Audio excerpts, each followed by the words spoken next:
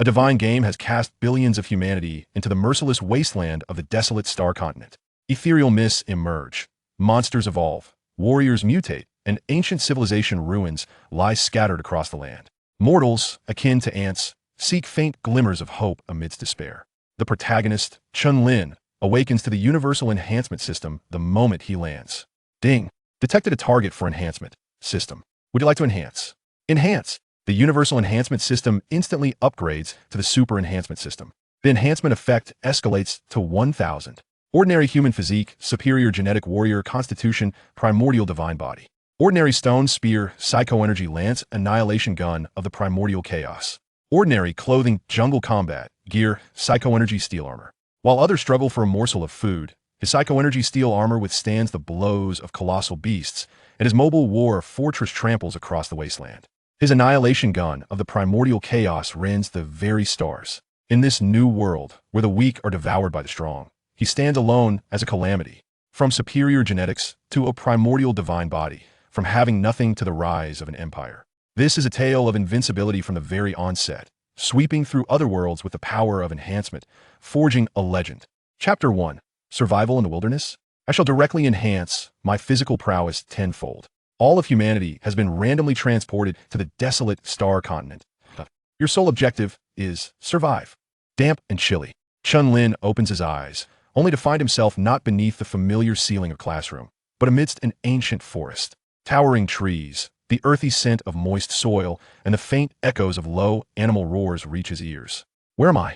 Were we not in a class meeting? Why is there no signal on my phone? Help! I want to go home! A scream reverberates around him. Chen Lin sits up and discovers 5 familiar figures lying beside him. They are his classmates, seemingly just awakening as well. The 5 individuals are the affluent and beautiful class flower, Su Wan, the studious and bespectacled monitor, Zhang Xiao, the notorious delinquent Zhao Long, accompanied by his 2 lackeys, Wang Wei and Li Ming. What on earth is happening? Su Wan gazes around in confusion, her voice laced with terror. Zhang Xiao, adjusting his glasses, cautiously scrutinizes the surrounding environment. Damn it, this must be some prank orchestrated by the foolish school. Zhao Long curses as he rises, spitting on the ground and declaring, "Once I return, I will ensure the Education Bureau is driven to bankruptcy." Brother Long, this doesn't seem like acting at all. His 2 lackeys, Wang Wei and Li Ming, already pale with fright. Chen Lin remains silent, for a voice echoes in his mind. Ding! Enhancement system successfully bound. Immediately, several lines of small text appear before his eyes. Enhancement system. Function. Enhance all things. Daily enhancement limit. 1. Note. Enhanced items cannot be enhanced again. Enhancement system? Chen Lin's heart swells with joy. As an avid reader, he is no stranger to systems. Calm down, calm down. The most pressing matter now is to study the usage of this system. According to the prompt, only 1 item can be enhanced each day. 1 item? That's hardly survivable in this wilderness. Chen Lin cannot help but voice his frustration. Since today presents only 1 opportunity, he must make the most of it to ensure his survival in this unfamiliar environment. As he contemplates, a spark of inspiration strikes Chen Lin. If everything can be enhanced, can I enhance the enhancement system itself? It seems the system has sensed Chen Lin's thoughts. The prompt sound resonates once more, and the small text before him begins to change. Ding! Enhancement successful. Super Enhancement System. Enhanced. Daily enhancement limit. 910. New feature. Enhancement effect increased to 1000. Note. Enhanced items cannot be further enhanced. Success. Chen Lin rejoiced inwardly. Now there are 10 enhancement opportunities each day, and the effect has increased tenfold. This perilous place necessitates enhancing oneself first. System. Enhance my body, he silently intoned. In the next moment, a surge of searing energy erupted within him, coursing through his limbs and bones. This was the power of the system transforming his physique. Soon, Chen Lin felt a remarkable lightness throughout his body, and his senses sharpened to an extraordinary degree. His previously somewhat myopic eyes now possessed an unparalleled clarity of vision, enabling him to discern the intricate patterns of distant leaves.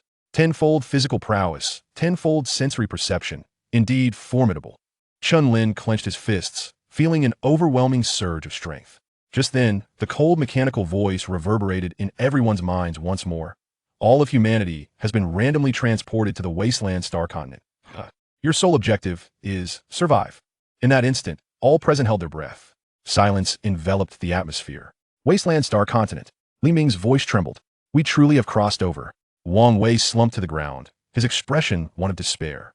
Suwon bit her lip, her face paling. Zhang Xiao instinctively edged closer to Chen Lin. Zhao Long was momentarily taken aback, his eyes shifting from fear to confusion, ultimately morphing into a grotesque snarl. He had been a ne'er-do-well, aimlessly drifting in his previous world. His daily routine involved establishing his status through brute force. However, the existing rules were numerous and restrictive, often leading to capture. Yet now, he found himself in a lawless realm. How exhilarating! I've arrived in a world where strength reigns supreme. Zhao Long glanced at Su Wan and Zhang Xiao, his smile gradually turning lascivious. It must be said, the youthful physique of an 18 or 19-year-old girl held an immense allure for him. Moreover, Su Wan was a wealthy beauty, and although Zhang Xiao dressed conservatively, her figure was equally captivating. Zhao Long's depraved thoughts multiplied in his mind. Among the 5 individuals present, 2 were his subordinates, making Chen Lin particularly irksome to him. This brat is merely an obstacle in my quest to dominate the world through force. Zhao Long had long harbored disdain for Chen Lin, who was not only handsome but also academically gifted, garnering the secret affections of many girls in class. Even in this new world, Chen Lin remained entirely composed, further aggravating Zhao Long. He resolved to use Chen Lin as an example of his power and then gradually toy with the 2 girls. At that moment, Chen Lin sensed a flicker of hostility and looked up at Zhao Long. What the hell are you staring at? Zhao Long initiated the confrontation, shouting at Chen Lin. You always act tough in class, but do you dare to put on a show now? Do you believe I won't beat you up? Zhao Long, we are classmates. In this situation, we should unite. Chen is merely. Zhang Xiao rushed to mediate, but was interrupted by Zhao Long. Shut up. The mere thought that a girl would speak up for Chen Lin in such a moment infuriated Zhao Long. I'll make him pay today. He rose to his feet, signaling his 2 subordinates, Wang Wei and Li Ming, who promptly moved closer. Why are you hesitating? Are you afraid of wetting your pants? Zhao Long grinned maliciously and swung a punch toward Chen Lin. Fool! Chen Lin's gaze remained calm as still waters. He effortlessly raised his hand and caught Zhao Long's wrist. Zhao Long froze, feeling as if his wrist were ensnared in a vice, utterly immobile. You son of a... Zhao Long began to curse, but faltered under Chen Lin's icy stare, a sudden sense of dread washing over him, akin to being targeted by a predator. Chen Lin denied him the opportunity to utter any more profanities, tightening his grip. Crack! The sound of shattering bones resonated sharply. Zhao Long emitted a wail akin to that of a slaughtered pig. Yet just as quickly it was cut short. Chen Lin's other hand, swift as lightning, clasped Zhao Long's throat, lifting him off the ground as if he were a mere chick. Zhao Long's eyes bulged, his face turning a ghastly shade of purple, his legs flailing in desperation as he pleaded for mercy. Chen, father, I was wrong. Spare me. Chen Lin seemed impervious to his pleas, his expression frigid as he tightened his grip once more. Another crack pierced the air. Zhao Long's struggles ceased, his head lolling to the side, his breath snuffed out. Chen Lin casually flung his arm, discarding the body as one would refuse a piece of refuse. The scene was immediately engulfed in a profound silence. Everything transpired in a matter of seconds. Zhao Long had been crushed to death by Chen Lin with the ease of squashing an ant. Wang Wei and Li Ming, who were nearest, collapsed to the ground in terror, their pants instantly dampened. Su Wan covered her mouth, gazing at Chen Lin in horror, instinctively retreating a step. Zhang Xiao inhaled sharply, yet as he regarded Chen Lin's silhouette, his expression was complex. None had anticipated that the usually gentle Chen Lin would suddenly become a harbinger of death. Brother Chen, do you see how the situation has escalated? In truth, we have come to offer you a shoulder massage. Wang Wei and Li Ming immediately donned obsequious smiles. Chen Lin cast a frosty glance at the 2. Chapter 2. The Hunt for Deer, continuing the strengthening. Lin Gu, spare us. It's not our fault. It's all Zhao Long's coercion. Have mercy on us. Seeing Chen Lin's merciless demeanor, Wang Wei and Li Ming were utterly terrified, hastily bowing their heads in supplication. Bang, bang. 2 figures were sent flying. Wang Wei and Li Ming landed unceremoniously on the ground. Get up. Chen Lin spoke coldly, his earlier kick serving as a reminder of their lesson. In this unfamiliar world, he still needed individuals to carry out tasks. You 2, go gather wood and construct a shelter. Yes, yes, we will do it at once. They quickly rose, suppressing their pain, and set about their work with alacrity.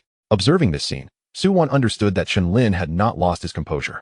She straightened her posture, showcasing her assets while speaking in a soft voice. Chen Lin, I didn't expect you to be this formidable. In the future, Su Wan was aware that in such an environment, an adorable girl could evoke a male's protective instincts, a tactic she was well versed in. This ploy will not work on me. If you wish to survive, demonstrate your worth. Chen Lin interrupted, his tone laced with frost. At this moment, he had no interest in nurturing a decorative vase. Su Wan's expression froze, her face alternating between shades of crimson and pale. as a wealthy and beautiful woman. She had never encountered such cold treatment. However, after witnessing Chen Lin's decisive ruthlessness, she realized her only option was to obediently comply. In contrast, Zhang Xiao demonstrated greater perceptiveness, promptly stating, "Lin Gu, I will check nearby for edible wild fruits and water." Chen Lin nodded slightly. Zhang Xiao had immediately stepped up for him when Zhao Long had acted against him. Thus he held a more favorable view of her than the others. With everyone assigned tasks, Chen Lin dismissed them and refocused his attention on the system. Daily strengthening opportunities. 8, 10. What else could be enhanced? Chen Lin glanced at his thin clothing and conceived a new idea. System, strengthen my shirt, he silently commanded. As soon as the words left his mind, his school uniform top emitted a faint glow. The material instantly thickened and became significantly more resilient, while the texture grew more comfortable. Ordinary school uniform has been upgraded to durable jungle combat uniform, top. Strengthening effects. Defense increased by 1,000. Comfort increased by 1,000. Temperature regulation. Excellent. Chen Lin nodded in approval. He then proceeded to enhance his trousers and shoes. Ordinary school uniform pants has been upgraded to durable jungle combat uniform, pants. Ordinary sports shoes has been upgraded to agile jungle running boots. The pants became equally resilient and comfortable as the top, while the shoes enhanced grip and running speed. Daily strengthening opportunities. 5, 10. 5 opportunities remained. Next, he needed to address the weapon issue. After several enhancements, Chen Lin had a grasp of the system's functionality. He also had an idea for weapon crafting in mind. After a search, he found a sharp-edged stone. He then stripped a straight sapling to fashion a simple wooden stick. Binding the stone to one end with vines, he created a rudimentary spear. System, strengthen this spear.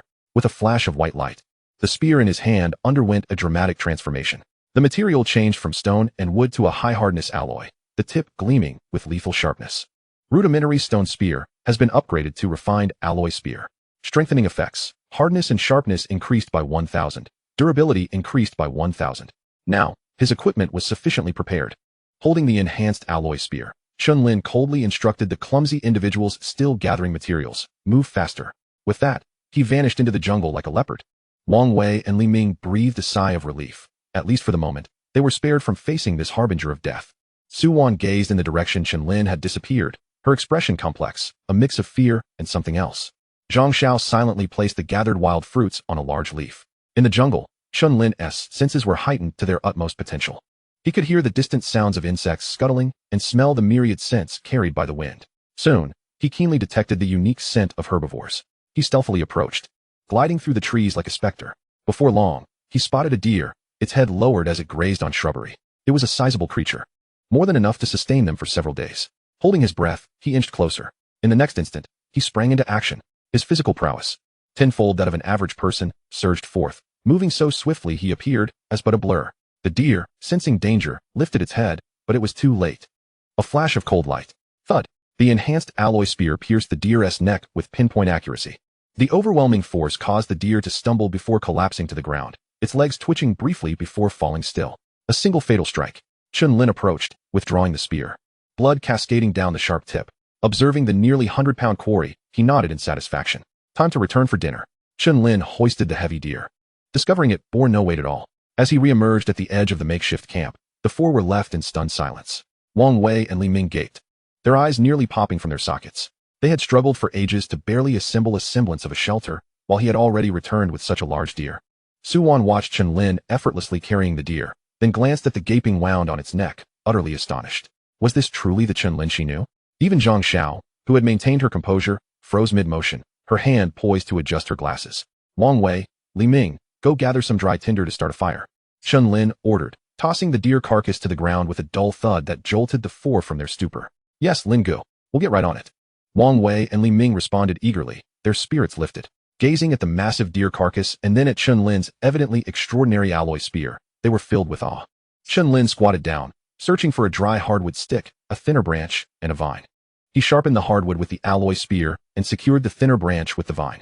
Thus, a simple fire drilling tool was crafted. System, strengthen this fire drilling tool.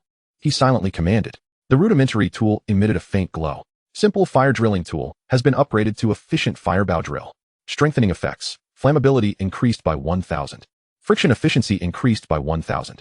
Daily strengthening opportunities. 3, 10. Chapter 3. Strengthening the fire tool. Su Wan's hesitation. Remarkable. Chen Lin grasped the firebow drill and began to kindle a flame. Sizzle, sizzle. With just a few strokes of friction, sparks erupted wildly, swiftly igniting the dry needles laid out above. Seizing the moment the flames took hold, he rapidly added the dry branches collected by Wang Wei and Li Ming, creating a small bonfire. Chen Lin is truly remarkable. Has he awakened some sort of superpower? From a distance, Su Wan watched this scene, her mind swirling with thoughts. She had only seen the art of friction fire on television, yet Chen Lin accomplished it with astonishing ease and remarkable speed. Furthermore, his attire had undergone a transformation. Along with the sudden appearance of a spear, his physical prowess was nothing short of terrifying. It seemed that these extraordinary changes only occurred after arriving in this world. Such miracles are exclusive to Chen Lin, while the rest of them remain as ordinary high school students, utterly powerless. A complex expression flickered in Su Wan's eyes as she contemplated. In her previous world, both her family background and appearance had placed her in a position that others could only admire from afar. Now, however, her former advantages had dissipated, and even her beauty seemed to bring only calamity. In this realm, aligning herself with a formidable figure like Chen Lin might indeed be her wisest choice. She cast a lingering gaze at Chen Lin, feeling a stir of uncertainty within her. Unbeknownst to Chen Lin, Su Wan was grappling with her internal conflict. He was currently famished and in need of sustenance. Thus, he used his alloy spear to slice off several pieces of venison, skewering them with sharpened twigs. He set them over the fire to roast. His enhanced physical abilities granted him precise control over the cooking process. Before long, an enticing aroma wafted through the air. The fat dripped into the flames, creating a sizzling sound that made everyone's mouths water. The other four watched eagerly, their throats involuntarily tightening as their stomachs grumbled. Yet none dared to utter a word, the memory of Zhao Long's fate fresh in their minds. Although they were classmates with Chen Lin, they were not intimately acquainted. He maintained an aloof demeanor at school and was rumored to be an orphan, creating a natural barrier between him and his peers. Chen Lin ignored their hungry gazes, leisurely roasting the meat. After a while, he finally finished a skewer. What a delightful aroma. Chen Lin immediately began to eat heartily. His enhanced physique allowed him to enjoy the meat without feeling any heat. The venison was perfectly charred on the outside and tender on the inside. Despite the absence of salt or other seasonings, the freshness of the meat was delectable. Now, with his fortified body, his appetite had greatly increased. After devouring one skewer, Chen Lin still felt hungry and reached for a second. At this moment, the already ravenous Su Wan gazed at the roasted meat, then glanced at Chen Lin. Unable to suppress a soft plea, Chen Lin, could you? Chen Lin shot her a cold glance, and her words were instantly swallowed back. Lin Gu, have some berries. It's a balanced nutrition. Zhang Xiao approached, presenting a large leaf upon which lay the freshly picked berries. Each berry was vibrant and plump, meticulously washed, indicating care in their gathering. I've eaten these berries before. They are safe. To alleviate any concerns Chen Lin might have, Zhang Xiao even tasted a few herself. Appreciative. Chen Lin nodded. After finishing his second skewer, he sliced off a piece of venison, skewered it, and handed it to Zhang Xiao. For you. Zhang Xiao was momentarily taken aback, her eyes widening in surprise. Upon meeting Chen Lin's gentle gaze, she cautiously accepted the roasted venison, murmuring, "Thank you, Lin Gu." Observing this exchange, Su Wan felt a pang of jealousy. However, she had no grounds to complain. Earlier, while foraging for berries, she had scratched her arm on thorny vines and had begun to slack off, while Zhang Xiao diligently collected the berries, only consuming the less desirable ones and saving the best for others. Wang Wei and Li Ming remained silent, swallowing their envy in secret. Chen Lin continued to eat until he was fully satisfied, his strength completely restored. At this point, a significant portion of the food remained, and apart from Zhang Xiao, the others had not had a single bite. Wang Wei, Li Ming, you two must finish building the shelter before you're entitled to any food. Chen Lin glared at them, his tone indifferent. Hearing this, Wang Wei and Li Ming immediately sprang into action, their movements noticeably more vigorous. Chen Lin's gaze then fell upon Su Wan. Su Wan, come here. Initially startled, Su Wan soon realized he might be intending to offer her food. A smile blossomed on her face as she hurried over. Rub my legs. Chen Lin extended his leg and lazily closed his eyes. What? Su Wan could hardly believe her ears. Was he asking her to massage him? Wasn't he supposed to be offering her food? Throughout her life, she had always been the one to receive attention and service, surrounded by admirers at school. Now, he wanted her to do such menial work? When had she ever done anything like this? Her face flushed crimson, and she felt an overwhelming sense of humiliation. Yet, this feeling dissipated in an instant. The gnawing hunger within her made it clear that this was no longer her previous world. Biting her lip, she wrestled with her inner turmoil. What was more important, pride or survival? While missing a meal wouldn't be fatal, she was acutely aware that she could not procure food on her own in the wilderness. Moreover, this world lacked laws. Without Chen Lin's protection, the consequences of being captured by others could be dire. The fate of beautiful yet vulnerable women in this realm was all too evident. Resolving her thoughts, Su Wan no longer hesitated. Taking a deep breath, she crouched down and began to massage Chen Lin's legs, albeit her movements were awkward, clearly indicating her lack of experience. Chen Lin observed Su Wan with interest, relishing the opportunity to study this affluent beauty up close. He couldn't help but acknowledge her striking beauty, her delicate features, fair and smooth skin, exuding the vibrant essence of youth, even surpassing some celebrities. In the real world, the notion of such a woman attending to him was unfathomable. Yet here it was, a reality. As Chen Lin closed his eyes again, he began to savor the experience. After a while, Suwon felt her fingers grow sore, beads of sweat forming on her forehead. The combination of her mounting hunger and the physical exertion added a touch of delicateness to her demeanor. Tentatively, she inquired, Chen Lin, may I, have something to eat first? Chen Lin lifted his eyelids, casting her a glance. You wish to eat already? I haven't enjoyed this enough yet. I'm so hungry. I have no strength left, Suwon replied hastily. Once I'm full, I promise to make you comfortable. Too weak? Then get lost. If you want to massage me, there are plenty of others who will. Chen Lin retorted harshly, pushing her away. Before he could say more, Zhang Xiao, who had been observing, seized the opportunity and quickly approached. Lin Gu, let me help you massage. I often help my mom at home. Without a hint of shyness, Zhang Xiao immediately began to knead Chen Lin's legs. Her skilled technique was evident from the first touch. Under her expert hands, the stiffness in Chen Lin's legs from hunting the deer began to ease significantly. Seeing Suwon still standing idly aside after being pushed away, Chen Lin's tone turned cold. Don't just stand there like a fool. Go gather some firewood, or you'll have no meat to eat tonight. Suddenly, Suwon's face flushed crimson, yet she dared not retort. With her head bowed, she silently made her way into the woods to gather firewood. She had not anticipated that by lowering her pride to assist Chen Lin with his leg, she would receive not even a morsel of meat in return. At that moment, her heart brimmed with grievance, but alas, no one paid her any heed. After Zhang Xiao's massage service, Chen Lin felt a wave of rejuvenation sweep over him. After a brief respite, he resolved to further explore the surrounding environment, while simultaneously seeking a potable water source. In the wilderness, water is undoubtedly the most vital resource. Although he had just consumed some berries that provided a modicum of hydration, it was far from sufficient. To survive, a stable source of drinking water was imperative. Zhang Xiao, I'm counting on you, Chen Lin instructed. Keep an eye on them. Note down anyone who shirks their duties and inform me. Understood, Lin Gu, Zhang Xiao swiftly nodded, saluting with a playful gesture before adjusting her glasses and diligently commencing her supervisory role. Observing her earnest demeanor elicited a faint smile from Chen Lin. He then grasped his alloy spear and remarked, I'll be stepping away for a moment, before vanishing into the thicket. With the enhancement of his physical capabilities, Chen Lin's sense of smell had become exceptionally acute, enabling him to discern even the faintest scents in the air. Leveraging this heightened perception, he soon stumbled upon a small stream. The water appeared pristine, with several small fish darting about. Though the stream looked clean, its exposure to the wild meant it harbored numerous microorganisms, rendering it undrinkable. It seemed he would need to fashion a filter. Surveying his surroundings, Chen Lin discovered a banana tree in the forest. The tree's large leaves were commonly employed as makeshift canopies in the wilderness, and when rolled, could serve as containers. Chen Lin severed the largest leaf with his alloy spear, curling it into the shape of a funnel. He then layered it with gravel, sand, soil, and charcoal from the campfire. Thus, a rudimentary water purification device took form. Now it was time for the system to work its magic. System, enhance this water purification device. With a flash of soft light, the humble apparatus in Chen Lin's hands underwent a remarkable transformation. Humble water purification device has been upgraded to portable high-efficiency water purifier. Enhancement effects. Filtration efficiency increased by 1,000. Sterilization effectiveness increased by 1,000. Capable of filtering 999 pollutants and 100 microorganisms. Can filter 10 L of water per hour. Daily enhancement limit. 10. It morphed into a sleek, silver-gray metallic cylinder, one end fitted with a fine filter mesh, while the middle section contained a composite filtering material. Compact in size, akin to a 5L water bottle, it was easy to carry. Chen Lin filled the purifier with a bit of stream water. Before long, the metal receptacle produced a small cup of water. He took a sip. The water was crisp and sweet, entirely devoid of any earthy taste, reminiscent of the refreshing quality of freshly drawn spring water. With his drinking water dilemma resolved, Chen Lin filled the purifier to the brim with stream water and was about to rise and return when he suddenly heard a commotion in the distance. He quickly raised his head, directing his gaze across the stream. There, amidst the foliage, two figures were approaching. People? Chen Lin's keen eyesight discerned two middle-aged men. Robustly built and clad in black vests, one bore a green tattoo on his arm. They appeared to hail from a rough background. Not wishing to court trouble, Chen Lin turned back, clutching his filled water purifier.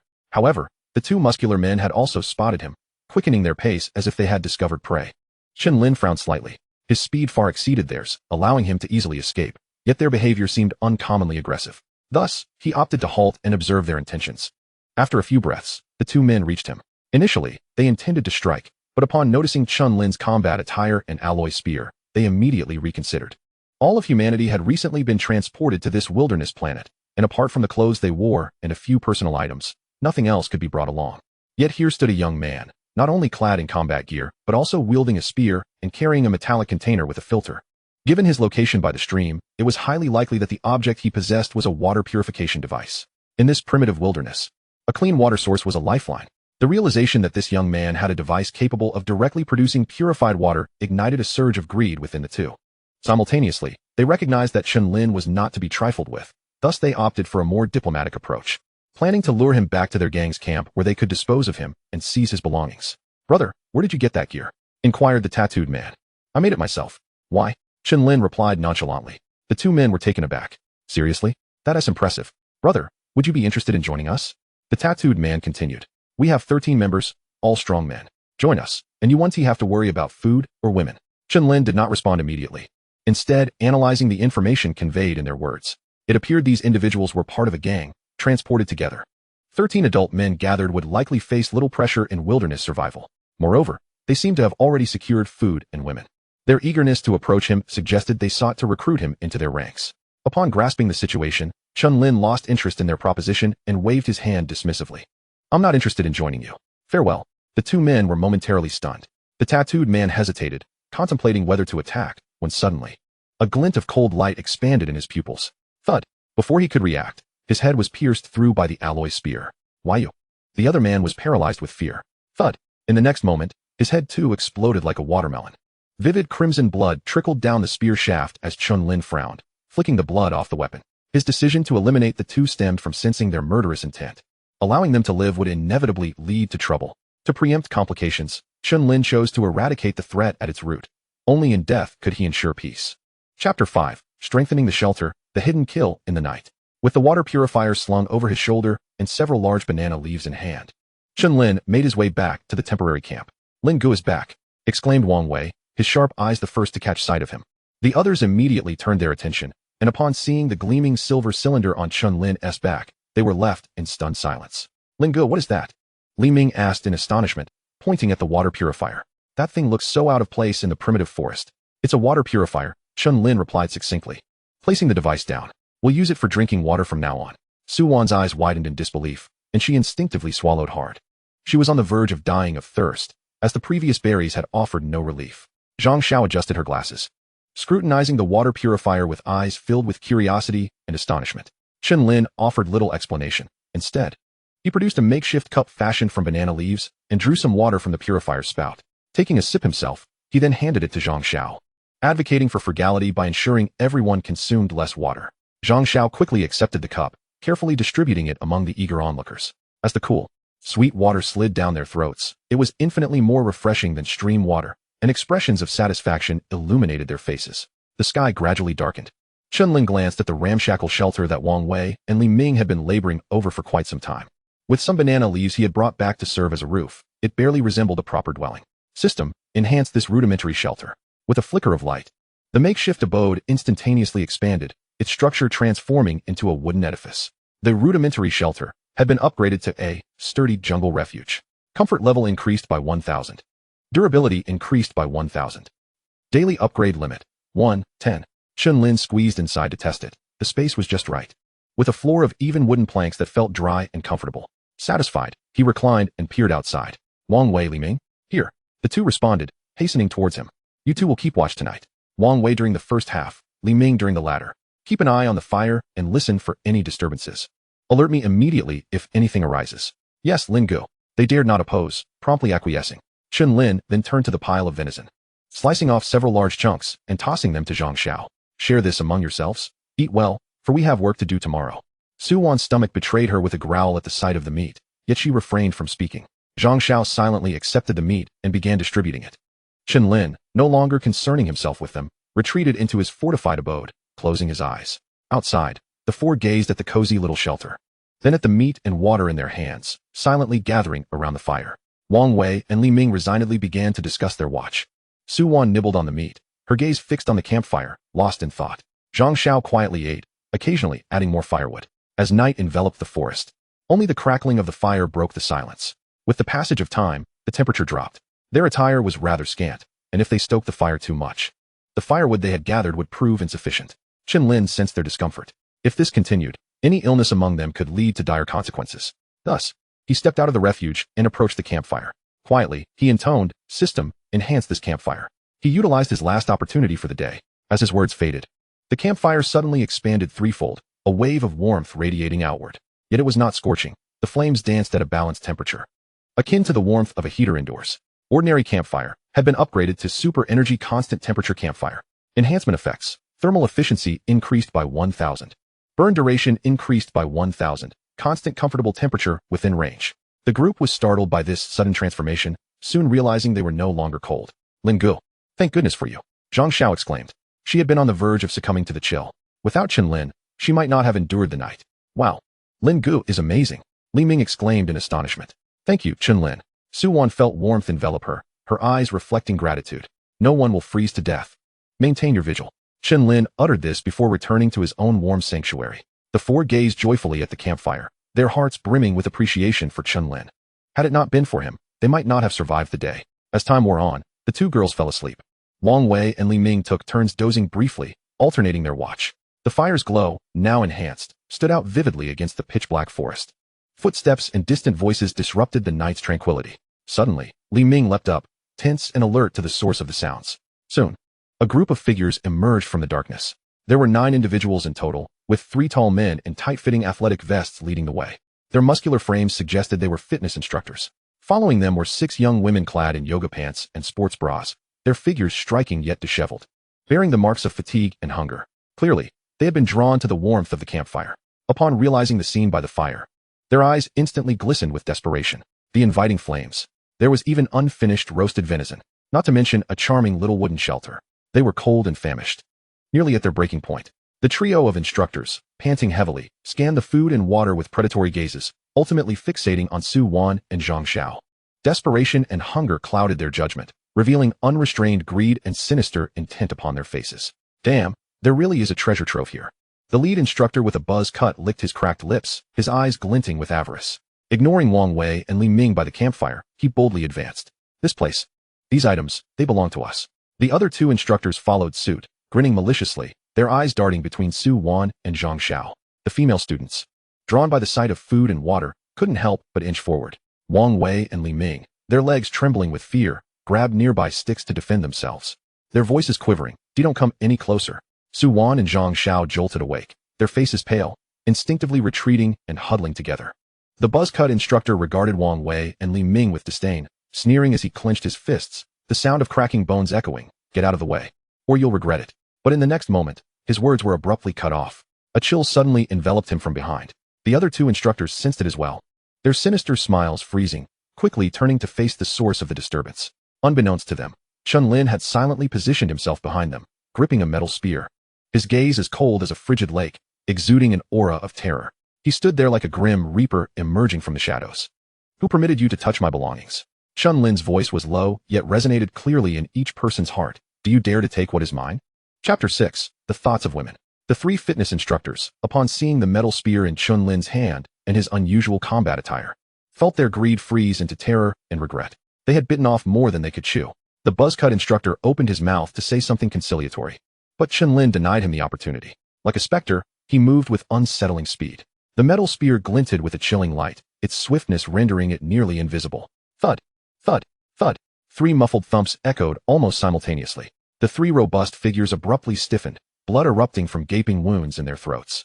Their eyes widened in shock, faces etched with fear and disbelief, unable to fathom Chen Lin's ruthless decisiveness. They toppled backward, crashing to the ground, convulsing twice before falling still. The scene was enveloped in an eerie silence, akin to that of a graveyard.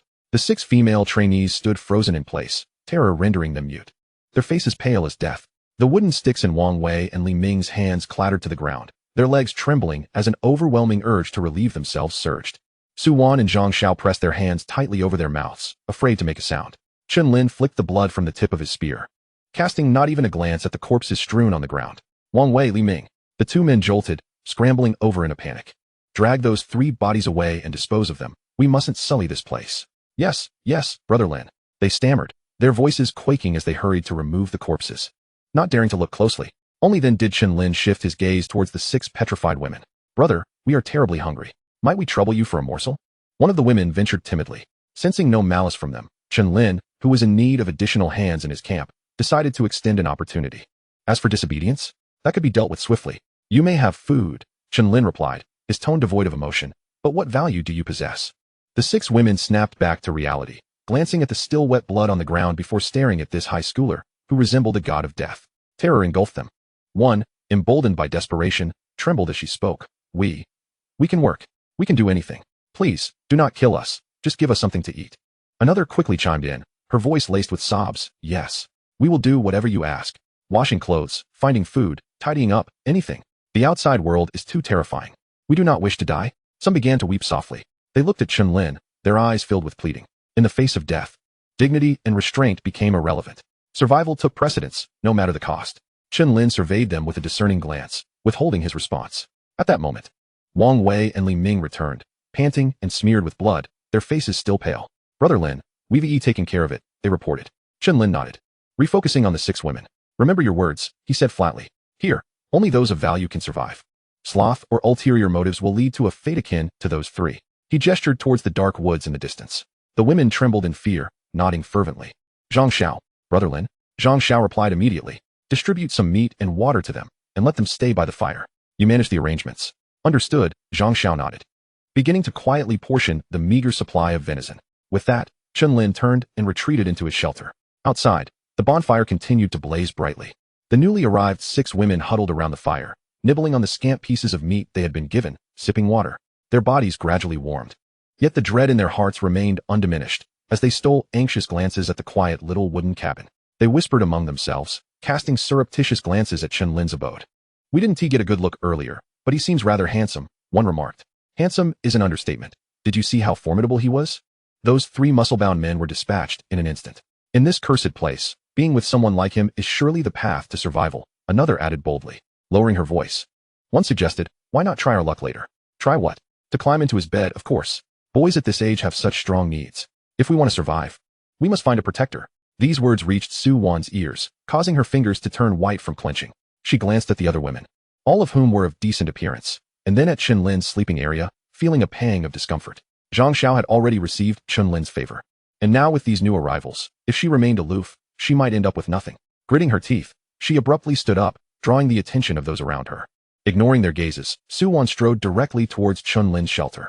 Her heart raced, yet her feet did not falter. She knew she was taking a gamble, but it was one she had to make. Upon reaching the entrance, she paused, took a deep breath, and softly called out, Chen Lin, are you asleep? May I come in? What is it? Chen Lin replied, his tone flat. At that moment, he was preoccupied with calculating how to utilize his newly refreshed enhancement points. Enhancement points available. 10. I have something to discuss with you. It's not convenient out here. Su Wan said shyly. Come in. Chen Lin replied, intrigued by her presence. The firelight accentuated her beautiful features, enhancing her allure. Speak. Chen Lin commanded as he closed the door behind her. In the confined space, only the 2 of them remained. Su Wan, her head bowed, managed to utter a few words. I want to be your girlfriend. Upon finishing, she anxiously looked at Chen Lin, awaiting his response. What has gotten into you today, Su School Beauty? Chen Lin smirked. However, I can grant you this opportunity. Really? Su Wan's eyes sparkled with surprise. She hadn't anticipated such a swift acceptance. Yet, recalling her own charm and grace, she felt it was only natural. But Chen Lin's next words caused her cheeks to flush crimson. Take off your pants. No way. Su Wan protested vehemently. Then, realizing her outburst, hastily added. That is too fast. Then get out. Chen Lin chuckled. What era are we in to still be playing hard to get? With my capabilities, what woman do I not have access to in this world? It could be said that as long as I desire, the women outside are all mine. Despite Su Wan's moderate beauty, she remained oblivious to her own standing. Chen Lin, she tried to say more. Get out. In an instant, she was forcefully pushed outside. Su Wan stumbled back several steps, nearly losing her balance. The door slammed shut behind her. The firelight flickered across her face, alternating between red and white hues. Embarrassment, fury, and disbelief coursed through her. Had she truly been dismissed so abruptly? There was no sound from within, as if nothing had transpired. She stood there, her hands and feet cold, the last remnants of her pride shattered. She finally understood that her usual charms had no sway here. Not far from the bonfire, the 6 women had witnessed the entire scene. After a brief silence, one could not suppress a giggle. Huh, I thought she was something special. She was practically delivered to him, yet still tossed out. TSK, what else with the airs? Doesn't she see what kind of world it is now? That young man could have anything he desires in this realm. Did she really think she was a prize? Though their voices were low, they were clear enough to reach Su Wan's ears. She whipped around, glaring at them, and the other women quickly suppressed their laughter, averting their gazes. Though the mocking smirks lingered on their lips, Su Wan's chest heaved with a mixture of indignation and humiliation, yet she said nothing. Lowering her head and hastening back to her previous spot, curling up with her knees drawn to her chest, burying her face within them. Her shoulders trembled slightly. The bonfire crackled in the ensuing silence, with only the sound of the burning wood breaking the stillness. The women exchanged glances, and no one spoke further. But the disdain in their eyes towards Su Wan was palpable. Inside the little wooden cabin, Chen Lin rolled over and yawned. The brief commotion outside had hardly registered in his mind. Tomorrow, work awaits. Thus, slumber takes precedence. Chapter 7. The emergence of spiritual mist and the creation of a unique technique. As dawn broke, a thick fog enveloped the forest in a blanket of white. One by one, the group awoke, quickly sensing something amiss. Inhaling the mist seemed to sharpen their minds, rendering their thoughts more agile. This fog, it appeared, bore an unusual quality. Wang Wei took several deep breaths, stretching his arms. Indeed, he felt an invigorating boost. Li Ming nodded in agreement. The 6 women, alongside Su Wan and Zhang Xiao, also perceived the change, their faces lighting up with astonishment as they engaged in deep breaths. Chen Lin emerged from his small wooden cabin. Inhaling the mist deeply, a refreshing sensation surged through his nostrils. Upon reflection, he discerned that this fog was indeed extraordinary. A frown crossed his brow. The world was not as simple as it seemed. There were undoubtedly unknown elements lurking, especially considering they had only just arrived. Much remained to be explored. At that moment, a chilling, mechanical voice resonated within everyone's minds. The world version has been updated. This update primarily addresses the issue of low survival rates among ordinary individuals. The spiritual mist module has been added. As the voice faded, a profound silence enveloped the camp. The group stood in stunned silence, processing the announcement. Version update? Spiritual mist? Wang Wei gaped, utterly bewildered. Are you implying that this mist is beneficial? That it can enhance our strength? Li Ming, regaining his composure, beamed with delight. The women also erupted with excitement, inhaling deeply. Chen Lin took another deep breath of the spiritual mist, feeling the palpable enhancement within him. He surveyed the fog-laden surroundings. His gaze tranquil. It seemed the rules of survival had shifted. This was indeed intriguing. Life spans a mere century. Only through continuous evolution may one achieve immortality. Continuing to inhale the mist, bolstered by his enhanced physique, Chen Lin absorbed it at an accelerated rate compared to ordinary individuals. Yet, this pace was still far from sufficient. Soon, an idea sparked within him, to devise a breathing technique. Without hesitation, he retrieved the deer hide he had stripped the previous day and picked up a piece of charred wood. Sitting cross-legged, he pondered the composition of this breathing method. After all, he had no prior knowledge of any cultivation techniques. After some contemplation, inspiration struck him. Drawing from his research on the system, he summarized 2 key insights. 1. The more refined the item, the more potent its enhanced capabilities. 2. Items will be fortified in the direction one envisions. With this in mind, Chen Lin began to write. He hastily inscribed several lines on the deer hide, outlining the foundational rhythm of breathing and the most efficient inhalation techniques. Shortly thereafter, a rudimentary text titled Basic Breathing Technique was born. System, enhance the breathing technique. A flash of light enveloped the hide, which then radiated a soft glow, its material becoming supple. The inscriptions rearranged themselves, expanding in content and accompanied by illustrative diagrams. Basic breathing technique has been upgraded to whale swallowing breathing technique. Enhancement effect, spiritual mist absorption efficiency increased by 1000. Chen Lin immediately attempted the whale swallowing breathing technique. With each inhalation and exhalation, the surrounding spiritual mist seemed to be drawn towards him, swirling in a vortex. Like a whale consuming water, it surged into his mouth. The efficiency had skyrocketed beyond tenfold. As he closed his eyes, he could distinctly sense his body strengthening at an accelerated pace. This scene left the others in the camp in a state of disbelief. The mist visibly flowed towards Chen Lin, thinning out in the process. What is he doing? A female student murmured. It appears to be some sort of technique. The efficiency of absorbing the spiritual mist is astonishing. Wang Wei and Li Ming craned their necks, eyes wide with shock. Su Wan and Zhang Xiao stood agape, as Chen Lin continually shattered their preconceptions. As time passed, the dense mist gradually dissipated, ultimately vanishing. After this round of absorption, everyone felt significantly lighter, their strength seemingly amplified. The mere thought of becoming stronger filled their hearts with exhilaration. Is that all there is to it? Chen Lin opened his eyes, exhaling a breath of stale air. He could sense that, in that brief moment, his physique had further improved. Others had made some gains as well, but compared to his enhancement, theirs were nearly negligible. The gap in their abilities not only remained, but appeared to widen. With this realization, Chen Lin felt a surge of joy. He then assessed the remaining deer meat and water. There was enough meat to last 2 days, but the water supply was somewhat lacking. He proceeded to assign tasks for the day. Wang Wei, Li Ming, you two take 2 others to the creek to fetch water. Fill it using the purifier and return. Zhang Xiao, take 2 others to search for edible berries nearby, but do not stray too far. Su Wan, you are in charge of roasting the meat and portioning it out. Those named promptly sprang into action. Chen Lin found a patch of open ground and settled down. He sought even greater strength.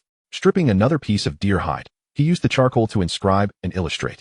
This time, he documented some foundational techniques for exerting force and methods for physical training, offering more specificity than the breathing technique. System, enhance the training method. A gleam of light flashed, and the content on the hide underwent yet another transformation. Basic training method has been upgraded to 100 Forging's body refining technique. Enhancement effect, physical training efficiency increased by 1,000. Capable of unlocking latent physical potential. Without hesitation, Chen Lin began practicing according to the new method. His movements were deliberate, each posture executed with precision. Engaging all his muscles and fascia, combined with the breathing technique, yielded remarkable efficiency. After a while, Chen Lin felt his entire body heating up, steam rising from his form. As he continued his practice, a female student hesitantly approached. It was the same girl who had spoken up first the previous night about wanting to work. Lin Gu. She called softly. Yes? Chen Lin paused, turning to her. My father was a traditional bow craftsman. I learned a little and can make simple bows and crossbows, she explained. Adding, I need animal sinew for the string. I noticed there are deer sinews here. I just need hardwood and feathers. May I give it a try? Bows and crossbows? Chen Lin raised an eyebrow. He was currently in need of a ranged attack method, and a bow crafted by a skilled artisan, once enhanced, would wield considerable power. With this thought, Chen Lin nodded. Excellent. I appreciate individuals of value. What is your name? My name is Chung Yunxin, Lin Gu. Use the available deer sinew. For hardwood, look around, and for feathers, have 2 people gather them from the forest. If you need to fell trees or process materials, come find me. Okay. Thank you, Lin Gu. Chung Yunxin beamed, hurriedly rushing off to gather her companions. Chen Lin returned his focus to practicing the 100 Forging's body refining technique. With the emergence of the spiritual mist, a sense of urgency washed over him, for it was not only humans who could absorb the spiritual mist. The flora and fauna of this world could do so as well. Chapter 8. Bathing with 8 Women. After completing the 100 Refinements body technique, Chen Lin felt a surge of heat enveloping him, causing a layer of greasy, dark grime to seep from his skin, accompanied by a pungent odor. This was the impurities expelled from his physical body after cultivation. Frowning slightly, he decided it was time for a wash. I shall be away for a moment to bathe by the stream, he announced to the others in the camp. Upon hearing this, the eyes of several female students immediately sparkled with interest. Brother Lin, we want to join. Chung Yunxin was the first to speak up, feeling quite uncomfortable in her own sticky skin, which was bordering on unpleasant. Yes, take us with you, Brother Lin. The others chimed in eagerly, their gazes fixed upon him. In this wilderness, the opportunity for a refreshing bath was rare, and being in Chen Lin's company ensured their safety. Su Wan and Zhang Xiao remained silent, but their eyes betrayed their longing. Girls, after all, have a natural inclination towards cleanliness. Chen Lin glanced at them and, assuming they would follow, turned his attention to Wang Wei and Li Ming, who were staring. What are you two staring at? Stay here to keep watch over the campfire and the campsite. The 2 men paused for a moment, then nodded vigorously. Understood, Brother Lin. As Chen Lin led a group of 8 women towards the stream, they walked along the flowing water until they discovered a secluded pool. The water was crystal clear and appeared shallow. This will do, he declared. No sooner had he spoken than Chung Yunxin, perhaps eager to impress, swiftly shed her outer garments and trousers, revealing her fair skin. Chen Lin cast a glance her way, acknowledging her impressive physique, a testament to her dedication to fitness. With curves that stirred involuntary thoughts, wearing only her undergarments, Chung Yunxin leaped into the water with a splash. Come on, sisters, join me. She called out to those still on the bank. With her encouragement, the other female students began to giggle and hurriedly disrobe, one by one slipping into the water to cleanse themselves of the grime. Su Wan and Zhang Xiao lingered at the edge, blushing as they watched the nearly nude women in the water. Hey, you two, come on in. The water is delightful. Chung Yunxin playfully splashed some water in their direction, urging them to join. With a determined bite of her lip, Su Wan turned her back and slowly removed her school uniform, stepping into the water while trying to keep her body submerged. Zhang Xiao, her face flushed crimson, hesitated for what felt like an eternity before finally bowing her head and slipping into the water, too shy to lift her gaze. Once Chen Lin assessed the area from the bank and confirmed there was no danger, he chose a spot where the current was brisk, removed his shirt, and let the icy stream wash over him. With his enhanced physique, this shock was trivial. The grime was swiftly washed away, revealing the increasingly defined contours of his muscles underneath. From a distance, the female students were captivated by Chen Lin's form. He was already handsome, but the strength that radiated from his enhanced physique added a primal allure. I can't believe how handsome he is, Su Wan thought. a pang of regret surfacing as she recalled the events of the previous night. In the pool, the female students exchanged glances and giggles as they drifted closer to Chen Lin, causing ripples in the water. "Brother Lin, could you check if my back is dirty?" asked a girl named Lu Qian, turning to reveal her smooth back, deliberately pointing to a spot just above her waistline. Another, named Li, suddenly slipped, exclaiming, "Ah," as she fell against Chen Lin, instinctively grasping his arm, her chest brushing against his arm. "This stone is so slippery. You must help me, Brother Lin." Chen Lin did not flinch, allowing his arm to be bumped softly. He steadied Li by her waist, and casually wiped the spot Lu Qian had indicated. "All clean," he replied nonchalantly, the action seeming entirely natural. The other women soon gathered around, splashing water onto Chen Lin, their laughter becoming increasingly exuberant, and physical contact became more frequent. As the playful chaos ensued, they occasionally cast glances towards the still submerged Su Wan and Zhang Xiao, their intentions unmistakable. "Little sisters, what good is merely watching? Join in." Su Wan felt a surge of frustration as she observed Chen Lin's hand resting on another girl's waist, surrounded by laughter and merriment. She instinctively straightened her posture, the clear water revealing the contours of her youthful form. Why should they have the privilege? Hesitating, she took a half step forward, yet felt a pang of shyness hold her back. Zhang Zhao's cheeks burned fiercely, prompting her to sink lower into the water, leaving only her head visible. She watched the carefree antics of the others, her ears flushing red as her fingers nervously gripped the stones beneath the water. She felt unable to mimic such behavior. Yet seeing Chen Lin seemingly enjoying himself left her feeling empty and anxious. Chen Lin allowed the women to play around him, providing support and playful touches as he occasionally glanced at Su Wan and Zhang Xiao, their discomfort and internal struggle evident.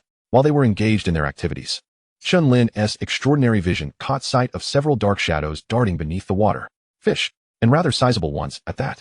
Without missing a beat, he continued to converse with the women while his right hand shot into the water like lightning. With a splash, he emerged, grasping a wriggling fish tightly in his fingers, its tail splashing water droplets everywhere. The surrounding women gasped in surprise, their astonishment quickly turning into excited exclamations. "Fish, Brother Lin, you're amazing. You caught that." Ignoring their admiration, he flicked his wrist, sending the fish tumbling onto the grassy bank. Almost simultaneously, his left hand slipped back into the water at an awkward angle, catching yet another fish. The female students were now utterly spellbound, their playful banter forgotten as they stared in awe. Even Su Wan and Zhang Xiao abandoned their previous discomfort, craning their necks to catch a better view. Chen Lin continued to catch several more fish before finally stopping. "That's enough, let us head back to shore." Only then did the women snap back to reality, quickly helping one another rinse off and scampering out of the water, drying themselves and donning their clothes. Chen Lin threaded the fish onto a sturdy stalk of grass, lifting it triumphantly. They returned to camp, their bounty plentiful. Wang Wei and Li Ming stared wide-eyed at the string of fish, then cast furtive glances at the damp-haired, radiant-skinned women, swallowing hard but daring not to speak.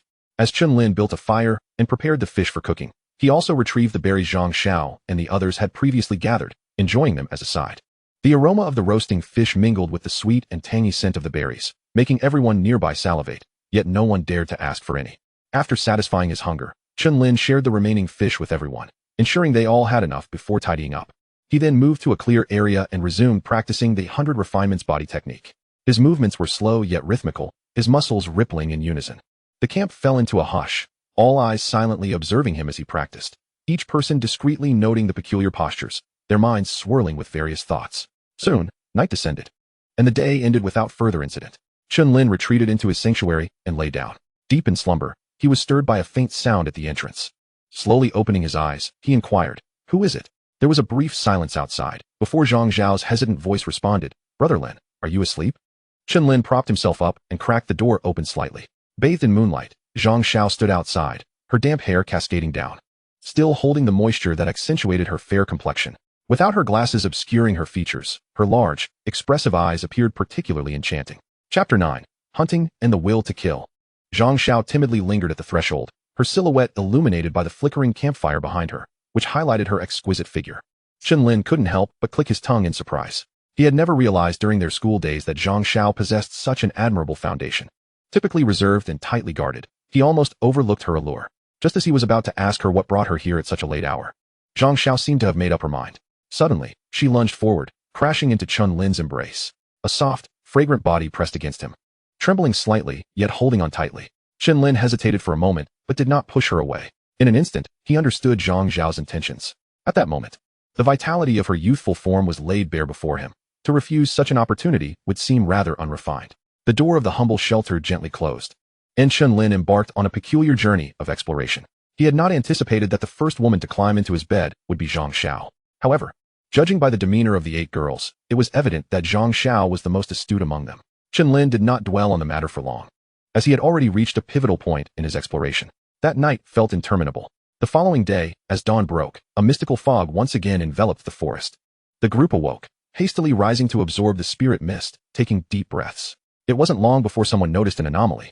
The rate at which the spirit mist coalesced around Zhang Xiao was markedly faster than that of the others, although it couldn't compare to Chen Lin's absorption rate. It was strikingly obvious in comparison to the rest. It was well known that this spirit mist could enhance physical attributes. The more one absorbed, the greater the enhancement. Given Zhang Xiao's rapid absorption, it wouldn't be long before her physical prowess surpassed that of her companions. How can she absorb it so quickly? Has she awakened her talent? Wang Wei's eyes widened, struggling to fathom the situation. Li Ming was equally astounded, muttering, "What on earth is happening?" The female students exchanged glances, their expressions rife with confusion. Su Wan stood frozen, fixated on Zhang Xiao, her heart filled with unease. She had tossed and turned the previous night, vaguely hearing some commotion. At that moment, a fellow student named Lu Qian leaned in and whispered, "I have a light sleep. I think I saw her go to Brother Lin's side last night." Her words fell like a stone into still water, silencing the women who immediately grasped the implications. As they turned their gazes back to Zhang Xiao, their eyes were now filled with shock, jealousy, and envy. Wang Wei and Li Ming also overheard, their expressions twisting into something peculiar. They exchanged glances, each grappling with an indescribable feeling. While the girls could barter their bodies for resources, both men found themselves momentarily loathing their own physicality. Zhang Xiao kept her head down, pretending not to hear the murmurs, focusing solely on absorbing the spirit mist. She yearned to grow stronger, to be someone who could assist Chen Lin. While everyone perceived her actions as a mere exchange of physicality, they were oblivious to the fact that she had harbored a crush on Chen Lin since her first year of high school. Zhang Xiao was also acutely aware that in this world, Chen Lin would not belong solely to her. Yet, she was determined to be the first to claim the heart of the man she adored. As time passed, and the spirit mist dissipated, Chen Lin felt his body solidify further. He glanced at the system. Daily enhancement quota, 18, 10. The unused enhancement points from yesterday had accumulated. He gathered sturdy hardwood and the previously collected stone fragments, beginning to craft tools. Before long, he had fashioned 2 rudimentary stone axes and 1 stone knife. System enhance. Refined alloy axe, X2. Refined alloy machete, X1. As 3 beams of light vanished, 2 gleaming alloy axes and a thick-bladed alloy machete appeared on the ground. "You all go chop wood." Chen Lin tossed the axes to Wang Wei and Li Ming, keeping the machete for himself. The group's stamina had significantly improved after 2 days of spirit mist nourishment, and they worked with newfound efficiency. Some chopped wood, while others gathered supplies. And the camp buzzed with activity. Chen Lin, however, hefted his spear and ventured back into the forest. The venison had spoiled, and food was scarce. It was time to hunt. In the woods, Chen Lin sought out prey. His body, enhanced tenfold, allowed him to tread lightly, his footsteps barely making a sound on the dry leaves. His heightened senses made him acutely aware of changes in the environment. Soon, he heard faint cooing from the bushes to his left, along with occasional scratching sounds in the soil. Chen Lin slowed his breathing, lowering his body slightly. Moving stealthily like a leopard that had spotted its target. Pushing aside a few leaves, he beheld 3 plump wild chickens foraging beneath a tree, completely unaware of the impending danger. With a flick of his wrist, the alloy spear shot forth like a striking serpent, leaving behind a blur of motion. Whoosh! Thud! The outermost wild chicken barely had time to flap its wings before the spear's tip pierced through its body, pinning it to the ground. The other 2, startled, were about to take flight. Yet Chen Lin's movements defied reason. Almost instantaneously, he slid to the side, his left hand darting out with electric speed, accurately grasping the neck of the second wild chicken. With a swift motion, he applied pressure. A faint crack echoed as the chicken's struggles ceased abruptly. Simultaneously, he seized a stone from the ground and hurled it with great force. Whoosh! The stone whistled through the air, striking the third wild chicken on the head with precision. The chicken fell as if struck by a slingshot, flapping a few times before falling still. The entire process took less than 3 seconds, executed with clean efficiency. Chen Lin approached, retrieving his spear and gathering the 3 wild chickens, securing them with vines around his waist.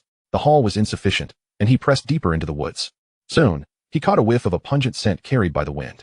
Following the trail for a while, he stumbled upon fresh hoofprints in a muddy area. It was a wild boar. His eyes narrowed, and he quickened his pace. Before long, he heard a grunting noise ahead. A robust black wild boar, with coarse bristles, was scratching itself against a tree. Its tusks protruded menacingly, giving it an intimidating presence. Chen Lin refrained from advancing recklessly. Wild boars were formidable opponents. With thick hides and immense strength, they packed a punch. He had to take it down without sustaining injuries. Chen Lin scanned his surroundings, quietly climbing onto a nearby tilted tree trunk. Adjusting his angle, he found himself perfectly positioned to overlook the boar's back. Taking a deep breath, he engaged his core and, with a powerful thrust, hurled the spear. Whoosh! The spear sliced through the air, emitting a deep, haunting whistle as it transformed into a black streak, plunging into the back of the wild boar's head with pinpoint accuracy. A heart-wrenching scream erupted from the boar as it charged erratically. After a brief struggle, he ceased his efforts. Chen Lin leapt down from the tree, stepped upon the wild boar's body, and withdrew his spear. This boar was sufficient to sustain him for several days. As he made his way back with his prize, he noticed a thin wisp of smoke rising in the distance among the mountains and forests. There were people, and they were not far off. He took note of the direction and quickened his pace. However, as he neared the camp, he heard shouting and cries from within. Unmistakably not the sounds of his own people. Chen Lin's expression hardened as he stealthily approached. Before him stood 8 burly men, their arms adorned with dragon and tiger tattoos, encircling the camp, wielding clubs and hurling insults. Wang Wei and Li Ming lay crumpled on the ground, bruised and battered. The 2 recently reinforced alloy axes had also been seized, one of the thugs now gloating over it. A few women had been driven into a corner, with Zhang Xiao standing protectively in front, her face pale, yet unyielding. Cheng Yunxin clutched a sharpened stick tightly, her arm trembling. Damn it, these women are quite something. I'll take the first pick, sneered a man with a scarred face, reaching out for Zhang Xiao. Just as his hand was about to touch her, whoosh! A shadow flew through the air. Thud! The scarred man's motion abruptly froze as a cold spear impaled him to the ground. Instantly, the atmosphere fell into a profound silence. All the burly men turned in shock. On the outskirts of the camp, Chen Lin advanced slowly, his gaze icy and fearsome. Chapter 10, Strengthening Zhang Xiao, Su Wan's Regret. For a moment, the air felt as though it had solidified. The 7 remaining men stared at their fallen leader, then at the suddenly appearing Chen Lin, their menacing smirks faltering and gradually morphing into sheer terror. Damn, you're looking for death, shouted a nearby blond man, noticing Chen Lin was alone and unarmed. His expression hardened as he swung his club at Chen Lin. Chen Lin remained remarkably calm. It was only when the club was nearly upon him that he sidestepped, his left hand shooting out like lightning to seize the blond man's wrist, twisting with a sharp snap. Crack! The sound of breaking bone echoed painfully. Ah! The blonde's scream barely escaped his lips before Chen Lin's right fist struck his jaw. The scream was abruptly silenced as the man flew off the ground, crashing against a tree before collapsing, motionless. The remaining 6 men felt their skin crawl, finally realizing they had encountered a formidable opponent. Altogether, let us kill him. Otherwise, none of us will survive, someone shouted. All 6 men brandished their clubs and charged at once. Chen Lin sprang into action. His speed was astonishing, his figure a mere blur. He deftly dodged the swinging clubs, driving his elbow fiercely into the ribs of a bald man.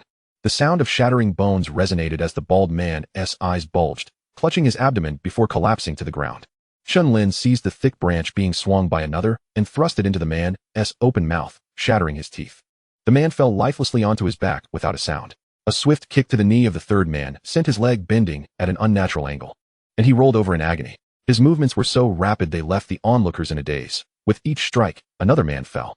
The alloy spear remained embedded in the distance, while Chen Lin, relying solely on his fists and feet, moved like a tiger among sheep. In less than 5 seconds, only 2 burly men were left standing. They gazed at their writhing and unconscious companions on the ground, then at Chen Lin, who approached unscathed. And their fear turned to sheer panic. Spare us. We were wrong. We'll return your things. We don't want the women, they pleaded, tossing their clubs aside and falling to their knees, bowing fervently. Chen Lin halted, shaking the blood from his hands, his gaze chilling. Wang Wei, Li Ming. The 2 men on the ground jolted awake, enduring their pain to rise. Brother Lin, if they're not dead, bind them and retrieve our belongings. Yes, yes. Wang Wei and Li Ming quickly gathered vines to securely tie up both the conscious and unconscious men, also retrieving the 2 alloy axes. Chen Lin approached the body of the scarred man, stepping on his corpse as he gripped the spear and pulled it out forcefully. He turned to the corner where the women stood, still shaken. Are you all unharmed? The women, finally snapping back to reality, shook their heads, their eyes filled with fear and a deeper reverence for him. Su Wan and Zhang Xiao were pale, but stood tall. Cheng Yunxin still clutched her sharp stick tightly, her breathing rapid. Chen Lin nodded, refraining from further questions. He turned to the bound thugs. Who sent you? One man trembled in fear, quickly responding, Brother, please spare us. We saw the smoke and thought we could find something to gain. We truly didn't know this was your territory. Chen Lin recalled the wisp of smoke he had seen on his return. Where's your camp? How many of you are there? In the valley ahead. There were originally over a dozen of us. Now, only the 8 of us remain, the questioned thug admitted without hesitation. Chen Lin silently noted this. Brother Lin, what should we do with these guys? Wang Wei asked quietly, a look of hatred on his face. Chen Lin remained silent, merely lifting the freshly cleaned spear. The bound thugs, sensing impending doom, began to struggle and plead desperately. No, please, brother, spare us. We won't dare again. Chen Lin's expression remained unchanged as he gestured to Wang Wei and Li Ming. Drag them away, don't dirty the camp. Wang Wei and Li Ming exchanged glances, then understood his intent, a flicker of ruthlessness crossing their faces as they nodded vigorously. Understood. They called over the other female students to assist in dragging the howling and cursing men deeper into the woods. The sounds of begging and curses quickly transformed into short, harrowing screams before fading into silence. After a while, Wang Wei and the others returned, their faces somewhat pale, yet their expressions bore a new intensity. A faint scent of blood lingered in the camp. The women remained silent, no one daring to speak. Bang! The sound of something heavy hitting the ground startled everyone. The stillness of the camp shattered. They all watched as Chen Lin tossed the massive wild boar and a plump wild chicken onto the ground, their eyes wide in disbelief. Wow, Brother Lin, you're incredible. You just saved us and brought back such a large wild boar. Brother Lin, you're amazing. Several female students gathered around him, their eyes filled with admiration. Zhang Xiao checked the two recovered alloy axes, confirming they were unharmed. She gripped them tightly and looked at Chen Lin. Brother Lin, can we learn to use these axes in the future? We can't afford to be so defenseless again. Chen Lin took a sip of water and nodded in agreement. To survive, we must become stronger. He surveyed the group of shaken individuals, then glanced at the sturdy wild boar on the ground. While food was now secured, the people remained too weak. Had he not returned at the opportune moment, the consequences would have been dire. Relying solely on himself was not sufficient to protect everyone. Some must be capable of lending a hand. His gaze swept across the group, ultimately resting on Zhang Xiao. In the face of danger, she had stood at the forefront, displaying not only bravery but also intelligence and composure. Most importantly, she exhibited loyalty to her companions. Zhang Xiao's feelings were, of course, not lost on Chen Lin. Zhang Xiao, he called out. She looked up, a hint of confusion in her eyes. Lin Ge? Following his command, she approached him. Without further elaboration, Chen Lin placed his hand on her shoulder. System, enhance. Command confirmed. Enhancement successful. Comprehensive physique increased, 1000. An invisible force surged into Zhang Xiao's body in an instant. She shuddered slightly, feeling a warm current coursing through her limbs, fortifying her very being. The first noticeable change was her vision. Once severely myopic, she was now astonished to find that her eyesight was perfectly clear, even able to discern distant objects. Furthermore, her sense of smell, hearing, and touch had all significantly heightened, filling her with a newfound sense of strength. If one were to encapsulate her transformation in words, it would be nothing short of transcendent. Zhang Xiao marveled at her metamorphosis, then turned to Chen Lin, her eyes brimming with gratitude. How do you feel? He inquired. I feel incredibly strong, filled with power, she exclaimed, clenching her fist, her gaze radiating confidence. She then glanced at the alloy axe lying on the ground. What once required both hands to lift could now be effortlessly hoisted with a mere finger. The onlookers were left astounded, particularly a few female students whose eyes nearly overflowed with envy. Su Wan bit her lip, unconsciously clutching the hem of her garment. Reflecting on Zhang Xiao's choices from the previous night and her present transformation, an overwhelming sense of regret filled Su Wan's heart. Chapter 11. Essence of Wild Boar and Mutated Strange Birds. Ling Ge, I'm off to work. Zhang Xiao felt an inexhaustible reservoir of energy coursing through her. She approached the pile of firewood that needed chopping, a task that had previously exhausted Wang Wei and Li Ming. With one hand, she lifted the alloy axe, weighing it lightly in her grasp. With a swift motion of her arm, she swung the axe. Whoosh! The blade sliced through the air, striking the wood dead center. Crack! The thick hardwood splintered cleanly in two. Without a moment's pause, her arm moved in a blur, producing a series of crisp cracks as the entire stack of firewood was swiftly chopped and stacked neatly. Wang Wei and Li Ming stood nearby, mouths agape in disbelief. Chen Lin nodded approvingly, handing her the alloy machete that he had kept in his shelter. Take this. He then gathered some flexible vines and deer hide, fashioning them into a rudimentary skirt. System, enhance the leather clothing. Leather jungle combat suit has been enhanced. With a flash of soft light, a dark green combat suit materialized. While it lacked the refinement of Chen Lin's own, it would at least allow Zhang Xiao to unleash her full potential. Given her tenfold physique enhancement, ordinary clothing would likely tear at the slightest pull. Chen Lin also created a set for himself, for changing purposes. Zhang Xiao, go change. Chen Lin tossed the combat suit toward her. Zhang Xiao caught it, her eyes lighting up with joy. It's beautiful, thank you, Ling Ge. Shortly thereafter, she donned the leather combat attire. The dark green material hugged her form, accentuating her curves. Reinforced at the shoulders and joints, it appeared robust. Zhang Xiao simply tied her long hair back, exposing her fair neck. Without her old glasses, her eyes sparkled with vitality. Dressed in the striking combat suit, her alluring figure, delicate features, and sleek high ponytail transformed her entire aura. Even Su Wan, the campus belle, paled in comparison to Zhang Xiao at that moment. Lin Gu, thank you again. Zhang Xiao beamed, dashing over to peck Chen Lin on the cheek in her excitement, only to suddenly remember the presence of others and hastily retreat. Chen Lin couldn't help but smile, pondering how to test the extent of her enhanced physique that evening. The other members of the camp gazed at Zhang Xiao's transformation with nothing but envy. Following her enhancement, she had become the camp's second greatest asset, second only to Chen Lin himself. Others looked on with envy, yet they understood that this strength was bestowed by Chen Lin, and they were not entitled to it. Chen Lin had no immediate plans to enhance anyone else. With Zhang Xiao's assistance, his own tasks would become considerably easier. Her tenfold physique not only enabled her to assist in hunting, but also alleviated concerns about potential thievery during his absences. Regaining his focus, Chen Lin intended to delve deeper into the enhancement system. Noticing the remaining enhancement opportunities, his gaze fell upon the wild boar. System, enhance the wild boar meat. He placed his hand atop the boar's head, and a burst of light erupted. The entire wild boar suddenly expanded in size. Ordinary wild boar meat has been enhanced to essence of wild boar meat. Enhancement effect, Qi content increased by 1,000. Long-term consumption may gradually enhance physique, rapidly restore energy, and is highly durable for storage. Is it done? Chen Lin felt a surge of delight. He sliced off a piece from the hind leg, noting that the meat had become significantly firmer. The usual gamey odor was absent, replaced by a unique aroma. Upon closer inspection, the meat's texture appeared more pronounced, with a faint sheen glistening on its surface. He cut a small piece, cooked it, and sampled it. The rich flavor was exquisite, and a wave of warmth spread through his abdomen, enveloping him in comfort. Compared to the absorption of spiritual mist, the effects were slightly slower but offered the convenience of immediate consumption. What a treasure! Without hesitation, he began to eat heartily. While others relied on meager daily spiritual mist, he could continuously grow stronger through the consumption of meat. Chen Lin sliced the majority of the essence of wild boar meat into strips, hanging them by the campfire to smoke, transforming them into jerky for easy transport and quick replenishment. The less desirable cuts were reserved for Zhang Xiao. As for the others, they were not yet worthy of consuming the enhanced meat. Since meat can be enhanced, what about water? A new idea sparked in Chen Lin's mind. He then fashioned a simple large water bucket from banana leaves, filling it with filtered pure water. System, enhance the water inside. A flash of light passed. Filtered water has been enhanced to thin spirit spring water. Enhancement effect, contains trace amounts of spiritual energy, may slowly nourish the body. He took a sip. The water was sweet and indeed carried a faint sensation of energy. Through these experiments, Chen Lin gained a deeper understanding of the system. The potential for enhancement extended far beyond mere weapons and tools. Sizzling. The essence of wild boar meat roasting over the fire emitted a rich aroma that wafted through the air. Before long, sharp cries echoed from the horizon, growing ever closer.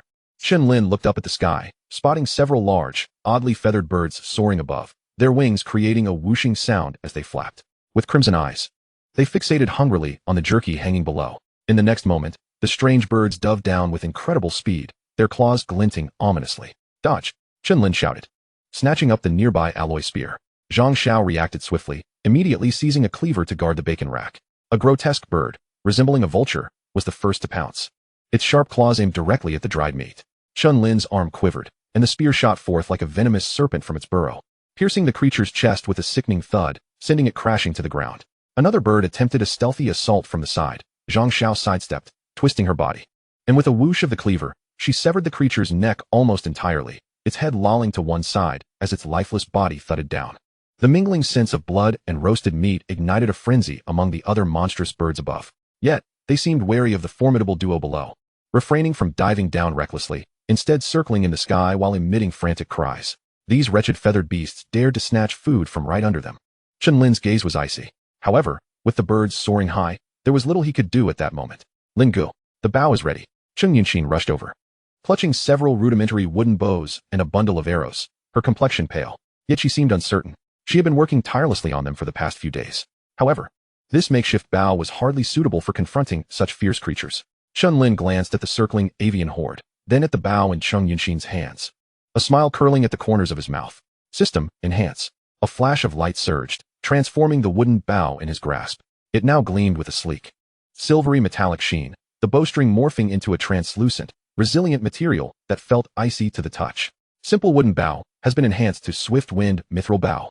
Enhancement effects, draw weight increased by 1,000, accuracy increased by 1,000, initial arrow speed increased by 1,000. System, enhance these arrows. He pointed toward the bundle of sharpened wooden arrows. Another flash of light occurred, and the wooden arrows transformed into sleek, black metal projectiles with white feather fletchings. Rough wooden arrows have been enhanced to Fine steel armor-piercing arrows x30. Enhancement effects. Penetration increased by 1000. Hardness increased by 1000. Get down here, you filthy creatures. Chen Lin knocked an arrow and drew the bowstring back effortlessly, forming a perfect crescent. His eyes locked onto a circling monster bird, his fingers releasing the string. Whoosh. The arrow tore through the air, emitting a piercing shriek, moving so swiftly that its trajectory was nearly invisible. Thud. The creature had no time to react before it was struck, bursting into a mist of blood and feathers as it plummeted from the sky. The aerial flock descended into chaos. Chen Lin remained undeterred, his arms moving like shadows. Knocking, aiming, shooting. Whoosh, whoosh, whoosh. Each arrow flew forth in rapid succession, finding its mark with unerring precision. Blood erupted in sprays as the monstrous birds tumbled from the sky like dumplings, falling in a cacophony. Some attempted to evade, but the arrows were too swift, leaving them no chance to escape. Zhang Xiao quickly grasped the arrows lodged in the fallen birds and handed them to Chen Lin. Yet, even before the 30 fine steel armor-piercing arrows were exhausted, the sky was devoid of any remaining flying creatures. The ground was strewn with the corpses of dozens of birds.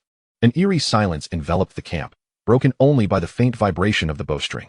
Cheng Yinxin stared at the bow in Chen Lin's hands, then at the scattered bird bodies, speechless for a moment. Wang Wei and Li Ming swallowed hard, gazing at Chen Lin as though he were a monster. Chen Lin set down the bow and inspected his quiver, noting a few arrows remained. He proceeded to gather the edible birds, meticulously plucking their feathers, for they may prove useful in the future. His tone was calm, as if he had merely swatted a few mosquitoes. Chapter 12. Zhang Xiao, show me your full strength. Having dealt with the monstrous birds, Chen Lin moved to an open area to begin practicing the body forging technique. The sensation of growth through practice was utterly captivating. The benefits of strengthening one's physique were self-evident. Following the illustrated instructions, Chen Lin executed the movements slowly yet precisely. Each stance engaged every muscle in his body, harmonizing with his breath, allowing him to distinctly feel the flow and consolidation of power within. After completing a round, perspiration glistened on his skin, and despite his tenfold physical prowess, a hint of fatigue crept in, underscoring the formidable efficacy of this training method. Without pausing for rest, Chen Lin repeated the sequence, striving to master the technique swiftly. This way, he could develop an exercise regimen tailored to his insights, and if he were to enhance this new method through the system, the results would surely be extraordinary. With this thought in mind, Chen Lin quickened his movements. Meanwhile, the others busied themselves with the fallen avian carcasses. These mutated birds were large, yielding a substantial amount of meat. However, they primarily resembled grotesque vultures, their flesh appearing tough and reeking of an unpleasant odor. Chen Lin cast a disinterested glance and left it to them to divide. The group was momentarily taken aback, then gratitude illuminated their faces. Although the bird meat may not be palatable, it was a rare source of protein in the wilderness. Moreover, consuming the flesh of these formidable creatures could potentially offer unexpected benefits. Thank you, Lin Gu. This is fantastic. We finally have meat. Wang Wei and Li Ming quickly gathered to butcher the bird meat, hanging the excess to dry. The feathers of the monstrous birds were also collected and piled nearby. These feathers were long and sturdy, displaying a myriad of colors, hinting at their exceptional quality. After completing his training, Chen Lin consumed some nourishing meat to replenish his stamina and approached the pile of feathers. Selecting the finest specimens, he gathered a few flexible vines and began a DIY project. Chen Lin skillfully wove the feathers together, crafting a cloak-like garment. System, enhance this feather garment. With a flicker of light, the rudimentary feather cloak transformed into a dense and substantial piece. Simple feather garment has been enhanced to waterproof and cold-resistant feather garment. Enhancement effects. Waterproofing increased by 1000. Insulation increased by 1000. Lightweight increased by 1000. Chen Lin tested the feather garment, contemplating its utility for rainy days. Subsequently, he fashioned a mattress from the surplus feathers to enhance his comfort at night. The day swiftly passed, and evening descended, with Zhang Zhao's tenfold physical prowess aiding. The speed of tree felling and transporting increased significantly. By now, 3 rudimentary yet sturdy wooden cabins had been erected. Chen Lin placed his hands against the walls of the cabins in succession. System, enhance the wooden cabins. The 3 cabins glowed in turn, their overall structure expanding. Simple wooden cabin has been enhanced to comfortable constant temperature wooden cabin X3. Enhancement effects. Structural strength increased by 1000. Wind and water resistance increased by 1000. Internal temperature comfort maintained. Chen Lin chose the largest cabin, laying down the feather mattress inside. He glanced at the setting sun. Zhang Xiao, come on, let's wash up. Flushed with embarrassment, Zhang Xiao obediently followed him. The two strolled towards the creek, the night gradually enveloping them, the water glimmering under the moonlight. Chen Lin undressed and stepped into the icy stream, the water rising to his chest. Zhang Xiao hesitated briefly before unfastening the buttons of her battle attire. The leather armor slipped away, revealing her physique, enhanced and fully on display. Her skin glowed in the moonlight, pale and radiant like delicate porcelain, exuding a rich luster. After a day of fortification, the remnants of dullness and roughness left from her late-night reading sessions had vanished entirely. Zhang Xiao stepped into the water, the flowing currents elegantly tracing the contours of her waist and hips, devoid of any excess flesh. Particularly striking were her long, graceful legs, which resembled a masterpiece of art. Sensing Chen Lin's gaze upon her, Zhang Xiao felt a tinge of embarrassment and shifted deeper into the water, exposing only her head. However, this very action only fueled the imagination further. Wash yourself thoroughly, Chen Lin instructed, averting his eyes as he swam towards the stronger currents. Only the raging waters can cleanse you properly. Zhang Xiao nodded in agreement and quickly set to work, her fingers gliding over her skin, which felt entirely different, smooth and resilient. Even she marveled at her transformation, all of which was bestowed upon her by the man before her. As thoughts of last night's events flooded her mind, a faint blush crept onto her cheeks.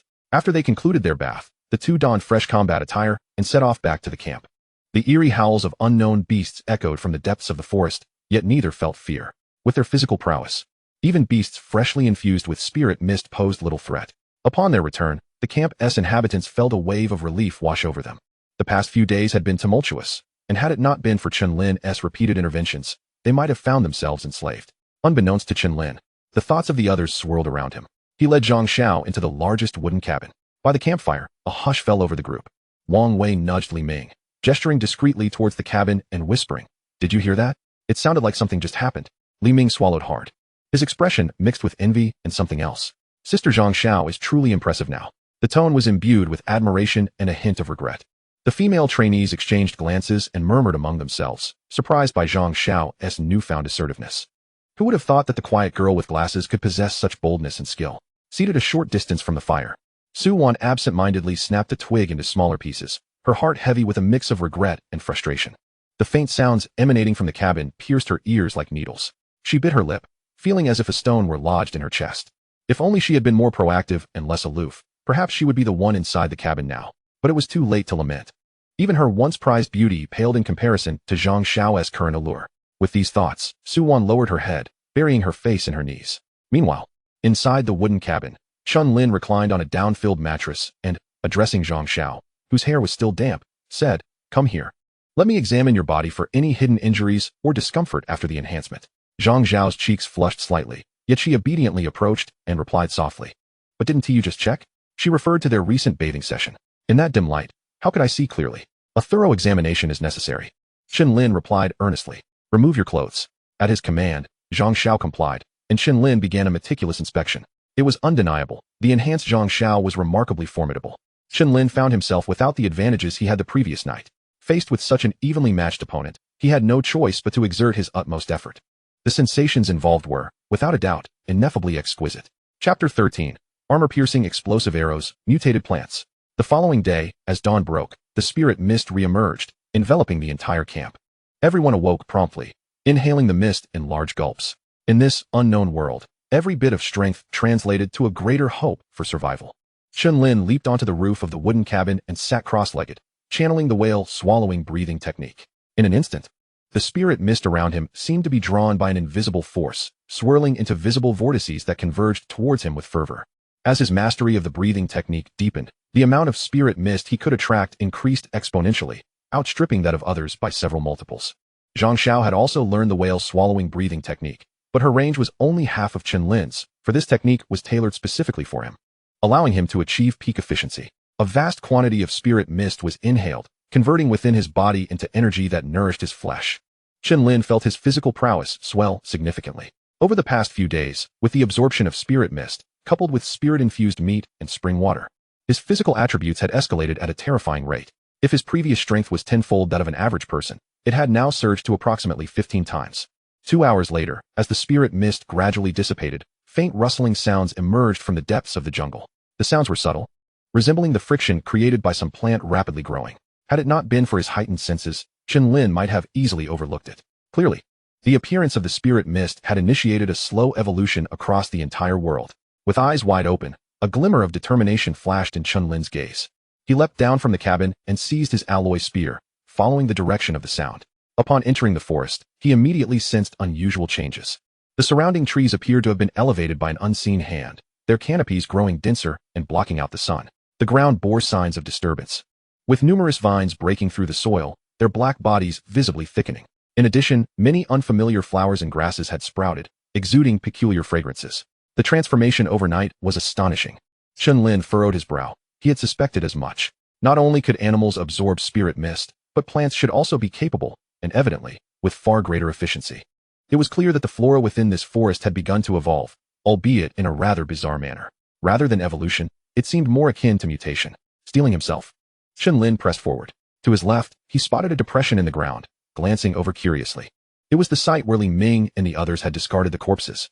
However, now, the area lay completely barren. The bodies were gone. Chen Lin's expression shifted. Although there were plenty of carnivorous animals in the wild, it was rare for them to consume carrion.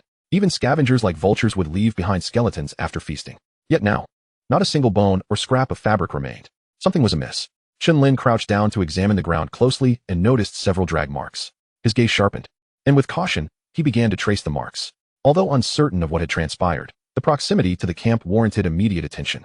Neglecting this could lead to greater troubles in the future. Moreover, judging by the creature's behavior of stealing corpses, it seemed not yet fully developed. Otherwise, it would not be stealing bodies, but rather attacking the living outright. As he followed the trail deeper into the jungle, Chen Lin observed that the black vines on the ground were becoming increasingly abundant. Amidst the gaps of the vines, numerous fragments of scattered garments lay strewn about. Alongside a severed belt, in the distance, where countless vines converged, stood an enigmatic fruit tree, towering 10 meters high and enveloped in an inky blackness. Most striking were the 12 fruits that dangled from its branches, each the size of a human head and glistening with a deep crimson hue. They exuded an enticing sweetness, starkly contrasting with the surrounding decay. Such an anomaly surely heralds something sinister. Chen Lin refrained from approaching hastily, surveying the mutated tree and the ground around it. He picked up a stone, deftly flicking his wrist to send it hurtling towards one of the fruits. Just as the stone was about to make contact, a black tendril suddenly sprang into action, striking out like an enraged serpent, slicing through the air with a menacing whoosh. Crack! The stone was struck, exploding midair. Immediately, the vines on the ground began to writhe, and the other branches of the mutated tree stood erect, transforming the entire tree into a ferocious beast, menacingly challenging Chen Lin. Had this creature acquired sentience? A grave expression crossed Chen Lin's face. Although he possessed formidable physical prowess, the weapons he carried were ill-suited for combating such a mutated plant. Retreat was imperative. Without a moment's hesitation, he swiftly withdrew, racing back towards the camp while contemplating a strategy to confront the mutated tree. Soon, a plan began to form in his mind. Upon reaching the camp, Zhang Xiao was the first to notice Chen Lin's troubled demeanor. "Lin Ge, what's wrong? The plants outside are mutating as well." Chen Lin succinctly replied, "I discovered a mutated tree that attacks humans. It dragged away the corpses we discarded earlier to absorb them." He added with urgency, "This tree appears to be evolving. We must eliminate it swiftly." The others' expressions shifted dramatically. "Plants? That attack humans?" Li Ming exclaimed in horror, and the countenance of the others reflected similar trepidation. Chen Lin nodded decisively and instructed Li Ming, "Stop dawdling. Bring the oil we extracted from the mutated bird fat yesterday."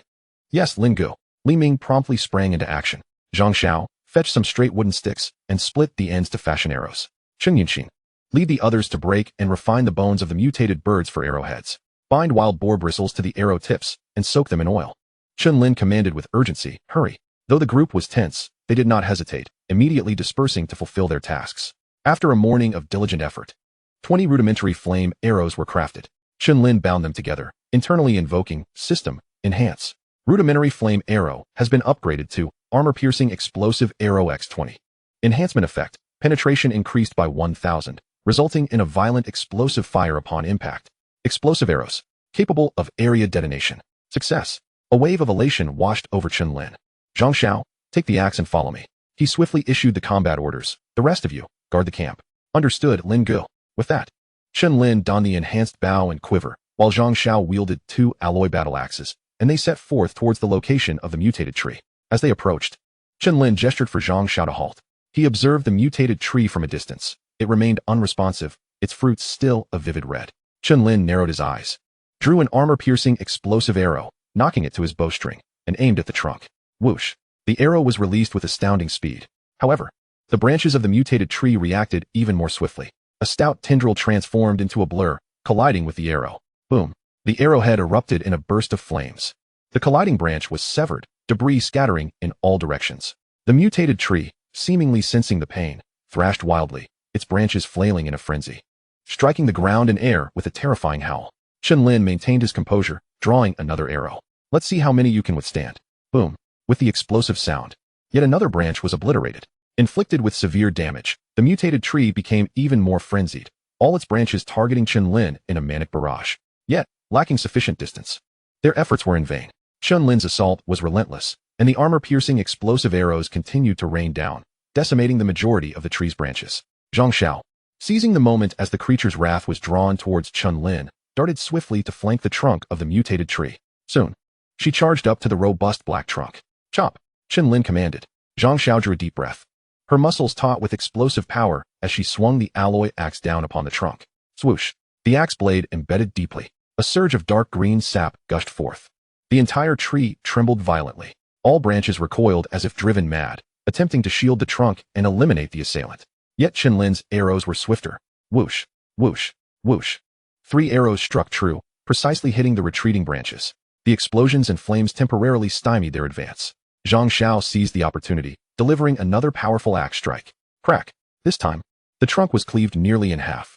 With her strike successful, Zhang Xiao deftly evaded the incoming branches by pushing off the axe handle. The mutated tree, besieged from both sides and heavily wounded, grew sluggish. Whoosh!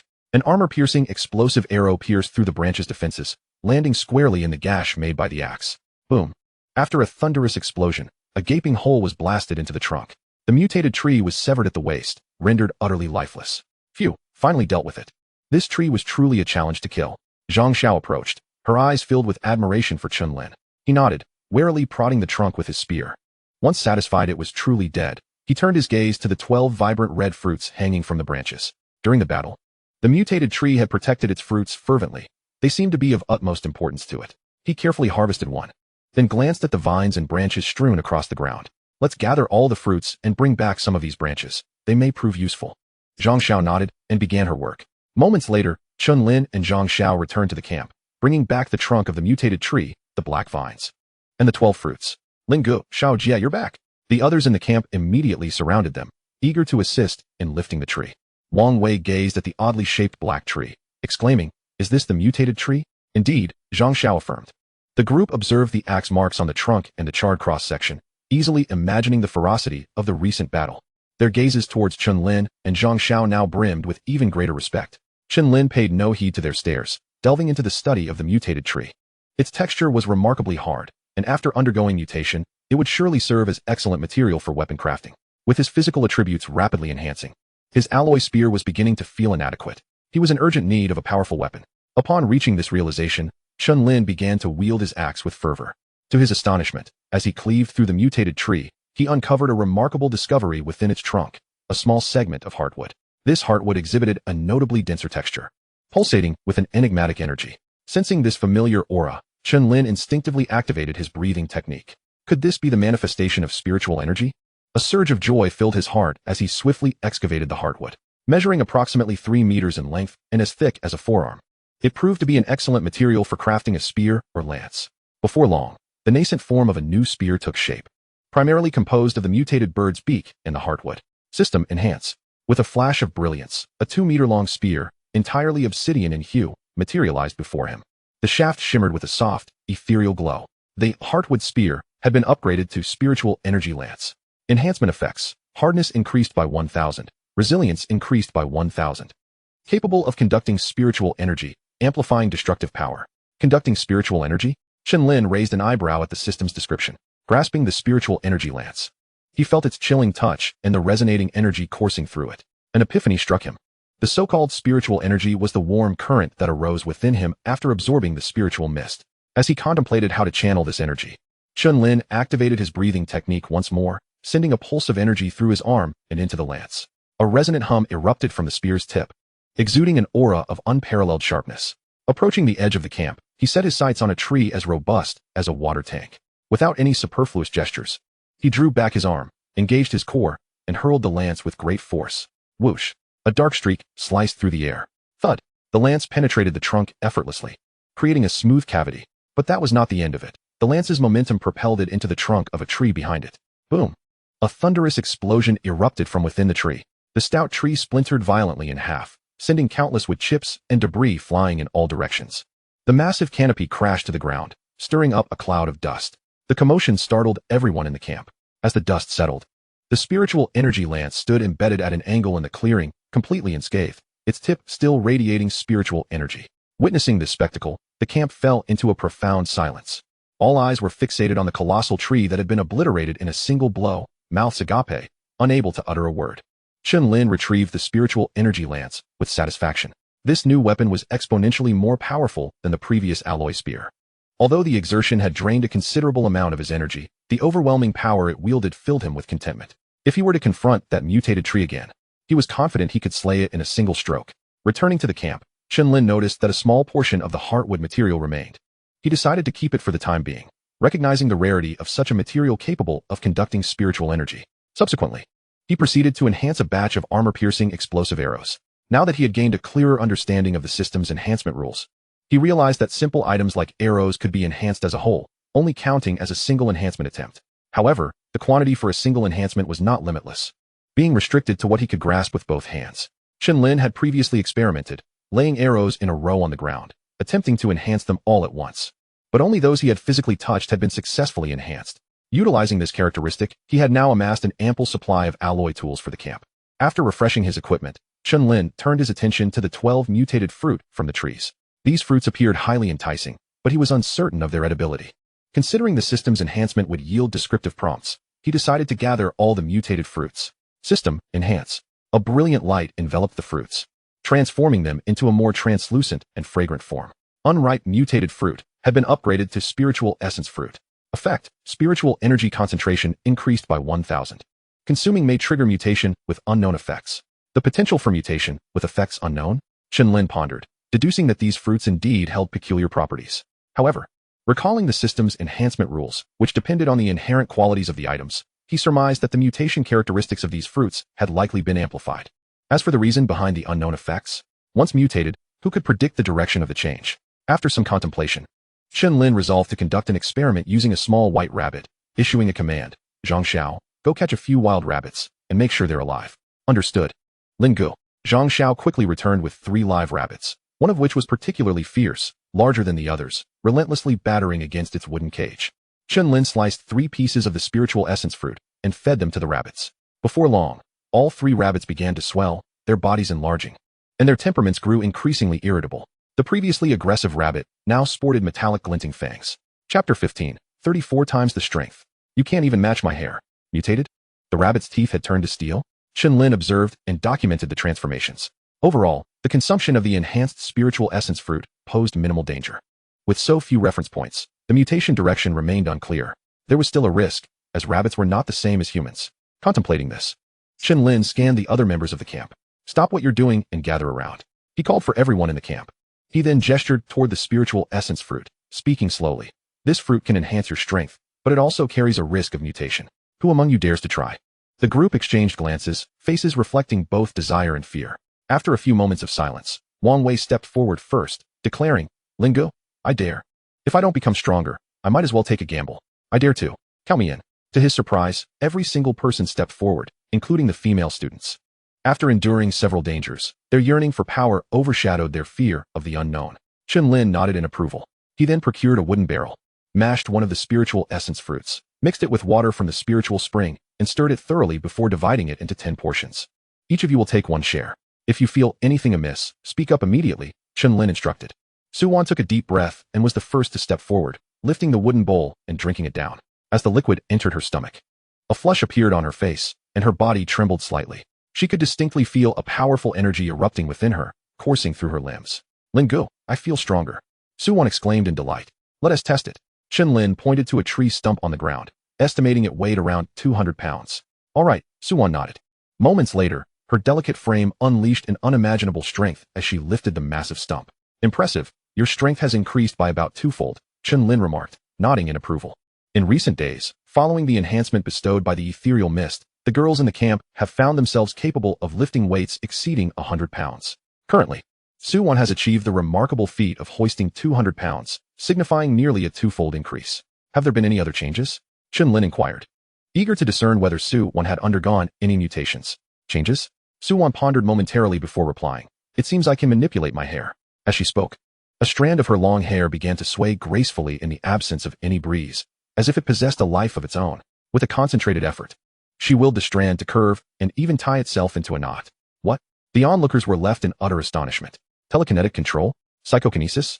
Someone exclaimed. Observing closely, Chen Lin gently shook his head. This was not psychokinesis. Rather, Su-Wan's appearance evoked memories of the mutated tree commanding its branches.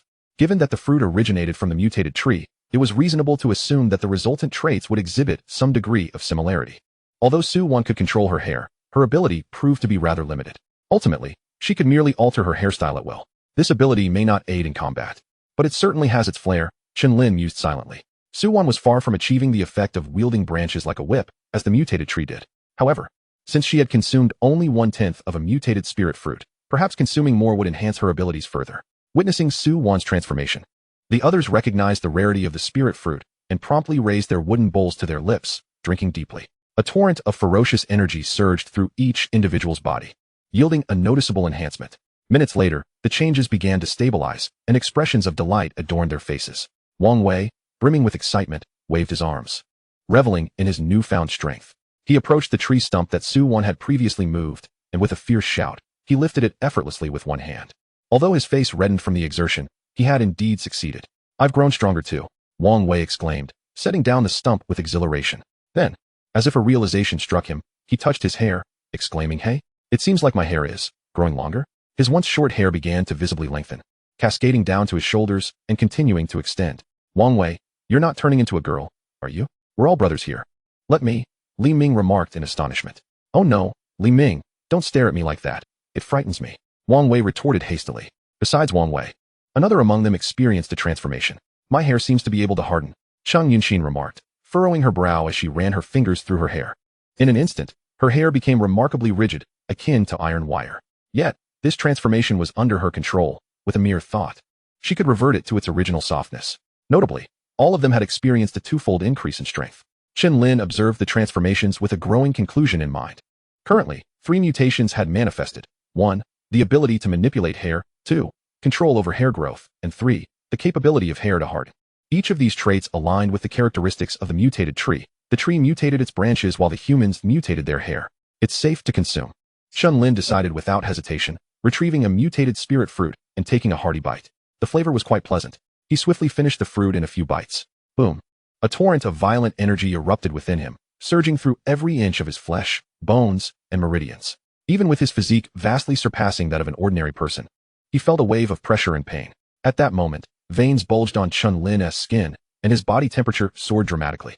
He immediately activated the whale-swallowing breathing technique, diligently directing and absorbing this energy. This process lasted nearly half an hour before he finally opened his eyes, exhaling deeply. Clenching his fist, he felt an overwhelming surge of strength. He estimated that this fruit had amplified his power from 15 times that of an ordinary person to 25 times. Although this was not a comprehensive enhancement, merely an increase in strength, it was nonetheless astonishing. Without pausing, he consumed a second fruit. The energy impact remained fierce. Yet the enhancement effect was noticeably diminished, providing only about half the boost of the first fruit, approximately 5 times his original strength. With the third fruit, the effect halved once more, yielding a boost of about 2.5 times. The fourth fruit offered an increase of only 1.25 times. By the time he ingested the fifth fruit, the enhancement to his physical constitution was negligible, suggesting he had reached a temporary plateau. Thus, after consuming 5 mutated spirit fruits, Chen Lin's strength soared to 34 times that of an ordinary person, while his overall attributes reached 18 times. Concurrently, he felt a slight tingling at his scalp. Has my hair mutated too? Chen Lin chuckled at the irony. A peculiar sensation of control emanated from the tips of his hair. With a mere thought, the strands at his forehead began to sway. Could this be the legendary phenomenon of moving without wind? No matter how fierce the battle, my hairstyle shall remain untamed. Chen Lin could not help but scoff internally. Beyond hair manipulation, Chen Lin discovered he could harden his hair, control its growth, and even enhance its resilience.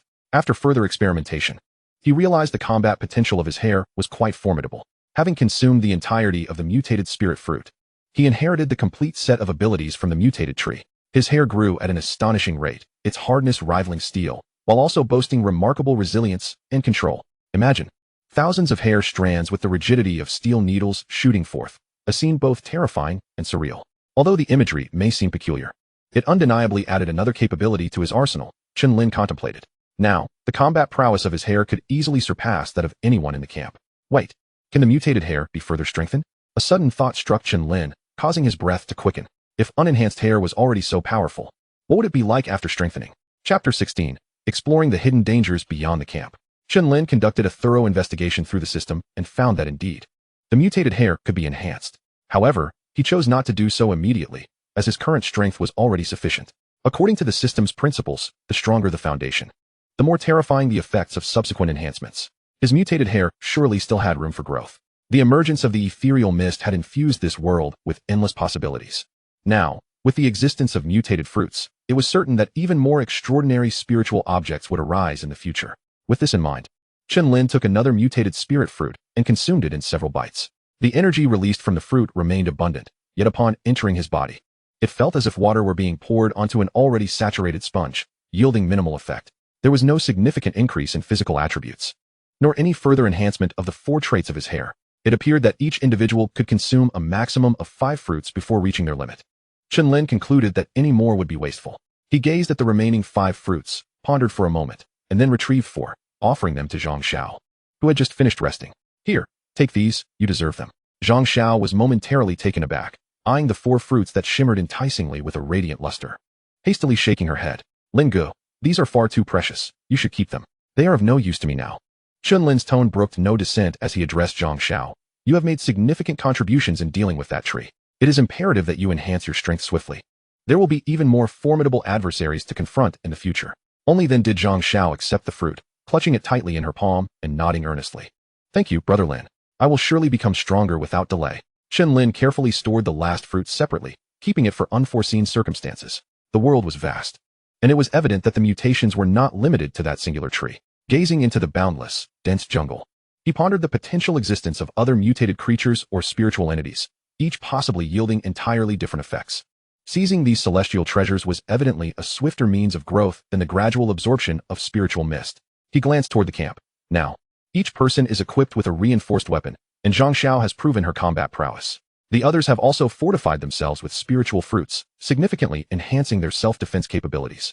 For the time being, the camp should be secure. I shall venture out to scout the terrain today. Chen Lin concluded resolutely, turning to Zhang Xiao. The camp is in your hands. Safeguard our home until I return. Understood. Zhang Xiao immediately replied. Without further delay, Chen Lin checked his equipment. A spirit energy long gun. A spirit energy long bow. A pouch of spirit energy explosive arrows. Several pieces of spirit essence jerky. And a bottle of spirit spring water. With a swift motion, he vanished into the depths of the jungle like a hunting leopard. After traversing the jungle for nearly half a day, Chen Lin's exploration range far exceeded that of any previous attempts. To the east of the camp, he stumbled upon a vast sea of bizarre flowers.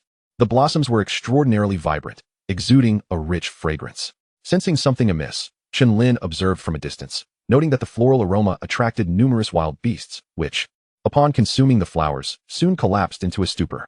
Before long, black tendrils emerged from the ground, ensnaring the bodies of the creatures and dragging them into the earth. Throughout this entire process, the beasts exhibited no resistance whatsoever. As a gust of wind swept through, the flower field returned to its eerie tranquility. Chen Lin felt a chill run down his spine and retreated cautiously. To the south of the camp lay a large lake nestled among the woods. The water shimmered an unnatural dark red, and a distinctly metallic scent of blood wafted through the air. Occasionally, enormous fishtails or fearsome claws broke the surface, creating waves tinged with blood. It was evident that a ferocious battle was raging beneath the waters. To the west of the camp, a flourishing peach orchard thrived, teeming with large monkeys that were unlike ordinary ones. They were bigger and possessed a keen vigilance, as if guarding something.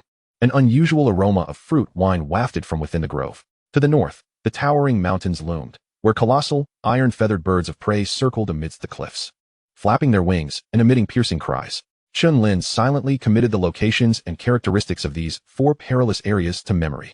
The surroundings of the camp were anything but tranquil. On his way back, he unexpectedly discovered a wisp of smoke. Approaching cautiously, he found a group of over a dozen individuals who had crafted rudimentary tools from stone and wood.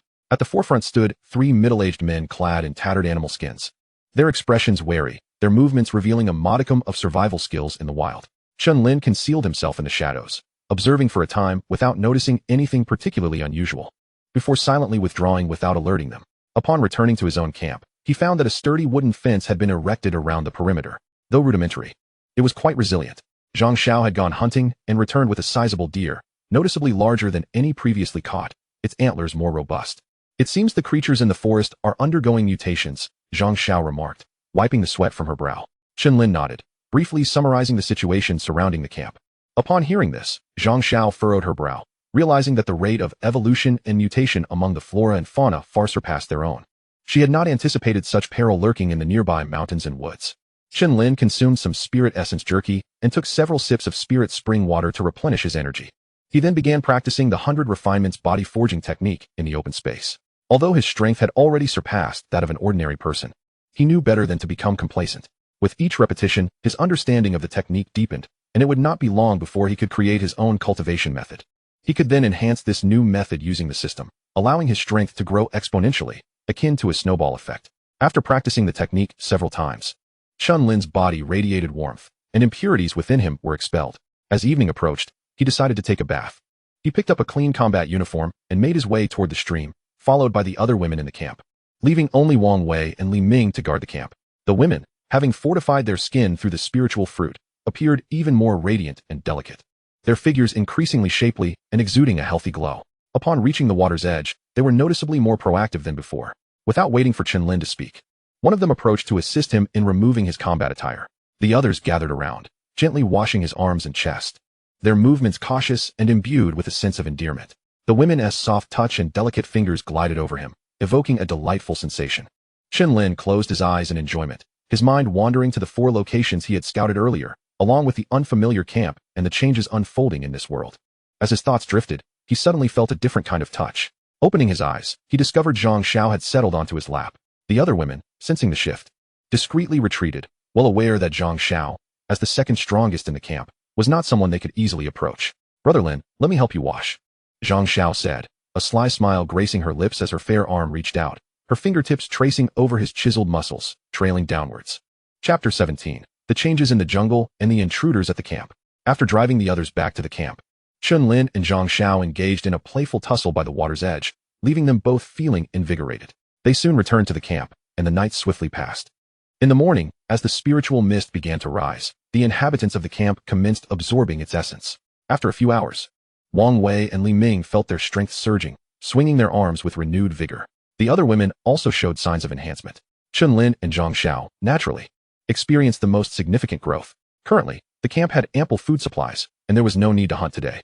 The others resumed their efforts in constructing the camp and crafting rudimentary tools. After practicing the body forging technique several times, Chen Lin sensed yet another improvement in his physical condition. After consuming a few pieces of spirit essence meat to replenish his stamina, he donned his spirit energy long bow and quiver, grasping his spirit energy long gun, and prepared to venture out. He intended to explore the peach orchard that had been claimed by the monkeys. Among the 4 mutated locations he had discovered yesterday, the flower field was the most enigmatic, the lake unsuitable for a strike, and the birds of prey offered little value. However, the peach orchard, being guarded by a troop of monkeys, surely possessed something extraordinary. Furthermore, it had absorbed the spiritual mist and might yield peaches teeming with spiritual energy. Zhang Xiao, come with me to investigate the peach orchard to the west, Chen Lin instructed. Given that everyone in the camp had improved, coupled with the weapons they had crafted, their self-defense was assured. All right, Zhang Xiao replied, gripping her alloy combat knife and promptly following suit. The two set off eastward, delving deeper into the jungle. Only a day had passed, yet the transformation was astounding. Chen Lin surveyed his surroundings, his expression growing more solemn. The jungle trees twisted and entwined, while the vines writhed as if animated. Thud, thud, thud. The ground trembled, the sound nearing with intensity. Both of their gazes turned towards the right. The noise emanated from the thicket in that direction. Climb up, Chen Lin commanded. He then exerted his calves, leaping onto a branch and landing firmly. Zhang Xiao nimbly followed suit, both of them now gazing downwards. From the distance, a mutated wild boar burst forth from the underbrush. It was larger than any they had seen before, its tusks protruding ominously. What was even more horrifying was the sight of several large, festering tumors on its back, from which clusters of bizarrely colored wildflowers bloomed, emitting a strange odor that mingled decay with floral sweetness. Is this a wild boar? Zhang Xiao exclaimed, astonished. How did it mutate into such a grotesque creature? Its body is rotting, as if infested by some parasitic entity. Chen Lin furrowed his brows slightly. At that moment, the boar's crimson eyes locked onto the two of them in the tree, pawing the ground as it prepared to charge. Chen Lin's gaze sharpened. He reacted faster than the beast, swiftly drawing his bow. Whoosh! The bowstring vibrated, and the energy-infused arrow shot forth like a streak of light. Boom! The arrow struck its target with precision, penetrating deep into the boar's eye, and then detonated violently. Half of the boar's head was obliterated. its massive body propelled forward by inertia before crashing to the ground, twitching a couple of times before lying still. What a shame, that meat isn't edible. Zhang Xiao approached the boar's carcass for a brief examination, then shook his head. Chen Lin stowed his bow, his expression unwavering. Let us move on. The two continued their journey, soon coming upon a peach orchard, where sounds of struggle and the shrieks of monkeys echoed. Reaching the edge of the orchard, they concealed themselves behind a tree to observe. A colossal bear, standing over 4 meters tall, was furiously slapping the peach trees in an attempt to shake the fruit loose. Its body was encased in a thick, armor-like layer of mud and resin, with several broken wooden spikes jutting from its back. A group of slender, agile monkeys swung deftly from branches, wielding sharpened sticks and stones to attack the giant bear, striving to drive it away. The battle was fierce, trees splintering and soil flying. Chen Lin assessed the situation, catching a whiff of an increasingly potent, peculiar fragrance of liquor emanating from the depths of the orchard. Let them fight it out, he whispered. He and Zhang Xiao then sought a more advantageous hiding spot, ready to reap the benefits of the ensuing conflict. Meanwhile, outside the camp's fence, 3 uninvited guests arrived. They were the 3 men clad in animal skins whom Chen Lin had previously spotted, each displaying a hint of wilderness experience. They peered through the barrier, scrutinizing Wang Wei, Li Ming, and the other women inside. Noticing their fair skin and tidy attire, they exchanged incredulous glances. In the wild, one must constantly face danger. There is no time to maintain appearances. This camp is intriguing. The 3 silently concluded. What do you want?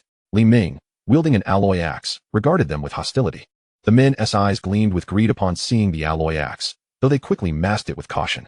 We mean no harm. The scarred man spoke, his voice gravelly. We're just passing through and wish to barter. Barter? Wang Wei approached, also brandishing an alloy axe, his tone unfriendly.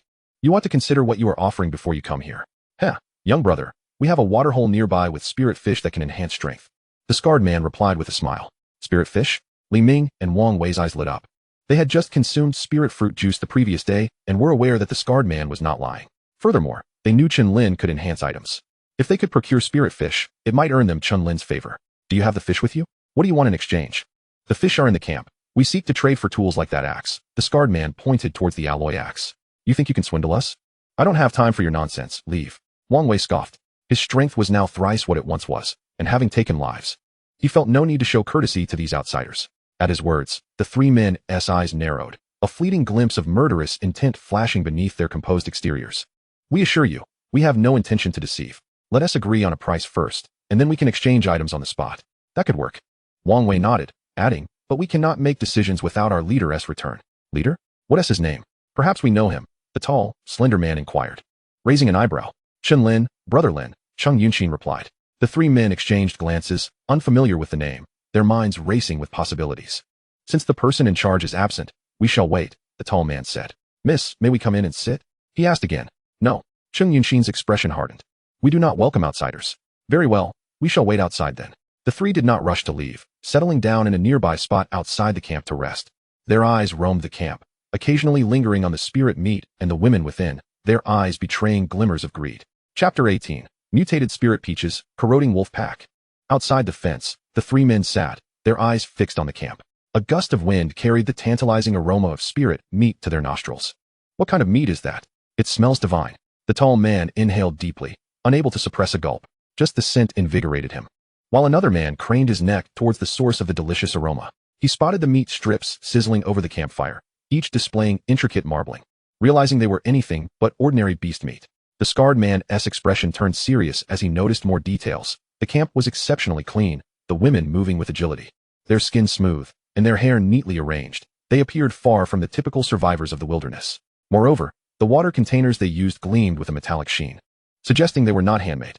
Look at that axe, the tall man croaked, pointing to Wang Wei's alloy axe resting on a wooden stump. The sunlight glinted off the blade, reflecting a blinding brilliance, exuding a sense of advanced technology. How on earth did they acquire such things? The 3 men were perplexed. While they were still crafting tools from sharpened stones and bones, these individuals wielded alloy creations. After a period of observation, their gazes settled on the largest wooden cabin at the center of the camp. This cabin was considerably taller and more spacious than the others, its door firmly shut. Shrouded in mystery, even the camp's inhabitants instinctively softened their footsteps and cast wary glances when passing by, none daring to approach carelessly. Whoever resided within, it had to be Chen Lin. The scarred man whispered, his throat dry. His mind uncontrollably conjured images, to produce such meat and wield such weapons. What ferocity must Chen Lin possess to command the loyalty of these evidently formidable individuals? Perhaps he could tear a mutated wild boar apart with his bare hands. As they pondered, they beheld Su-Won effortlessly lift a hefty log weighing at least 200 to 300 pounds, her face unperturbed and breath steady.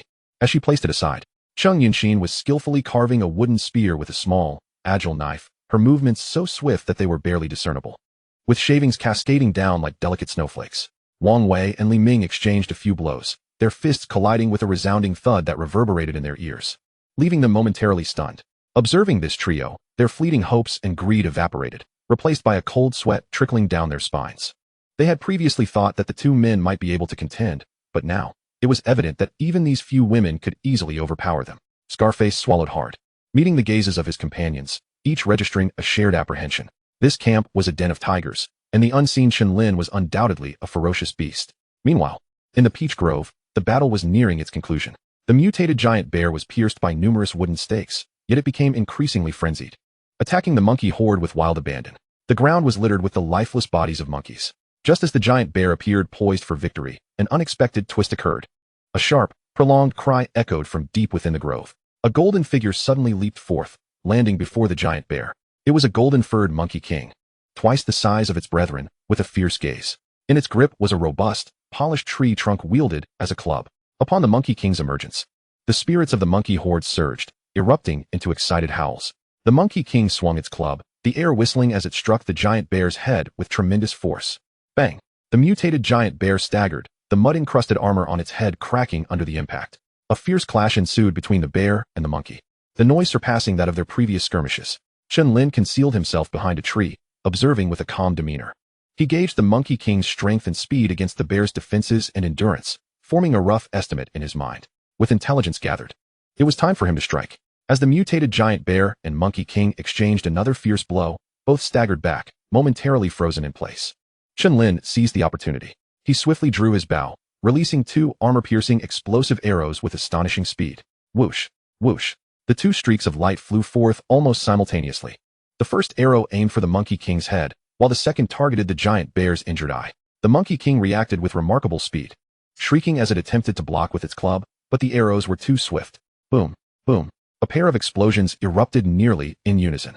The monkey king's head and the giant bear's eye burst apart, flesh and blood splattering everywhere. The monkey king collapsed without a sound, while the giant bear let out a final, anguished roar before crashing heavily to the ground, causing the earth to tremble. The remaining monkeys scattered in panic. The once boisterous peach grove fell eerily silent. Chen Lin lowered his bow and signaled to Zhang Xiao. The two swiftly entered the grove, deftly avoiding the remaining stakes on the ground, making their way to the source of the intoxicating aroma. Was this enticing scent emanating from the peaches? Chen Lin gazed at a particularly stout, ancient peach tree, laden with oversized pink peaches. His initial confusion began to unravel. He had assumed the intoxicating scent was due to the monkeys fermenting the peaches into monkey wine, but it now appeared that the anomaly was solely attributable to this ancient peach tree. The peaches it bore were plump and succulent, enveloped in a faint ethereal glow, exuding a unique fragrance that was irresistibly alluring. The two acted swiftly, plucking all the mutated peaches and stowing them in their leather pouches. With the task complete, Chen Lin issued a retreat command. Behind them, the surviving monkeys gazed at their retreating figures, emitting terrified yet furious shrieks, yet they dared not pursue. Chen Lin and Zhang Xiao, laden with bags full of mutated peaches, navigated through the forest with urgency. Halfway through their journey, the bushes to their left suddenly quivered violently, and a dozen eerie green eyes glinted ominously. Amidst a low growl, 7 or 8 mutated wolves burst forth, blocking their path. These wolves were 1.5 times larger than ordinary wild wolves, their fur patchy and shedding, revealing festering skin underneath, adorned with swollen, pus-filled tumors. Strangely, some of these tumors sprouted vividly colored, dripping with corrosive flowers, emanating a nauseatingly sweet and foul odor. The wolf pack bared their teeth, drool dripping from their jaws as they advanced menacingly.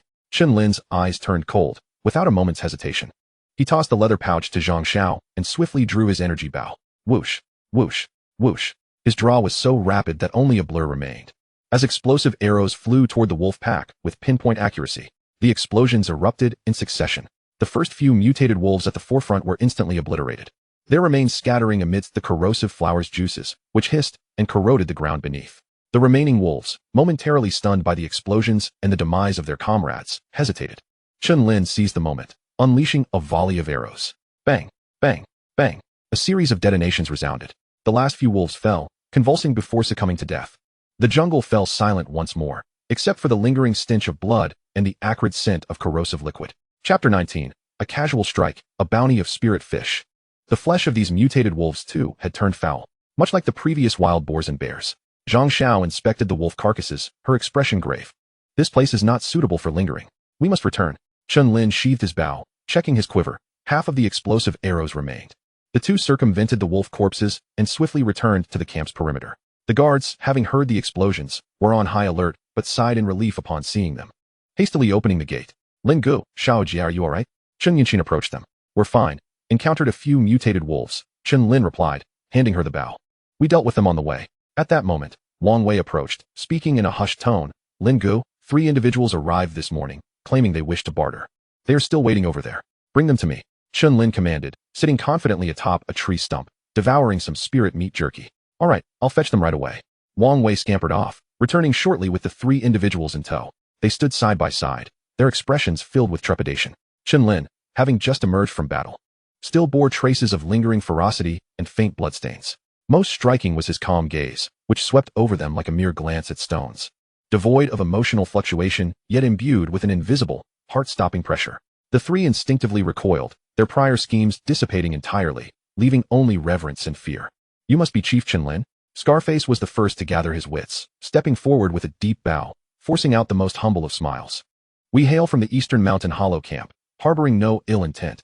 We merely wish to barter for some supplies. What do you wish to exchange? Chen Lin inquired flatly.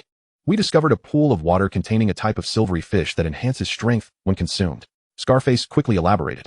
We wish to trade the fish for some of the knives and axes from your camp. Trade tools? Chen Lin mused. Given that he could easily forge a plethora of alloy knives and axes, trading for spirit fish would be a worthwhile exchange. Very well. He nodded slightly, but insisted on first examining the quality of your fish. The 3 individuals felt a surge of joy upon hearing this. They had not anticipated such smooth sailing. Excellent, excellent. We shall go catch the fish right away. The scarred-faced man declared repeatedly. That waterhole is not far, and we shall return before nightfall. Go ahead. Chen Lin waved his hand dismissively. The 3, as if granted a reprieve, sprang up and hurriedly departed the camp, fearing that Chen Lin might change his mind. Once they were gone, Chen Lin instructed Zhang Xiao to bring him the beast skin bag. He gazed at the mutated peaches exuding a rich aroma of alcohol, and a thought struck him. System, enhance these peaches. A series of faint lights flickered, and the ethereal glow on the surface of the peaches became more subdued, while their fragrance grew increasingly rich and enticing, reminiscent of aged fine wine. The mutated spirit peach had been upgraded to drunken immortal spirit peach. Effect, contains spiritual energy and a unique intoxicating aura.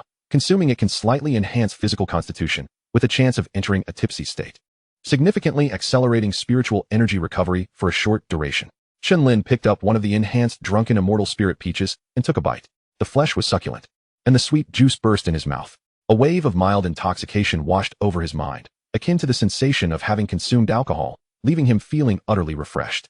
The spiritual energy he had previously expended during battle began to recover rapidly. A restorative spirit fruit, Chen Lin concluded. The enhancement to physical constitution from the drunken immortal spirit peach was minimal. Yet its ability to swiftly restore both spiritual and physical energy was precisely what he needed at that moment. Having consumed one, he felt himself return to peak condition. He then tossed one to Zhang Xiao, encouraging her to try it, as it was a good find. Zhang Xiao accepted the spirit peach, and after consuming it, her cheeks flushed, and she entered a tipsy state. This slight intoxication added an alluring charm to her already beautiful visage. Chen Lin carefully stored the remaining, drunken immortal spirit peaches in the wooden hut. The lingering sensation of mild drunkenness coursed through him, rendering his mind exceptionally clear and his body notably relaxed. With a thought, he began practicing the 100 refinements body forging technique in the open space in front of the hut. As he executed the movements, he immediately sensed a difference. Techniques and postures that had previously been obscure and difficult to master now seemed effortlessly attainable, as if they were meant to be. His understanding of the technique's operation surged, and many previously perplexing insights became strikingly clear. This state of mild intoxication greatly facilitated his cultivation, Chen Lin realized. At this pace, it would not be long before he could, based on his personal experiences, attempt to refine a body forging method and breathing technique more suited to himself. Meanwhile, Zhang Xiao had ventured out for hunting, determined to alleviate some of the pressure. The other members of the camp busily processed timber, polished arrow shafts, and crafted prototypes of the armor-piercing explosive arrows. Everyone had witnessed the weapon's might and were filled with enthusiasm. After approximately 2 to 3 hours, hurried footsteps and cries echoed from outside the palisade. The 3 individuals returned, their faces ashen, their bodies smeared with mud and blood, hands empty, and their eyes filled with terror. Chief Chen, the scarred-faced man called out through the palisade, his voice trembling. Something has happened. The waterhole, it has changed. Chen Lin ceased his training and approached. Where are the fish? We didn't catch any. The tall, lean one spoke with a quaver. The muck by the waterhole is strange. It swallowed 2 of us. The fish inside have become exceptionally ferocious. We couldn't catch a single one. We barely escaped. Another man added, Chief Chen, please help us. That waterhole is too sinister, and our camp relies on those fish for survival. The 3 men looked at Chen Lin. Their faces a portrait of despair and pleading. Chen Lin examined their injuries and the emptiness of their hands. Finally, he shook his head and said, Give me a reason to assist you. Chief, if you lend a hand, all the fish in that hole shall be yours. The scarred-faced man implored. Eating those fish can enhance strength, and now that they have mutated, their effects will surely be even better. Lead the way, Chen Lin replied, rising to his feet. He picked up his spiritual energy spear and slung the spiritual energy bow and quiver over his shoulder. Thank you, Chief Chen. The 3 men were overjoyed and hurriedly took the lead. Shortly thereafter, they arrived at a hollow in the mountains. Even from a distance, they could smell a pungent odor of mud and blood. The water hole before them was not large, but the land around it had turned into a swamp. Bubbling with murky foam, stepping on it would cause one to sink immediately. The water appeared dark, obscured from sight. Several large silver fish swam beneath the surface, their scales reflecting faint glimmers of light, each weighing several tens of pounds, revealing sharp teeth as they opened and closed their mouths. This is the place. The scarred-faced man trembled, pointing at the swamp. We can't get across. If you throw something in, it sinks in no time. The 3 men looked at Chen Lin, eager to see how he would resolve this bizarre predicament. Chen Lin observed the large fish swimming in the pond and the writhing muck. He remained silent, removing his spiritual energy longbow and drawing a armor-piercing explosive arrow. Knocking the arrow, he aimed at the most concentrated area of fish in the pond center. Whoosh! The arrow soared through the air, precisely piercing the water. The next moment, a resounding explosion erupted from beneath the surface. The center of the waterhole surged upwards, unleashing a colossal splash. The terrifying shockwave reverberated throughout the entire pond. The fish that had been swimming were caught off guard, stunned into unconsciousness, floating belly up to the surface. Chen Lin stowed his bow and moved to the nearby woods, raising his hand to unleash several more arrows. Bang, bang, bang, with the sound of explosions. Several large trees were blasted in half. Chen Lin pushed the fallen trees into the swamp, hastily constructing a rudimentary wooden bridge leading to the pond center. He then walked across the bridge with ease, using his spear to deftly spear the unconscious fish, hauling them onto the shore one by one. The entire process was clean and efficient, with not a speck of mud on him. The 3 men stood rooted in place, mouths agape, gazing at the 7 or 8 enormous spirit fish sprawled on the ground, then looking back at Chen Lin, who stood impassively on the wooden bridge, unable to utter a single word. The dire predicament they had struggled against had been resolved so effortlessly by him with just a few arrows. Chapter 20. The shock of the crowd. Delicious spirit fish. Is he even human? As they recalled how Chen Lin had lifted trees weighing thousands of pounds moments ago, the expressions on the 3 men's faces shifted from shock to near worshipful fervor. The scarred-faced man was the first to drop to his knees in the mud, disregarding the filth. He bowed deeply to Chen Lin, his voice choked with emotion. Chief Chen, thank you. You are truly a divine being. He stammered, pointing at the water and the fish. We struggled for so long, losing lives without success, yet you resolved it with such ease. The tall, lean man and the stout one also fell to their knees, their heads banging against the ground. Chief Chen, your immense grace shall never be forgotten. From now on, whatever you command, we shall risk our lives to fulfill. Chen Lin descended from the wooden bridge, his steps steady, not a trace of mud on his trousers. He paid no heed to the 3 men's actions. It was clear they sought to latch onto his strength. However, Chen Lin had no intention of taking in new recruits at this time. He cast a glance at the thrashing fish still flopping on the ground, his tone unwavering. The remaining fish, you will need to catch yourselves. This wooden bridge will hold for a while longer. Very well. Thank you, Chief Chen. Thank you. The scarred-faced man scrambled to his feet, his face smeared with mud and tears, yet he wore a broad grin. He gazed at Chen Lin's retreating figure, and the vestiges of his lingering hope and comparative thoughts vanished entirely. The prowess and cunning displayed by the man were simply on an entirely different plane. With a single arrow, he had transformed the deep pool, and with the ease of walking on solid ground, he had constructed a bridge from fallen trees. This was no mere human. He was akin to a monster. He felt immeasurable relief that he had not entertained any treacherous thoughts before and resolved firmly to cling to this formidable ally. Chen Lin paid no heed to their fervent expressions of gratitude and loyalty. He simply picked up his share of fish and turned back along the path he had come, his silhouette swiftly vanishing into the dense forest. The 3 remained at the water's edge, watching the direction of his disappearing form. then glancing at the remaining fish in the pool and the sturdy wooden bridge. Trembling with excitement as they began to discuss how to procure as many of the remaining spirit fish as possible, when Chen Lin returned to the camp. Holding 8 silvery fish, each weighing several dozen pounds and still slightly wriggling, all eyes were fixated on the heavy bounty in his hands, wide-eyed with astonishment. "Brother Lin, what is this?" Wang Wei was the first to react, pointing at the fish that was nearly half his height, his tongue stumbling over the words. The fish was truly magnificent, its scales shimmering with an otherworldly glow, unmistakably a rare specimen. Cheng Yunxin hurried over, examining the fish closely. Her expression one of wonder. This fish possesses a rather peculiar aura. She could sense the faint energy waves emanating from its body. A few female students couldn't help but gasp in hushed tones.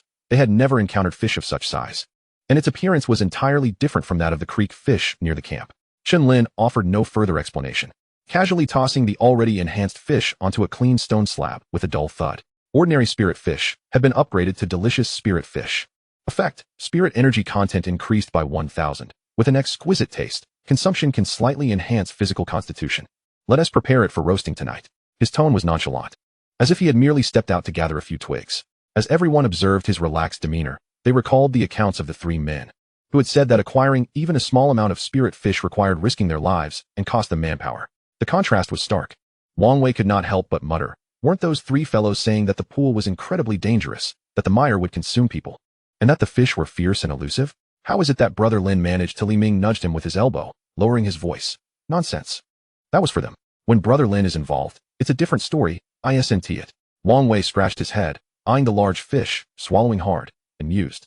I bet when Brother Lin stands there, even the mud wouldn't dare to stir.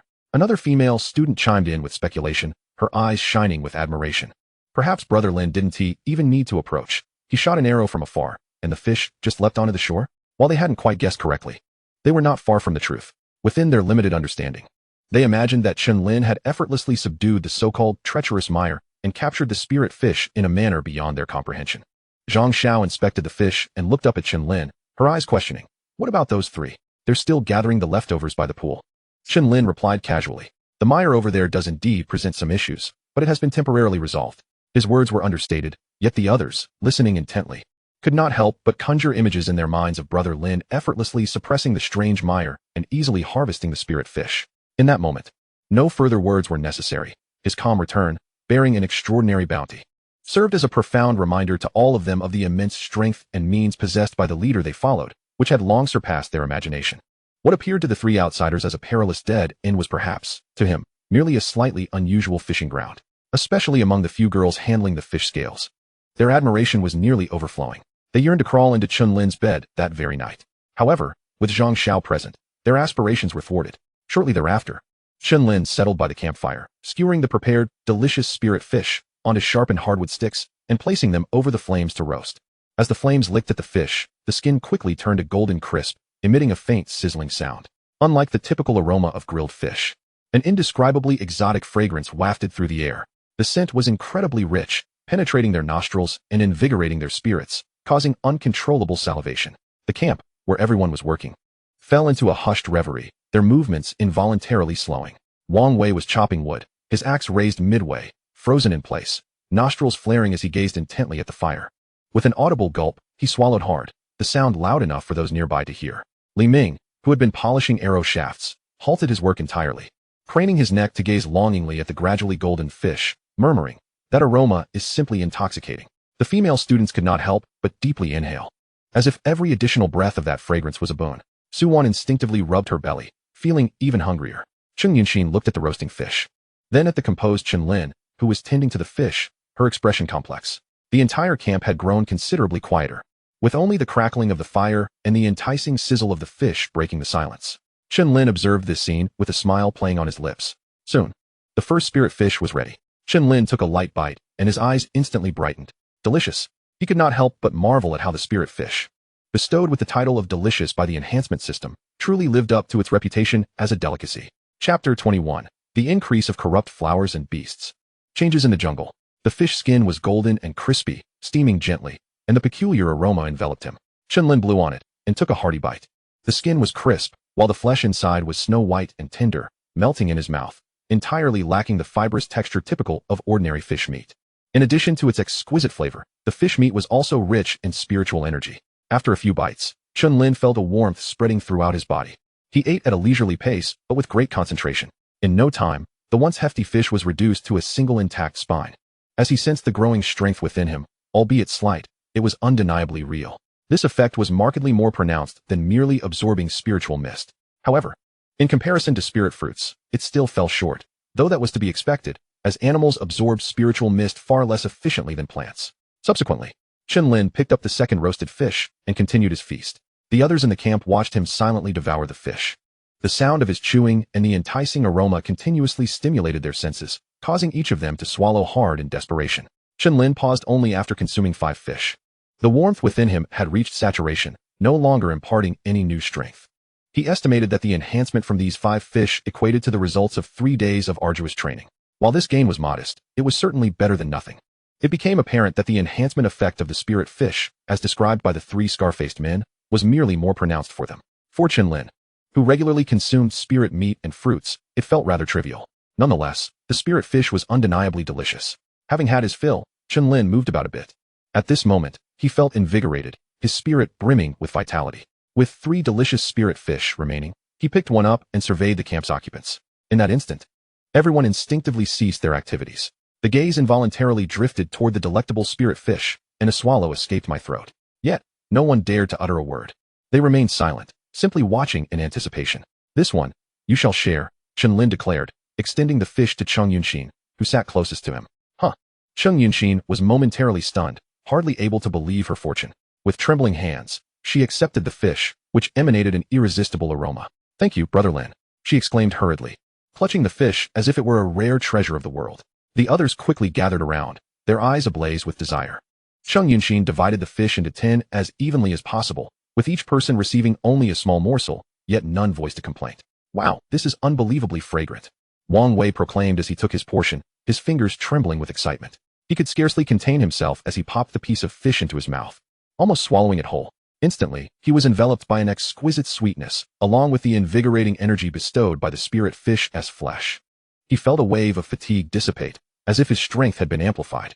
This is exquisite, he savored, relishing the lingering flavor, feeling that everything he had eaten before paled in comparison. Li Ming, on the other hand, savored his portion slowly, relishing the marvelous taste and the subtle changes within his body. As he continued, he felt a slight ache in his eyes. In this precarious place, to indulge in such a delicacy was a dream he had never dared to entertain. Su Wan nibbled delicately, savoring the ultimate deliciousness. When she glanced at Chen Lin, her eyes brimmed with gratitude. Clenching her fists tightly, she silently vowed to work even harder in the future, determined not to squander Brother Lin's generosity. The other female students ate with utmost caution, some even shedding tears at the corners of their eyes. They understood well that without Chen Lin, they might not have survived in some forsaken corner. Now, not only were they alive, but they were also growing stronger, feasting on such exquisite fare. After finishing her portion, Cheng Yunxin approached Chen Lin earnestly and declared, Brother Lin, from this day forth, my life belongs to you. Me too, Wang Wei and Li Ming echoed, their voices filled with conviction. The others remained silent, yet their gazes conveyed a shared sentiment of gratitude, reverence, and a resolute willingness to fight for him. They recognized the unparalleled value of the fish. Maximizing its benefits required Chen Lin to consume it himself. Yet, he had chosen to share it with them, the burdens. This gift was profoundly significant. In that moment, Chen Lin's strength and generosity left them in awe. For this, they felt that even laying down their lives would be worthwhile. Unbeknownst to Chen Lin, the shifting sentiments around him, he continued his cultivation. In this world, the key to survival lay solely in one's own strength. As dusk approached, Zhang Xiao finally returned to the camp. Her leather combat suit bore several new tears, stained with numerous traces of blood. Clearly, she had encountered fierce battles outside, yet had brought back only 2 wild rabbits. Upon entering the camp, she tossed the rabbits into a corner, her face weary. What happened? Chen Lin paused his training to inquire. Brother Lin, things are getting increasingly strange in the mountains, Zhang Xiao said, washing her face. The beasts with flesh tumors and bizarre flowers are multiplying, and they seem to have gone mad, attacking anything alive. On my way back, I encountered 2 waves of them. Upon hearing Zhang Zhao's words, a chill descended upon the hearts of everyone in the camp. Tumor-laden beasts? What could those be? If even Zhang Xiao struggled. The dangers outside were undoubtedly severe. A murmur of concern spread among the group. After listening, Chen Lin did not delve into details, but nodded, acknowledging, understood. He had sensed the peculiar nature of these corrupted flower beasts before. Now, the situation appeared even more dire. A multitude of beasts had been parasitized by the corrupted flowers, and they were beginning to assault living creatures. Chen Lin recalled the sea of flowers he had discovered yesterday, all adorned with bizarre blooms. There seemed to be some connection between the two phenomena. However, with nightfall approaching, it was unwise to venture out for investigation. The jungle at night was far more perilous than during the day, and he had no intention of taking such risks. Chen Lin approached the campfire, picking up a delectable spirit fish and offering it to Zhang Xiao. "You've worked hard. This is for you. It's what I ought to do. Wow, such fragrant fish." "Thank you, Brother Lin." Zhang Xiao smiled as she accepted the roasted fish, taking a seat on a wooden stump to begin her meal. She devoured it quickly, her strength swiftly returning. The others watched with envy as Zhang Xiao enjoyed an entire spirit fish alone, yet no one voiced dissent. Everyone recognized Zhang Xiao's strength and contributions, and none found it unjust. Simultaneously, they understood clearly. In this camp, value and merit dictated one's treatment. Chen Lin glanced at the gathered individuals, feeling pensive. The camp had only just stabilized, yet the unknown dangers surrounding them were multiplying. Zhang Xiao's encounter confirmed his suspicions. The environmental anomalies were accelerating, and the outside world would only grow more perilous. From tomorrow onward, aside from Zhang Xiao and myself, no one is to stray too far from the camp. Chen Lin issued his command. "Wang Wei, Li Ming, you will take turns keeping watch. The rest of you, craft arrows through the night." The group nodded in agreement. Swiftly springing into action, Chen Lin gazed into the depths of the forest, mentally strategizing for the future. With the jungle continuing to mutate, this camp was likely no longer safe. It was imperative to find a new location that was safer and more resource-rich. Chapter 21, The Rotting Beasts. A crisis for the camp. In the dead of night, the camp was eerily quiet, save for the crackling of the campfire. Wang Wei leaned against a wooden post, dozing off, while Li Ming, on watch, strained to maintain his focus, vigilantly attentive to the surrounding sounds. Suddenly, Li Ming's eyes widened as if he had seen something. He sat up abruptly, his gaze fixed in alarm. In the darkness beyond the camp's perimeter, pairs of eerie green eyes had emerged, drawing closer. The air thick with a foul stench of decay. "Wake up! Something's coming."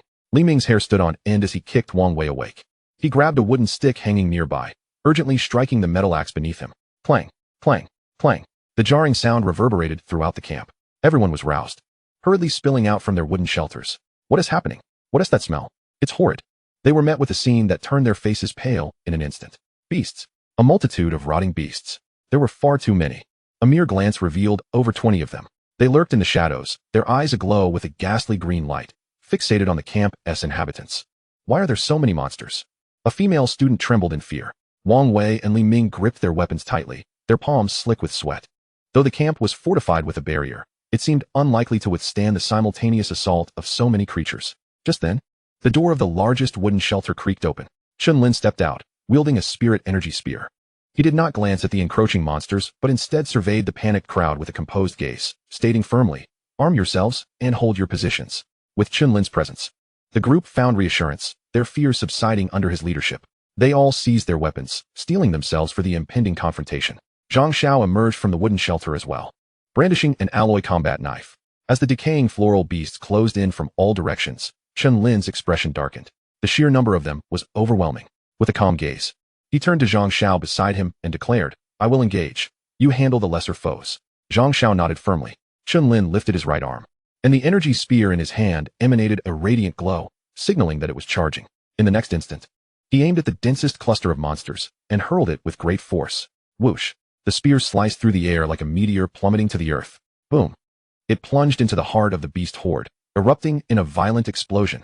The four surrounding decaying floral beasts were torn asunder before they even had a chance to scream in agony. Almost simultaneously, Chen Lin drew forth his energy longbow, knocked an arrow, and released it with blinding speed, leaving only an afterimage in his wake. Swish! Swish! Swish! The armor-piercing explosive arrows flew forth like a rapid-fire barrage, each arrow striking true to the skull of a decaying floral beast. Bang! Bang! Bang! The sound of explosions rang out consecutively as the heads of the beasts burst apart, collapsing lifelessly to the ground. Meanwhile, Zhang Xiao sprang into action as well. The alloy combat knife in her hand transformed into a series of glistening arcs of cold light. Crack! A decaying floral wolf that attempted to breach the camp was cleaved in two. Her speed was astonishing. The smaller beasts fell to her blade in a single stroke, allowing none to penetrate their defenses. Within a minute, the battle was over. Outside the camp, not a single beast remained alive. The ground was littered with mangled remains. At that moment, the camp's inhabitants were left in a daze. They knew of Chen Lin and Zhang Zhao's formidable prowess, but they had never anticipated it to such an extent. The tide of beasts that had instilled despair in them was effortlessly mowed down before these two like grass. This was not a battle, it was a massacre. After a brief silence, someone gasped in astonishment, "My heavens! It's all done. Brother Lin, Sister Xiao are incredible." The gazes of the onlookers were filled with awe and admiration towards the duo. Chen Lin retracted his energy spear and addressed the crowd. "Clear the area." "Understood, Brother Lin." The camp members responded as they commenced the cleanup. Wang Wei and Li Ming cautiously approached the barricade, carefully opening the gate. As soon as they stepped outside, an even stronger stench assaulted their senses. Pinching their noses, they used sticks and planks to clear away the remains, preparing to transport them to a pit far away for burial. However, they soon realized something was amiss. The corpses of the beasts were visibly melting away, transforming into pools of black liquid that seeped into the ground. Before long, the nearby earth also turned black, emitting a foul odor. "What on earth is this?" Wang Wei exclaimed, taking a step back in fright, nearly dropping the stick in his hand. Li Ming's face paled as he stared at the rapidly expanding patches of blackened earth, hesitating to approach any closer. "Brother Lin, come quickly. The corpses are disappearing, and the ground has turned black." Upon hearing this, Chen Lin hurried over and witnessed the dissolution of the corpses, with large swathes of black soil appearing.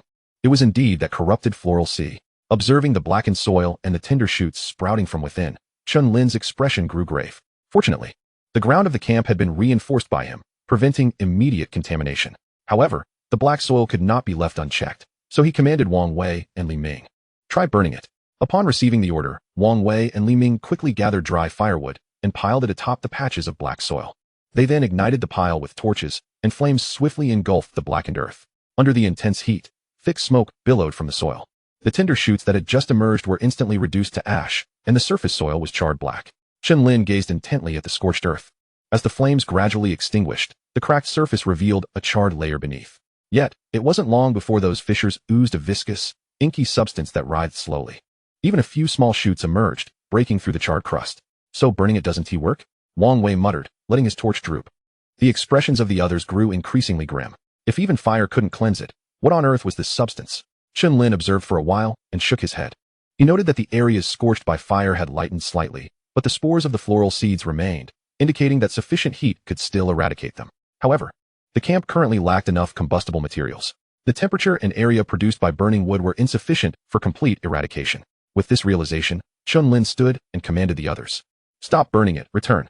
Everyone promptly returned to gather their belongings. Food, water, weapons, tools, everything that could be carried was packed up. At dawn, they would commence their migration. Upon hearing the order, the gravity of the situation dawned on them, and they immediately sprang into action. No longer concerning themselves with the blackened earth, they rushed back to their wooden cabins to prepare their belongings. Chen Lin also returned to his cabin to inventory his supplies: mutated heart of the tree, drunken immortal peach, mutated spirit fruit, spirit essence jerky, spirit spring water. Among them, the spirit essence jerky weighed over 100 pounds, sufficient for a month's sustenance. He stowed all the supplies into a large leather bag. He also checked his energy longbow and quiver, along with the newly reinforced explosive arrows, over 100 in number. Together with the energy spear, his arsenal was ample. Now, all that remained was to await the dawn. Chapter 22. The corrupted floral parasite begins to migrate. Throughout the night, no one slept soundly. The breaths in the camp were shallow and muted. The slightest rustle of wind sent many stirring awake, anxiously peering beyond the barricade. As dawn broke, the spirit mist reappeared. The crowd roused themselves, eager to absorb the spirit mist.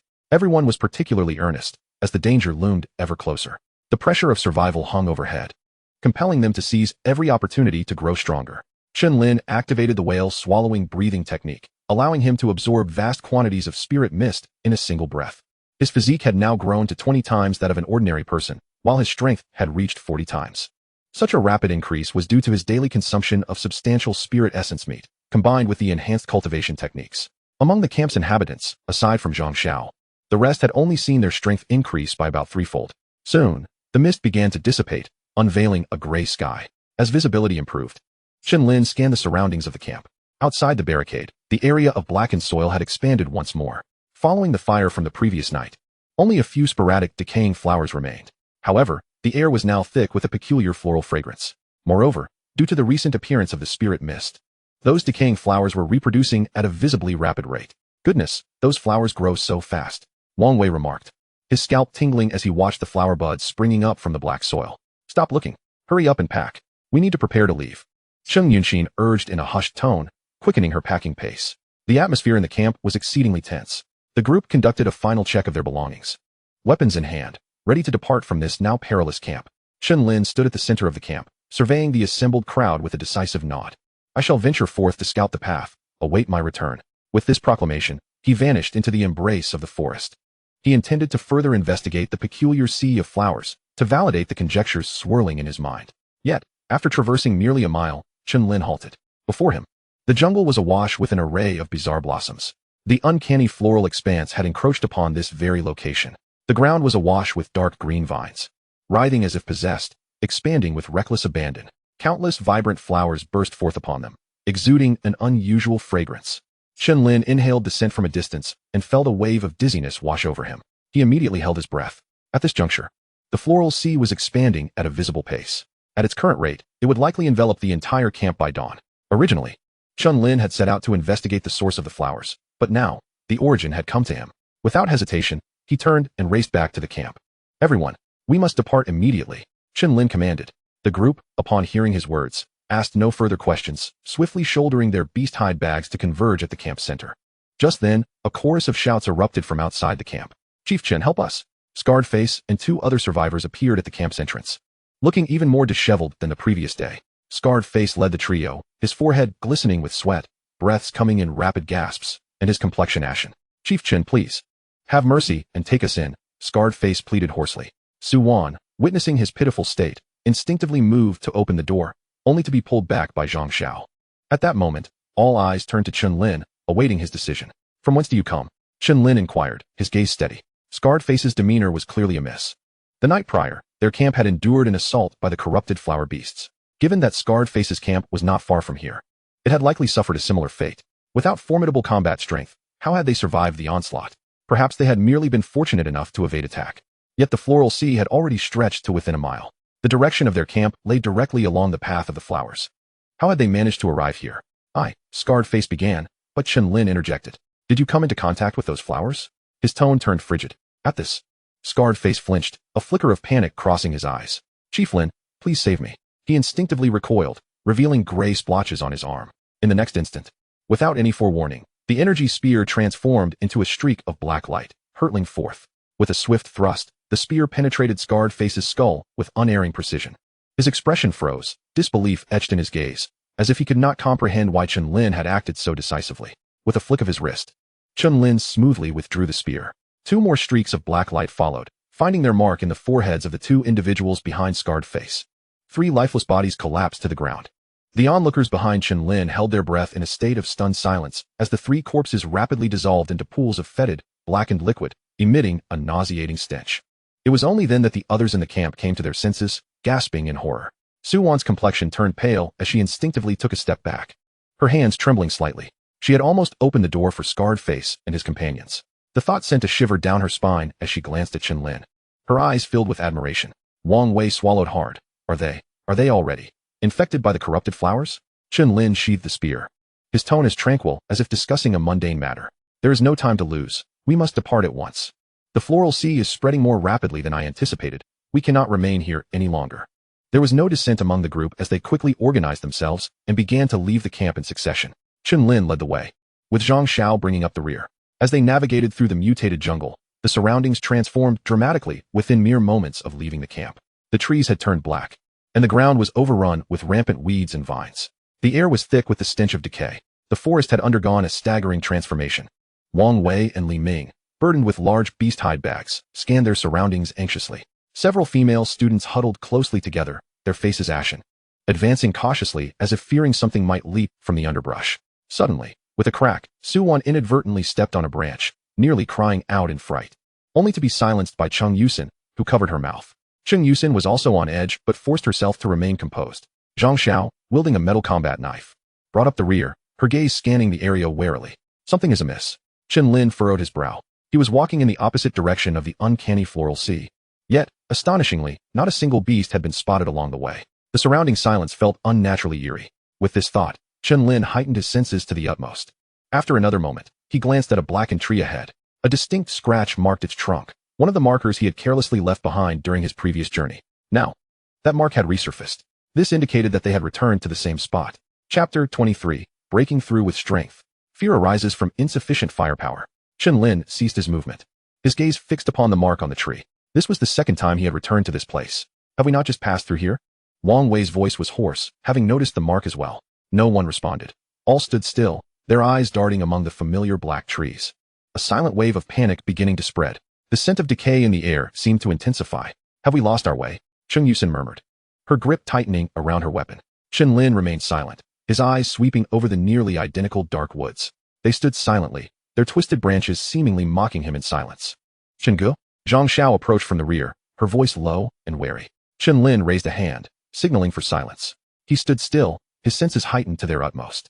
With a 20-fold enhancement of perception, he could hear the faintest sounds, the rustling of wind through the black leaves, the slow undulation of vines beneath the ground. Among them, he detected a faint, pulsing breath, almost like a heartbeat. At that moment, Chen Lin was certain that this black forest was alive. It possessed a certain consciousness, and it was filled with malice. Clearly, it did not wish for them to leave easily. Chen Lin spoke slowly, his tone devoid of inflection. Yet those familiar with him could sense the underlying chill. He unstrapped the enormous energy bow from his back and drew forth a piercing explosive arrow from his quiver. Step back, he commanded. The group immediately retreated a few paces, their eyes fixed on Chen Lin. He knocked the explosive arrow, and with a force 40 times that of an ordinary man, the energy bow was drawn to its full moon shape. He aimed at the stoutest black tree to his front left. Whoosh! The arrow was released, whistling sharply as it struck the trunk with unerring precision. Boom! In the next instant, a deafening explosion erupted. Flames soared into the sky, and the tree was instantly reduced to splinters. Its robust trunk splintering amidst a blaze as it collapsed with a thunderous crash. The inferno ignited the decaying leaves on the ground, rapidly spreading its fiery grasp. This tremendous spectacle momentarily stilled the breath of all present. Before anyone could recover from the resounding blast, Chen Lin had already drawn his second arrow. Whoosh! Boom! Another black tree to the right exploded in response, sending burning fragments flying in all directions. The third arrow. Whoosh! Boom! Explosions cascaded one after another, illuminating the gray sky with an incandescent glow, the acrid scent of gunpowder temporarily overpowering the stench of decay. The remnants of burning trees began to accumulate, setting the entire black forest ablaze. Chen Lin remained expressionless, continuing to draw arrows, aim, and shoot. His movements were fluid and violent, as if he were not attempting to navigate a labyrinth, but rather executing an act of sheer destruction. At the moment the fourth arrow was released, an unexpected transformation occurred. The previously unscathed black trees ahead began to tremble violently, as if they were living beings. The thick trunks twisted, and the entwined roots tore from the soil, producing a disconcerting grinding sound. They seemed to tremble in fear, yet also to roar in silent fury, devoid of sound. To the astonished gaze of the onlookers, the dense thicket ahead forcibly parted to create a narrow pathway. At the end of this path, there was no longer the despairing repetition of scenery, but a verdant woodland instead. After experiencing Chen Lin's terrifying destructive power, the black forest had seemingly chosen to yield a route, inviting the group to depart. Upon witnessing this scene, Chen Lin slowly lowered his bow. Let us go? He took the lead, stepping onto the narrow path that had been cleared. His combat boots crushed the still-burning black splinters underfoot without a hint of hesitation. The others behind him paused for a moment in astonishment, then immediately followed closely. Not one glancing back, the group surged out of the stifling black forest, returning to a relatively normal woodland. A collective sigh of relief escaped their lips as they turned back, still filled with trepidation. They observed the exit of the black forest slowly writhing and closing, ultimately vanishing completely. Goodness, the trees in that forest can actually move? What on earth is going on? Wang Wei pointed at the now completely sealed forest boundary, his face etched with disbelief. It was afraid. Brother Lin is just too impressive. With just a few arrows, it yielded, Li Ming remarked from the side, his gaze towards Chen Lin akin to that of one beholding an extraordinary entity. Who would ever think to reason with a mutated forest through sheer force? And yet, he had succeeded. Cheng Yunxin wiped the sweat from her brow, striving to calm her racing heart. This black forest must possess consciousness. It was initially toying with us, attempting to trap us within. Recalling the sense of hopelessness of never being able to escape, a chill crept down her spine, grateful that Brother Lin had intervened. The other girls began to voice their admiration in unison. Zhang Xiao approached Chen Lin, looking back at the black forest with a lingering sense of fear, then turned to him and asked, Brother Lin, how did you know it would be afraid? Chen Lin was inspecting the remaining explosive arrows in his quiver and, without raising his head, replied, if it has consciousness, it knows pain. If it knows pain, it will fear for its life. His logic was simple, brutal, yet effective enough to send shivers down their spines. As everyone listened, a shared thought emerged in their minds. Only Brother Lin could conceive of such a method, compelling the mutated black forest to relent and open a path. But it was not mere luck, it was built upon the foundation of absolute power. Without Chen Lin's combat prowess, they likely would not have escaped that black forest. After a brief respite, Chen Lin stood and declared, let us move. This place is not safe. No one disagreed. They promptly slung their animal hide bags over their shoulders and followed in Chen Lin's wake. The group continued their descent, each member on high alert. Half a day later, Brother Lin, look over there, Zhang Xiao whispered, having spotted an intriguing sight. The others followed her gaze and saw a wisp of smoke rising in the distance above the mountains. Smoke? Cooking smoke. Su Wan's voice carried a hint of anticipation. In the wilderness, the presence of smoke signified the existence of others nearby. As the sky began to darken, the group also needed a place to rest. A survivor's camp would offer a relatively safer environment. Let us go take a look, Chen Lin suggested. Thus, the group proceeded toward the direction of the smoke.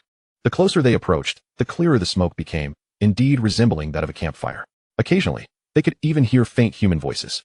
As they traversed through a thicket of dense bushes, the scene ahead suddenly opened up, in a relatively flat clearing among the trees. Several makeshift shelters constructed from rough wood and stone stood. In the center, a campfire blazed, and a dozen figures surrounded it, seemingly cooking something. They wore tattered clothing and appeared gaunt, yet they were undeniably survivors. After observing the area from a distance and noting the absence of any immediate danger, Chen Lin led the others closer. Their arrival immediately stirred a commotion within the small camp. The people by the campfire sprang to their feet in alarm, grasping whatever makeshift weapons they could find. However, their weapons were quite rudimentary, consisting of sharpened sticks and stone axes. In contrast, Chen Lin and his companions appeared remarkably well equipped. Among them, a one-eyed middle-aged man stepped forward, gripping a sharp-bone knife, his gaze wary as he scrutinized Chen Lin and the others, particularly their weapons. Who are you? The one-eyed man questioned, his tone rife with suspicion. Chen Lin surveyed the humble camp before responding calmly. We were passing by and noticed people here. We came to rest for a moment. Chapter 24, The Survivor Camp, The One-Eyed Man's Fear. Rest? The one-eyed man scrutinized Chen Lin closely. Noticing the finely crafted leather armor he wore and the black long spear in his hand, he sensed an air of composure and confidence about him, indicative of a skilled individual. A flicker of caution crossed the one-eyed man's eyes. He understood that anyone capable of leading a group through the jungle was not to be underestimated. Not wishing to provoke trouble, the one-eyed man replied cautiously, "All right. As long as you don't enter our camp, feel free." Upon hearing this, Chen Lin nodded and then led his team to find an open area nearby to set up a temporary camp. Zhang Xiao, go find a water source. Wang Wei, Li Ming, you two chop some trees. The rest of you, clear the ground and prepare to build shelters, Chen Lin commanded. Instantly, everyone sprang into action. Zhang Xiao picked up several animal hide water bags, swiftly disappearing into the woods. Wang Wei and Li Ming hoisted their alloy axes and began chopping down trees. Their strength had already reached 3 times that of an average person, and with just a few swings, they felled trees as thick as barrels. The other girls were not idle either. They began clearing away debris and weeds from the ground. Their strength was impressive, and they moved swiftly, quickly clearing a space. Cheng Yunxin and Su Wan gathered branches to ignite a fire, while several female students began to prepare the wild game they had brought along. Chen Lin, consuming the spiritual dried meat he had on hand, swiftly regained his stamina. This scene left the individuals across the camp utterly dumbfounded. The sheer completeness of Chen Lin and his companions' equipment was astonishing, and each one of them possessed an extraordinary strength. Could a tree as thick as a water barrel truly be lifted by a single person? Such power was something that only the one-eyed man in their camp possessed. Yet, over on Chen Lin's side, that individual appeared to be merely a laborer. Damn it, this group had an abundance of remarkable resources. The one-eyed man's eyes flickered as he fixated on the dried meat in Chen Lin's hand, his throat involuntarily swallowing several times. Just the aroma alone indicated that the meat was of high quality. Nevertheless, observing the finely crafted gear and the evidently formidable aura surrounding Chen Lin's group, the one-eyed man suppressed his greed. After finishing the dried meat and taking a few sips of spring water, Chen Lin glanced at the others who were working diligently. I'll check the surroundings, ensure the cabin is constructed before nightfall. He instructed. We will accomplish the task, Brother Lin. The group responded in unison. After a while, footsteps echoed from the adjacent woods. The one-eyed man's eyes lit up. It was their camp's hunting team returning. 5 men approached slowly, clad in animal skins stained with blood and mud, wielding wooden spears and rudimentary bows, bringing back several mutated wild rabbits. Upon their return, they noticed a group of people gathered in the nearby clearing, with wild game roasting over the fire. Among the hunting team, a tall, lean man stood up, his gaze sweeping over to Chen Lin's side before suddenly locking onto Su Wan. Su Wan, he exclaimed in surprise, his tone laced with disbelief and delight. Su Wan, who was busy handing over firewood, looked up at the sound, frowning slightly. Wu Tian, this man, named Wu Tian, had once been one of Su Wan's many admirers back in school, and it was a surprise to encounter him here. Wu Tian immediately tried to ingratiate himself. A smile plastered on his face. It's really you. How wonderful. You all must be from Class 1. I never expected to run into classmates. It seems you're doing quite well. His eyes darted towards the wild meat sizzling over the fire. What are you doing? Wang Wei interjected, positioning himself protectively in front of Wu Tian. We may know each other, but that food is not for you. At this, Wu Tian's smile faltered as he attempted to engage Su Wan again. Su Wan, where did you get all this good stuff? Share a bit with an old classmate. Will you? Look, we've been starving for several days. However, Su Wan was solely focused on Chen Lin and her own growth, finding Wu Tian's previous infatuation irritating. She turned her head away, ignoring him. Wu Tian was left with a sense of embarrassment, observing Su Wan's cold profile and the wary expressions of Wang Wei and the others, forcing a laugh as he stepped away. As he turned, the embarrassment on his face gradually morphed into anger and resentment. Returning to his own camp, Wu Tian gazed upon the pitiful spoils before him and the desolate campfire, contrasting starkly with the bounty next door, pushing his feelings of discontent to a breaking point. He leaned in towards the one-eyed man, lowering his voice. Big brother, did you see that? Those people are swimming in wealth. So much fine meat, and look at their impressive equipment. They're just a handful of people, and several of them are women. If we shut up, smack. The one-eyed man delivered a resounding slap to Wu Tian. Big brother. You. Wu Tian clutched his suddenly swelling cheek, spitting out a mouthful of blood mixed with half a tooth. He was stunned, gazing at the one-eyed man in shock and fury. Why did you hit me? Hit you? You deserve worse. The one-eyed man glared at him fiercely, lowering his voice to curse. If you want to die, don't drag me and the brothers down with you. What do you mean? Wu Tian still did not comprehend. You are a complete fool. The one-eyed man grabbed Wu Tian by the collar, pulling him close and almost forcing the words through gritted teeth. Can't you see what they have? Those items are beyond our reach. And they have a leader, radiating a murderous aura. Who knows how many people he has killed? He dares to traverse the forest with such a small group, fully equipped and well-fed. Think about it with your pig brain. What kind of ruthless character must that leader be? Are you trying to incite me to confront him? Are you wishing for my demise? Wu Tian was left speechless, his cheek burning with pain, but he still felt a twinge of discontent, fearing to retort, and could only mumble, how powerful can they be? Shut your mouth, or I'll chop you up and feed you to the dogs. The one-eyed man barked.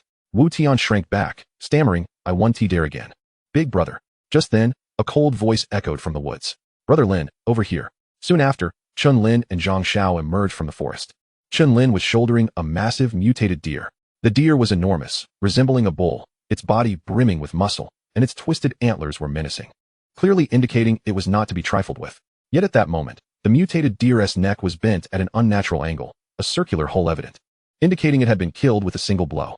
Chen Lin casually tossed the heavy beast into the center of the camp with a dull thud that caused the ground to tremble slightly. He executed the motion effortlessly, as if discarding a mere piece of foam. The scene had long ceased to astonish those in their camp. However, the adjacent camp fell into an immediate silence. The members of the one-eyed man's camp stared wide-eyed. They had struggled all day to bring back only a few wild rabbits. Yet here was Chen Lin, effortlessly returning with a colossal beast. The contrast was stark. Wu Tian gaped in disbelief at the towering deer, then glanced at Chen Lin, who appeared unfazed as if he had merely completed a trivial task. Finally, he looked at Zhang Xiao, who stood nearby, her expression icy and her weapon poised. A chill coursed through him, reaching the crown of his head. He finally understood why the one-eyed man had been so furious. They had encountered this mutated deer before from a distance. When it had gone berserk, it had smashed into a large tree, sending the five of them fleeing in terror, too frightened to approach. And now, it lay there discarded like refuse. Wu Tian's legs began to tremble, and his back was drenched in cold sweat. He stole a glance at Chen Lin, locking eyes with him, and felt a jolt of fear as Chen Lin's gaze, calm yet icy, sent his heart racing. He quickly looked down, his heart pounding, no longer daring to entertain any thoughts, even feeling that the one-eyed man's earlier slap had been far too lenient, and entirely justified. The one-eyed man inhaled sharply, glaring at Wu Tian, his eyes clearly communicating. Do you believe it now? He turned to his campmates, whose eyes were glazed and restless, and hissed, what are you staring at? Stay put. Don't get me into trouble. All he wanted now was to remain inconspicuous and pray that this formidable presence next door would not take a disliking to him. Chapter 25. Wu Tian's Jealousy. Clue to the spiritual liquid. Mutated deer meat has been upgraded to high-grade spiritual deer meat. Effect: spiritual energy content increased by 1000, flavor enhanced by 1000. Significantly boosts physical constitution. Before reaching the temporary camp, Chen Lin had already completed the enhancement of the mutated deer. This deer weighed over 800 pounds, sufficient to sustain everyone for quite some time. The enhanced meat was of such high density that even Wang Wei and Li Ming struggled to cut through it with all their might. With Zhang Zhao's assistance, the group skillfully divided the meat of the spirit deer and placed it over the fire to roast. The distinctive aroma of the meat soon permeated the air, more enticing than the previous spirit meat. The individuals in the opposing camp, drawn by the fragrance, could not help but swallow repeatedly. After a while, the deer meat was ready, and Chen Lin was the first to indulge, subsequently distributing a piece to each member of the camp. Zhang Xiao received a substantial portion. Through this period of observation, Chen Lin had lowered his guard towards the others in the camp, deciding to share the enhanced spirit meat. In a world increasingly fraught with danger, he hoped these individuals would grow stronger, allowing him to accomplish more for himself. Can we eat this? How wonderful. Thank you, Brother Lin. The others joyfully accepted their portions, savoring the meat as they felt a surge of energy coursing through them, their strength gradually amplifying. Su-Wan held her share of the roasted deer meat, hesitating for a moment before approaching Chen Lin and quietly offering him her portion. Brother Lin, you've exerted yourself the most. You should eat more. Chen Lin glanced at her and replied, enjoy your own. Su-Wan's cheeks flushed slightly, and she reluctantly retracted her hand, taking small bites while her gaze remained fixed on Chen Lin. In the opposite camp, Wu Tian watched Su-Wan's eager display of affection, his face contorting with disbelief. How could his goddess, Su-Wan, be reduced to fawning over someone else? He stared intently at Chen Lin, increasingly convinced that the name sounded familiar. Chen Lin. Suddenly, it dawned on him. Wasn't he the solitary figure from the neighboring class? Rumored to be an orphan? The one who had always gone unnoticed at school? Impossible. Wu Tian gaped in disbelief at the man surrounded by admirers, struggling to reconcile this image with the vague memory he had of the past. How infuriating. What gave him the right? At that moment, Wu Tian's jealousy transformed his expression into one of rage. What are you staring at? A sharp slap brought Wu Tian back to reality. That meat must be something extraordinary. Just inhaling the scent seemed to invigorate him. If only he could have a taste. Well, keep watching then. The one-eyed man spat. You want to get a bite? He too yearned for the spirit meat, but dared not entertain such thoughts. Remembering how effortlessly Chen Lin had carried that enormous deer in the cold, calm demeanor he had displayed sent shivers down his spine. Such power was beyond his capacity to confront. Greed would only lead to ruin. Turning away, the one-eyed man solemnly instructed his comrades, stop staring. Focus on your own food. The energy from the spirit deer meat was several times more potent than that of the spirit wild boar. Chen Lin, feeling the changes within himself, mused silently. Once everyone had their fill, he intended to turn the remainder into jerky. Soon, night descended, and the 3 makeshift wooden cabins in the camp were constructed. Though rudimentary, they provided adequate shelter from the wind and rain. The others felt warm and invigorated after their meal, the fatigue from days of travel dissipating significantly. Yet, the intensifying mutations in the jungle kept them on edge. Zhang Xiao, having cleaned her alloy combat knife, approached Chen Lin and said, Brother Lin, I'll take the night watch. You should rest well. Chen Lin nodded in acknowledgement, said nothing more, and retreated into the largest cabin. As he entered, the other female trainees exchanged glances, a mix of eagerness and anticipation stirring among them. Brother Lin was powerful and handsome. In these perilous times, aligning with him seemed the best path forward. Becoming his woman would surely secure them a position of safety. Some tidied their hair, while others fidgeted with their clothing, seeking excuses to enter and make their intentions known. However, before they could act, Su-Wan seized the opportunity. She swiftly approached the cabin door, whispering, Brother Lin, I have something to discuss. Then she slipped inside, gently closing the door behind her. The other women deflated, exchanging glances filled with a cocktail of resentment and helplessness. After all, Su-Wan was Chen Lin's classmate. They could not compete with her. This scene was witnessed by Wu Tian from the opposite camp, who watched in disbelief as Su-Wan, the very girl he had once tried so hard to impress, so eagerly entered Chen Lin's cabin. The sound of the closing door felt like a slap to his face. Blood rushed to his head, and he clenched his fists, nearly grinding his back teeth to dust. At that moment, the one-eyed man silently appeared behind him, his voice cold. Do you want to lose your eyes? Keep staring, and I'll help you dig them out. Wu Tian jumped in fright, snapping back to reality and quickly averting his gaze, though his body still trembled with anger and humiliation. Mind your own business. That woman is beyond your reach, the one-eyed man scoffed. Considering that, dear, if you want to live, keep your head down. He paused, his tone softening slightly, laced with a hint of calculation. Tomorrow, let us take them to find that mutated tree. With Leader Chen's strength, he'll surely succeed. Perhaps we can benefit from it as well, which is better than starving to death. Wu Tian lowered his head, remaining silent, but gradually relaxed his clenched fists. The desire for survival overshadowed jealousy and anger. The one-eyed man was right. Living and securing food was paramount. He cast one last glance at the closed wooden door, forcing himself to turn away and dismiss the thoughts. The next day, as dawn broke, the spirit mist enveloped the area as usual. The one-eyed man and Wu Tian had risen early, their comrades hastily rising to inhale the mist that could enhance their physical abilities. However, their efficiency was mediocre, allowing only a slow absorption. At that moment, they instinctively glanced at Chen Lin's camp. Upon seeing what was happening, they froze, their eyes wide with disbelief. Chen Lin sat cross-legged atop the roof, surrounded by swirling spirit mist that was not drawn in slowly like theirs. Instead, it formed a visible, violently rotating white vortex. A tremendous amount of spirit mist surged into his mouth and nose, even being forcibly drawn through his pores. The scene resembled the center of a small storm. Beside him, Zhang Xiao, though less dramatic, also exhibited a noticeably more vigorous absorption of the mist, forming a clear pale stream that continuously flowed towards her. Several times more efficient than theirs. They stood there, mouths agape, forgetting to breathe, even halting their own absorption of the spirit mist. Gulp. The one-eyed man struggled to swallow. He had known Chen Lin was formidable, but never expected him to be so extraordinary in absorbing spirit mist. What kind of physique and cultivation technique must he possess? Wu Tian's face turned ashen as he watched the terrifying absorption scene, and in stark contrast to his meager efficiency. Yesterday's feelings of resentment and jealousy were instantly crushed, leaving only an overwhelming chill and dread. How could he have ever entertained the thought of challenging someone like that? The one-eyed man suddenly snapped back to reality, hissing at Wu Tian and the stunned subordinates beside him. Stop gawking. Quickly absorb your own. He too closed his eyes swiftly. But the image of that white vortex lingered in his mind, refusing to fade. He finally comprehended that the disparity between the two parties was an insurmountable chasm. The notion of collaboration, which had once seemed feasible, now felt utterly ludicrous, and he was immensely grateful for his prudence the previous day in dismissing Wu Tian's foolish words. As the ethereal mist gradually dissipated, Chen Lin and Zhang Xiao ceased their cultivation and rose to their feet. Allowing the one-eyed man to dare glance in their direction once more, his gaze now filled with awe and a hint of humble expectation. Taking a deep breath, he composed his expression and approached Chen Lin's encampment with the intention of broaching the subject of the mutated tree. The one-eyed man, stretching his limbs, forced a sincere expression onto his face and spoke. Leader Chen, may I discuss a matter with you? Chen Lin turned to him. The one-eyed man, visibly anxious, continued. We are aware of a location where a peculiar tree resides, from which a milky white sap drips. This substance is remarkably potent. Consuming it can lead to a complete transformation. However, it is guarded by a fierce mutated beast that we cannot handle. He paused, scrutinizing Chen Lin's expression, before continuing. Your strength is formidable. If you are willing to intervene, we would only require a mere 30% of the sap. No, just 10%. 90% would belong to you. We simply seek your assistance and a chance to obtain it.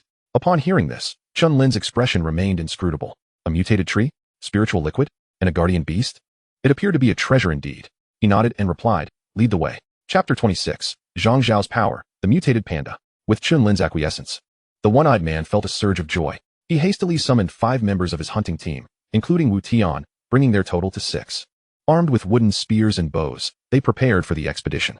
Zhang Xiao, come with me. Chen Lin called out. I'm on my way, Brother Lin. Zhang Xiao responded, grasping the gleaming alloy combat knife and silently following him. Under the guidance of the one-eyed man, the group ventured into the woods. The 6 men tread cautiously, continuously clearing away obstructive vines while remaining vigilant. In contrast, Chen Lin and Zhang Xiao appeared remarkably at ease, occasionally snacking on jerky, as if taking a leisurely stroll. After approximately half an hour, a shadow darted out from the thicket to their left. A gigantic mutated wild leopard lunged at one of the team members. Oh my god! Help! The man cried out in terror, nearly dropping his spear. In that instant, a figure materialized. Zhang Xiao, like a wraith, sidestepped with a fluid motion. The alloy knife slicing through the air with a chilling arc, striking first. With a swift thrust, the blade accurately grazed the mutated beast's neck. The creature's forward momentum abruptly froze, its massive head tilting to one side, held only by a thin scrap of flesh, as blood sprayed forth. Its colossal body, propelled by inertia, stumbled forward a few paces before crashing to the ground, convulsing twice before going still. The entire encounter, from the beast's pounce to its demise, transpired in less than 2 seconds. Zhang Xiao flicked the blood from the knife's tip, returning to Chen Lin's side with an impassive expression, as if she had merely swatted a fly. A profound silence enveloped the scene. The one-eyed man and his subordinates stood frozen in place, mouths agape, gazing at the severed corpse of the mutated leopard, then at Zhang Xiao, who stood calmly with her weapon sheathed, her breath steady, drawing a sharp intake of breath. They had previously encountered this mutated leopard, known for its terrifying speed, capable of effortlessly shredding bark. Their hunting team had originally numbered 7, but 2 had perished in an encounter with the beast. The remaining members had escaped solely because the leopard was satiated at that moment. And now, this ferocious creature? Vanquished by this woman with a single stroke. Swallowing hard, the one-eyed man felt his throat dry as he struggled to gulp down saliva. He was aware of Chen Lin's formidable companions, yet never had he anticipated that a mere woman would possess such astonishing prowess. Wu Tian, pale-faced, felt his heart racing. He recognized Zhang Xiao as a fellow student from his school, an otherwise unremarkable individual. Yet now, she exhibited such terrifying strength. He could scarcely fathom how formidable Chen Lin himself must be. The other members of the one-eyed man's camp exchanged glances, their eyes filled with shock and trepidation.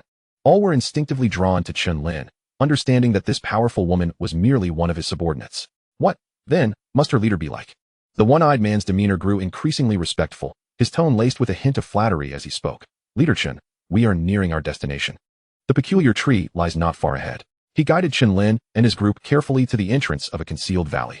Hesitating to proceed further, he pointed towards the depths of the valley and lowered his voice, saying to Chen Lin, "It is within there. 3 mutated beasts guard the tree. I shall not advance any further." Chen Lin followed his gaze. In the heart of the valley stood an oddly immense tree. Its trunk was a deep shade of purple, with broad leaves emanating a faint white glow. Beneath its canopy dangled several gourd-like fruits, from which milky fluid dripped slowly. Surrounding the colossal tree were 3 massive mutated beasts. One was a mutated giant bird, its feathers gleaming with a metallic sheen, perched on a low branch, its keen eyes surveying the valley. Another was a mutated panda, its black and white fur striking, claws glinting ominously as it gnawed on a bone beneath the strange tree, its demeanor decidedly fierce. The last was a mutated wild boar, larger than any Chen Lin had previously encountered, its sharp tusks jutting outward like twin blades, currently dozing on the ground. The aura emanating from these 3 mutated beasts was palpably more menacing than any they had previously encountered. The one-eyed man and his hunting companions held their breath, afraid to make a sound. After observing for a moment, Chen Lin retrieved his energy bow from his back, nocking a burst arrow. He drew back the bowstring, aiming at the giant bird, which seemed to sense something amiss and was preparing to take flight. Whoosh! The arrow transformed into a streak of light, its speed surpassing imagination. Just as the giant bird spread its wings, the arrow struck true, piercing through its eye. Boom! The explosion resonated through the valley. The bird's head disintegrated into a cloud of crimson mist, its headless body swaying before plummeting to the ground, almost simultaneously as the arrow was released. Chen Lin's left hand gripped the energy spear. He bent his torso like a drawn bowstring, launching the spear with tremendous force towards the recently awakened mutated boar. Thud! The spear penetrated the toughest part of the boar's skull, emerging from the opposite side. The immense force sent the boar's lifeless body hurtling backward, firmly pinned to the ground. In the blink of an eye, 2 formidable mutated beasts lay slain. The remaining mutated panda was evidently startled by this sudden and terrifying assault. It dropped the bone it had been gnawing and let out a terrified cry, rising to its massive stature before performing an unexpected act. Instead of attacking or fleeing, it clumsily raised its front paws, cradling its furry head, and with a thud, knelt to the ground, emitting a whimpering plea for mercy. Had this panda attained sentience? Did it truly understand the concept of surrender? Chen Lin gazed at the sentient mutated panda before him, choosing not to take action. It was his first encounter with such an intelligent aberration. He sheathed his bow and cautiously approached the pleading creature. As Chen Lin drew nearer, the panda trembled in fear. Despite its fierce appearance, it was surprisingly timid. Amused by the sight, Chen Lin extended his hand and gently patted the creature's fluffy head. The panda stiffened, too startled to move. "I shall spare your life, but you must heed my commands from now on," Chen Lin spoke in a grave tone. In the next instant, the panda seemed to comprehend his words. It lifted its adorably clumsy head and tentatively nudged Chen Lin's palm with its nose. Truly, it possessed a spark of intelligence. Chen Lin patted its head again and instructed, "Rise." The mutated panda immediately stood up beside him, towering nearly twice the height of a person, yet remarkably obedient. This scene left the onlookers from the one-eyed man's camp utterly astonished. Chapter 27, Jade Gourd Spirit Fruit, 26-fold Constitution, 48-fold Strength. Is this the end? The one-eyed man, Wu Tian, and several others stood frozen in disbelief, their mouths agape, eyes wide, unable to fathom what they had just witnessed. The lifeless bodies of the massive bird and wild boar lay on the ground.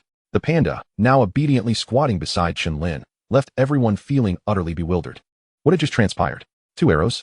No, it was 1 arrow and 1 shot. Mere seconds? Perhaps even less. They had no time to react before the battle concluded. The terrifying mutated beast they had dared not provoke had been effortlessly subdued, and even tamed. This surpassed their wildest comprehension.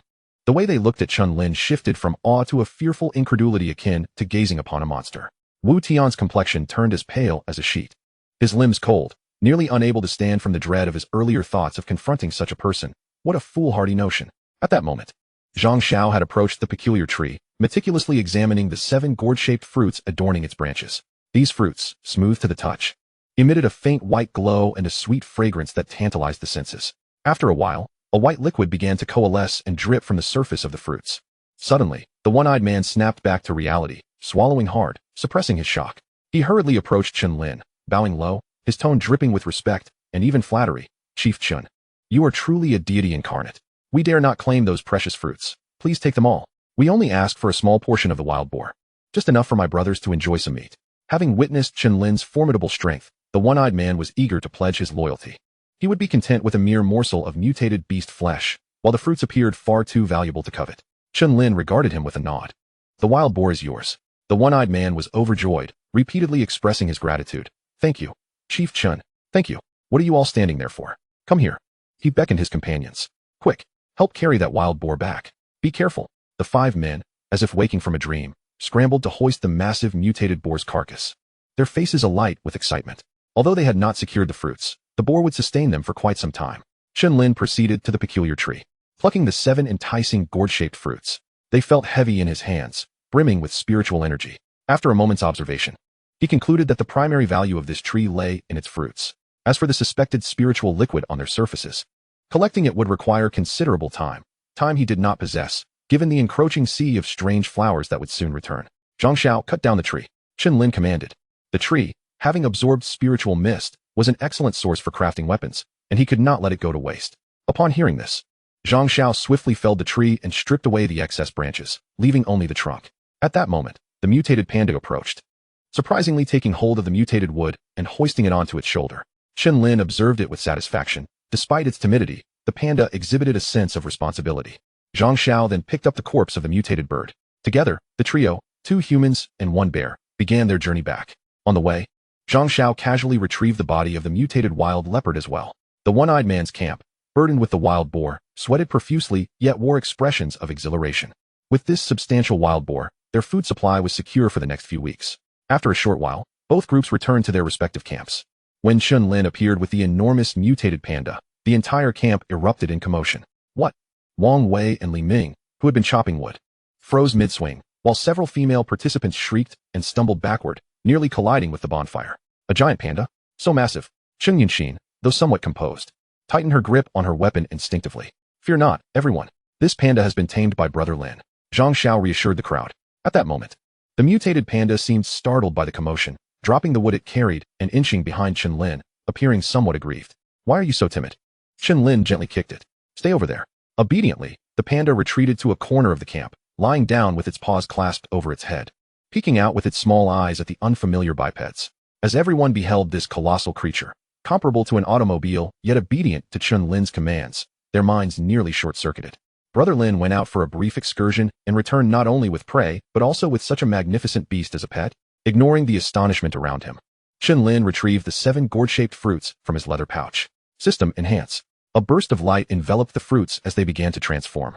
Gourd Spirit Fruit has been enhanced to Jade Gourd Spirit Fruit. Effect. Contains concentrated spiritual energy. Consuming it significantly enhances physical constitution. A substantial enhancement to physical constitution? Chen Lin's heart raced at the system's description. It was indeed a spiritual fruit capable of augmenting his physique. As the Jade Gourd Spirit Fruit materialized, the mutated panda abruptly lifted its head, its eyes fixated on the fruit in Chen Lin's hand, brimming with longing. Yet it appeared hesitant, remaining still as if waiting for a reward from its master, much like a small dog. Do you wish to eat? Chen Lin glanced at it, and casually tossed a few leftover spirit beast bones in front of the panda. Don't waste food. Gnaw on these. The mutated panda sniffed the bare bones, its demeanor instantly brightening as it began to munch on them, producing satisfying crunching sounds. Chen Lin paid it no further mind, and bit into one of the enhanced Jade Gourd Spirit fruits. The fruit was sweet and delicious, and he devoured it in a few bites. A powerful surge of spiritual energy erupted within him, coursing through his limbs and fortifying his body. He distinctly felt his physical prowess ascend once more. The enhancement of Chen Lin's physical prowess has approximately increased by 1/10. Originally, his constitution was already an astounding 20 times that of an average person. With this recent augmentation, it has now reached an impressive 22 times. What a remarkable boon. Chen Lin swiftly consumed the second fruit. The enhancement effect from the second fruit was somewhat diminished, yet it still doubled his vitality. The third fruit followed, yielding another reduction in effectiveness. By the fourth fruit, the benefits were negligible. After consuming the sixth fruit, the effects of the Jade Gourd Spirit Fruit had entirely dissipated. Chen Lin estimated that his constitution had now surged to 26 times that of an ordinary individual. Concurrently, his strength had escalated to 48 times that of an average person. Such rapid enhancement is truly exhilarating. It is worth noting that he has only been in this world for a mere few days. With 1 Jade Gourd Spirit Fruit remaining, Chen Lin bestowed it upon Zhang Xiao. Feeling the surging power within him, Chen Lin rose to commence his training in the body forging technique, allowing for a more effective assimilation of the residual spiritual energy within his body. While Chen Lin engaged in his training, the others in the camp were not idle. With Zhang Zhao's assistance, they extracted the heart of the mutated tree and fashioned it into a series of arrow shafts. Once adorned with feathers, bone tips, and animal fat, exquisite fire arrows came into existence. System strengthened. After completing his training, Chen Lin began to enhance these arrows. As a radiant light enveloped them, the arrows became extraordinarily sharp, emanating a faint glow with spiritual energy coursing through them. The Tree Heart Fire Arrows X50 have been upgraded to Spiritual Energy Explosive Arrows X50. Enhancement effect. Penetration increased by 1000. Hardness increased by 1000. Upon impact, a spiritual energy explosion occurs. It is evident from the system's description that the power of the spiritual energy explosive arrows surpasses that of the armor-piercing explosive arrows. Chen Lin stowed 50 spiritual energy explosive arrows into his quiver and utilized the surplus mutated wood to forge a batch of alloy spears. At this moment, everyone in the camp possessed their own weapons. The decision to forge alloy spears stemmed from their practicality, as they could also serve as tools for various tasks. The camp supplies were steadily increasing. Aside from Chen Lin and Zhang Xiao, each person had to carry 2 large beast hide bags, making relocation quite cumbersome. Although the present situation posed no immediate threat, Chen Lin did not intend to linger in this area. He needed to find a location with richer resources to establish a new camp. After replenishing their weapons and provisions, Chen Lin stood up and addressed the group. "Pack your belongings, we are preparing to leave." Although the others were puzzled, they executed his orders without hesitation, swiftly packing all supplies. Observing from a neighboring camp, the one-eyed man hurried over to inquire, "Leader Chen, are you planning to move? This place seems quite favorable." After witnessing Chen Lin's strength, he was eager to cling to this formidable ally. Chen Lin glanced at him and replied, "This place is not safe." He refrained from elaborating on the dangers, yet the one-eyed man's expression turned serious. At that moment, Wu Tian also rushed over, pleading, "Brother Lin, Leader Chen, we are schoolmates. Take me with you. I can be of assistance." However, before Chen Lin could respond, a bone knife abruptly pierced through Wu Tian's chest. "Boss you." Wu Tian managed to turn his head. Incredulity etched on his face as he looked at the one-eyed man, seemingly unable to comprehend why he would turn against him. "Leader Chen, this fellow is untrustworthy. He instigated me to attack you yesterday and now seeks to betray the camp." The one-eyed man withdrew the bone knife and quickly explained, "I cannot abide such individuals. I hope you don't mind if I eliminate him." "Not at all." Chen Lin waved his hand dismissively, showing no concern for Wu Tian's fate. Hearing this, the one-eyed man finally relaxed. Clasping his hands together, he introduced himself. "I am Wayne Yin, wishing Leader Chen a smooth journey." "Wayne Yin, a fine name indeed." Chen Lin turned towards the mutated panda. "I seem to have yet to name you." Observing the panda's black and white fur, he mused, "Since you embody both black and white, perhaps I shall call you Little Gray." Chen Lin mounted the panda's broad back and patted its head, stating, "Little Gray, let us be on our way." Little Gray seemed to comprehend, striding proudly to the front of the group. The one-eyed man, Wayne Yin, stood rooted in place. Watching Chen Lin ride away on the panda, a fervent desire to grow stronger igniting within him. Just then, unexpectedly, the cold, mechanical electronic voice resounded without warning. World version has been updated. This update primarily addresses the issue of slow human evolution. Attribute panel module has been added. Forum module has been added. Spiritual mind module has been added. At the moment the announcement concluded, Chen Lin signaled for Little Gray to halt. The others instinctively paused as well. Once the broadcast finished, expressions of uncertainty appeared on their faces. Another update? Chen Lin promptly closed his eyes, concentrating his mind. Indeed, a personal attribute panel materialized in his mind. Name, Chen Lin. Race, human. Strength, 48. Baseline for an average person is 1. Agility, 26. Baseline for an average person is 1. Mentality, 26. Baseline for an average person is 1. Spiritual energy, 36. Early stage of the first order. This was a panel displaying his 4-dimensional data. My super enhancement system was not displayed, indicating that the power that transported us to this world could not recognize it. Chen Lin's thoughts raced as he analyzed the situation. Undoubtedly, this personal attribute panel is remarkably precise. His physical attributes aligned closely with his estimations, save for the addition of a spiritual energy attribute. This so-called spiritual energy appears to be the attribute derived from absorbing the spiritual mist. Previously, when utilizing the spiritual energy spear, Chen Lin sensed this mysterious energy within his body, however, without a point of reference. He was unaware of the extent of his spiritual energy. Now it seems that his spiritual energy level is quite substantial. Not only did he devise a breathing method as soon as the spiritual mist appeared, but with daily consumption of spiritual meat, spiritual springs, and spiritual fruits. His rate of enhancement is certainly the fastest among this group of individuals transported here. Regaining focus, Chen Lin turned his attention to the other 2 new functionalities. Beside the attribute panel, there were 2 prompts, Desolate Star Forum and Spiritual Mind. With a thought, he entered the Desolate Star Forum. The Desolate Star forum is akin to a forum in the real world, allowing for posts or replies. However, at that moment, the entire forum was devoid of any posts. According to the forum's rules, only individuals with spiritual energy exceeding 10 could initiate a post, and one could only post once per day. Replies, however, had no such restriction. Is no one speaking? Could it be that there are currently no others with spiritual energy over 10? Chen Lin pondered before deciding to take the initiative and create a post. There was no need to let the forum go to waste. Furthermore, since he could reply without restrictions, he could gather more information from the outside world. In this unfamiliar realm, the significance of information is, of course, self-evident. After some contemplation, Chen Lin edited a line of text with his mind and then clicked send. Please enter a forum nickname. A prompt appeared immediately. A nickname? A smile crept across Chen Lin's face as he typed in 5 characters. I don't eat beef. Subsequently, the inaugural post on the Star of Desolation forum was successfully dispatched, creating a ripple effect that stirred a multitude of responses almost instantaneously. The original post read, I don't eat beef. It's so quiet. Does no one wish to converse? The comments included, such a tough name to choose. The most affectionate by the sea, little knife pulling the butt. 6. Ultra Express. You up there. Have truly opened your eyes today. Xiao Yilin sure. Wow, finally a post. Could it be the child of fortune? Standing peeing laughing. Not laughing. Chrysanthemum grows well. Worship the Great One Ors. One-eyed owl. I too wish to not eat beef. Could the Great One share experiences on becoming stronger? Childlike wolf. A strong one. How intriguing. Wang's eye little steamed bun. Will the Great One show their face? Fervent moral standards. Everyone, refrain from flooding the comments. The Great One initiated this thread, surely hoping for us to use it for information exchange. Half-hanging uncle. Indeed, let us remain rational.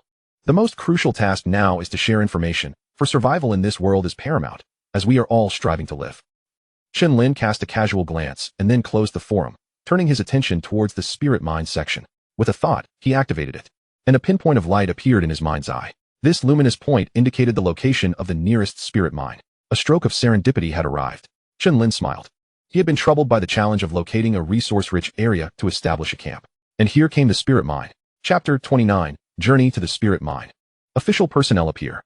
Chen Lin opened his eyes to find others still frozen in place, their faces a mixture of confusion and panic, evidently grappling with the sudden influx of information in their minds. Attribute panel? My strength is at 4 points. Li Ming, what about you? I have 3 points in strength, but my mental acuity is at 4 points. Why is my psychic energy only 2 points? Oh, did you all see that forum? A great one posted there. Named I don't eat beef. Posting requires over 10 points of psychic energy. If I were that formidable, I certainly wouldn't eat beef. Who do you think this person is? As the crowd regained their composure, discussions erupted. It can't be Brother Lan, right? Cheng Yinxin murmured. The group exchanged glances, all sensing the possibility was quite high. Thus far, there was only one post on the entire forum. This indicated that individuals with psychic energy exceeding 10 were indeed exceedingly rare, combined with Chen Lin's demonstrated strength. It could only be him. Brother Lin, I can sense the location of the spirit mine. At that moment, Zhang Xiao spoke up. I can sense it too. Me too. That spirit mine is to the south. I saw someone on the forum mention that spirit mines are an incredibly vital resource, capable of enabling rapid evolution and enhancement. We must secure it. What shall we do? The group collectively turned their gazes towards Chen Lin, awaiting his command. Chen Lin nodded affirmatively, stating, let us move south. The spirit mine must be contested. It is, without a doubt, the most critical resource in this desolate star continent thus far. In any realm, resources equate to power, wealth, and status. It is no exaggeration to assert that possessing a spirit mine here grants one the authority to speak in the new world. With that, the group hastened towards the coordinates of the spirit mine. Along the way, they frequently monitored the activities on the Star of Desolation forum. In addition to Chen Lin's initial post, a new thread had emerged. The post read, I don't eat green onions. Does anyone have thoughts on the spirit mine?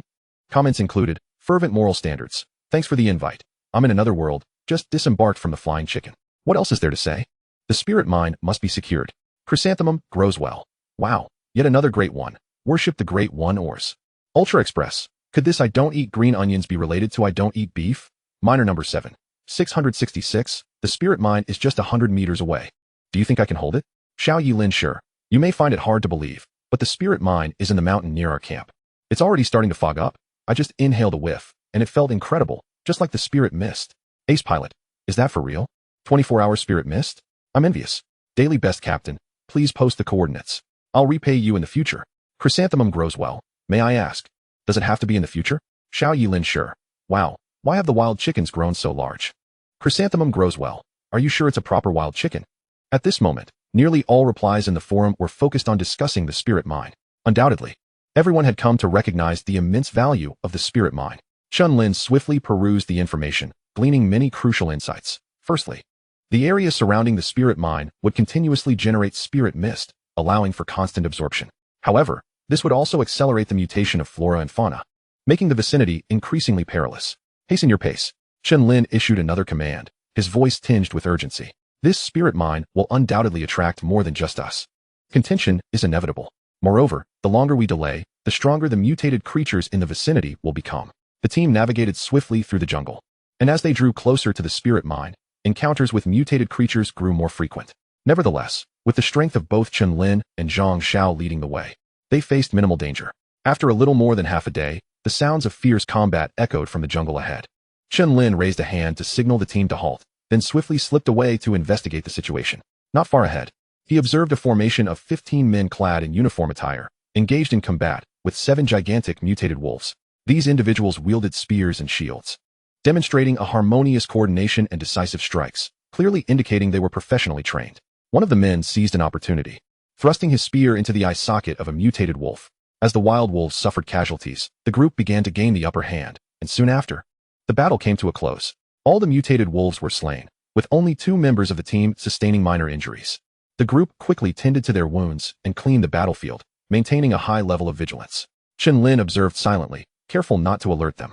These individuals are not to be underestimated. They must be officials from Blue Star. Chen Lin analyzed inwardly. It appears their objective is also the spirit mine. With this thought, a glimmer of murderous intent flickered in Chen Lin's eyes, but he swiftly suppressed it. The current status of the spirit mine remains uncertain, and these individuals possess commendable physical capabilities. They may prove useful in the future. Furthermore, extracting resources from the spirit mine will require manpower. The 10 individuals in his camp are far from sufficient. Chen Lin chose not to act and quietly returned to his team. Minutes later, the 2 parties unexpectedly crossed paths in the jungle. Upon their initial encounter, the atmosphere immediately turned tense. The 15 individuals, who had been resting, swiftly rose, eyeing Chen Lin and his companions warily. Their alloy-forged spears and battle knives, along with glimmering longbows and well-stocked animal hide bags, painted a picture of preparedness. Moreover, the clean, fair-skinned women among them appeared altogether unfazed, as if they were not struggling for survival in a post-apocalyptic world, but rather enjoying a leisurely excursion. As their gazes fell upon the immense figure of the mutated panda ahead of the group, they were momentarily taken aback. All present felt their pupils constrict and disbelief etched across their faces. A mutated beast, a mount. This clearly surpassed the limits of their comprehension. As officials from the original world, they possessed ample experience in wilderness survival, having fought valiantly to endure. Yet here stood someone who had tamed a mutated beast as a mount. Who was this man atop the mutated creature? A man with a square face stepped forward, his eyes scrutinizing and wary as he addressed Chen Lin. Which department do you hail from? He instinctively assumed that Chen Lin and his companions were also affiliated with official backgrounds. Otherwise, the equipment and mount would be inexplicable. Perched upon the panda's back, Chen Lin maintained a serene demeanor, replying, "We are merely ordinary travelers passing through." Ordinary travelers, passing through? The square-faced man frowned, his skepticism evident. As Chen Lin's composure was disconcertingly assured, those behind him exchanged glances, astonished and perplexed. They gripped their weapons tightly, yet refrained from making any rash movements. For their adversaries appeared formidable, particularly the youth riding the panda, who emanated an aura of inscrutable depth. "We are from the Security Bureau of Linjiang City. My name is Li Weiguo," the square-faced man said after a moment's contemplation. "Which area are you from?" His words bore a hint of probing, seeking to gauge their reaction. "Coincidentally, I am also from Linjiang City, a senior at the first high school." Chen Lin responded candidly. Here, the rules of the original world no longer applied. Upon hearing this, Li Weiguo exhaled a sigh of relief. Initially, he had suspected that Chen Lin and his companions were natives of this world, but it now appeared they were, like him, humans from Blue Star. This made communication considerably easier. "The number of mutated beasts is increasing ahead. Shall we travel together?" Li Weiguo inquired. "Your destination is also the spirit mine, is it not?" Chapter 30. The Identity of the Second Poster and the Dark Knight Crisis. Sitting atop the colossal mutated panda, Chen Lin gazed down at Li Weiguo and shook his head.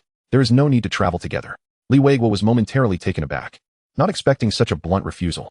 "Hey, our team leader Li extended a kind invitation for your safety, considering your youth. And yet you," a young team member behind him could not restrain himself, his tone laced with discontent. "Xiao Pan," Li Weiguo immediately admonished the young team member. His gaze remained fixed on Chen Lin, unable to fathom the nature of this young man. Despite appearing to be merely 17 or 18, those eyes instilled a chilling sense of dread within him. a primal instinctive shudder, as if he were being scrutinized by a fierce tiger. It was worth noting that his overall physical capabilities were already 5 times that of an ordinary person. How strong must this youth be to instill such fear? Li Weiguo's heart tightened, yet he firmly trusted his instincts. In this world, caution far outweighed impulsiveness. Since you are unable to comprehend why, at this moment, Chen Lin remained oblivious to Li Weiguo's inner thoughts and simply stated, "Let me be frank. You are too weak. Traveling with you would only slow us down." His words were blunt and piercing. Upon hearing this, the train team members behind Li Weiguo flushed with indignation, with some even gripping their weapons tighter. They had undergone professional training, yet a high school student dared to label them as weak? Li Weiguo's expression darkened. But he suppressed his anger and once again intervened to calm his agitated subordinates. "In that case, we shall not force the issue. Each shall take their own path. I wish you success." Chen Lin did not respond further, patting the panda's head. The enormous creature lumbered forward, carrying the group past Li Weiguo and continuing steadfastly toward the southern direction of the spirit mine, not sparing them another glance.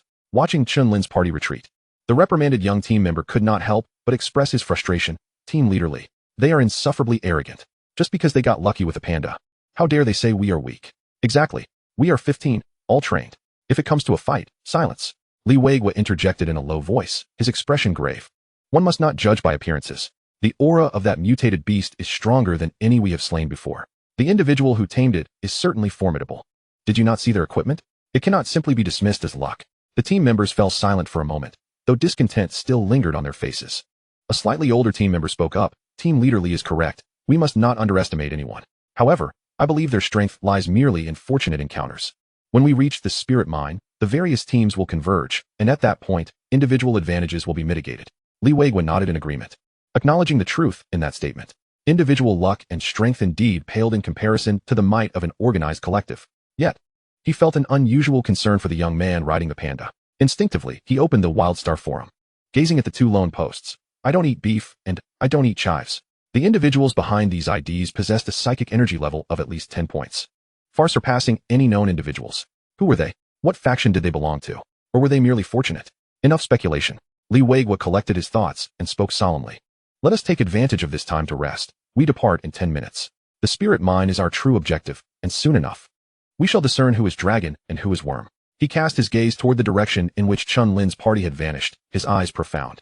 Chen Lin's group advanced swiftly, drawing ever closer to the location of the spirit mine. He estimated that at their current pace, they would arrive within a day. As dusk approached, the sky dimmed, and the surroundings grew increasingly perilous. Having journeyed all day, the group felt a sense of fatigue creeping in.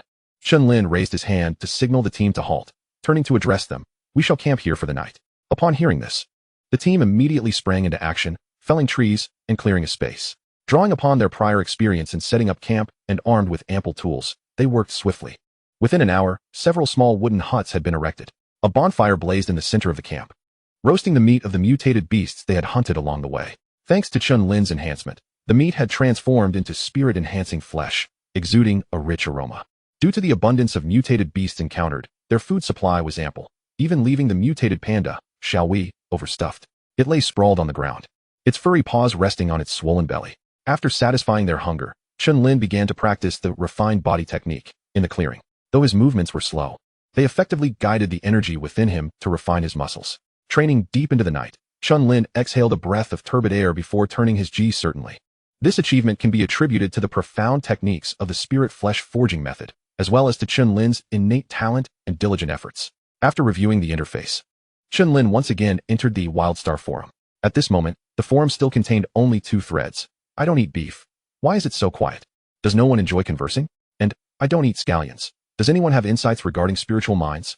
It appeared that no other individuals had yet reached the threshold of 10 points of spiritual energy. The replies beneath these 2 threads had already amassed into the millions, with the most highly upvoted comments elevated to prominence. Consequently, this process filtered out some rather valuable information. Many replies engaged in speculation about the identities of the 2 prominent posters or inquired about methods for becoming stronger. Notably, several organizations had emerged within the forum, such as the Heavenly Palace, Dragon Group, Renaissance Alliance, Salvation Society, and the Hall of the Wild Gods. These organizations extended invitations beneath the threads, promising various benefits, claiming that as long as the 2 posters joined them, all terms were negotiable. Some even proposed to appoint them as leaders. Observing the grandiose invitations and the rampant speculation regarding the identities of "I don't eat beef" and "I don't eat scallions," a faint smile graced Chen Lin's lips. Little did anyone know that these two posters, who sparked countless discussions and attempts at recruitment, were indeed members of his camp. The poster "I don't eat scallions" was none other than Zhang Xiao, who sat beside him. Indeed, it was Zhang Xiao who posted the second thread, and her spiritual energy reached an impressive 21 points, far surpassing the speculations of those in the forum. After the attributes panel was revealed, Zhang Xiao proactively shared her attribute information with Chen Lin. Consequently, he encouraged her to post a thread to gather more intelligence regarding the spiritual minds. In retrospect, the outcome was quite favorable. Most of the information concerning spiritual minds in the forum was derived from the responses under the post by "I don't eat scallions." Chen Lin disregarded the meaningless conjectures and attempts at recruitment, focusing instead on browsing the replies about the spiritual minds and noting down valuable information. For the resources from these minds represented the only true hard currency in this world. Time swiftly advanced into the late hours of the night. The campfire crackled and blazed. Except for the vigilant Wang Wei, the others had succumbed to slumber. Suddenly, amidst the tranquil forest, chaotic footsteps echoed, accompanied by piercing screams and the sharp cries of some predatory bird, swiftly approaching the camp. Chapter 31. The Mutated Fierce Birds. The Emergence of Mutated Seeds. Sensing the impending danger, Wang Wei immediately became alert and sounded the warning bone whistle. Simultaneously, in the distance, a dozen figures were desperately fleeing, their appearance a pitiful sight. Their clothing was tattered, their bodies smeared with mud and blood, and their expressions were filled with utter despair. Behind them, 3 mutated fierce birds, with wingspans nearing 5 meters and claws like hooks, pursued mercilessly. These mutated creatures were entirely cloaked in black feathers, their talons glinting ominously. Each dive was accompanied by a shrill scream that tore through the air. "Help! Help!" One individual, raising his weapon, was abruptly pierced through the chest by a fierce bird's claw, his scream abruptly silenced. Then came the second, the third, as the 3 fierce birds swooped down. Their talons effortlessly tore through the outer trio. "Don't look back. There's fire ahead. Let us rush forward," shouted the leading man. The surviving 9, upon spotting the distant glow of the campfire, felt as if they had glimpsed salvation and sprinted desperately towards it. Even though these avian predators had mutated, they instinctively feared flames. If they could reach the camp, perhaps they would have a slender chance of survival. But at that moment, the mutated fierce birds launched another attack from above. "Professor, watch out." The leading man glanced back and saw one of the birds targeting the only elder in their group. His face paled as he shouted, "Block it! Protect the professor." A bodyguard, filled with rage, turned and swung his bone knife at the talons that were descending. Crack! The bone knife shattered instantly, and the bodyguard was torn apart, blood splattering everywhere. Old Joe, another bodyguard, witnessing this horror, instantly turned red with rage. Unbeknownst to him, another mutated bird was swooping in from the side, and his head was instantly pierced through. The group suffered another 2 casualties. Only 7 remained. Among them were 5 bodyguards, an elder, and a short-haired girl. "Don't stop. Run," the leading man shouted. The fierce birds attacked again. Another bodyguard was seized, lifted skyward, and then brutally thrown down, silencing him forever. "Everyone, cover Professor Gu and Miss Ying. We'll fight to the end." The remaining 4 bodyguards, faces grim, halted their flight to hold the rear. They utilized their bodies and weapons in a desperate attempt to obstruct the mutated birds. Yet it was futile. The fierce birds' talons easily shredded their bodies. Screams echoed one after another. In the blink of an eye, all 4 perished in the wilderness. Ultimately, only the 2 elders and the short-haired girl remained. One fierce bird lunged directly towards the elder professor, lagging behind. "Dad!" The short-haired girl screamed, attempting to pull him away. "Ying, run!" The elder professor abruptly pushed her aside. "Don't worry about me." Thud! The talons plunged into his back, tearing a massive wound, blood gushing forth. The elder professor groaned and collapsed to the ground. "Dad!" The short-haired girl, witnessing the horrific wound on her father's back, cried out in despair. Another mutated bird was diving towards her, casting a shadow of death. She closed her eyes. Whoosh! A sharp sound sliced through the air. Thud! Just as the talons were about to descend, a black arrow accurately pierced through the bird's head. Emerging from the other side, the creature instantly lost consciousness, collapsing to the ground and twitching a few times before lying still. The short-haired girl opened her eyes in astonishment. Whoosh! Whoosh! 2 more arrows whistled through the air. The other 2 fierce birds, just taking flight and searching for new targets, were simultaneously struck by arrows, exploding into a mist of blood, leaving only their remains to fall. Everything transpired so swiftly. The 3 fierce birds that had moments ago seemed like harbingers of death had transformed into lifeless corpses upon the ground. The short-haired girl turned her head in a daze, gazing towards the direction from which the arrows had come. In the distance, the campfire blazed fiercely. A man stood before the bonfire, holding a uniquely shaped longbow, its strings still vibrating slightly. The man faced away from the fire, rendering his features indistinguishable, save for his cold, abyss-like gaze that pierced through the night. This moment was indelibly etched into the short-haired girl's memory. After a brief moment of stupor, She regained her senses and realized she had been saved. Dad. She looked at the elder lying on the ground, frantically trying to cover the horrific wound on his back from which blood continued to pour, but to no avail. Suddenly, the short-haired girl had a thought, raising her head to the figure with the bow not far away, her voice tinged with pleading. Please save him. I beg you. Save my father. Chen Lin lowered his bow and stepped out of the camp, approaching the short-haired girl, kneeling beside the elder to assess his injuries. His entire body was nearly torn asunder by the mutated avian beast, and he was now in a state of severe blood loss, teetering on the brink of unconsciousness. Although he had not completely lost consciousness, death was merely a matter of time. Chen Lin rose to his feet, remaining silent, and simply shook his head at the short-haired girl. Instantly, the girl's complexion turned pale, and she stammered, My father is Go Wenyuan, a scholar from the Biological Gene Academy of the original world. The high-yield crops he developed have saved countless lives. After arriving in this world, he discovered edible, high-yield mutated plant seeds. Initially, we aimed to seek out the official forces to report these findings, hoping to enable more people to survive in this world, but unexpectedly. Upon hearing her words, Chen Lin felt a stir of emotion within him.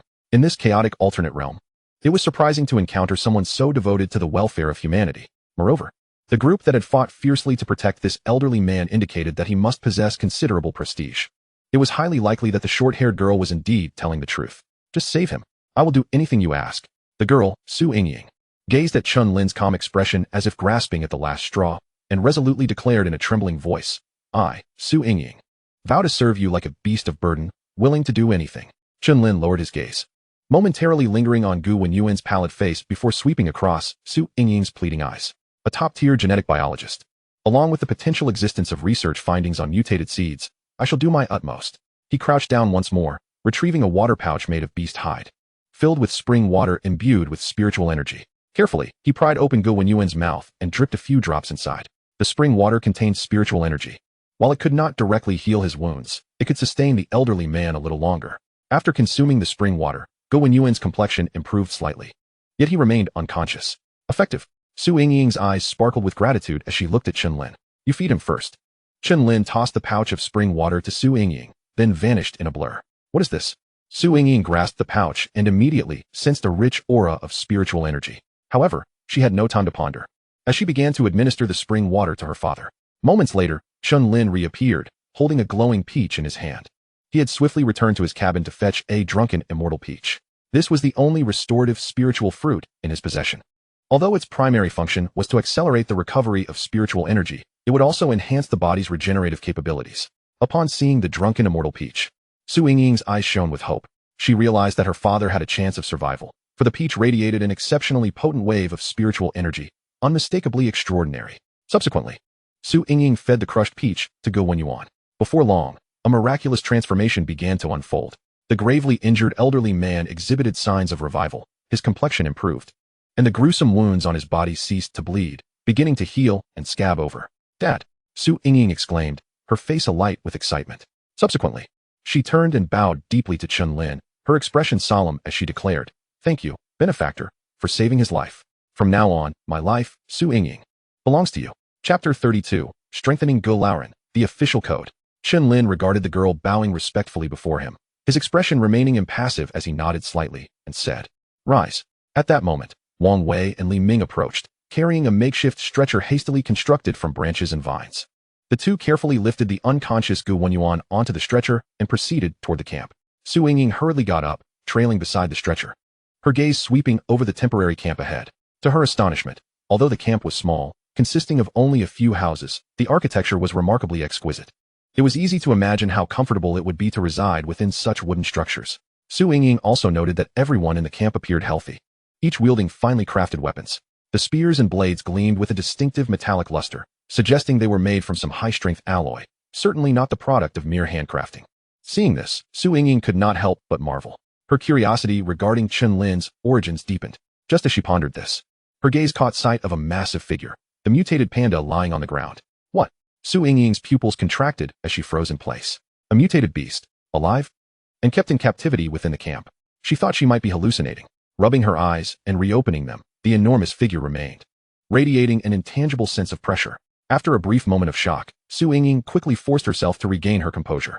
She recalled Chen Lin's earlier actions, akin to divine retribution, where he had effortlessly slain 3 terrifying mutated avians. With that in mind, It seemed plausible that he could also tame a mutated beast.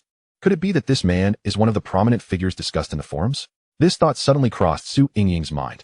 As one of the middle-aged men protecting them possessed a spiritual energy level of 5 and ample combat experience, yet was utterly powerless against the mutated avian. Meanwhile, Chen Lin could eliminate them in an instant. The disparity was staggering. Thus, it could be deduced that Chen Lin's spiritual energy level must exceed 10. By this time, the group had entered the camp, and Su Yingying withdrew her gaze, no longer lingering, and quickly followed the stretcher into the wooden house designated for them. Once her thoughts settled, she realized that she might have encountered a team of unparalleled strength far beyond her expectations. Her father might indeed be saved, and the promise she had made would require serious contemplation on how to fulfill it. At that moment, Chen Lin also stepped into the wooden house. Casting a glance at Gu Wenyuan on the stretcher, the elderly man's breathing had stabilized, yet his complexion remained pale, clearly still weak. Even with the spiritual peach, his life-threatening injuries could not be fully healed in an instant. If this continued, it would undoubtedly slow the progress of the entire team. After pondering for a moment, Chen Lin extended his hand and placed it upon Gu Wenyuan's uninjured shoulder. Su Yingying, witnessing this scene, felt a surge of tension but refrained from making any unnecessary movements. Quietly awaiting the outcome. System, enhance his body, Chen Lin silently commanded in his mind. A flash of light enveloped Gu Wenyuan's form. The elderly man, who had been in a deep slumber, twitched slightly, the pallor of his face fading as it quickly regained a healthy hue. He appeared to have rejuvenated by a decade, radiating vitality. Most notably, the ghastly wound on his back began to rapidly regenerate, with flesh sprouting forth and the scab falling away to reveal fresh skin beneath. In just a few minutes, the life-threatening injury had completely healed. This, Su Yingying's eyes widened in disbelief, her mouth agape, momentarily speechless. She watched as Gu Wenyuan's eyelids fluttered, then slowly opened his eyes. Upon awakening, he appeared somewhat disoriented, surveying the unfamiliar wooden ceiling and surroundings. "Dad, you're awake." Su Yingying joyfully rushed to the bedside, recounting the events that had transpired, including how Chen Lin had slain the ferocious beast and saved him with a peculiar peach. As Gu Wenyuan listened, he gradually regained his senses. He turned to Su Yingying, relieved to see she was unharmed. His gaze then shifted to Chen Lin as he struggled to sit up, prompting Su Yingying to assist him. Gu Wenyuan looked at Chen Lin, slightly bowing his head with gravity, and expressed, "I am eternally grateful for your life-saving intervention." Chen Lin responded with a knowing smile. "Such words are unnecessary.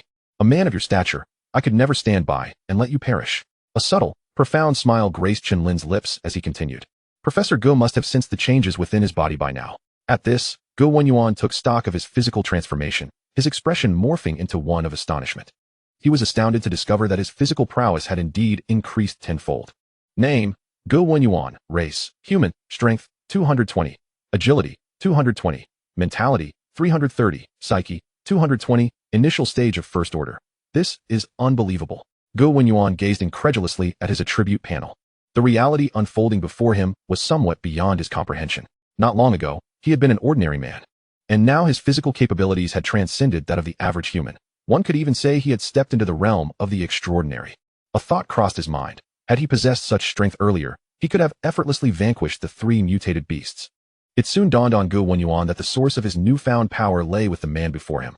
"You saved both my life and Yingying's and bestowed upon me this strength. What could I possibly offer in return?" Overwhelmed with gratitude, he declared, "A debt of gratitude cannot be repaid. I shall henceforth be at your service." As Gu Wenyuan prepared to bow in reverence, Chen Lin swiftly intervened, halting him. "There is no need for such formalities. Your assistance will be required in the tasks ahead.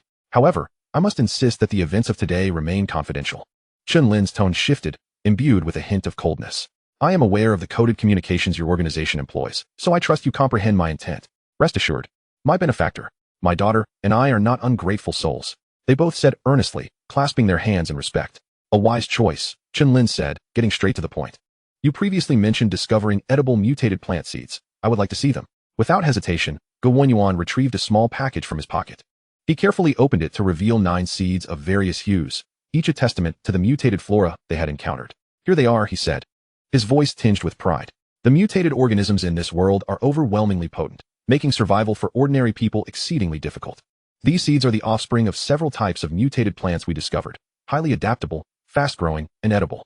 If cultivated on a large scale, they could potentially alleviate the sustenance issues faced by many." His eyes gleamed with eagerness as he surveyed the seeds. Chen Lin examined one of the seeds closely, noting the minuscule energy it contained, confirming its mutated nature. "Were these originally intended for your organization?" he inquired. "Indeed," Gu Wenyuan affirmed, nodding. We came across the official's consolidation messages and codes on the forum, which indicated that the main force would regroup near the spirit mine. I aim to present our findings in exchange for protection, but, now, tell me your decision, Chen Lin said. His tone casual, yet commanding as he regarded the two of them. After a brief silence, Go Wenyuan met Chen Lin's gaze directly and smiled. I am but an old man with a passion for research. Safety and a place to continue my studies are all I desire. His tone was filled with gratitude. You have saved us and revealed to me an alternative possibility.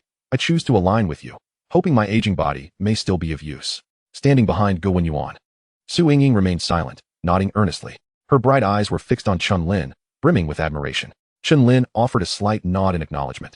Without further ado, he enhanced the mutated plant seeds in his hand before returning them to Go Wenyuan. Examine these seeds for any changes. Go Wenyuan's eyes widened as he observed the noticeably swollen seeds. This, he marveled, inspecting the 9 mutated seeds, which now exhibited a more vibrant hue and an evident flow of energy. The vitality of the seeds had increased exponentially, and their quality was vastly superior to before. What sorcery is this? Go Wenyuan's hands trembled slightly, cradling the seeds as though they were precious treasures.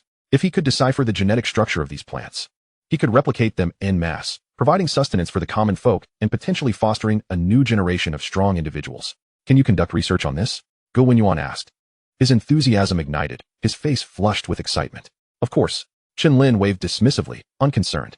He could amplify these seeds in abundance. As long as he had seeds, he could enhance as many as desired. If Go Wenyuan were able to analyze the enhanced seeds' genetic structure, it would be invaluable to Chen Lin, as his system could further amplify their quality tenfold.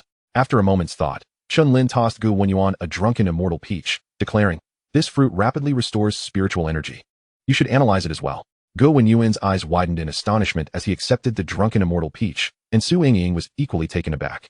She recognized it as the very fruit that had saved her father's life. Such a miraculous fruit capable of reviving mortally wounded individuals was indeed rare.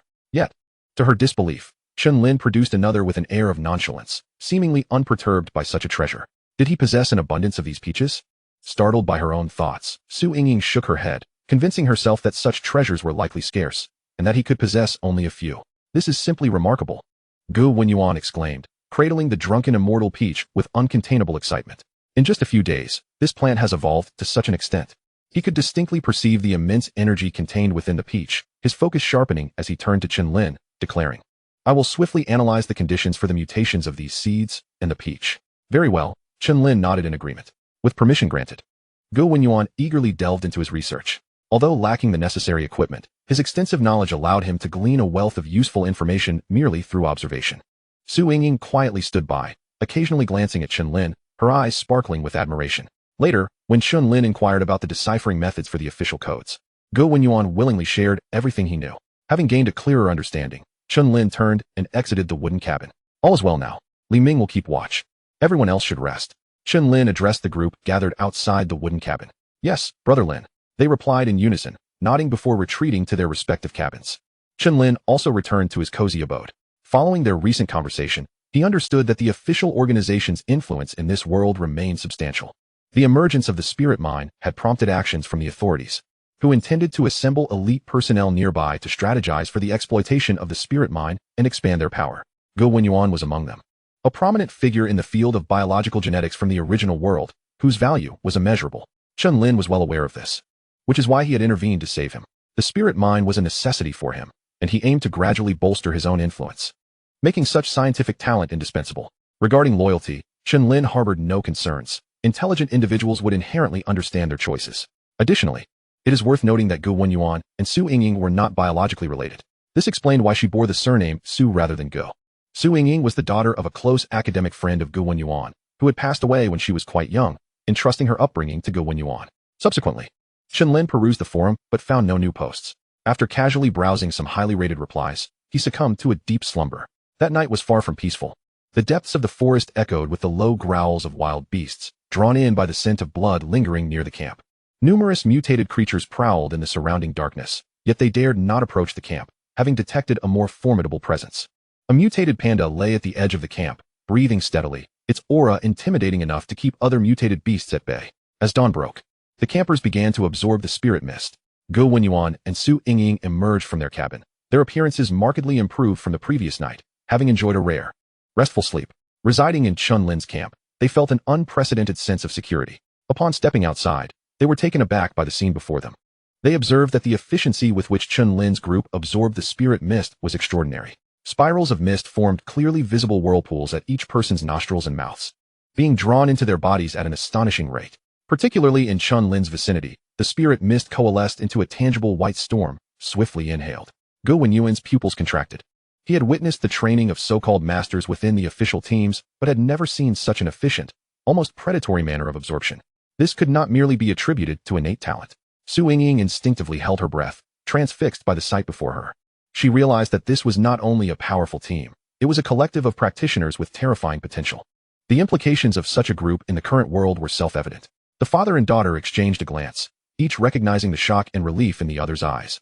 Astounded by the strength of Chen Lin's camp and grateful for their wise decision made the night before. After a brief moment of astonishment, they suppressed their awe and began to absorb the spirit mist themselves. 2 hours later, as the mist dissipated, the group organized their belongings and set forth towards the spirit mine. Chapter 34. The Week in the Apocalypse. The expedition from the camp commenced with great momentum. Chen Lin led the way, while Zhang Xiao managed the rear. Of course, following his enhancement, Go Wenyuan could now be considered a strong member of the team. Although his lack of combat experience hindered his full potential, Chen Lin did not regard him as a combatant and merely equipped him with a metal combat knife for self-defense. He sensed that the location of the spirit mine was drawing nearer and anticipated an arrival today. Reclining upon the back of the mutated panda, he examined his attribute panel. Name, Chen Lin. Race, human. Strength, 4,950. Agility, 2,627. Mentality, 2,627. Spirit energy, 3738. Early stage, first order. After absorbing the spirit mist, his physical attributes had once again improved. Now, with the attribute panel, he could ascertain the exact values of his enhancements. It appeared that daily absorption of the spirit mist allowed for a growth of all 4 attributes. To prepare for the impending struggle over the spirit mine, Chen Lin imparted the whale-swallow breathing technique to the members of the camp. These individuals, having followed him from the outset, were worthy of cultivation. While the newly joined Go Wenyuan and Su Yingying remained to be evaluated. Observing the camp members, Chen Lin noted a discernible increase in their auras. The effects of the whale-swallow breathing technique were immediately apparent. Such a powerful cultivation technique could incite a frenzy among all factions in this world, igniting a torrent of bloodshed. Not only did the others experience enhancements, but Chen Lin also noticed that the mutated panda beneath him seemed to have grown considerably. This rapid growth was attributed to the abundant mutated creatures fed to it during their journey, as the camp members could not consume it all. Consequently, the panda radiated an even more potent aura. Throughout their journey, mutated beasts sensed the panda's presence and kept their distance. As for mutated plants or bizarre anomalous regions, the panda's keen nose allowed it to detect danger in advance, guiding the group safely around potential hazards. Thus, they encountered minimal obstacles. After traversing the forest for half a day, their path opened up to reveal a giant mountain shrouded in mist, accompanied by a vast lake at its base. The positioning information in Chen Lin's mind indicated that the spirit mine lay just beyond. The group collectively gazed in that direction. Wang Wei and Li Ming exchanged glances, excitement evident in their eyes.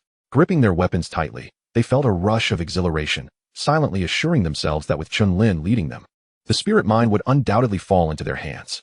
Zhang Xiao, Su Wan, Cheng Yunxin, and several other female students simultaneously looked towards Chen Lin, their eyes shimmering with anticipation. Go Wenyuan instinctively adjusted his glasses, only to realize he had grasped at empty air. After being enhanced by Chen Lin, his long-standing myopia had improved, leading him to discard his glasses. Go Wenyuan gazed intently at the peculiar vegetation surrounding the misty mountain, murmuring to himself. The unique ecology fostered by the spirit mine holds significant research value. Su Yingying's gaze shifted to the lake, casting a furtive glance at Chen Lin, contemplating who would ultimately seize control of this coveted spirit mine, soon to be contested by many. Unbeknownst to Chen Lin, the thoughts of his companions were far from his mind. He maintained a calm demeanor, staring at the misty mountain for a moment before turning to the group and instructing. Advance at full speed. We must reach our destination before nightfall. Yes, everyone responded with renewed vigor, quickening their pace. An hour later, having crossed a stream, they encountered another group of survivors. There were 8 individuals in total. 5 were tall, muscular men with bone knives hanging at their waists, their faces bearing fierce expressions. The remaining 3 were emaciated children, their wrists tightly bound with vines, their bodies marred by numerous wounds. 5 robust men, accompanied by 3 small children, were resting atop a large boulder. One of the men was gnawing on something indistinct from a distance, resembling the limb of some creature. Upon their encounter, the atmosphere around them thickened with tension. In this world, after all, strangers could prove more perilous than mutated beasts. The 5 men rose cautiously, their expressions vigilant. their gazes greedily sweeping over the women, Su Wan and Su Yingying, before shifting to the massive mutated panda beneath Chen Lin. Their pupils constricting as they instinctively took a step back in trepidation. At that moment, the members of Chen Lin's camp also turned their attention towards the three bound children. Their expressions growing complex, with several of the girls displaying a look of pity. Yet they understood well that in this world, mere survival was a blessing. Although the children were bound and pitiable, at least they were alive. Chen Lin and his group did not halt their advance, closing the distance between the two parties. The five men instantly became alert, drawing bone knives and positioning them defensively before them. The leader, a scarred giant, spoke up. Are you merely passing through? When met with silence, he reiterated with a warning tone, I seek no trouble. If you know what's good for you, keep to yourselves and do not meddle. Despite this, Chen Lin and his companions continued to approach. The leader tensed, narrowing his eyes, but upon realizing that Chen Lin's group outnumbered them and possessed superior weaponry, as well as a mutated beast, he weighed the potential consequences. Taking a deep breath, he pointed his knife towards the three trembling children, explaining, do not misunderstand. These kids belong to our camp. They stole food and disobeyed, so we had to tie them up for a lesson. Before he could finish, one of the children screamed. They're lying. They eat people. Save us. They also. The child bolted, and the sudden turn of events caused the five men's faces to pale. Shut your mouth. You're asking for death. The leader barked, reacting swiftly as he stepped forward, swinging his bone knife mercilessly towards the child's neck. In that instant, a shadow flickered into view. No one could discern the movements, but a flash of cold steel was followed by a piercing scream. The man who struck staggered backward, wide-eyed with disbelief as he looked to his right. His arm, still gripping the knife, fell to the ground, blood gushing from the severed stump. Standing beside him was Chen Lin, his energy spear angled toward the ground, droplets of crimson cascading from its tip. Ah, you! The leader's eyes bulged with rage, ready to retort, but before he could utter another word, a dark flash pierced his throat, leaving a gaping wound. The air grew silent. Chen Lin's expression remained unperturbed, as if he had merely squashed an ant. He then turned to the remaining four men, his tone calm. Apologies, I merely wish to hear the child's account. You gentlemen have no objections, do you? The four men stood frozen in place, their bodies rigid, cold sweat soaking their backs. Chapter 35, The Law of Survival. Arrival at the Spirit Mine Fog Mountain. The leader had been slain instantly before their eyes, and the four men trembled uncontrollably, an overwhelming urge to urinate surging through them. They gazed at Chen Lin as if he were a beast ready to devour them, not daring to breathe. In the face of Chen Lin's inquiry, their tongues felt dry. The atmosphere grew increasingly oppressive. Meanwhile, Yuan, standing among the group, furrowed his brow. His enhanced vision allowed him to faintly grasp the moment Chen Lin had struck. It was this very realization that filled him with awe and dread. The speed and precision of those two shots exceeded his imagination, devoid of any flamboyant techniques, yet displaying absolute mastery over one's own power. Moreover, the energy spear harbored a terrifying surge of spiritual energy. Should that energy erupt, its destructive capacity would be unfathomable. Not only that, but Chen Lin's decisiveness was chilling. Yuan had witnessed death before, yet Chen Lin's calmness and efficiency in taking lives stirred a cold shiver within him. In that moment, his reverence for Chen Lin deepened further. Su Yingying, on the other hand, watched with wide eyes, perceiving the leader's attempt on a child as utterly unforgivable. Chen Lin's timely intervention seemed heroic, rescuing them from suffering. No objections. None at all. The four men spoke in unison. We certainly have no objections. Please ask away. Seeing their unanimous agreement, Chen Lin glanced at the child, urging, continue. The child, now animated with hope, cried out, they are devils. They've captured many. They treat us like food. Amu, Xiao Duzi, they were all eaten. If it weren't for you, big brother, I would have been eaten too. Hearing this, the others in the camp exhibited expressions of fury. They could hardly believe that these five had consumed their own kin, particularly defenseless children. This was utterly inexcusable. The faces of the four men turned ashen. Chen Lin listened silently, his heart heavy with the brutality of the apocalypse. Here, the fate of the weak was akin to that of pigs and dogs. He then fixed his gaze once again upon the four men, who trembled and knelt, pleading for mercy. Spare us, hero. We had no choice. We were wrong, truly wrong. Realized your mistake? Or simply aware of your impending doom? Chen Lin replied, unyielding. As he drew his weapon, thud, thud, thud, thud, for dull thuds resonated almost simultaneously. The terror etched on the faces of the four men froze in place. Each now sporting a blood hole in their foreheads, their bodies collapsing backward. Chen Lin flicked the blood from the tip of his spear, standing with an air of nonchalance, as if he had merely accomplished a trivial task. Su Yingying stepped forward, untying the vines binding the three children, her heart aching as she observed their numerous wounds and bare feet. The bad men are dead. Thank you, big brother, for saving us. Thank you for avenging us. The children, having narrowly escaped death, beamed with joyous smiles. Chen Lin offered no response, instead swiftly leaping onto the back of the mutated panda, settling himself comfortably. This spectacle left the three children in awe. The creature was a mutated beast, and yet this imposing figure had tamed it as a mount? Could it possibly consume humans? While they were lost in thought, they noticed Chen Lin and his group preparing to depart. Gathering their courage, the three children approached, timidly asking, "Big brother, can we follow you?" Chen Lin scanned them with disdain, replying, "I do not take on freeloaders. I do not accept useless little brats." Upon hearing this, the children immediately grew anxious, pleading, "We are not freeloaders. We can work, just give us something to eat. Indeed, we are capable of anything. The tasks undertaken by adults are within our reach as well. Please take us in. Our appetites are modest, and we shall not consume much." Chen Lin remained silent, merely gesturing for the camp members to continue onward. Although the others felt pity for the children, none dared to challenge Chen Lin's decision. After all, they depended on him for their survival. Go Wenyuan pursed his lips, wanting to voice something, but ultimately sighed deeply. As they watched the group depart, the three children stood frozen in place, the last traces of color draining from their faces. The youngest girl bit her lip, on the verge of tears. After a few moments of silence, the previously brave boy gritted his teeth, took the hands of the other two, and hastily followed after the group. Barefoot, their soles quickly became raw, yet the trio persevered, determinedly moving their frail legs in an effort to match the pace of the procession. The jungle echoed only with heavy footsteps and the children's labored breaths. No one in the group halted or urged them on. Chen Lin seemed utterly oblivious. Reclining leisurely on the back of the mutated panda, arms crossed behind his head, Go Wenyuan glanced back, furrowing his brow, but ultimately refrained from speaking. Zhang Xiao felt a pang of compassion, casting several glances at Chen Lin, but upon seeing his indifference, she too fell silent. The group's pace was not slow, and the three children struggled immensely to keep up, the distance between them gradually widening. They stumbled and fell, their bodies caked in mud. Nevertheless, their eyes remained fixed on the front of the group, unwilling to pause for even a moment, for that was their only lifeline. Just as they were on the brink of exhaustion and despair, Chen Lin's calm voice resonated ahead. "Keep up, or be left behind." At those words, a spark ignited in the children's eyes, as if a dying person had grasped the final straw. They grit their teeth, ignoring the pain of their raw feet, and quickened their pace to follow the group. The members of the camp witnessed this scene unfold, and the previously silent atmosphere shifted subtly. Wang Wei and Li Ming exchanged meaningful glances, each detecting a glimmer of determination in the other's eyes. They had initially chosen to follow Chen Lin out of submission to his formidable power and ruthless methods. However, over time, they came to respect his clear sense of reward and punishment, realizing that following him would not lead to loss. This transformation of fear into respect deepened with the unfolding events of the day. Wang Wei stole a glance at the small yet resilient figures trailing behind, and then at the tall silhouette ahead. He mused to himself, "It turns out Brother Lin possesses more than just a cold demeanor." Su Wan, Cheng Yusin, and others smiled, having felt sympathy for the children. Though Chen Lin had initially refrained from taking them in, offering them an opportunity now warmed their hearts. While the girls continued to walk in silence, their previously heavy spirits lightened.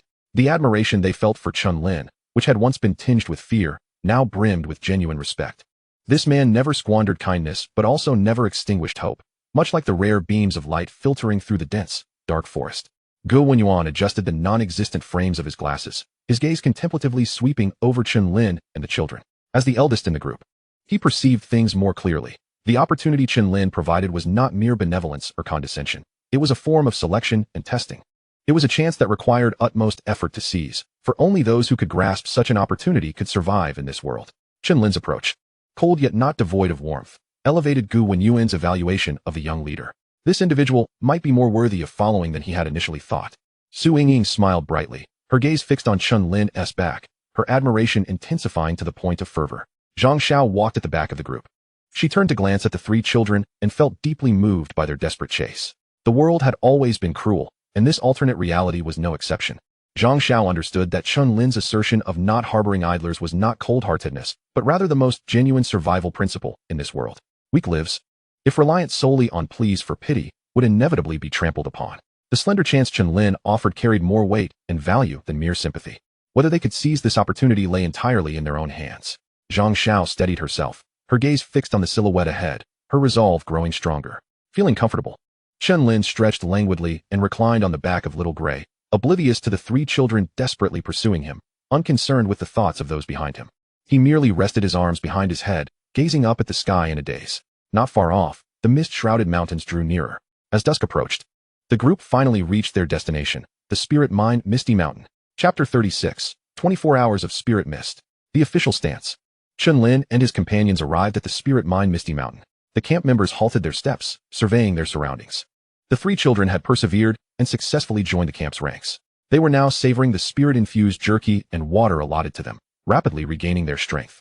The wounds covering their bodies healed swiftly, forming scabs.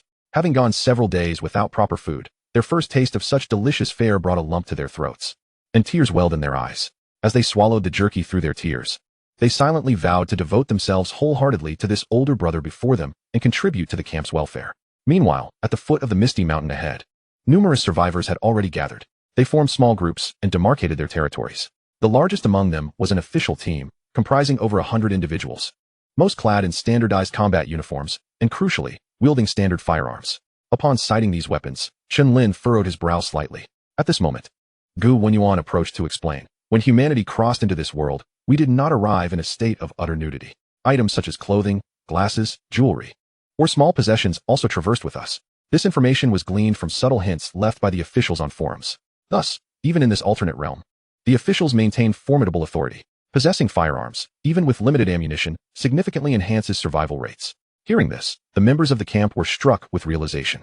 Most of them were students or fitness trainees, having been transported during classes without any belongings, and thus were unaware of this rule. With Gu Wenyuan's explanation, they understood why the others had firearms. Furthermore, extrapolating from this pattern, it was likely that the officials possessed a considerable number of weapons. However, the group did not dwell on this, as their physical capabilities were already several times greater than those of ordinary people. While they could not withstand bullets with their bodies, they could certainly evade them. This was a world where anyone could transcend the ordinary. In the initial stages, these lightweight firearms proved to be useful. However, with the emergence of the ethereal mist, their utility has become severely limited. Presently, the mutated beasts exhibit no fear of bullets whatsoever. Chen Lin, riding a transformed panda, leads his companions ever closer to the spiritual mine. At this juncture, they have traversed into the shrouded expanse of mist, and as they breathe in the sparse vapor, they discover a significant alleviation of their fatigue. Clearly, the mist here harbors spiritual energy, corroborating the intel circulated in forums. The ethereal mist surrounding the mine is present around the clock, and it thickens the nearer one approaches the mine itself. Establishing a camp in this vicinity would undoubtedly catalyze an unimaginable pace of growth for the group. Chen Lin attuned himself to the density of the mist and discreetly activated his breathing technique, yet no unusual phenomena occurred. As the mist at the mountain's base was exceedingly thin, nearly imperceptible to the naked eye, the team continued their advance. Upon emerging from the forest, they arrived at an expansive clearing at the mountain's base where survivors had congregated, and the previously bustling sounds abruptly fell silent. The scattered groups of survivors simultaneously turned their gazes toward them. The appearance of Chen Lin and his party was exceptionally striking. Although their number was modest, only 16 individuals, comprising both the elderly and children. 9 of the young women were notably beautiful, with pristine features and fair skin, hardly resembling individuals struggling to survive in the wilderness. The entire group moved with a steady gait, maintaining a harmonious distance from one another, naturally forming a rudimentary defensive formation. In their eyes, there was no trace of the common dread or numbness associated with apocalyptic scenarios. Instead, they radiated calmness and confidence. The weapons they wielded were eye-catching, not rudimentary bone knives or wooden spears, but alloy knives and axes gleaming with metallic luster. The craftsmanship was evidently exquisite, starkly contrasting with their primitive surroundings. However, the most arresting sight was the young man at the forefront, astride the colossal mutated panda. He exuded a relaxed demeanor, his gaze sweeping forward with tranquility, as if traversing not through a perilous alien jungle, but his own backyard. Each heavy step of the mutated panda sent tremors through the ground, and with every glance from its cold, beastly eyes, those who met its gaze felt a chill run down their spine. The women in this group were incredibly beautiful. What weapons do they possess? Is that a mutated panda? As a mount? Riding a mutated beast? This is simply ostentatious. Where did these individuals come from? They are undoubtedly extraordinary, the survivor groups whispered among themselves. Several rugged survivors, previously lounging on stones, instinctively straightened up, lowering their heads in deference, unwilling to meet the eyes of Chen Lin and his party as they passed. The leaders of the survivor organizations squinted, their expressions grave, their gazes darting between the alloy weapons and the mutated panda, weighing the potential impact and threat posed by this suddenly emerging group. At that moment, official personnel also took note of this unique assembly. Several soldiers stationed on the periphery of the encampment glanced over, their expressions shifting slightly. Subsequently, one soldier turned and hastily made his way back to the temporary command post. Upon arriving, he approached a square-faced middle-aged man surrounded by a throng of people, saluted crisply, and reported, "Commander Meng. A new survivor team has arrived from the 3 o'clock direction, consisting of 16 individuals in good condition, all armed with metallic weapons. The leader is riding a large, unidentified creature, suspected to be a tamed mutated beast. Tamed a mutated beast? Manhwaewu lifted his head, tapping his fingers lightly on the table, his tone measured. Send someone to make contact, extend a formal invitation, and proceed according to protocol. Understood, Commander Meng. The soldier promptly dashed off to execute the orders. Old Meng. This team sounds rather special. Should I personally go and take a look?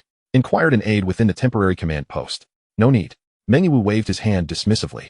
He redirected his attention to the animal hide map on the table, speaking slowly. Our primary mission is to explore the precise location of the spiritual mine and to integrate other elite personnel from the original system. As for those unique individual survivors, we have already extended sufficient terms. It would be ideal if they could be absorbed into our ranks, but it is not imperative. Maintaining stability is our priority. There is no need to expend excessive energy on them. Regardless of the world, individual power remains ultimately insignificant. Upon hearing this, the aides in the temporary command post nodded in agreement. With the emergence of the forum, these official personnel had convened through coded messages, reassembling resources for distribution. Wielding a power that far surpassed those disorganized factions. Satisfied with his subordinates, Manhwaewu nodded, his gaze once again falling upon the marked convergence points on the animal hide map. His fingers unconsciously tapping against the table. Professor Gu, he murmured to himself, furrowing his brow. According to the scheduled time and route, he should have arrived by now. Chapter 37. The Official Stance and Chen Lin's Choice. 5 men, armed with standard-issue rifles, traversed the sporadically scattered survivor encampments, advancing toward Chen Lin's group. As the distance between the two parties diminished, the 5 slowed their pace, scrutinizing Chen Lin's team from head to toe. The first thing that caught their attention was the weaponry. The long guns, spears, knives, and axes held by the opposing group shimmered with a cold gray sheen under the twilight. Each of these melee weapons was exquisitely crafted, their blades smooth and embodying a brutal aesthetic, suggesting a formidable background. Yet, they were not overly surprised, as they themselves possessed firearms. As the two groups drew closer, the juxtaposition of hot and cold weapons created an unusual sense of temporal disjunction. Was it a collision of savagery and civilization? The leading officer pondered, a faint smile curling at the corners of his mouth. He scanned Chen Lin's group and noted their relaxed postures and calm gazes. Even upon seeing their firearms, they did not exhibit the usual apprehensive demeanor typical of ordinary survivors. This unexpected demeanor intrigued him. After all, many survivors had previously arrived, crying and pleading to join upon hearing the official designation. Even the most powerful survivor enclaves showed deference to official personnel, not daring to exhibit any semblance of neglect. Yet this group appeared remarkably at ease, as if the might of the official contingent held little weight in their eyes. What could possibly be their source of confidence? The officers' thoughts lingered on this question as their gazes settled on the mutated panda. This colossal creature made a striking visual impact, yet the 5 were somewhat indifferent. Having hunted many such mutated beasts themselves, when they first arrived in this world, the official soldiers were easily able to dispatch these creatures with their firearms. Though the biological mutations had diminished the efficacy of their weapons, they could still inflict damage on the mutated beasts. Thus, their greater concern lay not with the mutated creature, but rather with the individual seated atop it. Their attention shifted fully to Chen Lin. This young man was strikingly youthful, yet his eyes carried a maturity and composure beyond his years. Who exactly is this individual? The leading officer cleared his throat, suppressing his sense of unease. Greetings. We are the 7th Expeditionary Force from the Old World. He initiated the invitation according to protocol, his tone laced with a condescending arrogance. Observing your equipment and demeanor, it appears you are among the elite survivors. On behalf of the official organization, I extend a formal invitation for you to join us. The officer paused momentarily, assessing Chen Lin's reaction. Noticing his calm demeanor, he continued, You must understand, the advantages of joining the official organization are quite evident. Firstly, safety. He gestured towards the heavily fortified camp behind him. We can provide a stable sanctuary, equipped with firearms and defensive structures that can effectively withstand large-scale mutant assaults, something no small group could rival. Secondly, resources. We are in the process of establishing a preliminary logistical support system, including centralized distribution of food, medicine, and munitions. Although resources are currently scarce, it surpasses what you could gather individually, and many of these supplies are unavailable outside. Thirdly, and most importantly, his tone grew more emphatic. We have assembled a cadre of top-tier researchers who have commenced studies on the fundamental rules of this world. This includes methods for efficiently absorbing the energy of the mist. And we have already made preliminary breakthroughs. Joining the official organization means you will be able to strengthen yourselves more rapidly, positioning you ahead of all others. The officer finished his statement, looking once more at Chen Lin and his companions, only to find their expressions unchanged. At that moment, he felt a twinge of self-doubt. What is the matter with these individuals? Are they truly unmoved by such enticing terms? Have they undergone detoxification? Such composure, unbeknownst to the officer, The so-called efficient method for absorbing mist energy had already been mastered by the group, and their efficiency far exceeded that of the official findings. Seeing the continued silence from the group, the officer assumed they were merely stunned by his offer, and proceeded to add, however, joining the official organization requires absolute obedience to commands and acceptance of unified arrangements and deployments. This includes exploring uncharted territories, exterminating mutated creatures, or executing other missions. In this world, individual strength is limited. Only by joining the official organization can you make the wisest choice. He looked at Chen Lin. What do you say? This is an opportunity. Do not rush to respond. I will give you 5 minutes to deliberate. Finished? Chen Lin yawned, his voice languid, then step aside. We are in a hurry. The officer's brow furrowed. He had not anticipated such arrogance from Chen Lin, who blatantly disregarded the official invitation without the slightest hesitation. The soldiers behind him exchanged glances, instinctively tightening their grips on their rifles. All right, you arrogant little brat. The officer's expression twisted into a mix of anger and amusement as he scoffed. Do not say, I did not give you a chance. Your team appears commendable now, but soon the gap will widen. When that time comes, do not come begging to join the official ranks. That will not trouble you, Chen Lin interjected, halting the officer's words, and signaled for his team to move forward. The atmosphere around them turned suddenly tense. The officer stared at Chen Lin for a few seconds, attempting to read any other emotion on his face, but all he found were eyes as tranquil as a cold pond. This sent a jolt of alarm through him, prompting a reflexive step back. The youth before him exuded a dangerously unsettling aura, even without a weapon in hand. Regaining his composure, the officer stepped aside, adopting a frigid tone to warn, the eastern region below Mist Mountain is under official jurisdiction. Unauthorized entry is strictly prohibited. Otherwise, you will bear the consequences. Chen Lin glanced in the indicated direction. The eastern area of Mist Mountain was indeed flat and near a water source, quite appealing. However, it was not shrouded in mist, rendering it worthless to him. Chen Lin nodded in silence, patting the mutated panda beneath him, and continued onward. The rest of the team followed suit, heading towards the denser mist at the mountain's base, completely disregarding the official's designated safe zone. The officer stood rooted in place, watching Chen Lin and his companions depart, a smirk of derision creeping onto his face. The area they chose was deemed a danger zone by the officials, although the mist was thicker there. It was also rife with numerous mutated creatures, making it exceedingly perilous. The other 4 soldiers remained momentarily stunned, their expressions shifting from seriousness to unrestrained mockery and disdain as they observed Chen Lin's team walk away without a backward glance towards the treacherous, mist-laden terrain. Huh. A young soldier was the first to break the silence, chuckling as he gestured towards Chen Lin's retreating figure. Well, we have a real daredevil here, choosing to ignore the safe path and head straight into danger. Indeed, a scarred veteran with a rifle chimed in sarcastically, riding a beast and wielding a few good knives. He really thinks he's invincible? That place. Our reconnaissance team barely made it back yesterday after losing 2 brothers. It's south no place for human habitation. The lead officer's expression remained grim, but as he observed the team gradually engulfed by the gray mist, he sneered. Such arrogance. They think they are impressive for slaying a few mutated beasts? Come nightfall, when the creatures emerge, they will have cause to lament. I doubt they will survive the night. Another shorter soldier spat. What are they even thinking about setting up camp? They won't even have enough left to fill the gaps of those monsters. By tomorrow morning, there will likely just be a few bones left, lamented the first young soldier, his tone dripping with sarcasm. What a waste of good equipment, and that panda. Should they have surrendered it to us, it might have bolstered our firepower, he added. Enough of this, the officer commanded, returning his gaze to the task at hand, his expression hardening once more. They've chosen their path. Their demise is of no concern to us. Let us regroup and report the situation. Focus on the eastern control zone. As for the west, let them fend for themselves. The 5 turned away from the scene, walking back towards their base, already regarding Chen Lin and his companions as doomed souls. Chapter 38. Terrifying Mutated Beasts. Chen Lin Strikes.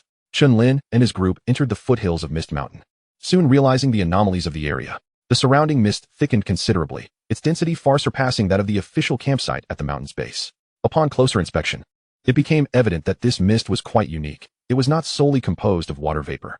Interspersed within were luminescent energy particles, which, upon inhalation, entered the body along with the mist, enhancing physical strength. It was precisely this distinctive mist that reduced visibility to less than 20 meters. The shadows of the trees became distorted, resembling lurking phantoms. The ground beneath their feet turned slippery, coated with peculiar fungal patches and a layer of decaying leaves.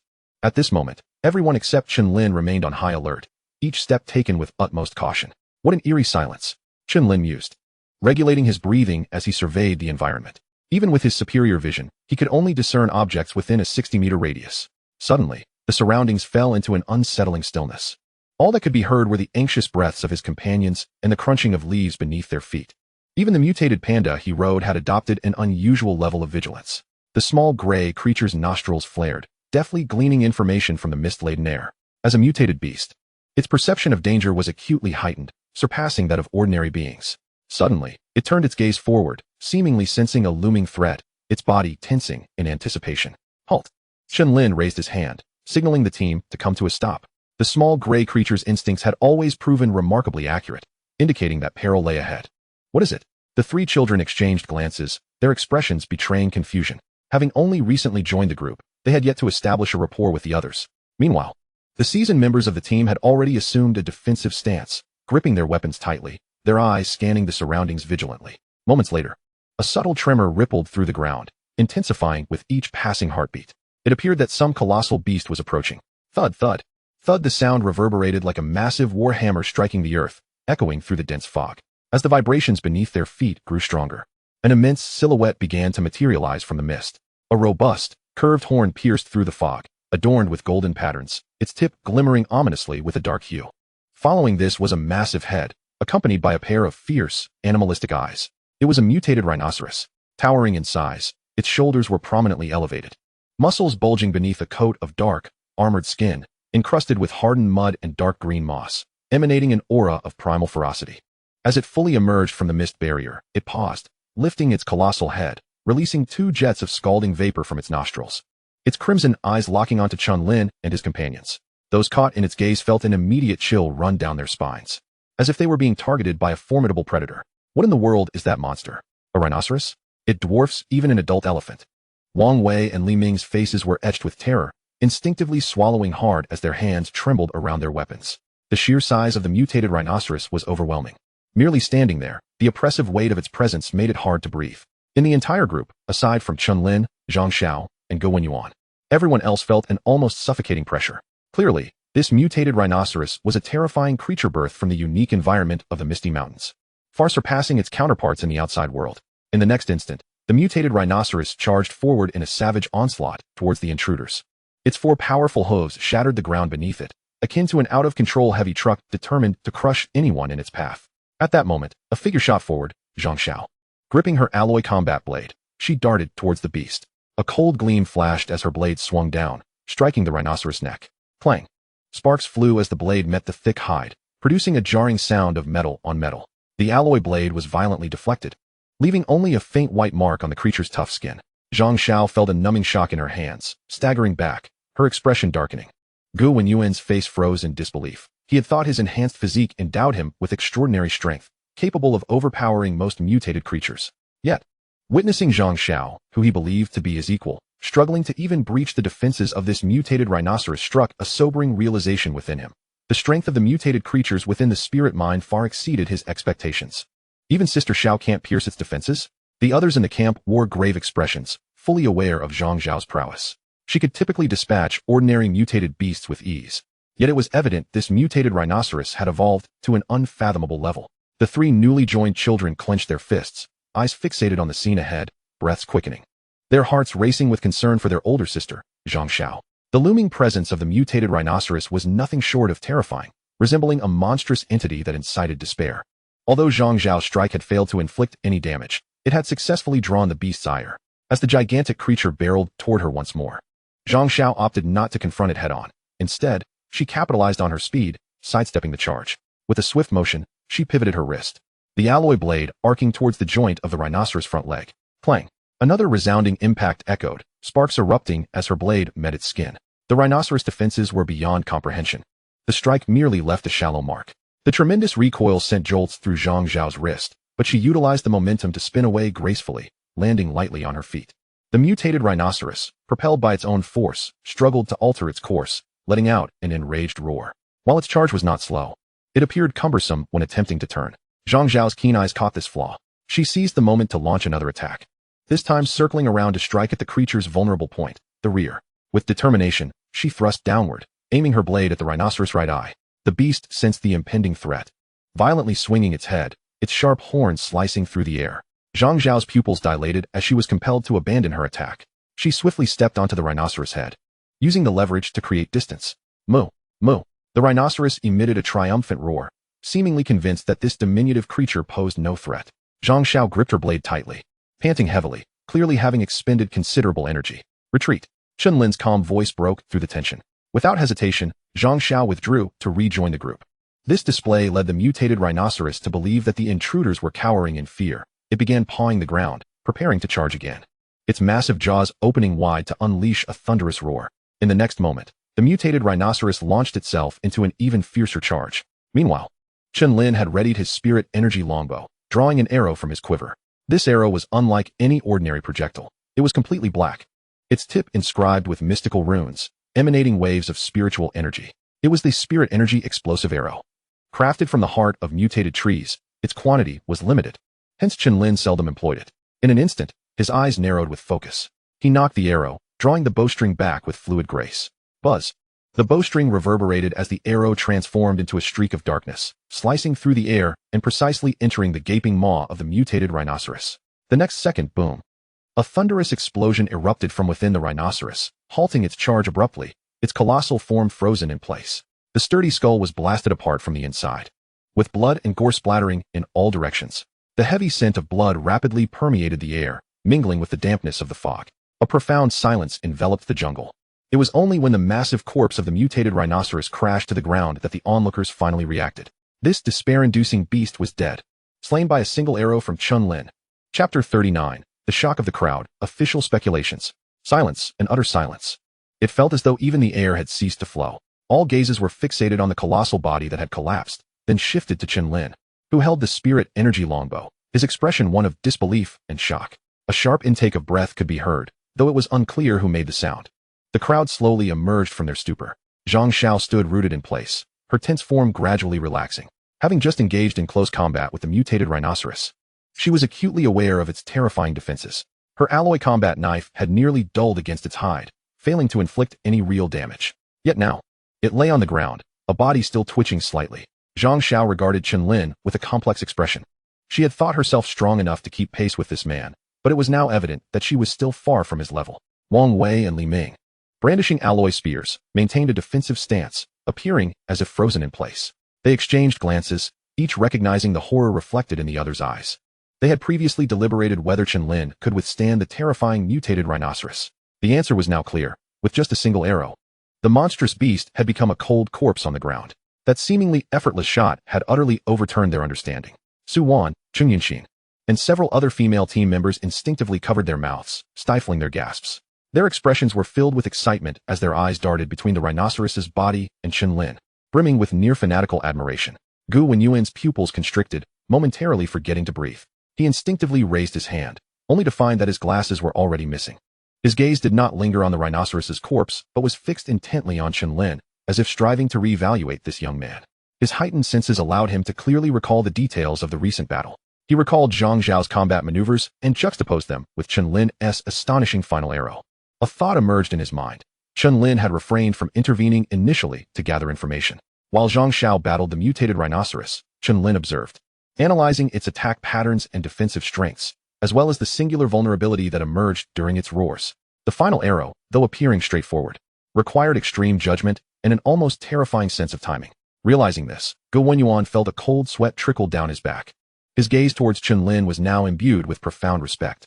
Meanwhile, the three newly joined children stared wide-eyed. They gazed at the terrifying beast's corpse, then at the still composed Chen Lin, their small heads reeling in astonishment. The fear in their eyes had dissipated, replaced by a more primal and fervent emotion, a yearning and reverence for strength. The mutated panda, Xiaohui, seemed accustomed to Chen Lin's prowess, showing little change in expression.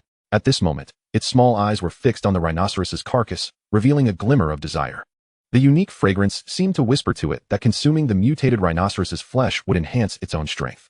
However, without Chen Lin's permission, Xiaohui dared not act rashly and lowered its head in silence. Silence lingered for several seconds until Chen Lin's calm voice shattered the stillness. "Let us tidy up and set up camp." The group was jolted back to reality, promptly responding, "Yes, Brother Lin." They quickly sprang into action. Zhang Xiao and Gu Wenyuan were tasked with processing the mutated rhinoceros's body, as they, alongside Chen Lin, possessed the highest physical capabilities among the camp members. Able to handle the formidable beast, the three children busied themselves clearing the ground, while Wang Wei and Li Ming took to chopping wood, and the others focused on constructing shelters. Chen Lin, meanwhile, rode the mutated panda and began to scout the surrounding environment. given the presence of spiritual minds. The mutated creatures in these fog-laden mountains were exceptionally powerful. To ensure a peaceful night's rest, it was imperative to ascertain nearby dangers. Meanwhile, at the foot of the foggy mountain, the explosions reverberating from the foothills struck the hearts of every survivor like a heavy hammer. Soon after, the ground trembled slightly. Following a brief silence, a thunderous crash echoed, as if a heavy object had fallen. The various survivor camps fell silent in an instant, with everyone ceasing their activities. Gazing quizzically at the source of the sound, the death zone, shrouded in dense fog, which even the authorities dared not penetrate. To the west? Is it the forbidden area to the west? A survivor leader's voice trembled. Wasn't he that group of tough nuts headed in that direction? What could that commotion be?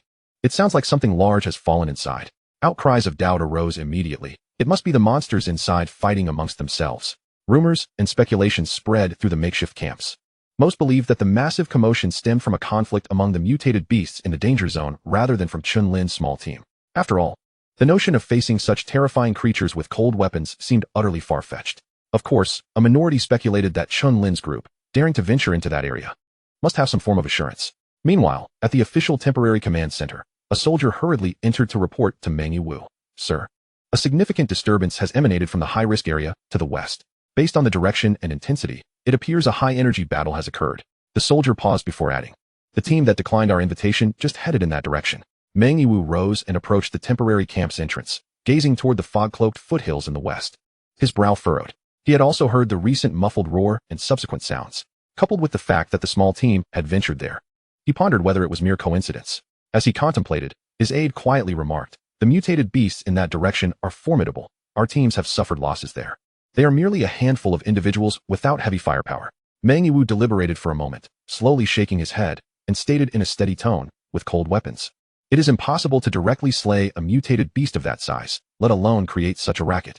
I suspect they likely disturbed a large creature inside, leading to a conflict among the monsters. As for that group of individuals, they are likely in grave danger. Manhwaedit retracted his gaze, no longer focusing on that direction.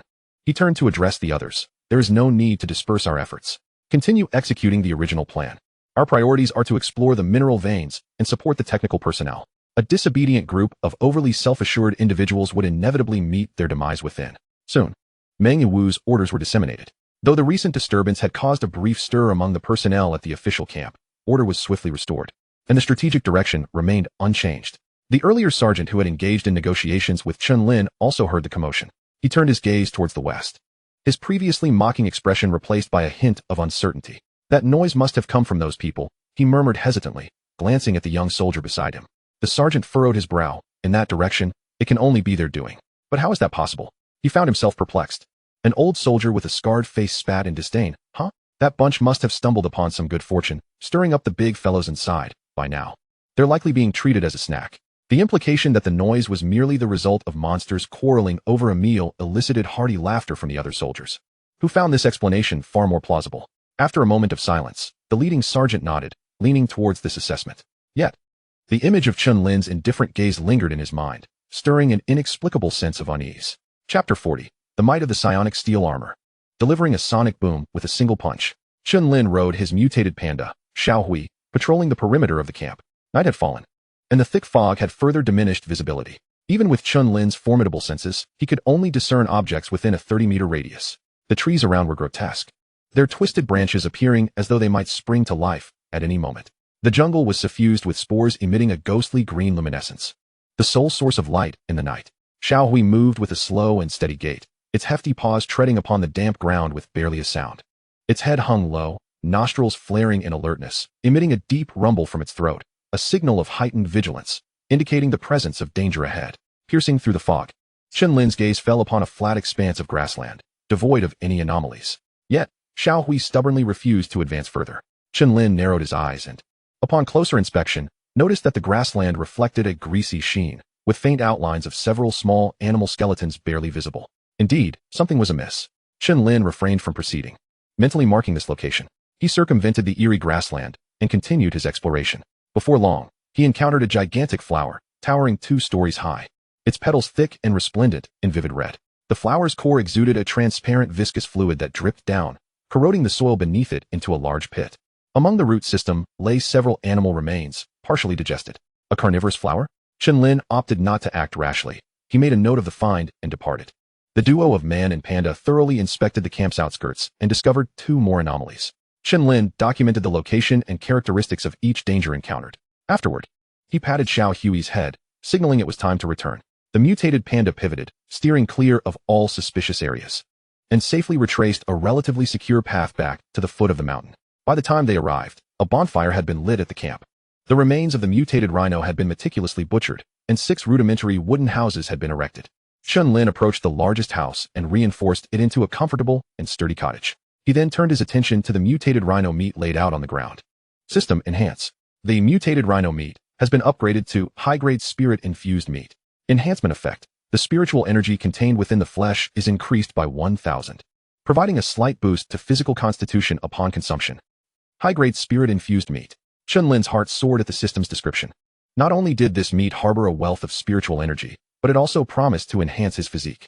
Eagerly, he began to roast the high-grade spirit-infused meat. Subsequently, his gaze fell upon the thick rhino hide and the 2 horns adorned with golden patterns, one large and one small.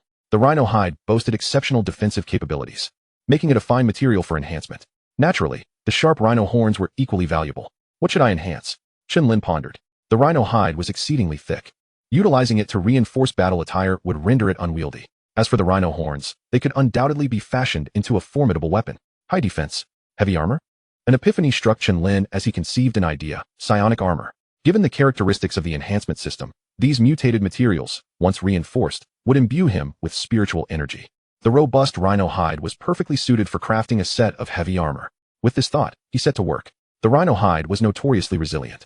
Ordinary alloy weapons struggled to penetrate it. Even the physically powerful Zhang Xiao and Gu Wenyuan required alloy axes to cleave through it. Thus, Chen Lin turned his attention to the smaller rhino horn, picking it up. He also utilized the remaining mutated tree heart to fashion a knife handle. Grasping the smaller, dark gold patterned rhino horn in one hand and the polished mutated tree heart handle in the other, he roughly joined the 2, mentally commanding, System, Enhance. In a flash of light, the materials transformed.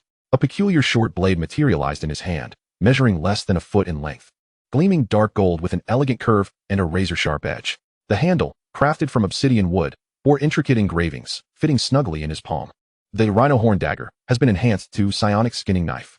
Enhancement effect. Sharpness increased by 1,000, hardness increased by 1,000. Possesses specialized cutting power for leather, keratin, and flesh materials, effectively stripping while preserving the active spiritual energy within the materials. Chen Lin grasped the psionic skinning knife and casually swiped it towards the nearby alloy axe.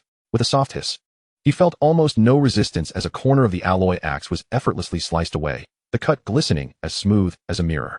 His gaze then shifted to the thick rhino hide. Previously, Zhang Xiao and Gu Wenyuan had to exert their full strength to cleave through the substantial hide.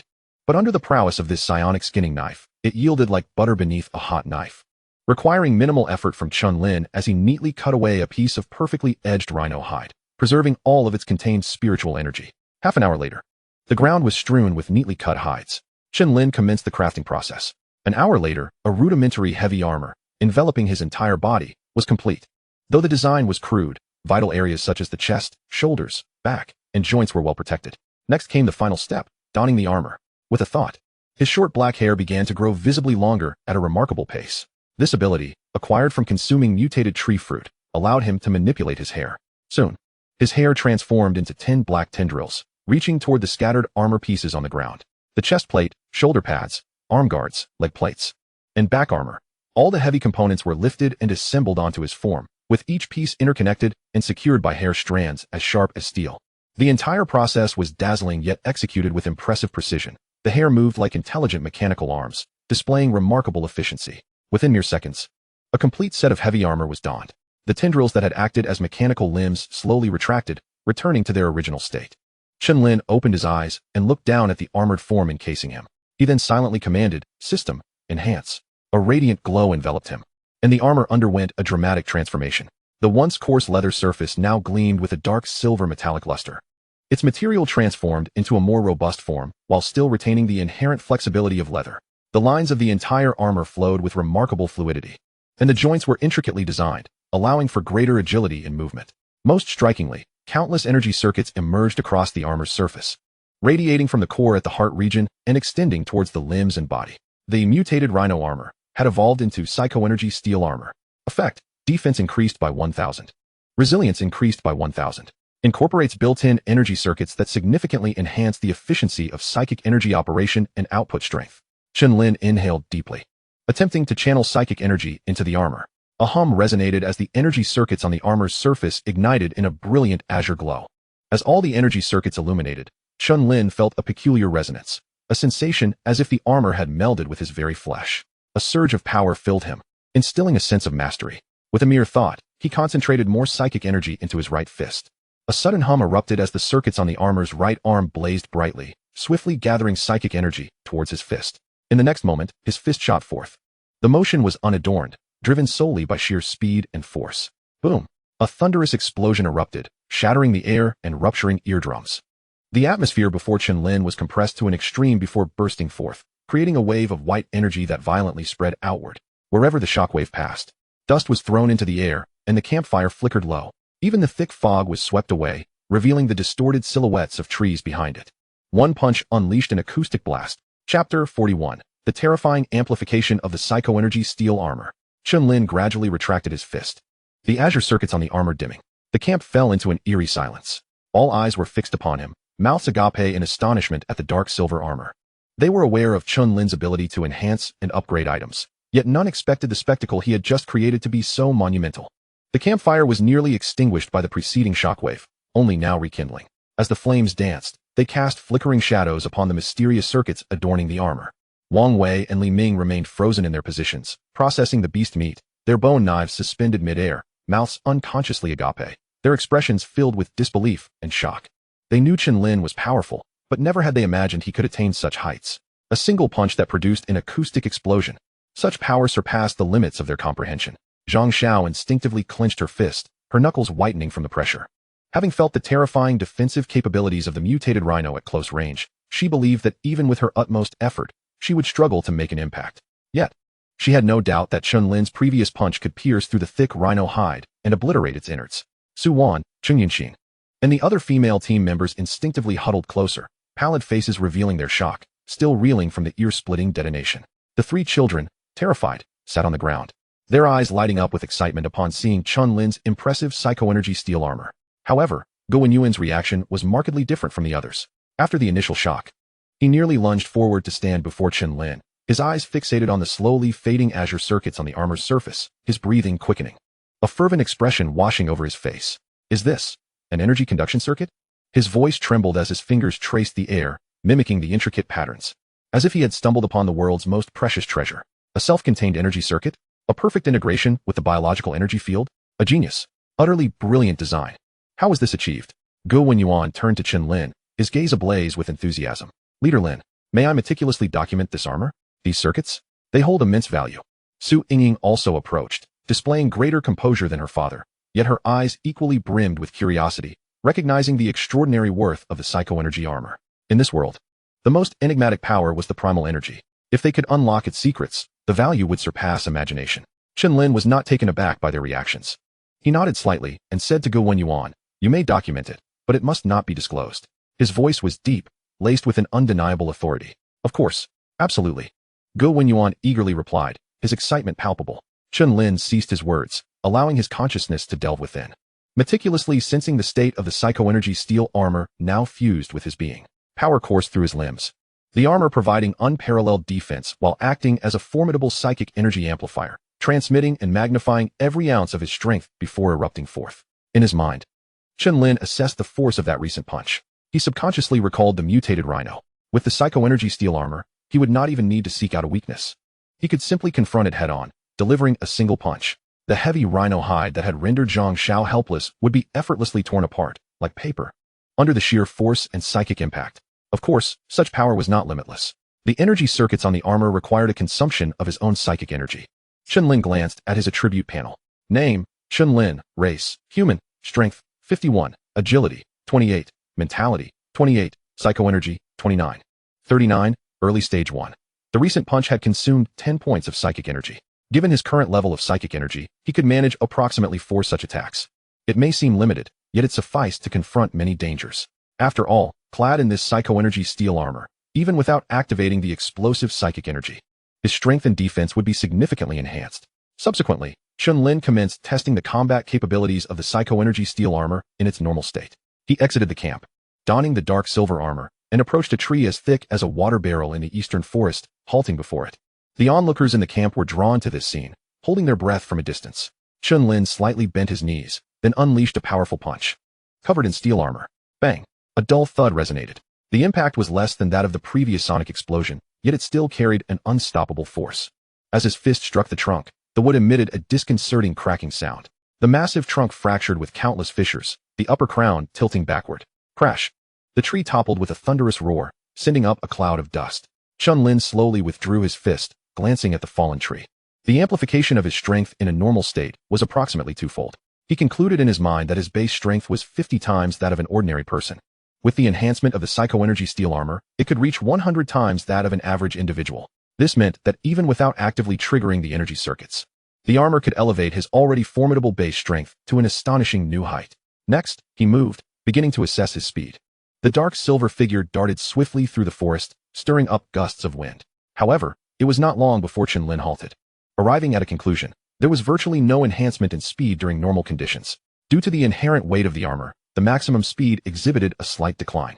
Fortunately, agility remained largely unaffected. However, upon activating the energy circuits in the feet, a remarkable surge in velocity could be achieved. The tests for strength and speed were completed. Now, it was time to assess the armor's defensive capabilities. Chen Lin turned to Zhang Xiao, his expression serious. Zhang Xiao, strike me with your alloy battle knife. With all your might. Huh. Zhang Xiao was momentarily taken aback, then nodded in agreement. Drawing a deep breath, she gripped the alloy battle knife tightly, her eyes sharpening with determination. Linge, here I come. With a firm shout, she unleashed her full strength. The blade slicing through the air as she struck fiercely at Chen Lin's chest plate. Clang! The deafening clash of metal reverberated through the air. A shower of sparks erupted. The tremendous recoil left Zhang Xiao's arms tingling, and she staggered back several steps before regaining her balance, the alloy battle knife humming incessantly, now bearing a noticeable chip on its edge. In contrast, Chen Lin merely swayed slightly, the ground beneath his feet sinking only a fraction. He glanced down at the spot on his chest plate that had been struck. It remained utterly unscathed, the ethereal blue circuits continuing to shimmer with a soft glow. Impressive defense. Chen Lin nodded in satisfaction, fully aware that at this stage, the armor's upper limits of protection could not be tested unless energy weapons were employed, as conventional weaponry felt akin to mere tickles. Chapter 42. The creation of a new breathing technique. Spirit breathing technique. After testing the strength of the energy armor, Chen Lin returned to camp, removing the armor and placing it aside. Although the energy steel armor was formidable, it isolated him from the external environment, preventing him from absorbing the surrounding spiritual mist. Therefore, it was unnecessary to wear it continuously when combat was not imminent. Chen Lin stretched his limbs, his gaze falling upon the remaining golden-horned rhinoceros horn. This horn was of high quality, ideal for crafting weapons. His energy steel armor was in need of a heavy weapon. However, Chen Lin refrained from immediate enhancement, as he had exhausted the mutated tree heart while reinforcing his energy stripping knife. Currently, he lacked suitable materials for a weapon handle. As for the mutated rhinoceros bones, he attempted to enhance one, but discovered it could not be transformed into an energy weapon. To forge an energy weapon, he would have to seek out mutated tree hearts or other high-quality materials. At dawn, I shall venture into Mist Mountain once more, Chen Lin resolved inwardly. He then looked down at the experimental weapon forged from rhinoceros bone. Rhinoceros bone was enhanced into Savage Bone Battle Knife. Effect: increases sturdiness by 1000, sharpness by 1000, and slightly enhances the user's strength. This was a long-bladed bone knife, wild in design, composed of a hard material, and possessing an exceptionally sharp edge. Though this new weapon was adequate, it paled in comparison to the energy spear. Chen Lin decided not to keep it for himself, opting instead to give it to Zhang Xiao, whose alloy battle knife had sustained damage during the earlier defense test, leaving her in need of a weapon. He handed the Savage Bone Battle Knife to Zhang Xiao. Give it a try. Zhang Xiao accepted it, swinging it a couple of times, creating a whooshing sound. She approached another stump and struck down. Whoosh. The stump was cleaved in two, the cut clean and precise. What a fine blade. A smile spread across Zhang Xiao's face. Thank you, Lingu. Chen Lin nodded, choosing not to elaborate further, and turned towards his wooden cabin. Inside, an oil lamp flickered, illuminating a bed reinforced with beast hide and a wooden table beside it. Rather than resting, Chen Lin sat at the table, unrolling a piece of processed beast hide. He picked up a charcoal pencil and began to contemplate. It was time to upgrade his breathing technique. The area surrounding the spiritual mine was perpetually shrouded in spiritual mist, and while the old whale swallow breathing technique was adequate, it required active engagement and could not cover his resting periods. He needed a method that could operate continuously, even autonomously absorbing spiritual energy during sleep. The charcoal pencil glided across the beast hide, producing a soft rustling sound. Drawing upon his understanding of the whale-swallow breathing technique, combined with his bodily control and the characteristics of the Mist Mountain environment, he began to formulate a new breathing method. Time passed slowly. Eventually, he paused his writing. The hide was filled with the principles of the breathing technique and the methods for drawing in the spiritual mist. System enhance. Buzz. A flash of light enveloped the hide, transforming it instantaneously. Self-created breathing technique was enhanced to spirit breathing technique. Effect. Significantly increases the efficiency of spiritual mist absorption, capable of operating in an unconscious state to continually absorb spiritual energy. It was accomplished. Chen Lin felt a surge of joy within. He stepped outside to test it and found that the spirit breathing technique was indeed more potent than the whale swallow breathing technique. Furthermore, once mastered, this technique could function autonomously. It continuously absorbed the spiritual energy from the surrounding mist, even during sleep. Having laid the groundwork with the whale swallow breathing technique, Chen Lin grasped the spirit breathing technique in no time. He practiced until deep into the night, only pausing when he felt a hint of exhaustion. He glanced at his attribute panel. Name, Chen Lin. Race, human. Strength, 5,152. Agility, 2,829. Mentality, 2,829.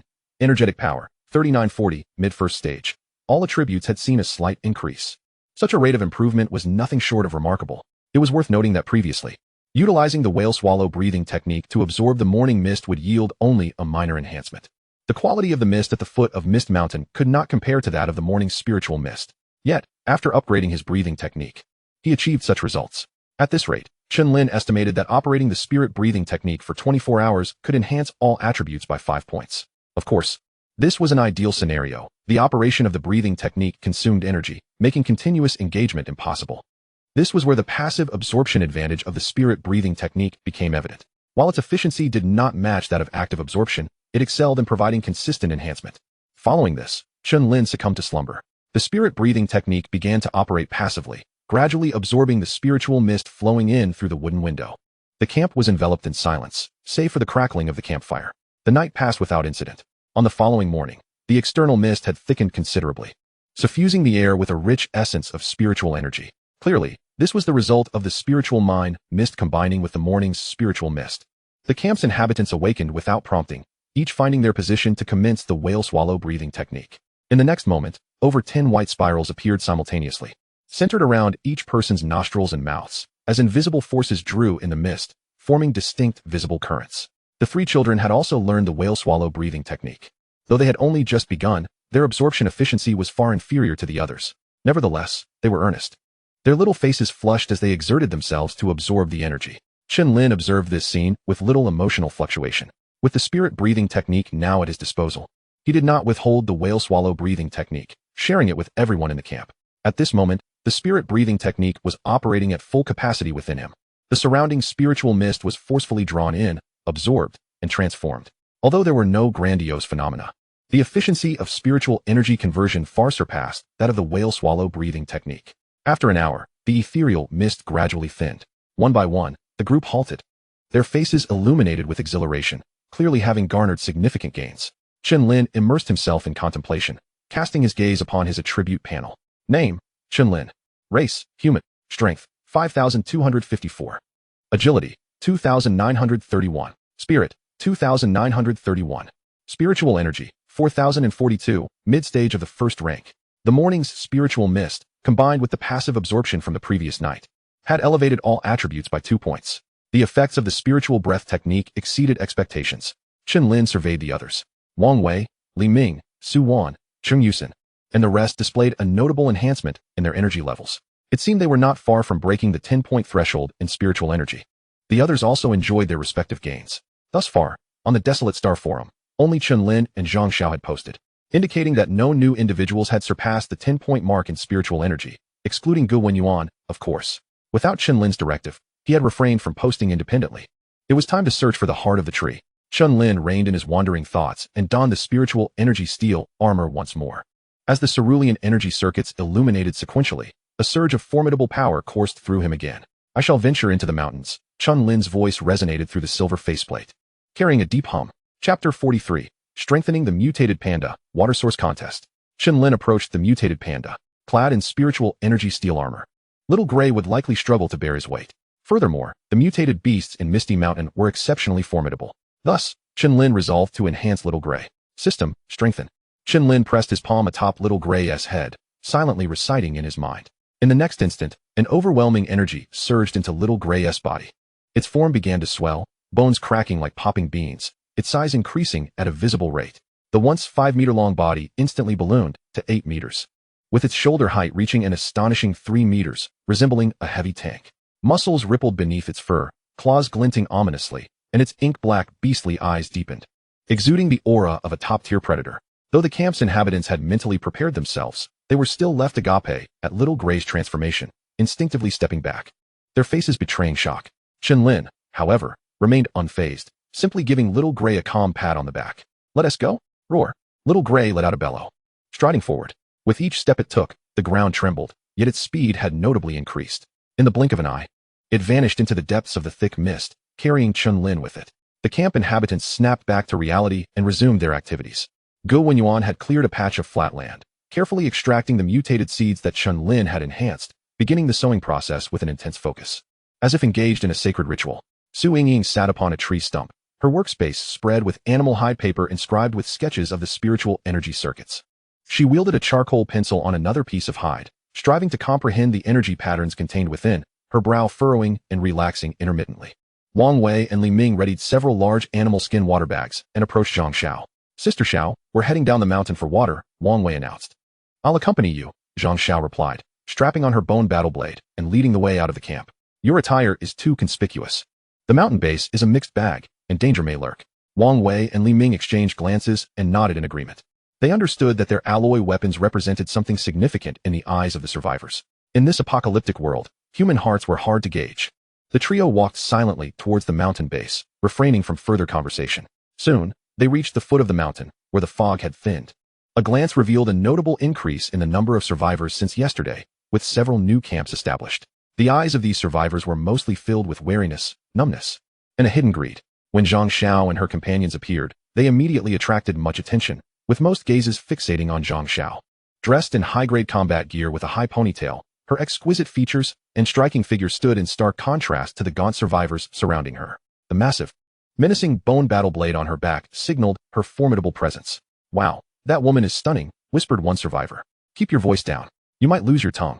Did you not see that blade? She is probably a tough one." The murmurs of the survivors echoed around them, unfazed by their stares. Zhang Xiao continued leading Wang Wei and Li Ming toward the water source. Before long, they arrived at the water source, a chaotic hub where survivors congregated to gather water. The area was overrun by several factions, each marking their territory with fierce posturing. Lines of survivors awaited to collect water, only to be turned away at the entrance. One group of water bullies, numbering around a dozen, comprised brutish men with menacing features, armed and exploiting those attempting to fetch water. At that moment, a frail man, clutching a wooden bucket, stealthily approached the downstream area to draw water, evidently trying to avoid the bullies. "Damn it!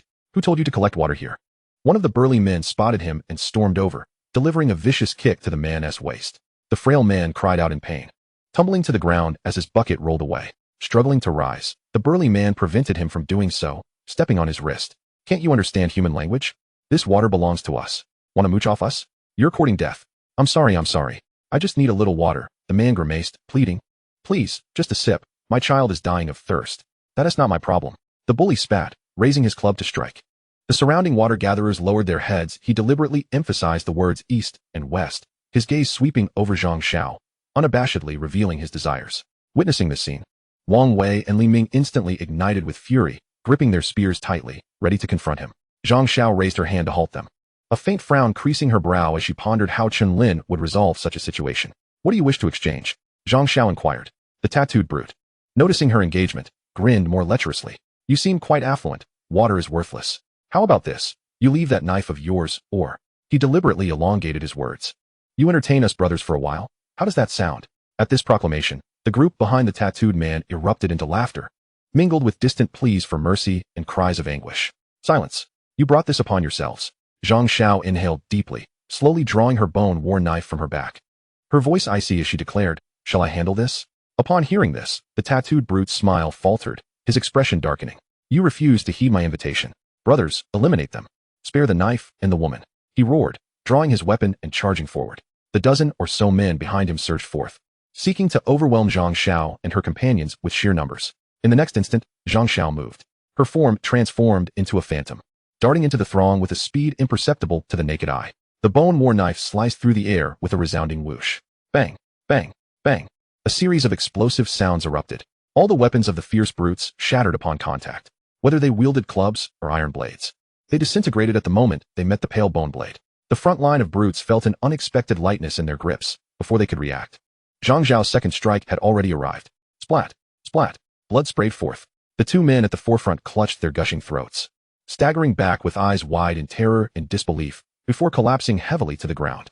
Zhang Zhao's steps did not falter as she wove through the crowd.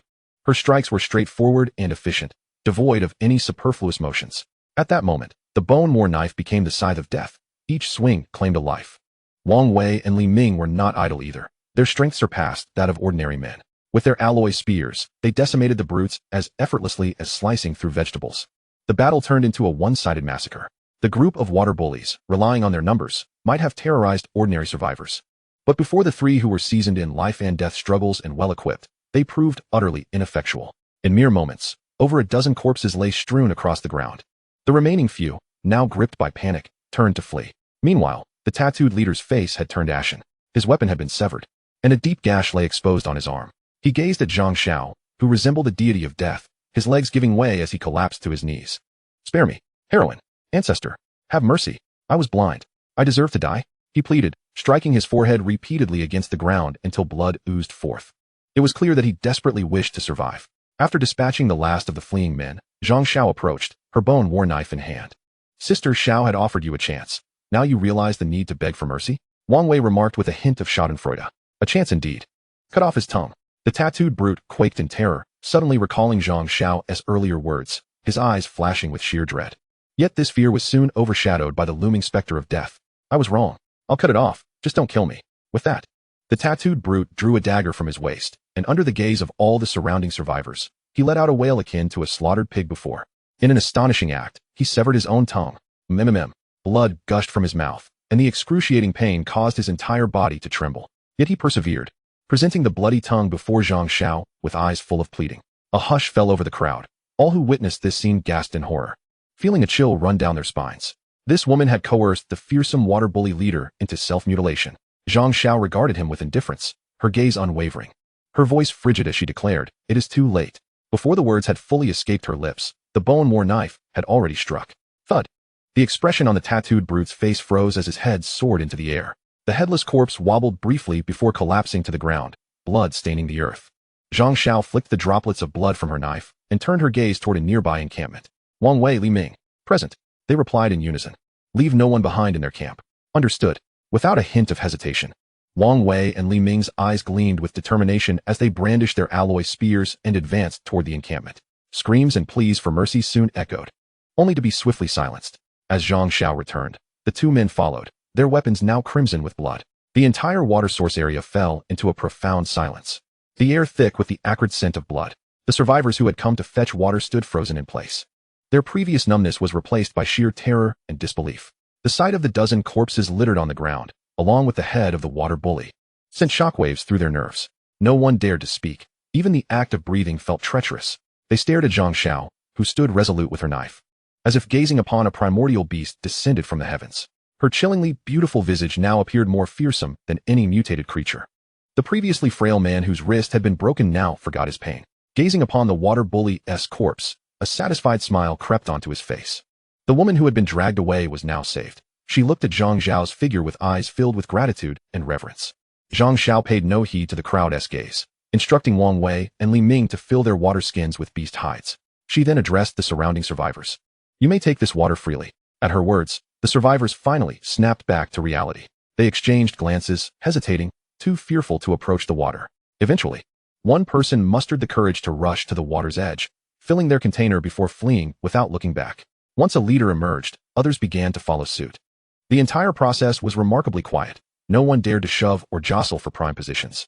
They carefully avoided the bodies on the ground and the area where Zhang Xiao stood. Each movement was swift, and as soon as they filled their containers, they departed. As the survivors passed near Zhang Xiao, they instinctively lowered their heads, unwilling to meet her gaze. Zhang Xiao wiped the bone war knife clean and secured it once more on her back. Wang Wei and Li Ming had also filled their water bags. Subsequently, the trio retraced their steps. As they walked, the survivors parted to create a path, watching them leave. It was only once their figures had completely vanished that the oppressive atmosphere began to lift. Yet that cold, striking silhouette remained deeply etched in everyone's minds. After the trio departed, the events that had transpired spread rapidly. With the propagation of these accounts, Zhang Xiao was depicted as a cold-blooded, formidable deity of death. News inevitably flowed into the official temporary command center. The officer in charge of intelligence was currently reporting to Meng Yiwu. After extensive investigation and verification, it has been confirmed that this incident was caused by the members of the team from yesterday. The combat was exceedingly brief, with no survivors on the opposing side. Numerous eyewitnesses provided consistent accounts, asserting that the enemy's combat prowess far surpassed that of ordinary survivors. Upon hearing this, a heavy silence enveloped the command center, with every face reflecting a grave concern. After stepping aside, the intelligence officer did not immediately incite a debate. Rather, an eerie stillness fell over the room. Several officers digested the recently received information. What appeared on their faces was not anger or surprise, but an almost absurd disbelief. Wait. One bespectacled officer grasped the crux of the matter, asking in confusion, "Are you saying they descended from the western foothills? We lost over a dozen soldiers in that godforsaken place without even a ripple?" His words seemed to ignite a fuse, a hypothesis exploding in everyone's minds. Could that team have truly established a foothold in the western death zone? Chapter 45. Commander Meng Yiwu's Speculations. An astonishing conclusion. Are you certain the source of the information is reliable? Another tactical commander inquired. Did they really set up a camp over there? Can they send people down at will? The reporting officer nodded, stating that there were numerous eyewitnesses, and their descriptions were highly consistent. The direction they returned from was indeed the perilous area on the western foothills. How is this possible? Another tactical commander exclaimed, visibly agitated. The mutated beasts in that cursed place are extraordinarily powerful. The mists are peculiar. Our trained and well-equipped personnel couldn't even emerge from there. How could they? Just with a few cold weapons? One mutated beast? As these words were uttered, a somber atmosphere enveloped the command center. If the rumors were true, it would mean a catastrophic miscalculation in their assessment of Chen Lin's team. They were not merely a fortunate band of survivors, but rather an organization of formidable warriors. Being able to establish themselves in that death zone attested to their terrifying capabilities. That woman is exceptionally powerful. At this moment, another officer analyzed. Her psychic energy level likely exceeds 8 points, possibly nearing the 10-point threshold. Such psychic strength is among the elite levels known in the survivor community, and she appears to be merely a subordinate of that individual. It's not just about individual strength. Another officer interjected, his countenance grim. Their equipment is also quite unusual. That bone knife capable of slicing through metal isn't something current technology can produce. And their audacity to venture into that area surely harbors secrets. Have they mastered a method for rapidly enhancing psychic energy? Or perhaps they possess new world-forging techniques. As everyone speculated, their tones mixed disbelief with avarice. If that woman is merely one of their members, then their leader's strength likely surpasses our imagination. Their threat level must be elevated to the highest. A group endowed with unknown powers, potentially possessing rapid enhancement methods, whose individual capabilities are unfathomable, and who act without inhibition, now resided not far from them. This was no mere inconvenience, but rather a monumental threat that could destabilize their very existence. All eyes turned to Meng Yiwu, awaiting his decision. He was the highest commander present. After the discussion subsided, an oppressive silence fell over the command center. Meng Yiwu did not speak immediately. He sat there, tapping his fingers on the table, his brow furrowed. Just yesterday, he had emphasized to his subordinates the limitations of individual power, asserting that only through elite organizations could humanity hope to prevail. He firmly believed that the collective strength and wisdom would overshadow any individual, ultimately establishing order in this new world. This belief had always been his guiding principle, a source of confidence in maintaining authority in the new world. Yet now, the sudden emergence of that team instilled a flicker of doubt within him. A team capable of establishing a foothold in a high-risk area, coupled with the mysterious, earth-shattering sound from the previous night. If this too was their doing, then this team was no trifling adversary, but an unimaginable foe. This shattered Meng Yiwu's preconceived notions. He had believed that at this stage, no human individual could surpass the combat strength of the mutated beasts lurking deep within the Misty Mountains. Meng Yiwu's original plan was to steadily enter the Misty Mountains, explore the mineral veins, gather technical personnel, and then gradually consolidate the strength of the survivors to take control of the spiritual minds. But now, just as the plan was initiated, such a formidable entity had arisen. To suppress them forcefully, the cost might be unbearable, potentially leading to catastrophic consequences. To allow them to grow unchecked, they would undoubtedly become a future threat, with the spiritual minds possibly changing hands. To attempt contact for cooperation, the other party's intentions were unclear, their strength unfathomable, and the risks of dealing with them were immense. Each option was fraught with significant risks and uncertainties. For the first time, Mengyu felt a sense of helplessness. He had held high office for so long that he could scarcely remember the last time he felt so powerless. This discomfort led him to question himself, wondering if he had previously overestimated the power of organizations, thereby underestimating the potential and infinite possibilities of individuals in the new world. As these thoughts coursed through him, a sharp headache assailed him. Rubbing his temples, he gradually regained his composure. The silence in the command center lingered for a considerable time. Finally, Mengyu took a deep breath, forcefully suppressing his tumultuous thoughts.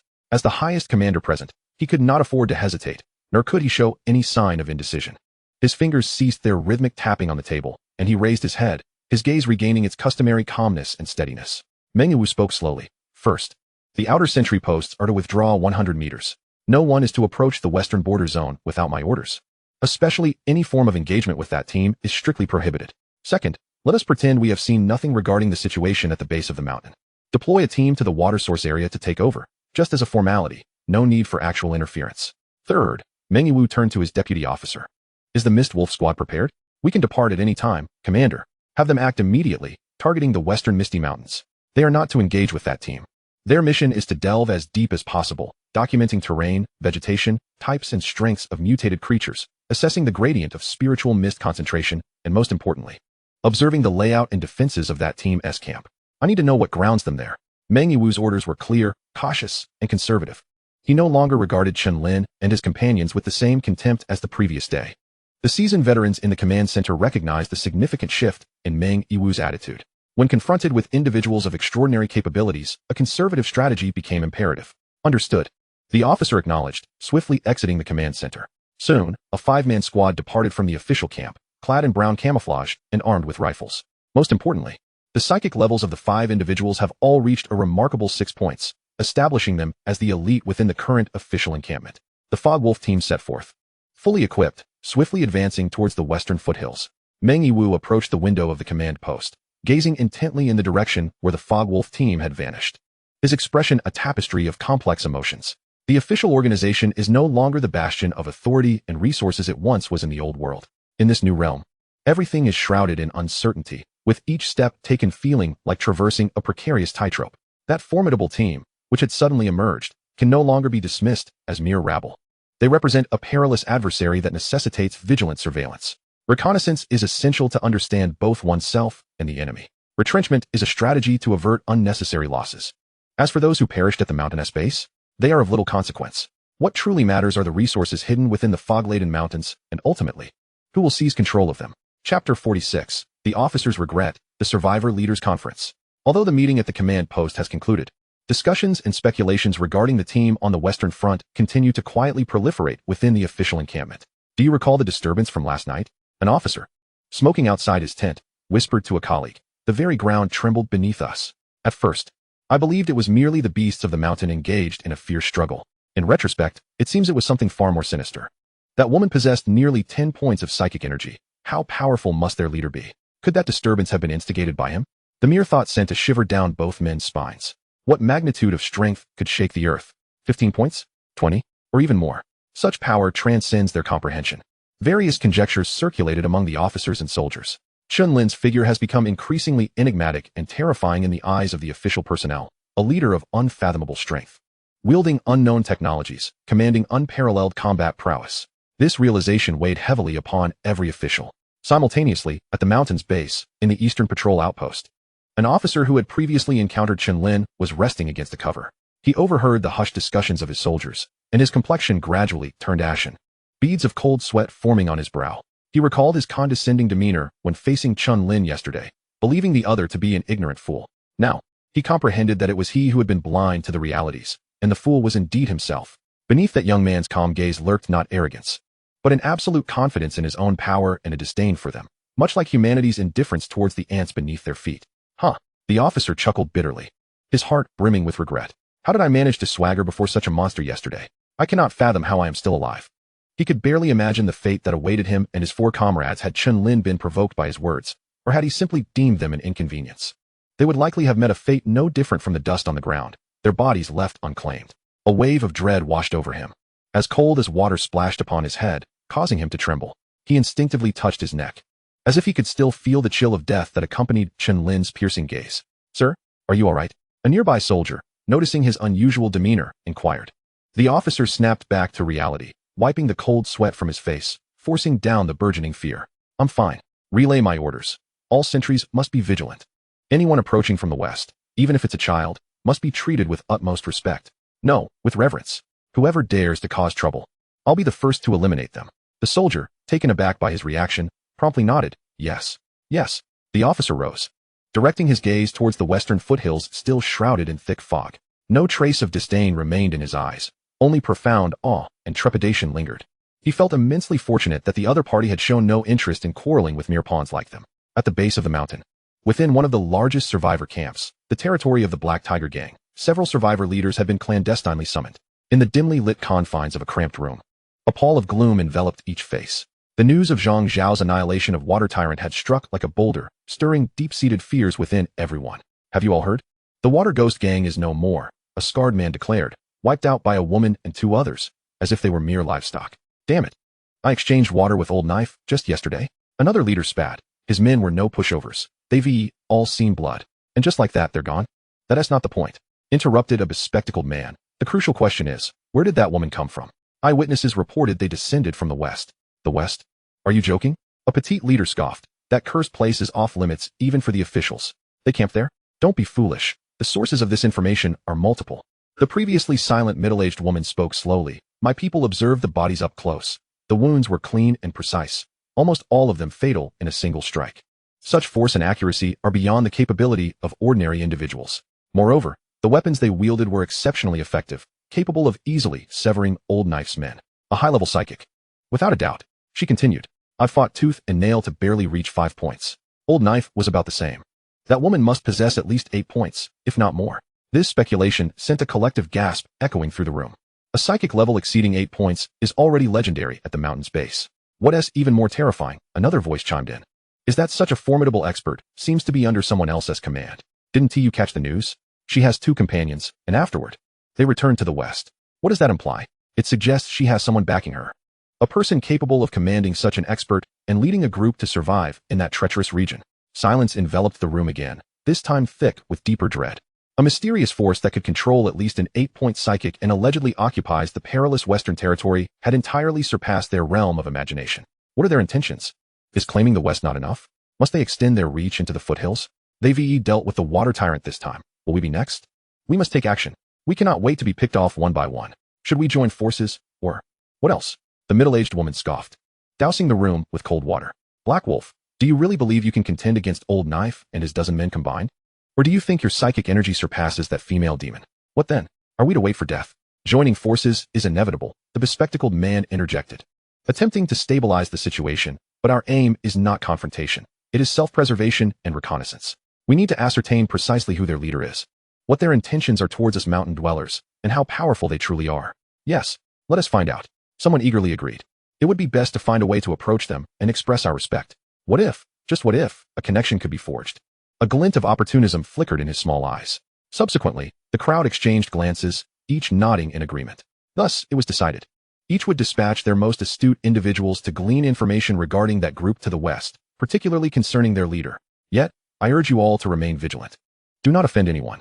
Until the situation is thoroughly understood, no one should act recklessly. The meeting concluded amidst an atmosphere thick with tension and unease. The scheming leaders quietly dispersed, retreating to their respective territories. At the foot of the mountain, the dynamics shifted subtly, influenced by the manifestation of a mysterious force within the fog mountains to the west. The once disorganized and chaotic survivor groups began instinctively to unite under an enormous sense of impending crisis, eager to uncover the truths concealed within the mist. That enigmatic leader became the focal point of speculation and dread for all. Chapter 47. Strong regenerative ability? Then let me reduce you to ashes. Clad in psychic steel armor and mounted upon the enhanced Little Gray, Chen Lin navigated through the fog-laden forests. Little Gray, resembling a small mountain in stature, moved with surprising agility, its hefty paws striking the ground with a dull thud, emanating an unsettling sense of pressure. Chen Lin attuned himself to the surrounding environment, searching for suitable mutated trees to harvest materials from.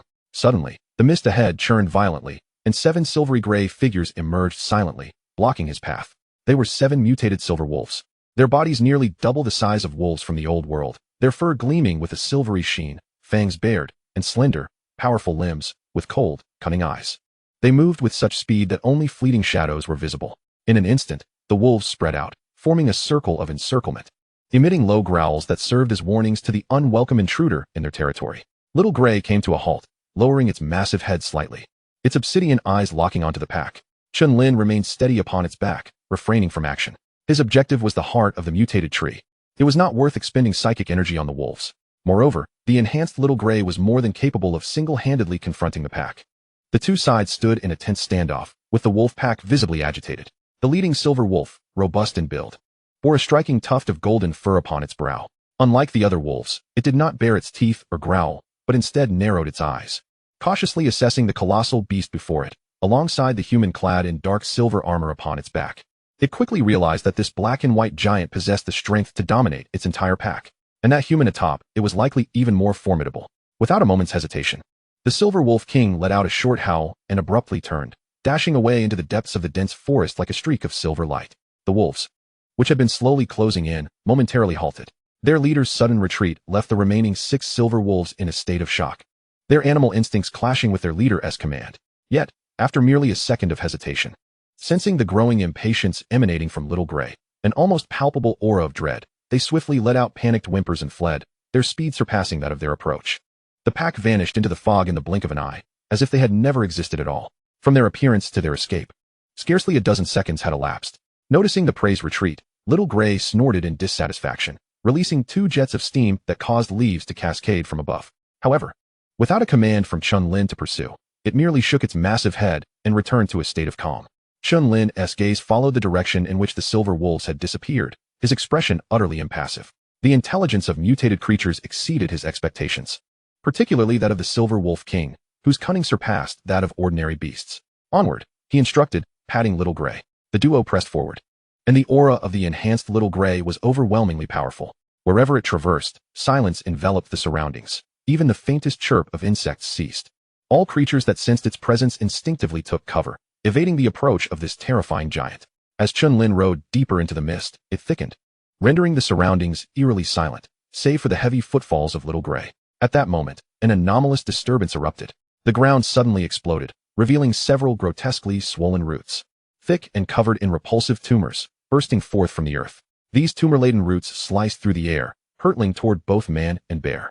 Little Gray reacted swiftly, unleashing a furious roar, demonstrating reflexes that belied its massive size. With a powerful swipe of its clawed forepaw, it tore through the approaching roots with ease. A cacophony of flesh being rent apart echoed through the air as the roots, akin to frightened rodents, retreated hastily back into the ground. Chen Lin refrained from intervening, his gaze fixed coldly upon a mutated tree ahead. Towering at 20 meters with a girth of 3 meters, the tree was peculiarly adorned with tumors. The earlier ambush had evidently been orchestrated by this arboreal monstrosity. In a fury, Little Gray charged forward, intent on uprooting the tumor-ridden giant tree. Yet, at that moment, the ground adjacent to the tree suddenly gave way. A colossal black worm emerged. Its surface was armored with a tough chitinous layer, segmented into circular rings, while its head bore a monstrous maw filled with menacing teeth. Judging by its appearance, it appeared to be a mutated earthworm. Strangely, this aberrant creature was entwined with brown roots, suggesting a fusion with the tumor-laden tree. As soon as the mutated earthworm surfaced, it opened its massive jaws, exhaling a fetid wind as it lunged for Little Gray's hind leg. Sensing the impending danger, Little Gray lashed out with its mutated tail, striking the earthworm's head with tremendous force. A thunderous impact reverberated, caving in the creature's head and shattering its chitinous armor, greenish blood spraying forth. Yet astonishingly, the wound began to heal at a visibly rapid pace, with even the delicate roots regenerating. The earthworm emitted a sharp, piercing roar and charged again, its massive jaws agape, appearing grotesquely menacing. Chen Lin's brow furrowed imperceptibly. These two mutated creatures could cross species lines in their fusion. Moreover, their regenerative abilities were formidable, making them exceedingly difficult to kill. As the mutated earthworm lunged once more, Chen Lin's eyes hardened. So, you possess strong regenerative capabilities, do you? Beneath my mask. His tone was calm, yet laced with a chilling mockery. I wonder if pulverizing you will hinder that regeneration. No sooner had he spoken than he sprang into action. Leaping from the back of the mutated panda, the ethereal blue circuits on the right arm of his psychic steel armor ignited, akin to an overloaded energy conduit. An overwhelming surge of psychic energy was drawn forth, compressed, and concentrated entirely at the tip of his fist. The surrounding air warped under the weight of the high energy concentration. Resonating with a deep hum, Chen Lin employed no elaborate techniques. He threw a straightforward, direct punch, This strike was as swift as lightning, yet it carried the immense weight of 1,000 tons. The air before his fist was compressed to an extreme, producing a sound that shattered eardrums. In the next instant, his fist struck the head of the mutated earthworm with unerring precision. There was no stalemate, no dull thud of collision, only utter, cataclysmic obliteration. Bang! Like a tomato crushed by immense force, the grotesque head of the mutated earth dragon, along with its massive body, exploded under a single punch. It shattered into countless splatters of blood, which rained upon the surrounding trees and ground, emitting a hissing sound of corrosion. With just one blow, the mutated earth dragon was irrevocably erased from this world. Chen Lin descended to the ground, stood upright, and slowly retracted his fist. The filth that had sullied his steel-armored right arm was instantaneously evaporated by the energy coursing through its surface, restoring its dark silver sheen. Chen Lin lifted his gaze towards the bulbous tree, silently murmuring to himself, "I hope you can withstand my punch." Chapter 48. The Outbreak of Mutant Beast Tides? No. It is the mutated beasts fleeing for their lives. Seemingly sensing the demise of the mutated earth dragon, the colossal form of the bulbous tree trembled. Immediately, all its exposed mutated roots recoiled into the ground with the speed of startled serpents. Simultaneously, the earth began to quake, and the trunk of the bulbous tree creaked ominously. The enormous tree was clearly terrified, attempting to escape from this place. But Chen Lin would not grant it such an opportunity. Just as the bulbous tree began to sink half a meter, Chen Lin sprang into action. The figure clad in psychic steel armor appeared beside the tree trunk like a wraith. He then thrust both hands deep into the violently trembling trunk. Trying to flee? Came the cold words from beneath the visor. In the next instant, Chen Lin summoned strength from his core, his arms forcefully lifting upward. Buzz! The azure circuits on his armored arms blazed to life, unleashing a titanic force. The earth groaned under the unbearable strain, and soil heaved upward in a dome around the tree, cracking and splintering. Countless robust, soil-encrusted roots were violently torn from the ground. In an instant, dirt, stones, and severed roots were sent flying. The enormous bulbous tree, attempting to flee, was uprooted by Chen Lin's augmented strength as if it were a mere turnip. Along with its massive clump of earth, the tree was lifted off the ground, suspended in midair, its numerous roots twisting and writhing. The bulbous growths on its trunk oozed a foul, viscous liquid out of sheer terror. The entire tree trembled violently. Yet it could not escape the iron grip of Chen Lin. He hoisted the bulbous tree with one hand, his indifferent gaze sweeping over the writhing roots and growths, as if appraising a lifeless object. At that moment, a commotion arose from the deep pit left in the ground. Chen Lin looked down. He beheld countless bloody, fleshy tendrils writhing in the depths of the pit. They were retreating into the earth at an alarming speed, ultimately disappearing from sight. Just as Chen Lin contemplated jumping down to investigate, the surrounding soil suddenly shifted. Boom! With the pit as its epicenter, a vast expanse of land began to collapse. It was as if the ground beneath had been hollowed out, with dirt, stones, and remnants of the tree's roots cascading into the suddenly revealed abyss. Chen Lin's figure flickered as he leapt backward, landing steadily. Moments later, the land ceased its collapse, revealing a massive pit over 20 meters in diameter. The edges continued to crumble, revealing a bottomless depth. Only a chilling wind surged forth from within, carrying a damp, putrid scent. The eerie bloody tendrils at the bottom had long since vanished, as if they had never existed. Standing at the edge of the pit, Chen Lin gazed into its depths for several seconds, his expression hardening beneath his steel visor. It seemed that beneath the foggy mountains lay something far more troublesome than these surface-dwelling mutated creatures. Chen Lin withdrew his gaze and turned towards the lifeless remains of the colossal tree. Gripping the trunk firmly, his psychic steel armor erupted in a burst of radiance, and he exerted his strength. Crack! Boom! Under the unparalleled might, the stout trunk was completely torn asunder. As with chips flew, a segment of the core, approximately 4 meters long and as thick as a thigh, was revealed. The wooden core shimmered in a dark golden hue, exhibiting an extraordinarily high density. At last, he had found it. A smile crept across Chen Lin's face. This was the mutated tree heart he had sought. It contained psychic energy, making it an exceptional material for enhancing psychic weapons. Clutching the mutated tree heart in his hand, he leapt onto the back of Little Gray. Let us commence the hunt. The mutated panda growled lowly and ventured deeper into the foggy mountains. Soon, their quarry appeared, a large mutated warty pig. Upon noticing the duo, the mutated warty pig did not flee. Instead, it charged forward with a furious roar. Little Gray raised its massive paw and brought it down with great force. Crack! The neck of the mutated warty pig snapped audibly, and its colossal body collapsed to the ground. Subsequently, the pair continued their hunt of the mutated beasts. Wherever they passed, trees toppled, and the ground trembled.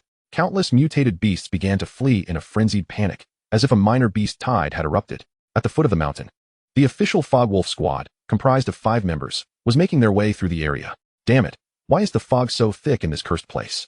One team member muttered under his breath, cautiously avoiding the thorns ahead. Just as he spoke, another member halted, his expression puzzled. Do you all feel that? The ground is shaking. Upon hearing this, the captain's expression changed dramatically. He crouched down to sense the tremors, his face paling. Beast tied. Quickly, find cover. The 5-man squad immediately abandoned their original route and sprinted desperately towards a rocky area. Their eyes were filled with terror, inwardly lamenting their misfortune. How could we be so unlucky? We just got to the mountain and are already faced with this nightmare. Almost simultaneously, chaotic footsteps echoed from another direction. A group of survivor leaders, along with a dozen subordinates, burst from the thicket, their faces pale with fear, evidently also fleeing the oncoming beast tide. The two groups met. Momentarily stunned. Official personnel? Survivor leaders? But now is not the time for pondering. It doesn't matter who they are. Quickly hide, a survivor leader shouted, leading his group to scramble into a pile of rocks. The official squad also found their cover and concealed themselves. As the tremors intensified, a thunderous rumbling resounded. The beast tide had arrived.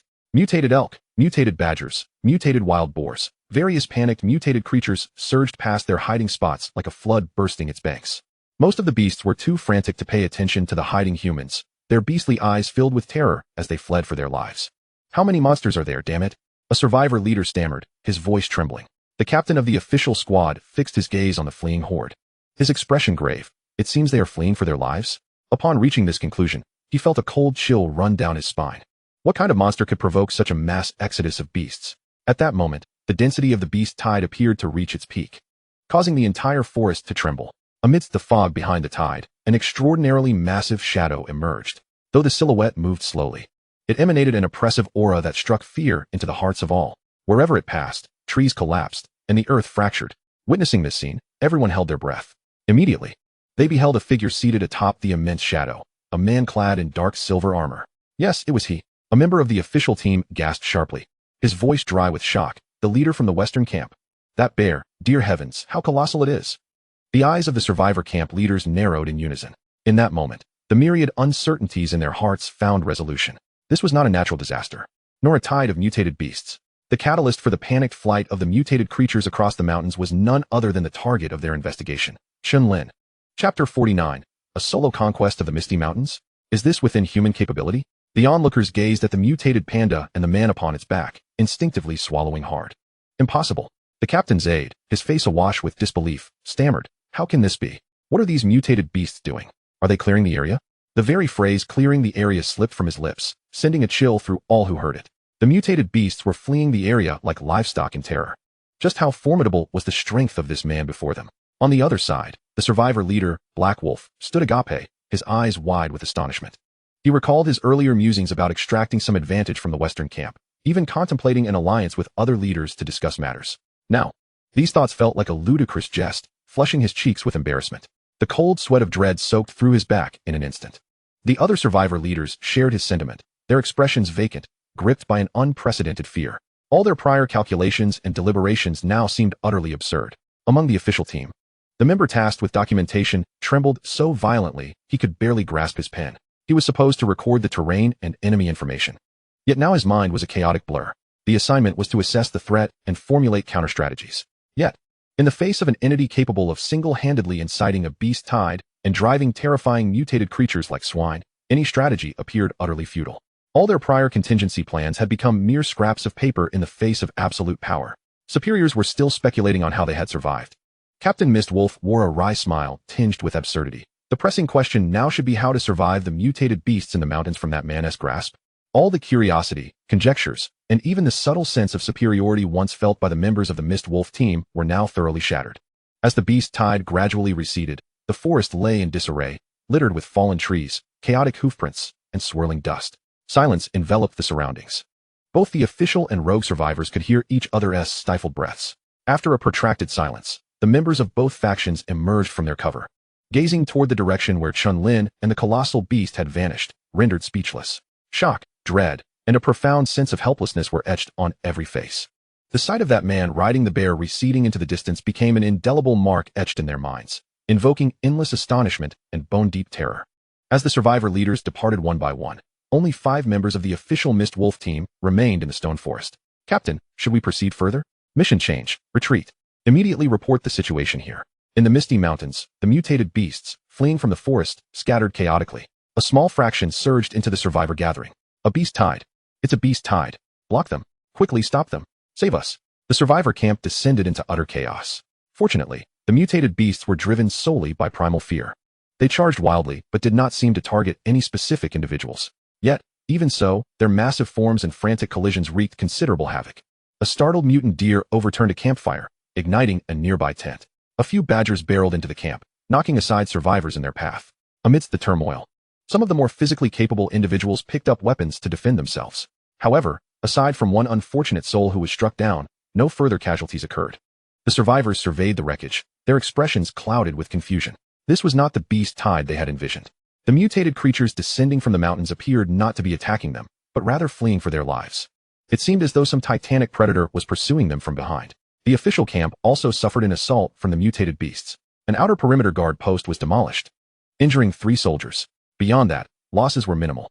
Manhwaedit stood outside the command post, his expression grim as he watched soldiers clearing the scene and tending to the wounded. He gazed toward the direction of the oncoming beast tide, his brow furrowed. This unusual upheaval was inexplicably connected to that place. Just then, a soldier rushed over, saluting, "Sir. The Mist Wolf team has returned." At this, Manhwaedit spun around sharply. "Bring them here." Moments later, 5 members of the Mist Wolf team stood before him, each bearing injuries, their combat gear caked with mud, and their faces reflecting not just exhaustion but an unmistakable terror. "Speak. What is happening?" Manhwaedit's tone was laced with urgency. The captain of the Mist Wolf team took a deep breath, his voice trembling ever so slightly. "Sir. The beast tide was artificially induced." "What?" exclaimed the aide beside him. "By whom?" Manhwaedit's heart sank, already suspecting the answer but needing confirmation. It was that leader from the west. The captain's gaze drifted, still entrapped in the shock of the moment. He was hunting atop a mutated bear. They were not merely struggling for survival. They were rampaging through. Wherever he passed, all mutated creatures fled in a frenzy. The bear he rode was as large as a heavy truck, clad in armor the likes of which we have never seen. Those mutated beasts saw him as a predator. No, even more terrifying than that. The entire mountain's wildlife was fleeing solely because he was behind them. The team members spoke in rapid succession, eager to convey the unimaginable scene.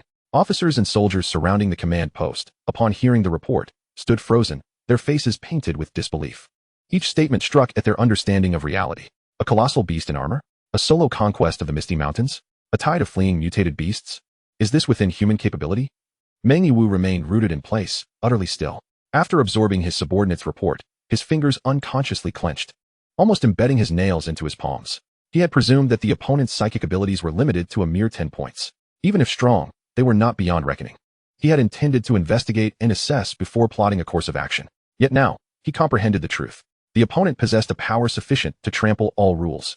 This was no longer a competitor, but a monstrosity capable of disregarding regulations. A wave of profound helplessness washed over Manhwaedit, aging him several years in an instant.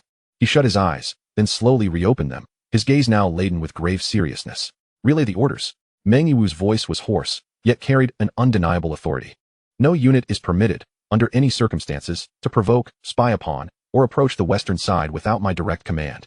Those who defy this order shall face military justice." He paused momentarily, his tone growing somber. "Gather all the staff officers. We must reevaluate our entire strategy." The specifics of this plan remained unspoken. How to survive in the shadow of Chen Lin, through escape or submission. Chapter 50. A surge of 10 points in spiritual energy. Enhancement of the spiritual energy blade. Riding on the mutated panda Little Gray, Chen Lin emerged through layers of white mist at the periphery of the mountainside camp. Little Gray's massive form loomed like a moving mountain, instilling a palpable sense of oppression that thickened the air around the camp. Chen Lin casually discarded several carcasses of mutated beasts onto the ground, the heavy thud drawing everyone's attention. Even in death, the lingering ferocity and colossal size of the beasts evoked a sense of dread. Subsequently, Chen Lin produced 3 peculiar fruits emanating a faint glow and casually placed them on a wooden stump. Everyone in the camp ceased their activities, their gazes converging upon him. Wang Wei, Li Ming, and other seasoned team members reacted swiftly, abandoning their tools to approach him with a mix of reverence and excitement. "Brother Lin, Chief." The two expertly examined the fallen prey, assessing which parts were edible and which could serve as enhancement materials. Their eyes were filled with faith and admiration for Chen Lin, for he consistently returned from his excursions with unimaginable benefits and resources. Zhang Xiao also approached, casting a glance at the mutated beast carcasses, her expression sharpening slightly. In her perception, these beasts were formidable, not inferior to the previously encountered mutated rhinoceros. Her gaze then fell upon Chen Lin, lingering for a few seconds on his dark silver armor. She sensed that his aura was stronger than when he had departed the camp.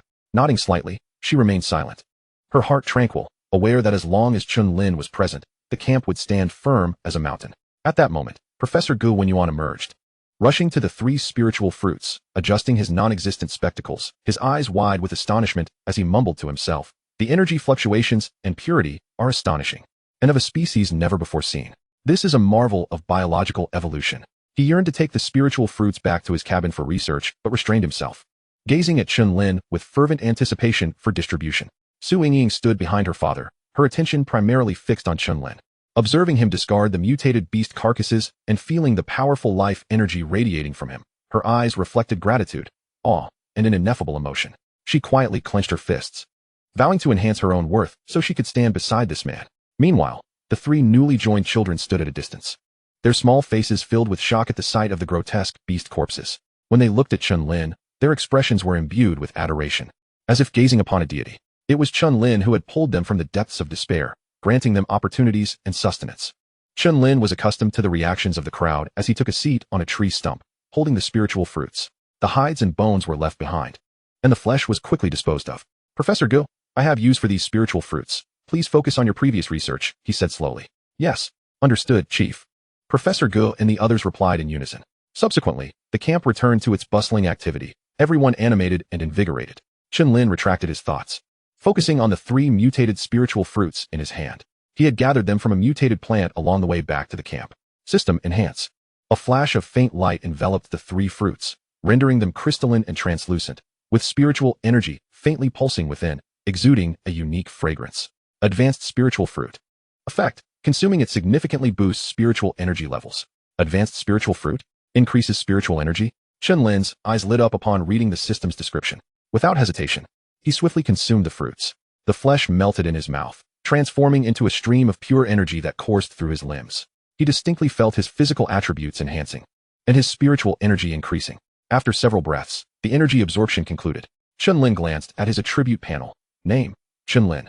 Race: human. Strength: 5,456. Agility: 3,133. Mentality: 3,133. Spiritual energy: 4252, mid-first stage. All attributes increased by 2 points. The spiritual energy surged by 10 points. Such a rate of growth, if disclosed to others, would surely leave them astounded. Up until now, no one in the Wilderness Star Forum had achieved a 10-point spiritual energy level. Yet, Chen Lin effortlessly gained 10 points from just 3 fruits. Feeling the powerful energy surging within him, Chen Lin nodded in satisfaction. With ample food reserves in the camp, the focus ahead was to digest these gains and further bolster his strength. The disturbances from the mountain below were but trivial background noise to him. His attention remained steadfastly on the Fog Mountain's spiritual mine and his own ascendance and power. Shifting his focus, he regarded the segment of mutated tree heart. With all materials at hand, it was time to forge a heavy weapon. With a weapon, the spiritual energy steel armor could unleash its full potential. Chen Lin grasped the heavy golden patterned rhinoceros horn and trimmed another segment from the mutated tree heart. He then joined the two together. System Enhance.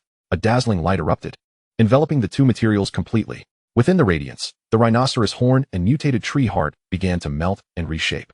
Dark golden wood fibers entwined around the rhinoceros horn as it transformed, rapidly extending into a 2-meter-long blade. As the light dissipated, a weapon of formidable design hovered before Chen Lin. It was a dark golden hue, inscribed with energy circuits. The blade was exceptionally broad, with a thick spine and a thin edge, its form wild and ferocious, as if born for destruction. Spiritual Energy Blade. Effect: heavy, resilient, sharpness of 1000. Features an internal spiritual energy circuit that can instantly infuse and release the user's spiritual energy, creating a devastating wave of energy. Spiritual Energy Blade? A splendid name. Chen Lin grasped the hilt. The blade trembled slightly, emitting waves of energy that resonated with the spiritual energy within him. Furthermore, this weapon's weight was staggering. Had he not possessed 56 points of strength, he might have struggled to wield it. Let us test its power. Chen Lin hefted the enormous blade, comparable in width to a door, and strode toward a dense forest outside the camp. The camp's inhabitants felt the terrifying energy fluctuations emanating from the blade. Pausing their tasks to regard him with awe, Chen Lin came to a halt, gazing upon the towering ancient trees ahead. With a mere thought, an overwhelming surge of spiritual energy erupted from within him, pouring into the Dominator blade with unrestrained ferocity. Buzz boom! The blade emanated a blinding radiance, resembling a miniature blue sun. Subsequently, a colossal crescent-shaped blade aura sliced forth from the edge of the sword. This terrifying blade aura unleashed a piercing shriek as it tore through the air, advancing with a velocity that was nearly imperceptible to the naked eye. Whoosh! Wherever the blade aura passed, all towering ancient trees, massive boulders, and every obstacle was reduced to dust upon contact. A fan-shaped area with a radius of 100 meters was cleared in the forest ahead. The might of a single strike severed 100 meters of woodland. Chapter 51, Captain of the Dragon Team. The explosive news on the Wasteland Star Forum. Chen Lin slowly sheathed his sword, his surrounding spiritual energy gradually calming. Observing the horrifying destruction before him, he felt immense satisfaction with the power of this spiritual energy dominator blade. This strike had nearly drained him of all his spiritual energy. Yet, the devastation it wrought was sufficient to clear a battlefield in an instant. Henceforth, this technique shall be named Mountain Crusher. Chen Lin consumed a drunken immortal spirit peach, hastening his recovery of spiritual energy. After testing the blade's might, he hoisted the still glowing dominator blade and turned back towards the camp. Behind him lay a chaotic expanse of desolation, silently narrating the terror of that single strike. The camp's inhabitants were already wide-eyed in astonishment, nearly forgetting to breathe. They gazed at Chen Lin's returning figure, there, all reaching a zenith. What are you all standing there for? Chen Lin's calm voice broke the spell, and the crowd snapped back to reality, resuming their tasks. Chen Lin's previous punch had already left them in shock, and now, the might of this blade could likely cleave through a building. Upon returning to the camp, Chen Lin casually plunged the dominator blade into the ground, where it sank into the soil with a dull hum. With sufficient materials from the mutated beasts now at hand, he intended to equip the camp's members. Thus, he gathered some animal hides and bones to begin fortification. In no time, a batch of leather combat suits and bone weaponry was enhanced. Chen Lin distributed this gear among the group. Even the 3 children now possessed their own clothing and weapons. The faces of those receiving the new equipment radiated excitement and eagerness. They eagerly donned their combat suits and grasped their new weapons, sizing each other up, relishing the sense of security provided by their upgraded gear. Wang Wei attempted to thrust a bone spear into a nearby rock, and with a satisfying thud, the spearhead easily penetrated its surface. Li Ming swung the bone longsword, creating a series of whooshing sounds as it sliced through the air. The others too familiarized themselves with their new weapons. In an instant, the morale of the camp's inhabitants soared to new heights. The earlier unease regarding potential dangers lurking deep within the Misty Mountain was significantly alleviated by their newfound strength. They looked towards the center of the camp, where Chen Lin, seemingly having accomplished a trivial task, commanded their utmost reverence and loyalty. Following such a leader, they felt emboldened to fight valiantly against whatever challenges lay ahead. While Chen Lin's camp members were bolstering their strength, a new post on the Wasteland Star Forum sparked a tremendous uproar. The poster's ID was Dragon Group, Zhao Linyuan. The title read, Official Announcement, Free Sharing of Spiritual Mist Absorption Techniques. Let us overcome adversity together. The content was as follows. To all survivors, I am Zhao Linyuan, the official captain of the Dragon Group, with a spiritual energy value of 10 points. Thanks to the tireless efforts of the official research team, we have preliminarily unraveled the mysteries of spiritual mist absorption and summarized a safe and efficient basic spiritual energy guidance method. We are now offering this method free of charge to all survivors. Join the official gathering place at Linquang Misty Mountain to learn this method for free. Enhance your survival chances and contribute to the continuation of humanity's flame. Upon the release of this post, the forum erupted with excitement. Post 1. Is this for real? The official is amazing. Post 2. 10 points of spiritual energy. Big shot. I seek to cling to your leg. Post 3. Selfless sharing? Wonderful.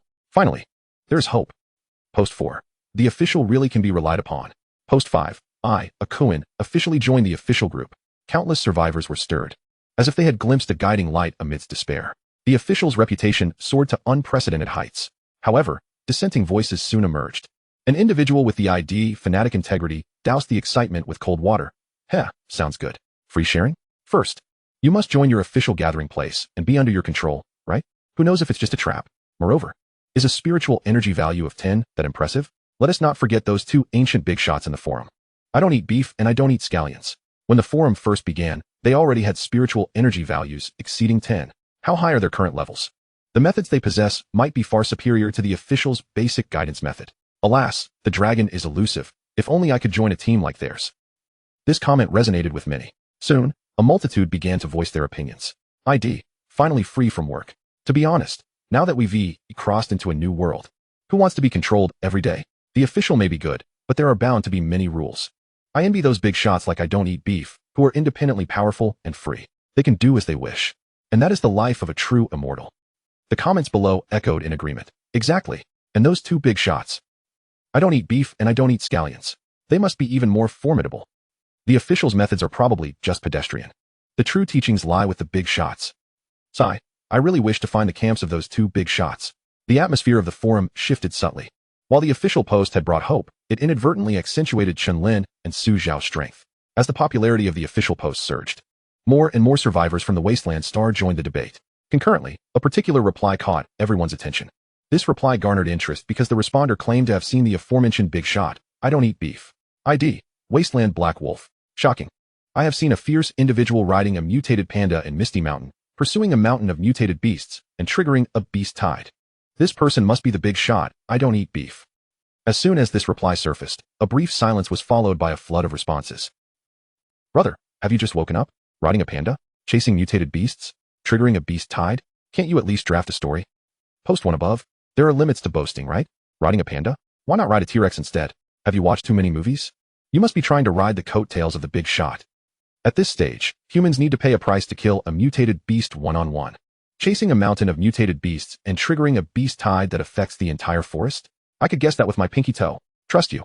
I'd rather believe I'm Qin Shi Huang. Here comes another boastful one. Do you truly believe that just because I, the esteemed figure, abstain from beef, I can casually fabricate tales about him to garner attention? Begone. The survivors naturally dismissed this individual's claims. However, it wasn't long before a multitude of eyewitnesses emerged beneath the reply of Black Wolf of the Wasteland to corroborate the account. As the number of these witnesses swelled to over 100, many began to accept the narrative. Subsequently, a fervent debate erupted between the believers and the skeptics in the comments, igniting immense interest and propelling the post to become the most sensational topic on the entire forum, even surpassing the official thread in popularity. Everyone was eager to unravel whether the enigmatic entity, I abstain from beef, truly possessed such extraordinary power. How had he achieved this? Just as the dispute seemed poised to escalate into a bitter online feud, a fourth post appeared on the Wasteland forum. Instantly, all arguments ceased. Every eye turned towards it. Chapter 52. Forcing the official to bow? This is indeed the proper way to navigate a world of transmigration. Wasteland forum. Poster ID. Dragon Group, Zhou Ming. Content. Everyone. Listen to me. The situation described by Black Wolf of the Wasteland is indeed factual. Yesterday, a minor beast tide occurred at our Fog Mountain camp number 63. The formidable being that instigated the beast tide was indeed riding a mutated panda, exhibiting strength far beyond conventional understanding. We surmise that this powerful individual is closely associated with the forum ID, I abstain from beef. They possess the ability to effortlessly slay large mutated beasts and alter the local ecology. I, representing the official gathering of Fog Mountain, extend my utmost respect to you. Your prowess is truly astonishing. We maintain an open and cooperative stance, harboring no intent of enmity. If you would be so gracious, could you perhaps reveal yourself or respond on the forum? There may be potential for collaboration to jointly confront this perilous world. Official, a fourth-ranked psychic powerhouse. What the? It's real. All of it is real. Riding a panda? Hunting mutated beasts? Instigating a beast tide? The official has acknowledged it. What level of power is this? Can a psychic value of 10 achieve such feats? Esteemed figure, I humbly submit my knee. I now believe that the psychic value of I abstain from beef may indeed have transcended the heavens. It turns out the jester was ourselves. Such a courteous tone, expressing respect, truly remarkable, open to cooperation. Is this the official's attitude towards an individual? I thought I was mistaken. Confirmed. Absolutely confirmed. The official has personally validated it. Everything Black Wolf of the Wasteland said is true. I abstain from beef truly possesses the strength to compel the officials to engage on equal terms, even with an air of deference. Effortlessly slaying large mutated beasts and altering local ecology. Such cautious wording from the officials. This is clearly godlike power, isn't it? I abstain from beef. Do you still require ornaments? Upon deeper reflection, this attitude from the officials signifies what? It indicates that they have assessed and determined that the strength of I abstain from beef has reached a level beyond their control, necessitating a proactive approach to appease. The prowess of our esteemed figure undoubtedly surpasses 10 points. It may have ascended to realms we cannot fathom. Esteemed figure, you are incredible. Voice cracking, I apologize for my earlier exuberance. Riding a mutated panda, effortlessly slaying beasts, and even forcing the officials to bow. This is indeed the correct way for a transmigrator to navigate this world. I am envious. With the officials adopting this stance, where are those contrarians from earlier? Care to show yourselves? Is your face still stinging? In this moment, I genuinely realize that this world has indeed changed. The former order and authority bow before absolute individual might. Esteemed figure, I abstain from beef. Please say something. We beseech you. Let us witness a miracle. 1. 10,086. Identification number. The entire forum's attention was utterly captivated. Everyone held their breath, incessantly refreshing the page in their minds, fervently awaiting a response from that ID. The prior bickering, skepticism, and analysis vanished, replaced by a near-religious fervor and anticipation. They yearned to know how this being, powerful enough to compel the officials to lower their stance, would respond. Would he accept the olive branch offered by the authorities? Or would he regard it with disdain? Or perhaps propose even loftier demands? Each second of waiting felt interminably long. However, as time ticked away, the longed-for ID remained devoid of any sign of a reply. No acceptance, no rejection, no statement. It was as if the official's humble and earnest invitation, along with the fervent cries of countless survivors on the forum, had plummeted into the depths of the sea, stirring not a ripple. This silence was more impactful than any grand declaration. It conveyed a lofty indifference, as if to say, your disputes, your reverence, your hopes, what do they mean to me? He need not respond, nor make any declaration. His mere existence was the sole answer. Meanwhile, amidst the fervent discussions of billions of survivors on the Wasteland Forum, Chen Lin was deeply engrossed in his cultivation. At noon, at the foothill camp, Chen Lin sat cross-legged, enveloped in pure white mist. He was practicing the newly enhanced spirit breath body refinement technique, a method that not only accelerated the absorption of psychic energy, but also refined the physical body with it, far surpassing the previous body refinement techniques. As the technique operated, the energy and blood within him surged like a torrential river, emitting a series of thunderous roars akin to tigers and leopards. His skin shimmered with a faint glow as gray impurities were expelled from his pores, only to be crushed and evaporated by the psychic energy. White steam rose from his head and body, emanating a powerful life force that spread outward, instilling an inexplicable sense of oppression in those nearby. Most of the girls in the camp paused their tasks, gazing from a distance, their beautiful eyes glimmering with wonder. Zhang Xiao leaned against a wooden post, gazing intently at Chen Lin's cultivation. She contemplated this method of practice, aligning it with the body refinement technique she had originally known. Su Wan, while tanning a batch of processed beast hides, felt the heat and life fluctuations. She lifted her gaze, brushing back a strand of hair that had fallen by her ear, her cheeks slightly flushed by the warmth. She watched Chen Lin's figure, her expression somewhat dazed, seemingly entranced by his powerful and masculine aura, her movements slowing. Cheng Yinxin was polishing a batch of newly crafted arrow shafts. Upon sensing the commotion, she looked up and found herself unable to tear her gaze away. Su Yingying had just finished assisting with a batch of spirit-infused meat and was momentarily stunned by the muscular contours of Chen Lin's physique. After a while, the unusual phenomena surrounding Chen Lin gradually subsided. The heat dissipated as he opened his eyes, exhaling a breath of turbid air, his gaze becoming even more profound. Chen Lin rose, stretching his limbs with a series of soft pops.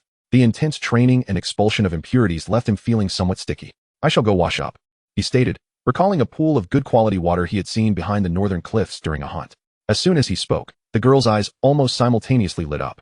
In this post-apocalyptic world, clean water sources were indeed precious. A refreshing bath is indeed a rare indulgence. I shall join as well. Zhang Xiao was the first to speak up.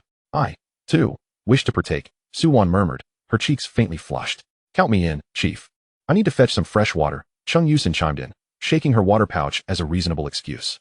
The other female team members also gathered their courage to express their desire to join. Su Yingying looked at the group, hesitated for a moment, and then softly asked, May I accompany you? Chapter 53, Serenity Amidst the Apocalypse, Bathing with the Women. Having recently joined, Su Yingying yearned to fit in with everyone, though she felt a tinge of shyness. Chen Lin, indifferent, nodded and said, If you wish to go, simply hop on. He patted Xiao Hui, the mutated behemoth, which obediently lowered itself. The broad back of Xiao Hui resembled a small platform. With a swift motion, Chen Lin was the first to mount it. Zhang Xiao gracefully leaped to sit beside him. The other girls, including Su Yingying, helped one another and successfully climbed aboard. It was not that they could not jump up.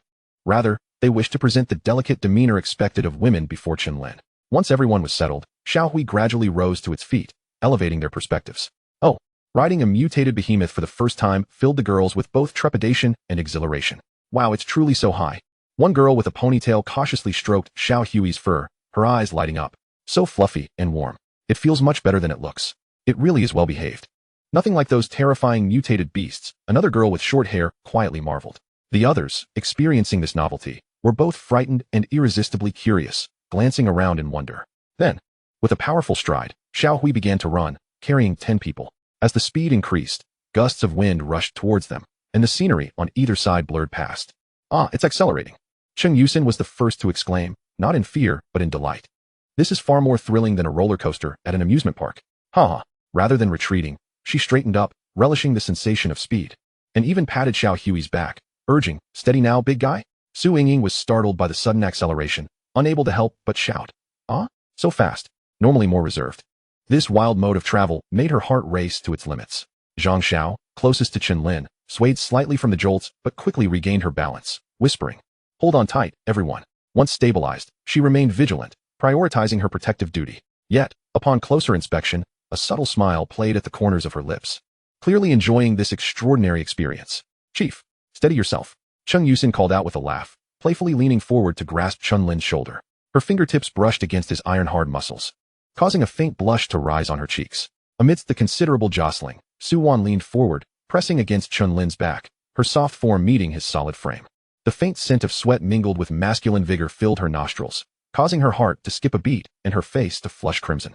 "I am sorry, Ling Gu," Su Wan stammered, her embarrassment making her wish for a place to hide. This intimate contact sent her heart racing, yet it also provided an overwhelming sense of comfort.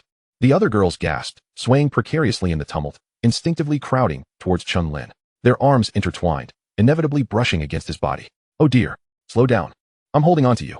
They laughed and squealed, their initial fear quickly replaced by a wave of novelty. Riding atop a powerful mutated behemoth, traversing the perilous fog-laden mountains, this experience brimmed with adventure and accomplishment. Chen Lin's figure became the central pillar to which they subconsciously leaned. At the rear, Su Yingying, already unnerved by the rapid movement, clutched Xiao Hui's fur tightly. Seeing Su Wan nearly sprawled against Chen Lin's back and Cheng Yusin holding onto his shoulder while the others leaned toward him, she understood the situation.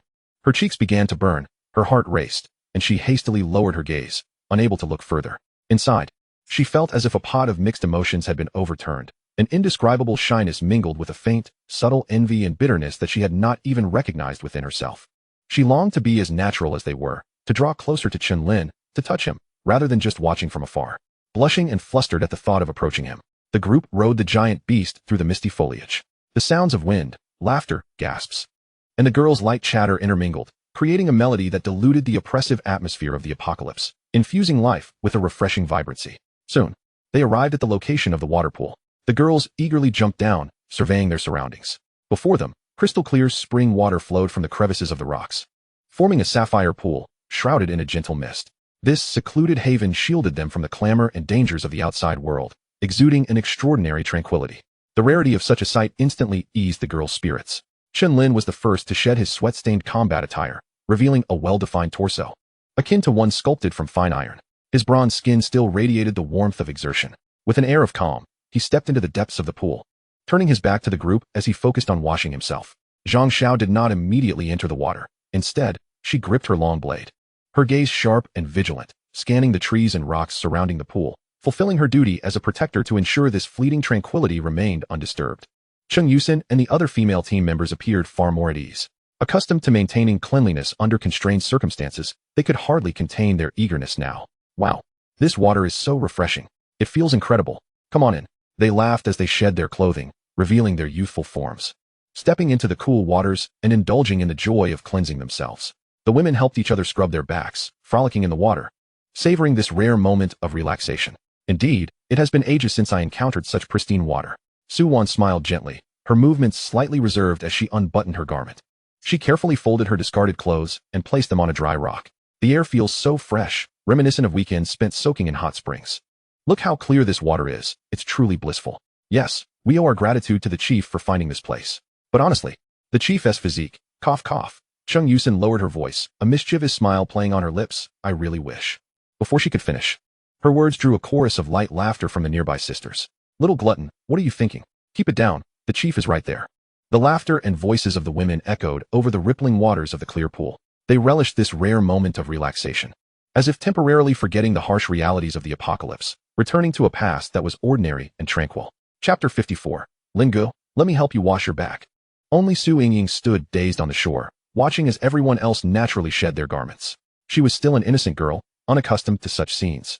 Although they were all women, the frankness of the situation caused her to blush deeply, leaving her flustered and unsure. Instinctively, she hugged her arms tightly, her gaze evasive. Unsure where to look, she felt trapped, like a startled little rabbit, her fair cheeks flushed to the point of near bleeding. This stood in stark contrast to the relaxed demeanor of her sisters in the water. Cheng Yusin noticed her awkwardness and waved cheerfully. "Yingying, come on down. The water feels amazing. Don't just stand there. It's fine. We're all girls. There are no outsiders here." She emphasized the absence of outsiders, playfully glancing toward Chen Lin. "Indeed. Yingying, come join us," Su Wan added gently, The water is truly refreshing. We'll muddy it up soon, and you'll miss out. As Su Yingying gazed at the warm smiles of her companions and listened to their light-hearted banter, she felt a flicker of anticipation within her. Stealing another glance at the figure in the distance, intently washing, she finally bit her lip, as if making a monumental decision, and slowly, shyly began to unfasten her clothing. Her skin, as pale as jade, gradually revealed itself to the humid air. Bowing her head, she stepped hesitantly into the pool, joining the other girls in their playful antics. The sounds of splashing water mingled with their gentle laughter, transforming the misty pool into a forgotten oasis amidst the apocalypse. Chen Lin splashed cool spring water onto his face. Turning his head, he noticed Zhang Xiao standing like a statue on the shore, warily scanning the surroundings. "Zhang Xiao," Chen Lin called, "come down and wash with us." Zhang Xiao turned at the sound, a flicker of interest crossing her cool gaze, but she quickly shook her head. "Lin Gu, this foggy mountain is too dangerous. I'll take responsibility for keeping watch." Her sense of duty seemed ingrained in her very bones. There were no mutated beasts in the vicinity. They had either been killed or fled down the mountain. Chen Lin replied calmly, "Rest assured, nothing will come for now. Moreover," he gestured toward the massive figure lying on the shore. "With Xiao Hui here, it is more perceptive than any of us. We can entrust our safety to it." As if to affirm Chen Lin's words, Xiao Hui lazily opened its eyes, glancing at Zhang Xiao before emitting a low rumble, indicating that it could be relied upon. Then promptly closed its eyes again. However, its fluffy ears twitched ever so slightly, capturing the faintest sounds in the air. Zhang Xiao's gaze lingered on Xiao Hui's imposing form for a moment before shifting back to Chen Lin. She fell silent for a few seconds, seemingly weighing the risks. In the end, she nodded. "Then I will join you, Lin Gu." She plunged her bone war blade into the ground and deftly removed her leather combat suit. Her movements devoid of hesitation, though the faint blush creeping up her ears betrayed her unusual emotions at that moment. Beneath the combat suit, a snug tank top and shorts revealed her fair figure, each inch of her skin radiating a sense of powerful beauty thanks to her enhanced physique. She let her ponytail down, her black hair cascading, transforming her cool demeanor into something alluring. Zhang Xiao stepped into the water, the coolness enveloping her pleasantly. Unlike the other girls, she did not frolic but instead approached the area where Chen Lin was. The surface of the water rippled as she softly spoke, "Lin Gu, there are some places on your back that you might find difficult to wash. Let me help you." Chen Lin did not refuse, merely responding with a calm mm. With his consent, Zhang Xiao took a deep breath, as if embarking on the most important task. She cupped water in her hands, gently pouring it onto Chen Lin's back, then began to wash him with her palms.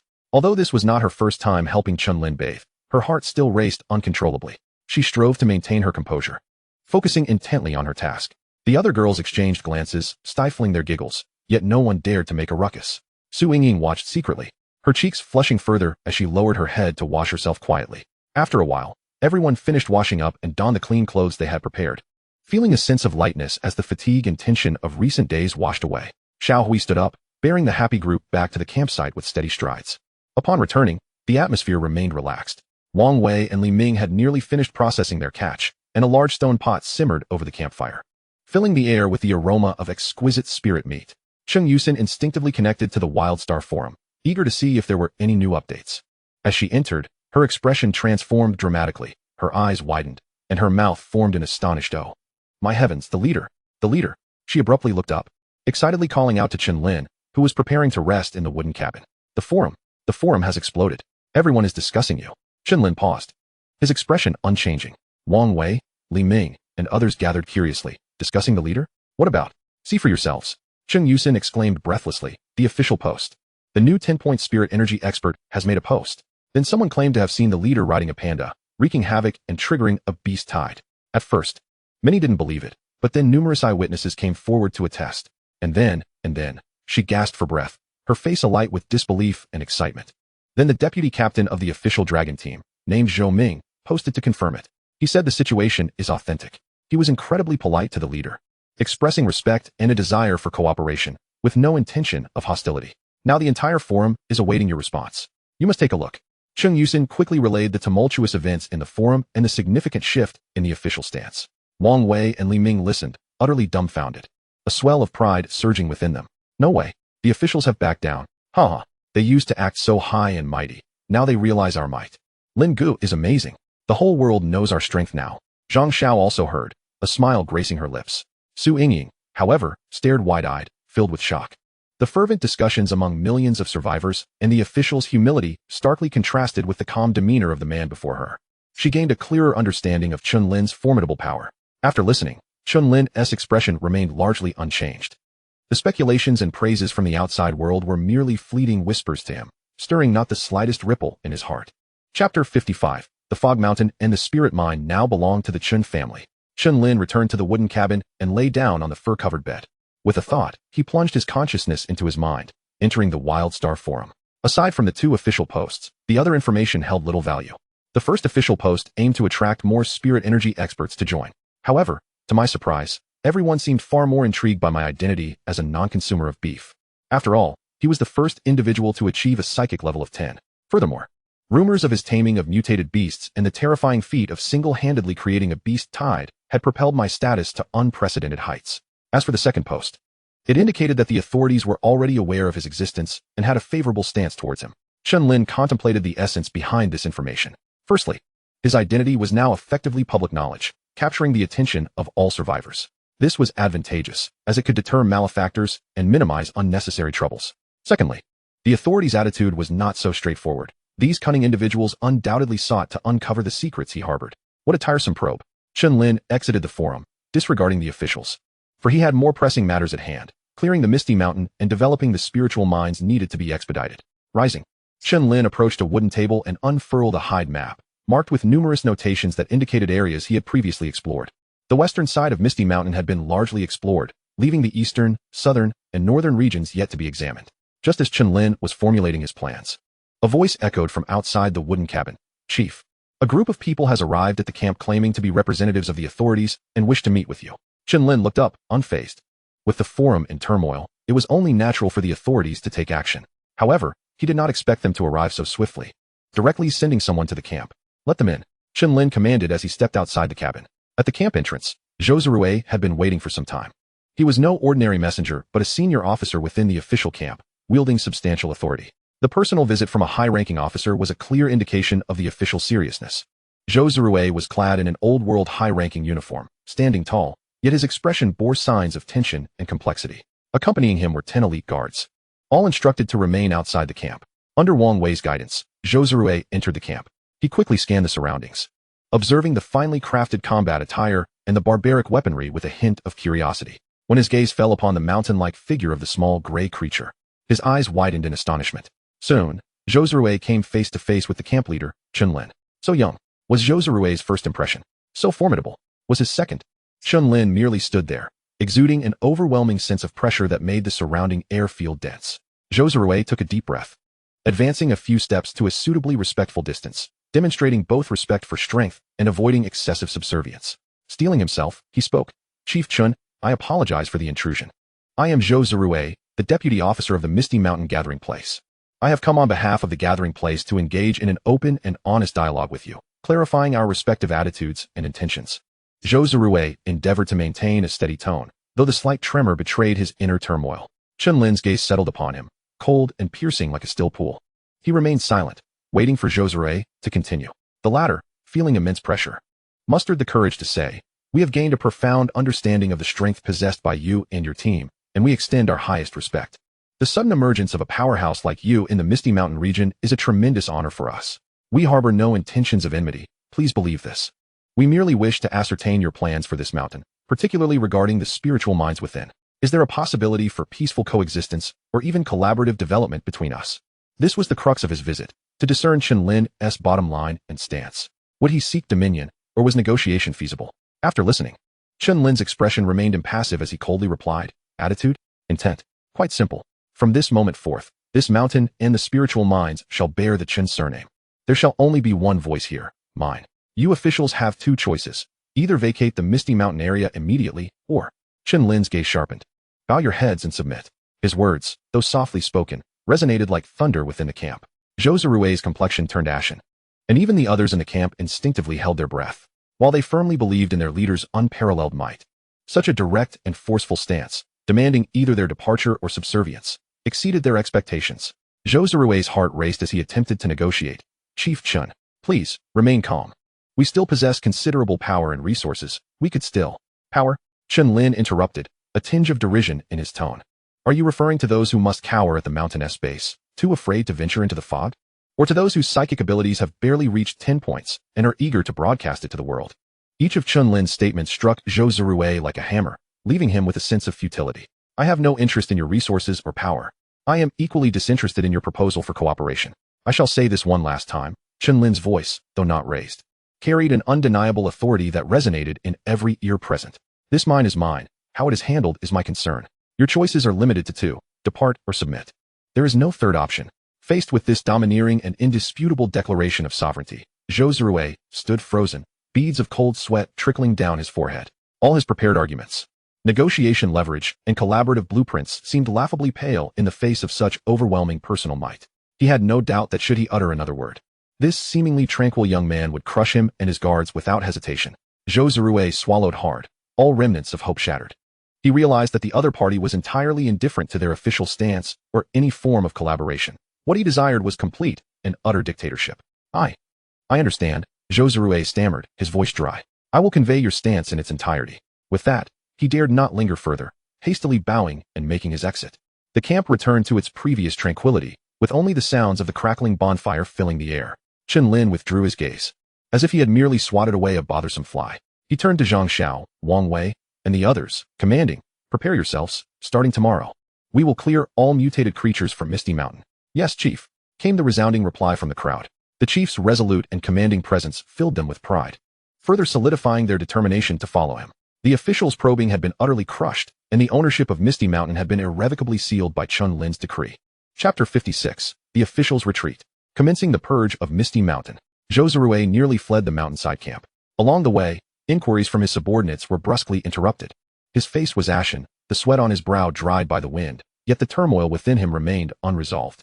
Chen Lin's domineering demeanor and icy gaze replayed in his mind incessantly. Zhou Zirui and his guard team hastened down the mountain with all possible speed.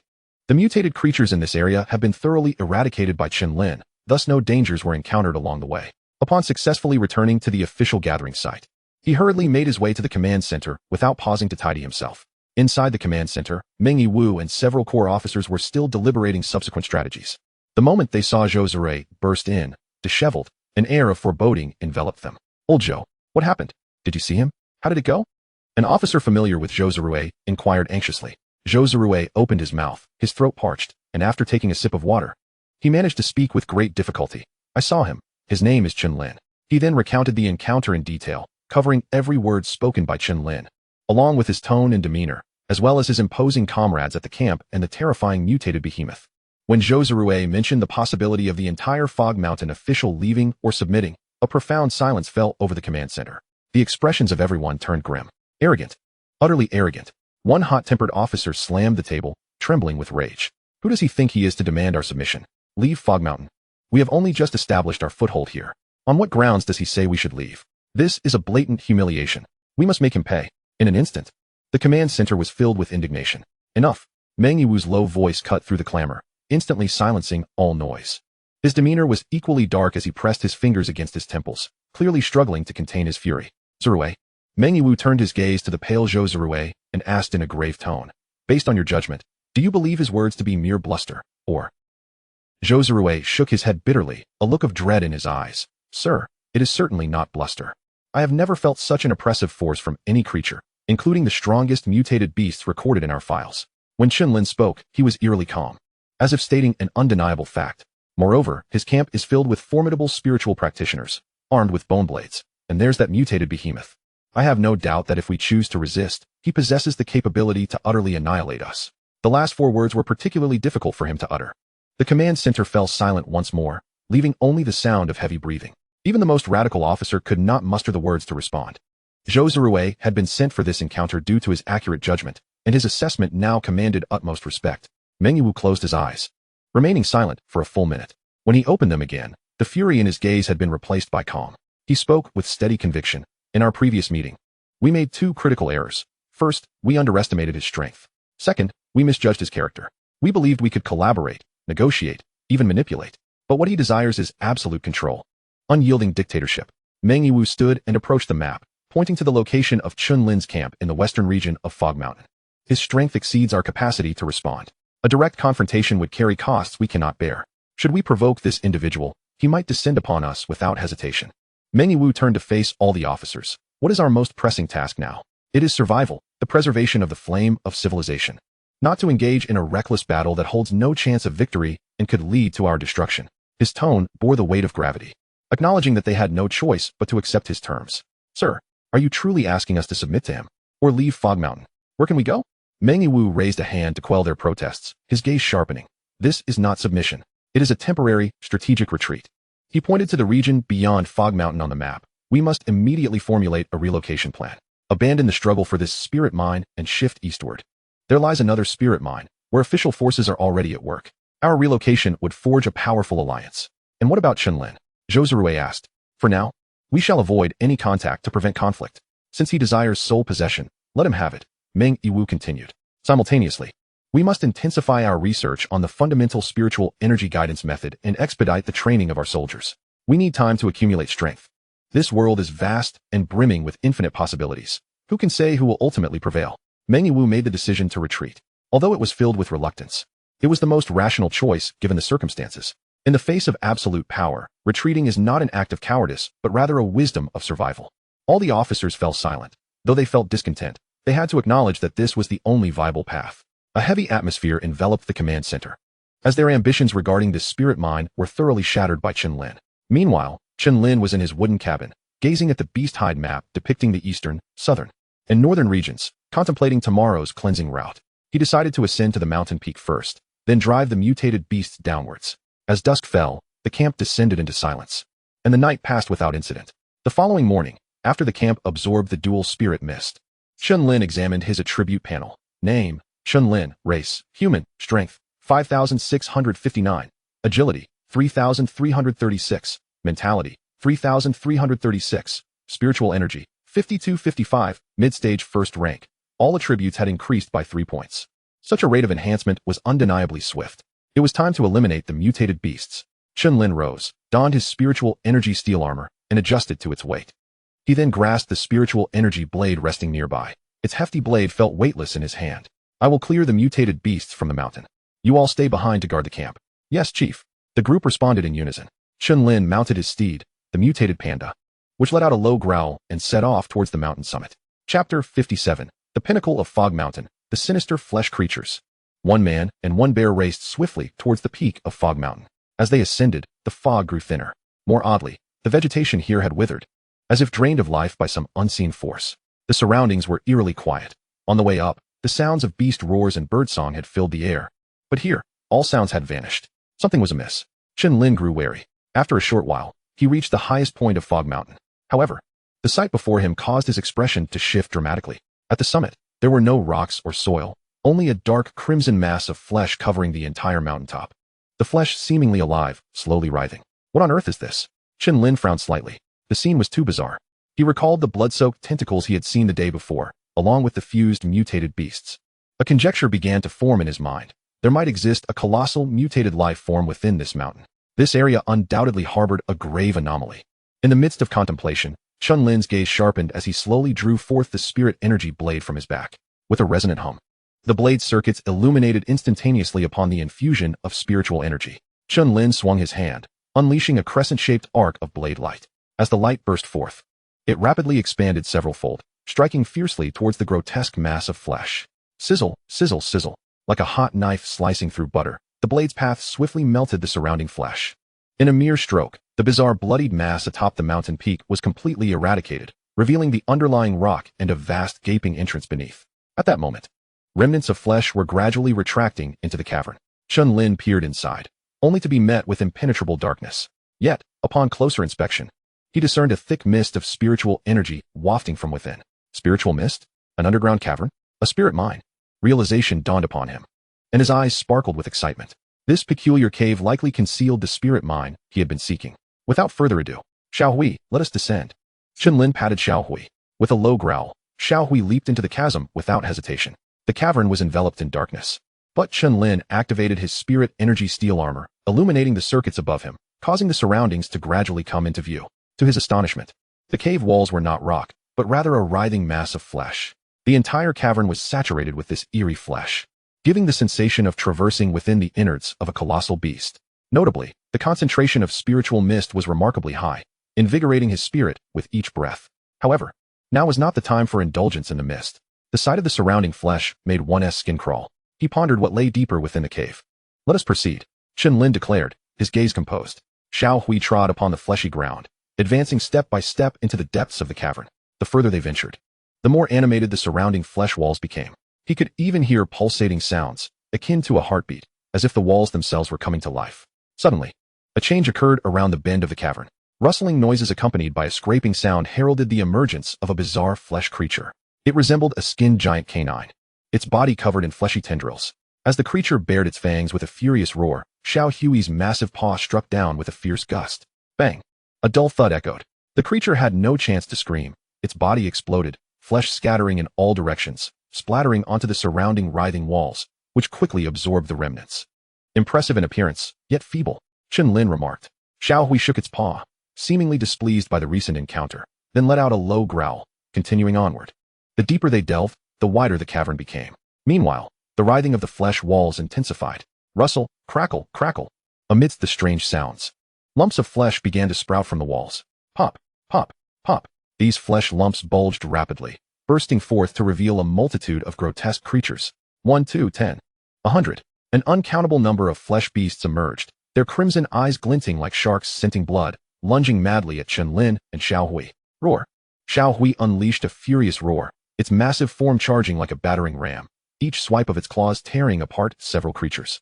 Chen Lin wielded the spirit energy blade, his aura surging as if he were engaged in a game of mowing down foes. Wherever the blade's light passed, the creatures were reduced to powder, creating a vast vacuum in the area. Yet, curiously, the corpses of the slain creatures were swiftly devoured by the surrounding flesh walls, which subsequently birthed even more monsters. As if the cycle was endless. Observing this, Chen Lin frowned slightly. It was akin to a perpetual motion machine. He realized that these monsters could not be exterminated indefinitely. He needed to find their core. Xiao Hui, ignore these minions, charge ahead.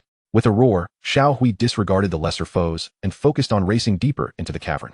Its colossal form surged forward, crushing the flesh creatures mercilessly underfoot. After a few breaths, the cavern opened up into a vast underground chamber. The entire chamber was enveloped in thick fleshy membranes covering the walls, ceiling, and ground. Thick, robust vascular lumps converged at the apex of the chamber. At the center of the interwoven veins dangled a colossal flesh cocoon, its diameter exceeding 20 meters, pulsating rhythmically like a heart. Surrounding it was a throng of flesh creatures. Guarding the cocoon at its center, the number of creatures far surpassed those encountered in the tunnel. At that moment, they all turned their gaze toward Chen Lin and Xiao Hui, emitting a collective, threatening roar. At last, he had found it. Chen Lin's eyes narrowed with determination. In the next instant, he leaped from Xiao Hui's back, unleashing the mountain-cleaving strike. As the circuits of his steel armor illuminated, an overwhelming surge of spiritual energy was unreservedly channeled into the blade. Buzz! In an instant, a brilliant light illuminated the entire flesh cavern. A more concentrated blade aura slashed forth, accompanied by a piercing shriek of annihilation, hurtling towards the densest cluster of creatures. Sizzle! Wherever the blade aura passed, both the grotesque flesh creatures and the flesh walls beneath them disintegrated into nothingness, as if an invisible hand had wiped them from existence. A vacuum zone was cleared before the massive cocoon. The remaining creatures seemed momentarily stunned by this terrifying strike, entering a brief state of paralysis.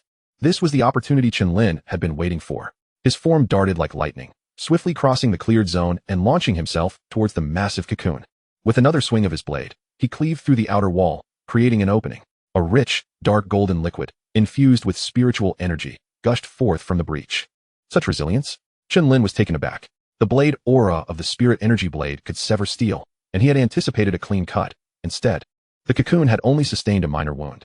Die! Chen Lin consumed a drunken immortal peach and struck again, unleashing a flurry of blade auras that carved a significant gap in the cocoon. His gaze turned steely, and without hesitation, he swung the spirit energy blade once more. A greater torrent of spiritual energy infused the weapon, producing an even denser blade aura that struck forcefully towards the innards of the cocoon. Clang! The sound of metal clashing reverberated throughout the flesh cavern. What was it? Chen Lin focused intently, only to discover an irregularly shaped polygonal crystal within the cocoon. Chapter 58, Energy Value, 81 points. Acquired Spirit Mine. Blocking the blade aura was a dark golden crystal, its surface flowing with liquid energy, while within it pulsed a mass of dark red flesh. The core of flesh. Chen Lin's brow furrowed. The situation was somewhat beyond his expectations. The hardness of this crystal surpassed any known material. But there was no time for contemplation, as an abrupt change occurred. How? The fleshy core was struck with tremendous force, sending all the flesh monsters within the cavern into a frenzy. Thunderous rumbles echoed as the flesh walls of the cave began to writhe violently, Grotesque tumors bulged and burst, unleashing even more bloodthirsty creatures. As these swarms of monsters emerged, they launched themselves into suicidal assaults, surging from all directions like a deluge of flesh, overwhelming in their ferocity. Xiao Hui unleashed a furious roar, its massive paws crashing down in rapid succession, each strike obliterating several monsters. Yet, more creatures rushed to fill the gaps, even climbing onto its body to tear and gnaw at it with wild abandon. Chen Lin wielded his blade with precision, slicing through the approaching monsters. But their sheer numbers threatened to engulf him in a torrent of gore and viscous fluids. In that moment, the cavern transformed into a maddened meat grinder, intent on pulverizing the two intruders completely. At the height of this chaos and peril, Chen Lin propelled himself into the air, wielding his psychic battle blade to sever the outer membrane of the flesh cocoon. The blood crystal was fully exposed, and he seized it in his grasp. The instant the crystal was freed from the cocoon, time seemed to freeze. All the bloodthirsty monsters, mid-attack, were abruptly arrested in their frenzied motions. Their eyes, once ablaze with a savage crimson glow, extinguished like a candle caught in the wind, leaving them vacant, dull, devoid of all vitality. In the next moment, as if a rain of flesh had descended, those frozen monsters plummeted to the ground, splattering thick, sticky fluids. The surrounding flesh walls visibly shrank and withered at an alarming rate. The entire cavern fell into an eerie silence. Xiao Hui remained in its striking pose, eyeing the dissolving flesh monsters with confusion, letting out a perplexed snort. Holding the blood crystal, Chen Lin comprehended the entirety of the situation. This crystal was the very essence of the flesh life form. Once severed from its connection, all the flesh creatures under its dominion instantly became like uprooted trees, collapsing into nothingness. Chen Lin's gaze remained fixed on the crystal, feeling the immense psychic energy contained within. Even more concentrated than the high-grade spirit fruits he had absorbed before, tenfold in richness. Without hesitation, he began to channel his psychic breath technique, attempting to absorb the energy. As his technique activated, the energy within the crystal surged forth as if it had found an outlet, rushing into Chen Lin's body like a torrent unleashed from a dam. This energy was extraordinarily pure, requiring no refinement, as it directly transformed into his own psychic power. Boom! Chen Lin felt as if a barrier within him had shattered, his total psychic energy skyrocketing before his very eyes. 60 points, 70 points, 80 points. The energy surged to a staggering 80 points. Psychic energy, 5580, late stage of first rank. In mere moments, his psychic energy had soared to 80 points. The speed of this enhancement was nothing short of terrifying. Just as he absorbed a vast amount of psychic energy and sensed the crystal's energy waning, a faint wave of emotion emanated from the mass of flesh within the crystal, a complex amalgamation of fear and pleading. Chen Lin paused his absorption, contemplating the source of this unusual emotion. He attempted to reverse his technique, gently infusing a strand of his pure psychic energy into the crystal. The crystal trembled slightly, its dark golden sheen pulsating with increased vigor. As Chen Lin's psychic energy made contact with the internal mass of flesh, a remarkable sense of connection was established. It was as if an invisible thread linked his consciousness to the crystal. In that instant, his perception expanded through the crystal, connecting him to the vast network of flesh that sprawled across the misty mountains. Countless fragmented pieces of information flooded his mind. He could sense the condition of every inch of the flesh walls within the cavern and even manipulate their writhing and contraction. These walls could absorb psychic mist, accelerating their division and expansion, and could breed numerous flesh monsters. These creatures, undeterred by death, became puppets under his mental control, ready to be commanded at will. However, the flesh monsters and the walls had perished, necessitating a reinfusion of energy. This colossal reservoir of psychic energy originated from the underground spirit mine. Yes, this flesh entity had discovered the spirit mine and commenced its absorption. Chen Lin's awareness delved down the flesh network, penetrating through multiple barriers, revealing the scene at the very bottom of the cavern, where large deposits of shimmering, high-purity spirit ore were embedded. Some of the ore had already dulled, clearly indicating that much of its energy had been absorbed by this flesh life form. At that moment, Chen Lin understood that this blood crystal served as the brain and control core of the entire flesh entity. The mass of flesh within it represented its primal consciousness. It had previously relied on the energy from the spirit mine and the predation of mutated creatures to grow stronger and manufacture flesh guardians. It could have developed steadily, becoming increasingly powerful. In the entire Misty Mountains, no mutated creature was its equal. Yet, it had encountered Chen Lin, and upon witnessing his strength, the consciousness of the blood crystal chose to submit, willingly relinquishing control. Thus, Chen Lin could share the vision of the flesh network. Gently withdrawing his hand, Chen Lin gazed at the blood crystal with a glimmer of excitement. This was an unexpected boon. Not only had he located the spirit mine, but he had also acquired a biological controller. From this day forth, you belong to me, he stated to the blood crystal with a serene confidence. The mass of flesh within seemed to comprehend his intent, transmitting a faint wave of compliance. Chen Lin turned his gaze towards the cavern's depths, where countless survivors vied for the spirit mine, now just below him. Chapter 59, A Tremendous Harvest. Psychic energy soars to 99 points. Chen Lin arrived at the cavern's base, greeted by vast expanses of exposed crystal or shimmering with an ethereal glow. He reached out, touching the cool, hard surface of the crystal, feeling the immense energy it contained. This is the spirit or? A smile tugged at the corners of Chen Lin's lips. He had not anticipated finding it so easily. Initially, he believed he would need to eradicate the mutated beasts of the Misty Mountains before slowly mining the spirit ore, which would require considerable effort. But now, the entire vein lay before him. Could I enhance this spirit ore? The thought suddenly struck Chen Lin, but he quickly shook his head.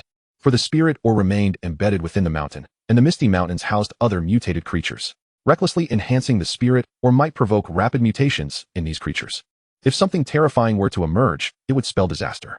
I'll try enhancing just a fragment first. Chen Lin drew forth his psychic blade, his mind focused, and the blade's ethereal blue circuits illuminated as he swiftly struck down several times at the edge of the ore vein. Sizzle.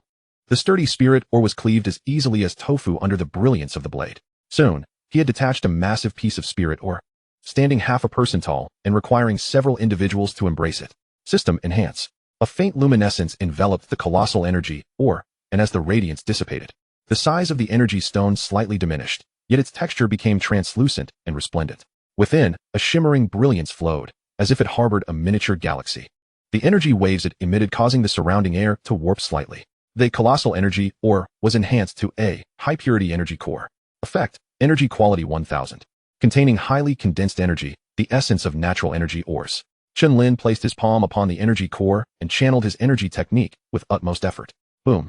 This time, the energy surged not like a gentle stream, but akin to a torrential river breaching its banks, flooding into his body with fervor. Energy, 80-85.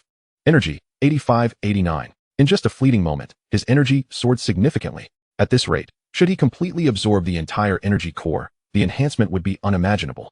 Chen Lin did not hesitate and continued to absorb. Energy, 89-99. The energy surged to an astonishing 99 points. Chen Lin's heart brimmed with elation. At this moment, his body was suffused with a tempestuous energy. He ceased his absorption, realizing that the rapid increase in energy was overwhelming his physical form. Should he continue, dire consequences might ensue. He now needed to enhance his physique to sustain further absorption. If energy were likened to water, then the body was akin to a vessel. The larger the vessel, the more water it could contain. To forcibly pour in more than its capacity would result in a catastrophic rupture. Enhancing physical constitution was not a daunting task. It was akin to refining the body with the absorbed energy mist. However, the exceptionally high purity of the energy core's essence had bypassed the body refinement process, directly augmenting his energy value. Subsequently, Chen Lin commenced his cultivation of the energy breathing technique. After the passage of half a day, he cast his gaze upon his attribute panel. Name, Chen Lin. Race, human. Strength, 5,969. Agility, 3,646.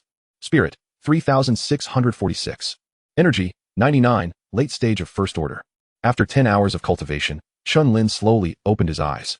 Exhaling a long breath of turbid air, rising to his feet, he engaged in some gentle movements. Crack, crack. A series of crisp sounds, akin to popping beans, emanated from within him. The enhancement of 10 attribute points made every bone and muscle fiber feel as though it had undergone a process of refinement and reorganization. He glanced down at his form, noting the more fluid muscle contours beneath his skin, the latent power within having experienced a qualitative leap. With a gentle fist clench, the air in his palm was explosively compressed. Though his energy limit remained at 99 points, unchanged, he could sense that the immense energy within him now flowed with the grace and ease of a tamed beast. With a mere thought, the energy could instantaneously reach any part of his body, as if at his beck and call. The prior sensation of energy threatening to burst his body had vanished, replaced by a harmonious sense of control. A formidable physique was indeed the cornerstone of strength. Chen Lin reflected upon the transformation of his body. Musing that physique and energy complemented one another, the disparity between their attributes should not be too great, lest it lead to chaos. With the enhancement of his physical attributes, the potency of his energy usage would also increase. Chen Lin estimated that, at the previous cultivation rate, he could enhance all attributes, strength, agility, spirit, by 1 point per hour. If he cultivated for 24 hours, that would amount to 24 points. Such a rate of enhancement was nothing short of terrifying. By now, darkness had descended outside. Within the cavern, the energy ores emitted a soft glow. Chen Lin resolved not to linger any longer. He needed to return. He then turned his gaze toward the exposed energy vein. Such a treasure must be wholly under his dominion. The method of cutting and enhancing the energy ores piece by piece was far too inefficient.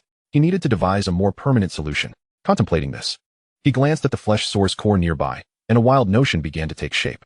Utilizing this flesh source core to control all the meat walls of the cavern, he could transport the entire energy vein.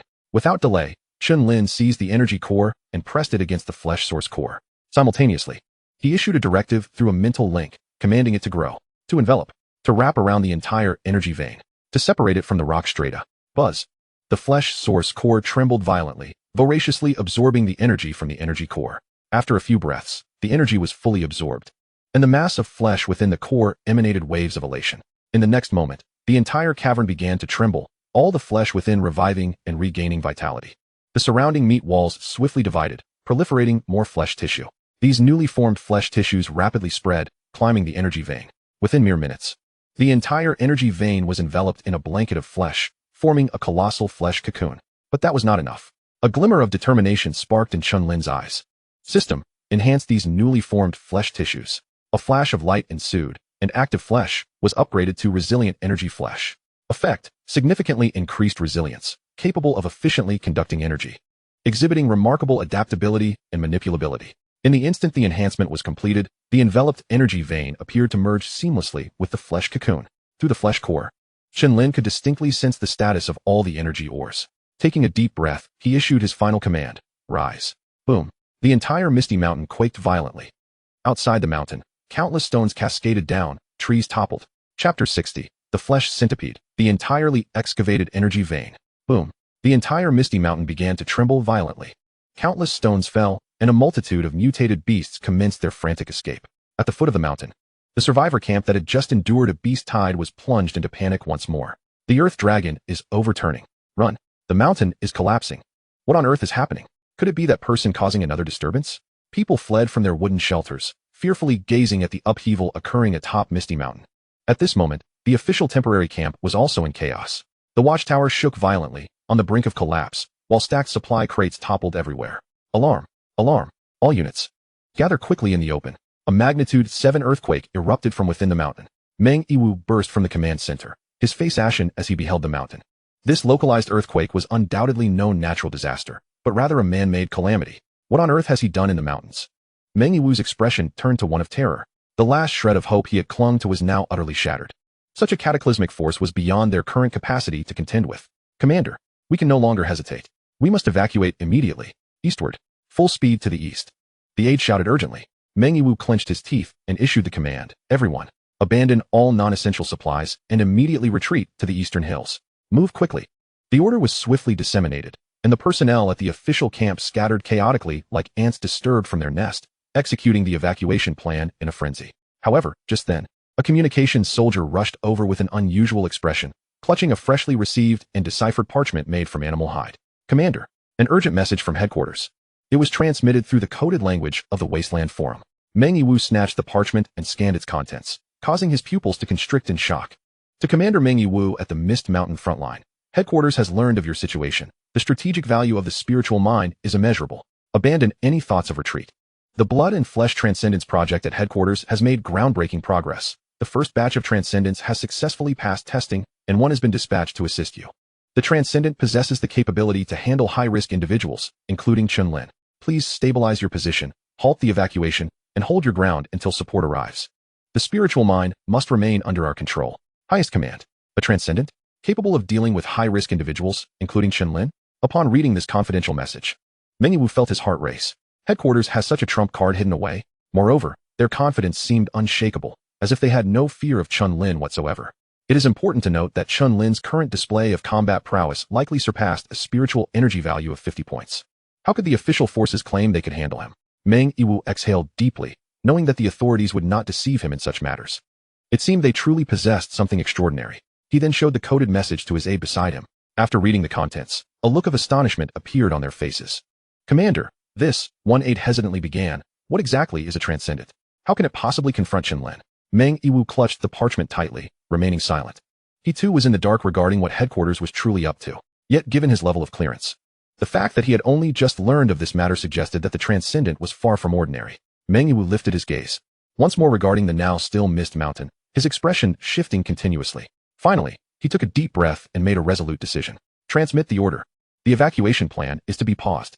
All units, return to their original defensive positions, heighten vigilance. No one is to retreat a single step without my command. We shall await the arrival of the Transcendent from headquarters.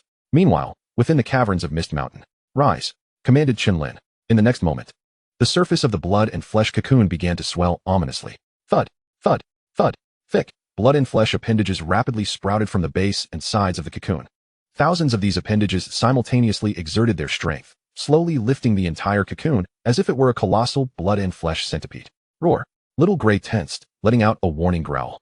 Its eyes fixed intensely on the blood and flesh centipede, fangs bared, adopting a defensive stance. It sensed a lethal threat emanating from the creature. Little Gray, hold your breath. Chen Lin patted the head of the mutated panda. He then scrutinized the gigantic blood and flesh centipede.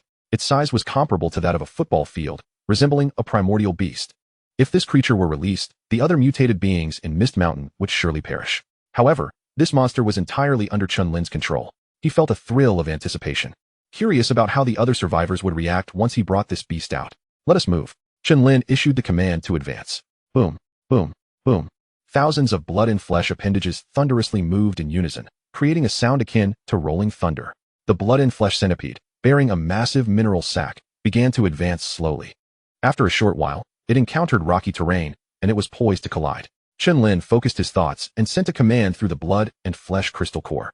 The blood and flesh tissue at the front of the centipede began to morph and twist, swiftly coalescing into an enormous, spiraled blood and flesh drill head with a sharp tip. Virum. The blood and flesh drill head began to spin, emitting a piercing hum as it crashed into the rocky wall ahead. Sizzle. Boom. The solid rock crumbled easily before the rapidly rotating blood and flesh drill head, like decaying wood. The following morning, at the foot of Mist Mountain, a mutated thorn vine was absorbing the gradually thinning spiritual mist. Suddenly, the earth beneath it heaved upward. Boom. A colossal, terrifying drill head, composed of countless blood and flesh fibers, burst forth from the soil. The tremendous force uprooted the mutated thorn vine, sending it soaring into the air. Next, a massive blood and flesh centipede emerged, grotesquely bearing a gigantic mineral cocoon on its back. Atop the centipede stood a mutated giant bear and a young man. Chen Lin and Little Gray finally excavated it. Chen Lin inhaled the fresh air of Mist Mountain, instantly invigorated. He then noticed the mutated thorn vine that had been flung into the air, now tumbling down. Oh, an unexpected bonus. With a thought, he extended a blood and flesh tentacle, swiftly ensnaring the mutated thorn vine before retracting it. Mutated tree heart. Chen Lin's gaze swept across the surroundings. The mist on the mountain had dissipated, granting him excellent visibility. He could see the tiny camps below, resembling ants, as well as the desolate land further out. Return to the camp, he commanded. The blood and flesh centipede let out a deep, inhuman hum, moving its appendages towards the camp at the mountain's base. Its pace was not rapid, yet each step shook the ground, leaving deep footprints and devastation in its wake. Meanwhile, those below who witnessed the colossal entity emerging from the mountainside and moving atop the peak were engulfed in profound despair and shock, whether they were officials or scattered survivors. What on earth is that thing? Chapter 61. He has unearthed the spiritual mine? The shock of everyone. At the foot of the mountain, there was an eerie silence. Whether at the official temporary base or the makeshift shelters of scattered survivors, everyone appeared to be enchanted, frozen in place. They gazed upward, their pupils dilated, mouths agape in a daze, staring at the terrifying blood and flesh behemoth. What is that? A centipede? An enormous centipede composed of blood and flesh, adorned with thousands of appendages, carrying a mineral cocoon as large as a small mountain. It was slowly crawling out from the gaping hole in the mountainside. Each appendage striking the ground caused tremors, accompanied by the muffled sounds of crushed rock layers. Its indescribably massive form, coupled with its eerie and terrifying appearance, and the earth-shaking force of its movement, shattered the psychological defenses of all who beheld it. Monster, save me. A survivor collapsed to the ground, warm liquid soaking his pants, yet he was oblivious, merely staring vacantly at the mountaintop, mumbling to himself. What kind of monster is this? It has drilled through the mountain. Some began to cry out in despair. The apocalypse has truly arrived. Are we all to perish here? The survivors at the scattered camp displayed expressions of despair, devoid of even the energy to flee. In the face of such a terrifying creature, escape seemed utterly futile. At this moment, the official camp was shrouded in an oppressive silence. Every soldier had frozen, their palms slick with cold sweat around their weapons. The officers' faces were ashen, their previous composure and rekindled hope utterly shattered in an instant. Manhwaedit stood rooted in place, his hand trembling as he held the binoculars. Through the lens, he discerned the grotesque form of the monster with alarming clarity. The rapidly spinning flesh and blood drill, countless menacing appendages, and, most chilling of all, the armored figure atop the creature's back. Chen Lin. Could it be him? How could this be possible? He was controlling this beast? This was inconceivable. The power Chen Lin exhibited once again recalibrated Meng Yiwu's understanding of reality. In that moment, doubt began to creep in. Would the Ascenders dispatched from headquarters truly be able to confront such a monstrosity? How could they possibly combat it? What could they use to fight back? Meng Yiwu swallowed hard, his throat parched. Commander, the aide said, his face pallid. Are we still to await support from headquarters? Meng Yiwu offered no reply, his gaze lost upon the mountaintop. He observed as the colossal flesh and blood centipede adjusted its course, advancing towards a certain area at the foot of the mountain, precisely in the direction of Chen Lin's camp. The creature's pace was slow, yet each step resonated like a sledgehammer upon the hearts of all present. At the base of the mountain, silence reigned, punctuated only by heavy breaths and the rumble of the earth. At the mountain camp, the guard was the first to detect the anomaly. The ground trembled increasingly violently. An earthquake? What is happening? The beast tide has returned? No, this disturbance feels different. All members of the camp halted their tasks, warily gazing towards the source of the tremor, instinctively gripping their weapons tighter. Wang Wei and Li Ming hastily rushed to the lookout at the edge of the camp. Zhang Xiao and Gu Wenyuan, wielding their bone-war knives, gazed solemnly into the distance. As they beheld the immense, monstrous entity shrouded in thin mist, a collective gasp escaped their lips. What on earth is this creature? The approaching beast dwarfed any mutated creature they had ever encountered. It was truly terrifying. Enemy attack. Maximum alert. Wang Wei shouted hoarsely. He instinctively tightened his grip on his bone spear, yet his arm trembled uncontrollably. Li Ming's face drained of color, but he still yelled to the other team members, "Quick! Seek cover! Prepare for battle!" His voice quivered, yet he did not falter. The camp was suddenly enveloped in an atmosphere of tension and panic. 3 children were pulled back into the wooden house by a female team member, while the others raised their weapons, bracing for the impending conflict. Yet, in the face of such a mountain-like behemoth, they appeared diminutive indeed. Gu Wenyuan's pupils constricted, fixating on the horrifying presence, drawing closer. He inhaled deeply, forcibly suppressing his dread, his fingers turning pale from the strain of gripping his knife tightly. Zhang Zhao's expression darkened. She took a step forward, intending to stand at the forefront. Just as fear spread and battle loomed, the sharp-eyed Su Ying suddenly pointed at the creature's back, exclaiming in disbelief, "There's someone up there." The crowd momentarily froze, focusing intently. To their astonishment, atop the back of the fearsome flesh and blood centipede stood a figure. An individual clad in dark silver armor. It was Chen Lin, the leader. It's Brother Lin. Wang Wei was the first to react. The terror that had marred his face instantly transformed into shock and elation. He exclaimed excitedly, "This monster was brought back by Brother Lin. My heavens! What has our leader done?" Li Ming's mouth fell agape, his bone knife nearly slipping from his grip, his face a mask of disbelief, as if witnessing a miracle. Zhang Xiao, witnessing this scene, felt her taut nerves slacken, releasing a long breath. Upon recognizing the figure as Chen Lin, the tense atmosphere of the camp shifted dramatically. Everyone was rendered speechless. "Our leader is incredible," someone shouted, igniting a wave of exuberant cheers throughout the camp.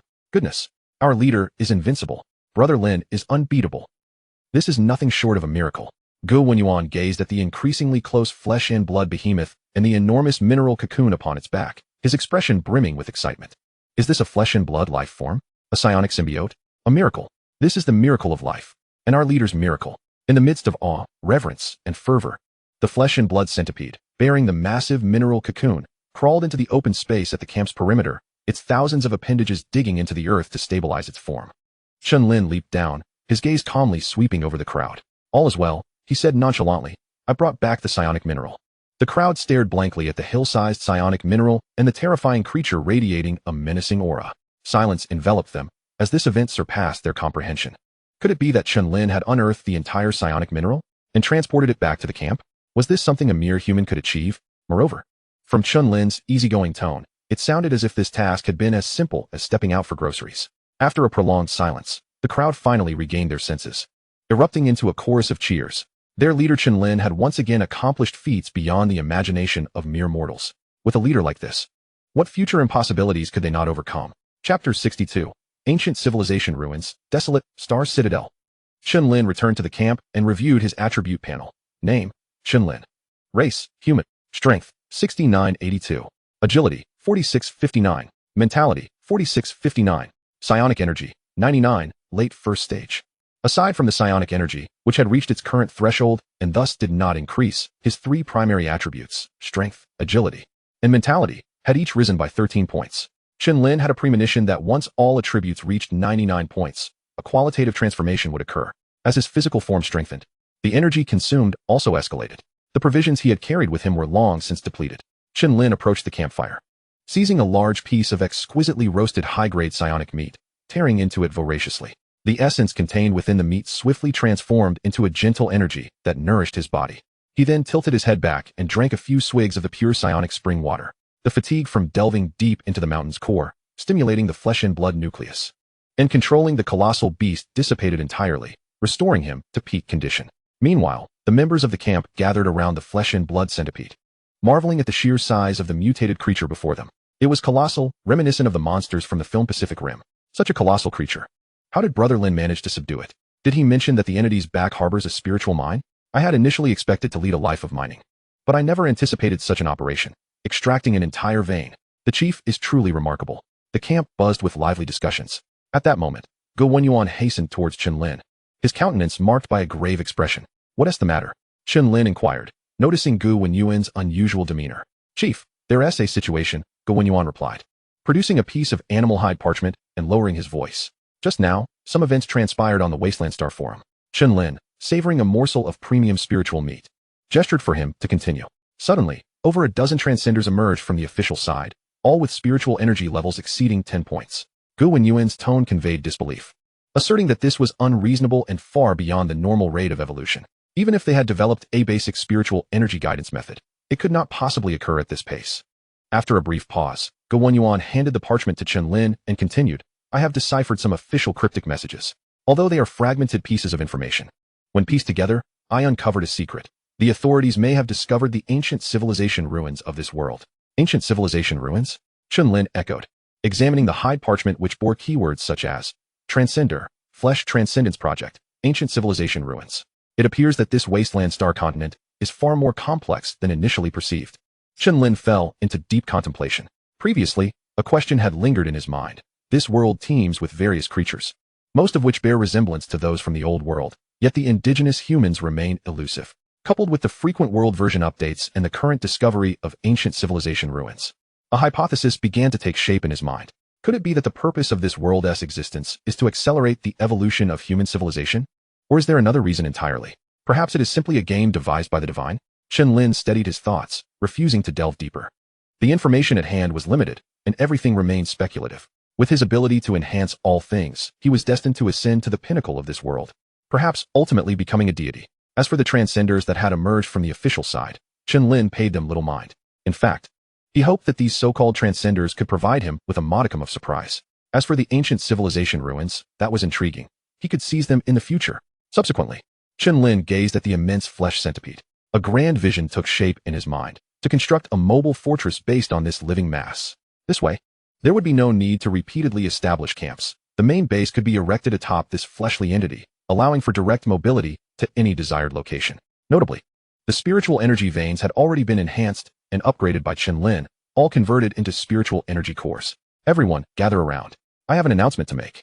Chen Lin called out to the gathering crowd. Upon hearing this, the camp's inhabitants hurried over, eager for their leader's directive. Chen Lin raised his hand, pointing towards the dormant flesh beast, and proclaimed, we shall build a mobile war fortress upon this foundation. This will be our new homeland, and our weapon in conquering the wasteland star continent. As his words echoed, the crowd inhaled sharply, followed by a chorus of astonished exclamations. A mobile fortress? My heavens, is that even possible? Using this colossal beast as a base? How outrageous. The chief's ideas are extraordinary. The camp was abuzz with excitement. The mere thought of a mobile war fortress stirred their blood. Wang Wei, Li Ming. Chen Lin began to call names. Here, chief. The two responded eagerly, stepping forward with palpable enthusiasm. You two will lead a team to collect timber and colossal stones. Gather as much as possible. These will serve as the framework and foundation materials for the fortress. Understood. They nodded in acceptance, rallying their team, wielding their bone axes as they ventured into the surrounding forests. Zhang Xiao, Brother Lin, I'm here. Zhang Xiao stepped forward. You will lead a team to manage the collected materials, overseeing the construction of the architectural components. Understood. Zhang Xiao nodded earnestly, promptly directing the female team members to clear the site and prepare their tools. Gulao, Chief. Gu Wenyuan hastened forward. You will be responsible for the overall structural design of the war fortress. It must include living quarters, storage areas, defensive fortifications, and watchtowers. Provide me with the blueprints as soon as possible. Rest assured, Chief, I will handle it. Gu Wenyuan took a deep breath, suppressing his excitement and shock. His gaze fixed upon the massive flesh centipede. The base, a living entity, possessed remarkable malleability. Gu Wenyuan clutched the parchment, sketching the mobile fortress's blueprint with charcoal. Before long, the initial design took shape. The fortress would feature a three-tiered circular structure. The lower level, storage area, cultivation zone, and power core section. The middle level, residential quarters, workshops, medical facilities, and a conference room. The upper level, defensive platform, watchtower, and command center. What else might be needed? Gu Wenyuan gazed at the highest point of the fortress prototype, where the view was optimal. He decided to construct a chief's residence there. As the blueprint gradually improved, Gu Wenyuan pressed on, contemplating the future development trajectory. The mobile fortress was merely the first step. His eyes sparkled with hope, since the foundation was alive, and the energy source was virtually limitless. Then in the future, in terms of weapon systems, perhaps they could develop spiritual energy shields and colossal spiritual cannons. Regarding mobility, currently reliant on the fleshly limbs, could they one day utilize spiritual energy propulsion to levitate it, or even enable flight? Finally, for fusion and upgrading. If the chief were to discover the ancient civilization ruins and acquire their knowledge and technology to integrate with the fortress, then this stronghold would not merely be a structure, but a powerful, evolving, wasteland ancient spiritual energy war machine. Gu Wenyuan trembled with excitement at this final thought. He scrutinized the sketch, pondering deeply, and boldly inscribed 4 grand characters in the corner of the hide parchment. Wasteland Sky Fortress. Chapter 63, World Version Update, Wasteland Battlefield. Chief, the design has been completed. Gu Wenyuan reverently presented the drawn animal hide blueprint to Chen Lin. As Chen Lin accepted the parchment, his eyes brightened. He could not help but admire Gu Wenyuan's design. It was meticulously comprehensive, considering every aspect. Wasteland Sky Fortress. Excellent. Let's proceed with this. Chen Lin nodded in satisfaction. Gu Lao, you will oversee the construction. Let the others assist you. If you need anything, just let me know. Yes, Chief. Gu Wenyuan responded, brimming with excitement. Receiving Chen Lin's affirmation bolstered his confidence immensely. With the design in hand, the entire camp operated like a finely tuned machine, functioning with unprecedented efficiency. Wang Wei and Li Ming's collection team worked tirelessly, akin to indefatigable worker ants, hauling enormous logs and boulders from the forest, quickly assembling a mound of construction materials beside the flesh centipede. Meanwhile, Zhang Zhao's processing team took charge of preliminary processing. The physical capabilities of the female team members had reached impressive levels of 7 or 8 points, allowing them to work with remarkable efficiency. They utilized bone knives and axes to shape the raw timber into neatly crafted beams and planks. Gu Wenyuan directed the workers from the sidelines, occasionally lending a hand. Each individual brimmed with enthusiasm, envisioning the day when the Wasteland Sky Fortress would be completed. Chen Lin glanced at the bustling crowd, then settled into a wooden rocking chair. With a mere thought, he connected to the Ruin Star Forum. It had been quite some time since he last visited, and he was eager to grasp the current situation outside. He pondered the progress of the survivors and the official so-called ascenders and ancient civilization relics. Upon entering, he quickly discovered that the forum was now dominated by official posts. Dawn of Humanity. The official base in Dawn City has welcomed 10,000 survivors with location coordinates. Welcoming all survivors back. What are ascenders? The official Flesh Ascension project is revealed for the first time, leading a new chapter in human evolution. Good news. The third batch of Ascender warriors has successfully transformed, with psychic energy peaks surpassing 50 points. Join us and share the glory. The official recruitment of various special talents. With generous treatment. At that moment, the forum was ablaze with excitement among the survivors. A base for 10,000? Wow, the officials are impressive. I'm setting off right now. Do Ascenders really exist? 50 points of psychic energy? That's outrageous. Mine is only 5 points. Damn. This Flesh Ascension project sounds a bit sinister. Is it really safe? The forum was rife with diverse opinions. Chen Lin quickly skimmed through the posts. Deep in thought, the speed at which the officials had progressed after discovering the ancient civilization relics was beyond his expectations. Moreover, they had deleted the post from the previous 2 days, including the one that seemed aimed at enticing him. It appeared that the officials had uncovered something extraordinary within the ancient relics, which prompted such a swift change in attitude. How quickly they shifted their stance. I wonder how they would react if they knew my psychic energy value is 99 points. Chen Lin exited the Ruin Star Forum, redirecting his attention to the present. The camp members were still engrossed in their fervent construction. At that moment, the cold mechanical voice echoed once more. World version has been updated. A simple phrase plunged the entire Ruin Star continent into silence. Everyone halted their activities, holding their breath in anticipation. This update primarily accelerates human evolution. Ruin Star Battlefield module added. Forum functionality module added. Panel display module added. What the hell? It's happening again? Hasn't it only been a few days? Another update? Ruin Star Battlefield? What on earth is that? It sounds ominous. Forum functionality module? Panel display? What does this even mean? Accelerating evolution? Will there be dangers? Survivors across the Ruin Star continent, whether in official camps, scattered encampments, or wandering alone in the wilderness, were all taken aback. Chen Lin also rose from the rocking chair, his brow slightly furrowed. With a thought, he opened the Ruin Star Battlefield module. Moments later, a smile crept across Chen Lin's lips. Ruin Star Battlefield 1. Activation time. Mandatory activation after 72 hours. 2. Participation criteria. All survivors within the Ruin Star continent with psychic energy levels of 10 or above, including 10, will be forcibly transported to the Ruin Star Battlefield space for trials. 3. Battlefield rules. Survivors will be ranked in real time based on their performance, with corresponding rewards distributed. 4. Live broadcast feature. Everything occurring within the Ruin Star Battlefield will be broadcasted live to all survivors. Personal views can be selectively turned off. Chen Lin read the detailed description of the Ruin Star Battlefield intently, a smile forming at the corners of his mouth. Forcibly transporting all survivors with 10 or more psychic energy for trials, ranking them in real time, distributing rewards, and broadcasting live? Chen Lin murmured to himself, his fingers tapping rhythmically on the armrest of the rocking chair, encouraging exceptional survivors to compete against one another, thereby accelerating evolution. This is nothing short of breeding competition. The entity orchestrating all this is indeed simple and ruthless. Instead of feeling anxious, he found the situation increasingly intriguing. It felt like a stage meticulously crafted for him. A platform to rapidly harvest resources, validate strength, and simultaneously showcase prowess to the world. A leaderboard? He was quite curious to see where his name would land. A live broadcast? It would allow everyone to see clearly who the true strong should be followed. With 3 days to go, Chen Lin estimated it would be ample time for him to elevate all attributes to 99 points and break through to the second tier. Meanwhile, other survivors finally regained their composure from the shock and began to delve into the newly introduced Ruin Star Battlefield rules. A survivor with only 7 points of psychic energy murmured to himself in his small camp, a hint of fear in his tone. Thankfully, my psychic energy hasn't reached 10 points. I won't have to be forcibly transported to that dangerous place to fight for my life. On the other side, at the official Dawn base, within a grand hall constructed of massive stones, a dozen formidable men and women gathered, all official ascenders. The Ruin Star Battlefield. Now this is interesting. A burly man with a scarred face laughed heartily, his fists cracking as he spoke.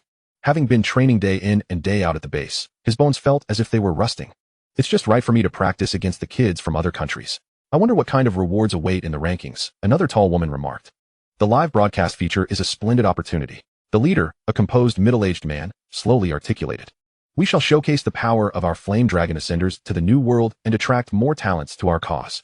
This battle must be spectacular. The official Ascenders were all exceedingly exhilarated. The enhancements brought by the ancient civilization relics instilled them with confidence, igniting a desire to utilize the Ruin Star Battlefield to prove themselves. In a cave somewhere in the wilderness, a dark-skinned man clad in animal skins chuckled deeply after reading the update. Finally, this is getting interesting. Hunting mutated beasts had grown tedious. I wonder if the geniuses from other countries can provide me with some amusement. Chapter 64. The Official's Arrogance. Are the beef tycoons present? This world version update introduced 3 new functionalities. Besides the Ruin Star Battlefield, there were 2 additional features.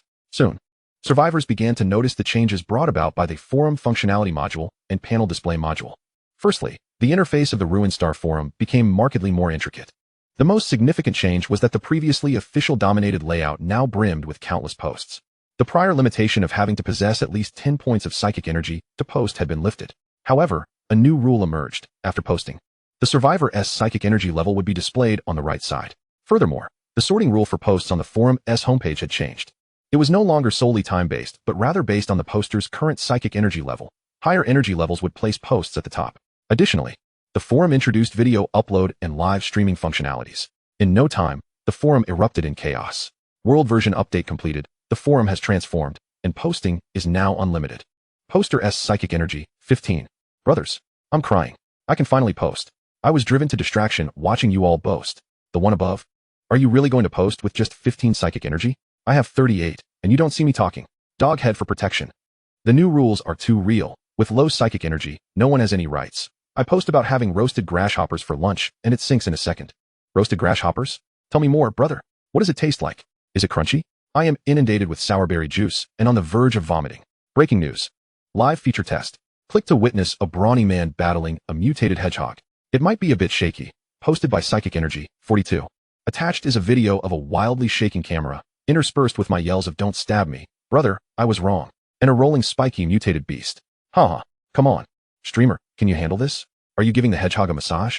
This footage is making me dizzy in 3D. Hang in there, cook. I can't send gifts. But let me send you a vegetable emoji. I've learned my lesson. Next time I encounter a spiky beast, I'll run. Official announcement from Flame Dragon. The order in Dawn City is well maintained, and the enhancers possess formidable strength. We welcome those seeking refuge. Posted by Psychic Energy, 48. This post has been pinned to the forum due to the high psychic energy of the poster. 48. Am I seeing things? Does this number truly exist? Big shot. Are you still in need of trinkets? The kind that can shout 666. The officials are impressive. Voice cracking. Hee, having high psychic energy is quite remarkable, isn't it? My apologies, it truly is impressive. Great one, take me with you. My coordinates are saved. I'm setting off now. I hope I'm not turned into lunch by mutated wild dogs along the way. Are there any aesthetically pleasing streamers? I have a psychic energy of 67. Capable of fighting and enduring, seeking to connect for a collaboration. Posted by Psychic Energy, 67. What time is it? And you're still thinking of watching streamers? Brother, you understand the realities of a post-apocalyptic life. I, the goddess, with psychic energy of 25, trapped in a cellar, will send you a piece of my spiritual flesh to prove my strength. After I get out, let us team up, shyly. To the one above, I almost believed you. I have a psychic energy of 38, and my voice is sweeter. Send me a message first. Shocking. A man actually did this to a mutated porcupine in the wilderness. Posted by Psychic Energy, 55. Attached is a blurry video of a man running while throwing stones at a porcupine. You showed me this after I've taken off my pants? This clickbait, even in the apocalypse, still plays this game. Porcupine, do you have any manners? Let us disperse. It's better to check the pinned post of the official Big Shot. At this moment, the forum has entirely transformed into a chaotic mix of a talent recruitment center, a boasting ground, and a help station. Psychic energy values, akin to levels in a game, are displayed beside every user ID, forming a hierarchy of disdain. Posts from high-energy users radiate a certain aura, admired by countless others, while those with lower energy strive to gain attention through witty remarks and bizarre content. Naturally, some practical survival tips are also elevated by the crowd. The entire Ruined Star continent has become more vibrant due to this update. The harsh laws of survival intertwine with these humorous and absurd posts, creating a vivid and surreal tapestry. Just then, an official post captured the attention of all survivors. The top ranking in the Ruined Star battlefield undoubtedly belongs to the officials, unaffiliated individuals. Please retreat if encountered in the battlefield to avoid self-harm. Posted by ID. Enhancer Zhao Tianyi, Psychic Energy, 66. This post detonated like a deep water bomb, instantly silencing the boisterous forum, which was soon followed by a tsunami of reactions. 666 Psychic Energy. Am I hallucinating? Is this number real? I'm barely scraping by with 7 points. 66 points. Did they drain the entire mountain of spiritual mist? It's insane. This is no longer a superhuman. This is a humanoid Tyrannosaurus. Can a single punch break a mountain? What kind of monster is this official enhancer? How did they elevate their powers? Are they cheating? The Blood and Flesh Ascension Plan. Just the name sounds sinister, but their strength is undeniably formidable. The comments beneath the post were swiftly inundated with worship and admiration. Countless survivors seemingly glimpsing a new deity and source of support. Of course, there were also skeptics, questioning whether the tone was too grand, suggesting that everyone in the battlefield relies on their own abilities. Indeed, there could be hidden big shots, right? What does 66 points even mean? The Ruined Star is so vast. However, as soon as these voices emerged, they were swiftly drowned out by even more supporters of the officials. What are you whining about? If you have the ability, why not show us your own 66 points of psychic energy? Big Shot Zhao could crush you with a single finger. And you're still being obstinate? The officials are the hope for the future. If you can't accept it, just stew in your anger. Hidden big shots? Laughable. In the face of absolute strength, hiding means you're too scared to show yourself. This wave of public opinion rapidly swept across the entire forum, igniting deeper discussions and feelings of despair. The chasm of psychic energy has manifested. What does 66 points signify? Do we still have hope? Posted by Psychic Energy, 8. It means that even a fart from them could obliterate a mutated beast, far surpassing our kills. I'm in despair, truly. Can we chase this gap with our heads? From now on, let's avoid anyone affiliated with the officials. It feels like they're no longer of the same species as us. Hope, perhaps. But it certainly doesn't belong to us lowly beings with single-digit psychic energies. Hold on, brothers, haven't you noticed? The tone of Big Shot Zhao's post is rather aggressive. Unaffiliated individuals, retreat if encountered. This doesn't sound like a public announcement, but more like a targeted warning to someone. Posted by Psychic Energy, 5. Now that you mention it, I feel the same. Didn't the officials want to recruit that I don't eat beef Big Shot? Yet, they completely ignored him. Oh my gosh. The truth is revealed. The officials are feeling embarrassed and are flexing their muscles as a show of deterrence. To scare the chicken, the I don't eat beef Big Shot is that chicken. It must be. The officials are establishing their authority, telling all the solo players what happens if they don't comply. The I don't eat beef Big Shot is under scrutiny. This speculation quickly spread, injecting a note of tension and targeting into the discussions. Those who initially supported "I don't eat beef" now felt conflicted, wishing for the big shot to step up while fearing he might not withstand the terrifying power of the officials. "I don't eat beef, big shot. Are you still there? Please say something." Posted by Psychic Energy, 6. Chapter 65. Enhancer Li Xian formally challenges Chen Lin. "I don't eat beef, big shot. Are you still there? Please say something." Posted by Psychic Energy, 6. Indeed, we, the scattered survivors, still have the "I don't eat beef" big shot. When the forum first opened, this big shot's psychic energy was far ahead, and now he must be even stronger, certainly not weaker than the official enhancers. "We seek the big shot to boost our morale." Immediately beneath this post, an official supporter poured cold water. "Haha, don't shout. It's pointless. Brother, the times have changed. The era of "I don't eat beef" has passed. Now, it's the world of the enhancers. Haha, exactly. Even if "I don't eat beef" has some skills, how can he compare to Big Shot Zhao with 66 points of psychic energy? He might not even be worth a fraction of that. He may have already been taken down by a mutated beast. Or perhaps he is too scared to show up after seeing the official's might. Haha, he was a big shot before, but now, he is probably just someone who got lucky at the start. Those who once supported "I don't eat beef" now find themselves at a loss for words, as the 66 points of psychic energy from the enhancers looms over them like an insurmountable mountain. All scattered survivors must concede that the power now displayed by the officials is sufficient to crush any individual powerhouse. The once formidable "I don't eat beef" big shot may have already fallen behind the current version. At this moment, the atmosphere in the forum grew increasingly tense. Faced with the absolute oppression of 66 points of psychic energy, can that mysterious big shot truly create miracles once again? Perhaps he truly felt fear? Just as the debate on the forum regarding my aversion to beef intensified, yet another post from the authorities surfaced, prominently pinned to the top due to its high psychic energy advantage, and its content astounded all. Official announcement. In light of the mystery and power surrounding my refusal to consume beef, and due to the attention garnered on the forum, we have dispatched the Ascendant Li Xian to engage in a friendly spar at his last active location. The entire process will be broadcast live via the forum, so stay tuned. Poster ID, Command Center of Dawn City, Psychic Energy, 68. This post detonated like a nuclear bomb, completely igniting the forum. Live challenge. The officials are really going all out. A real-life PK at the doorstep? Ascendant Li Xian? Another Ascendant. What is his psychic energy?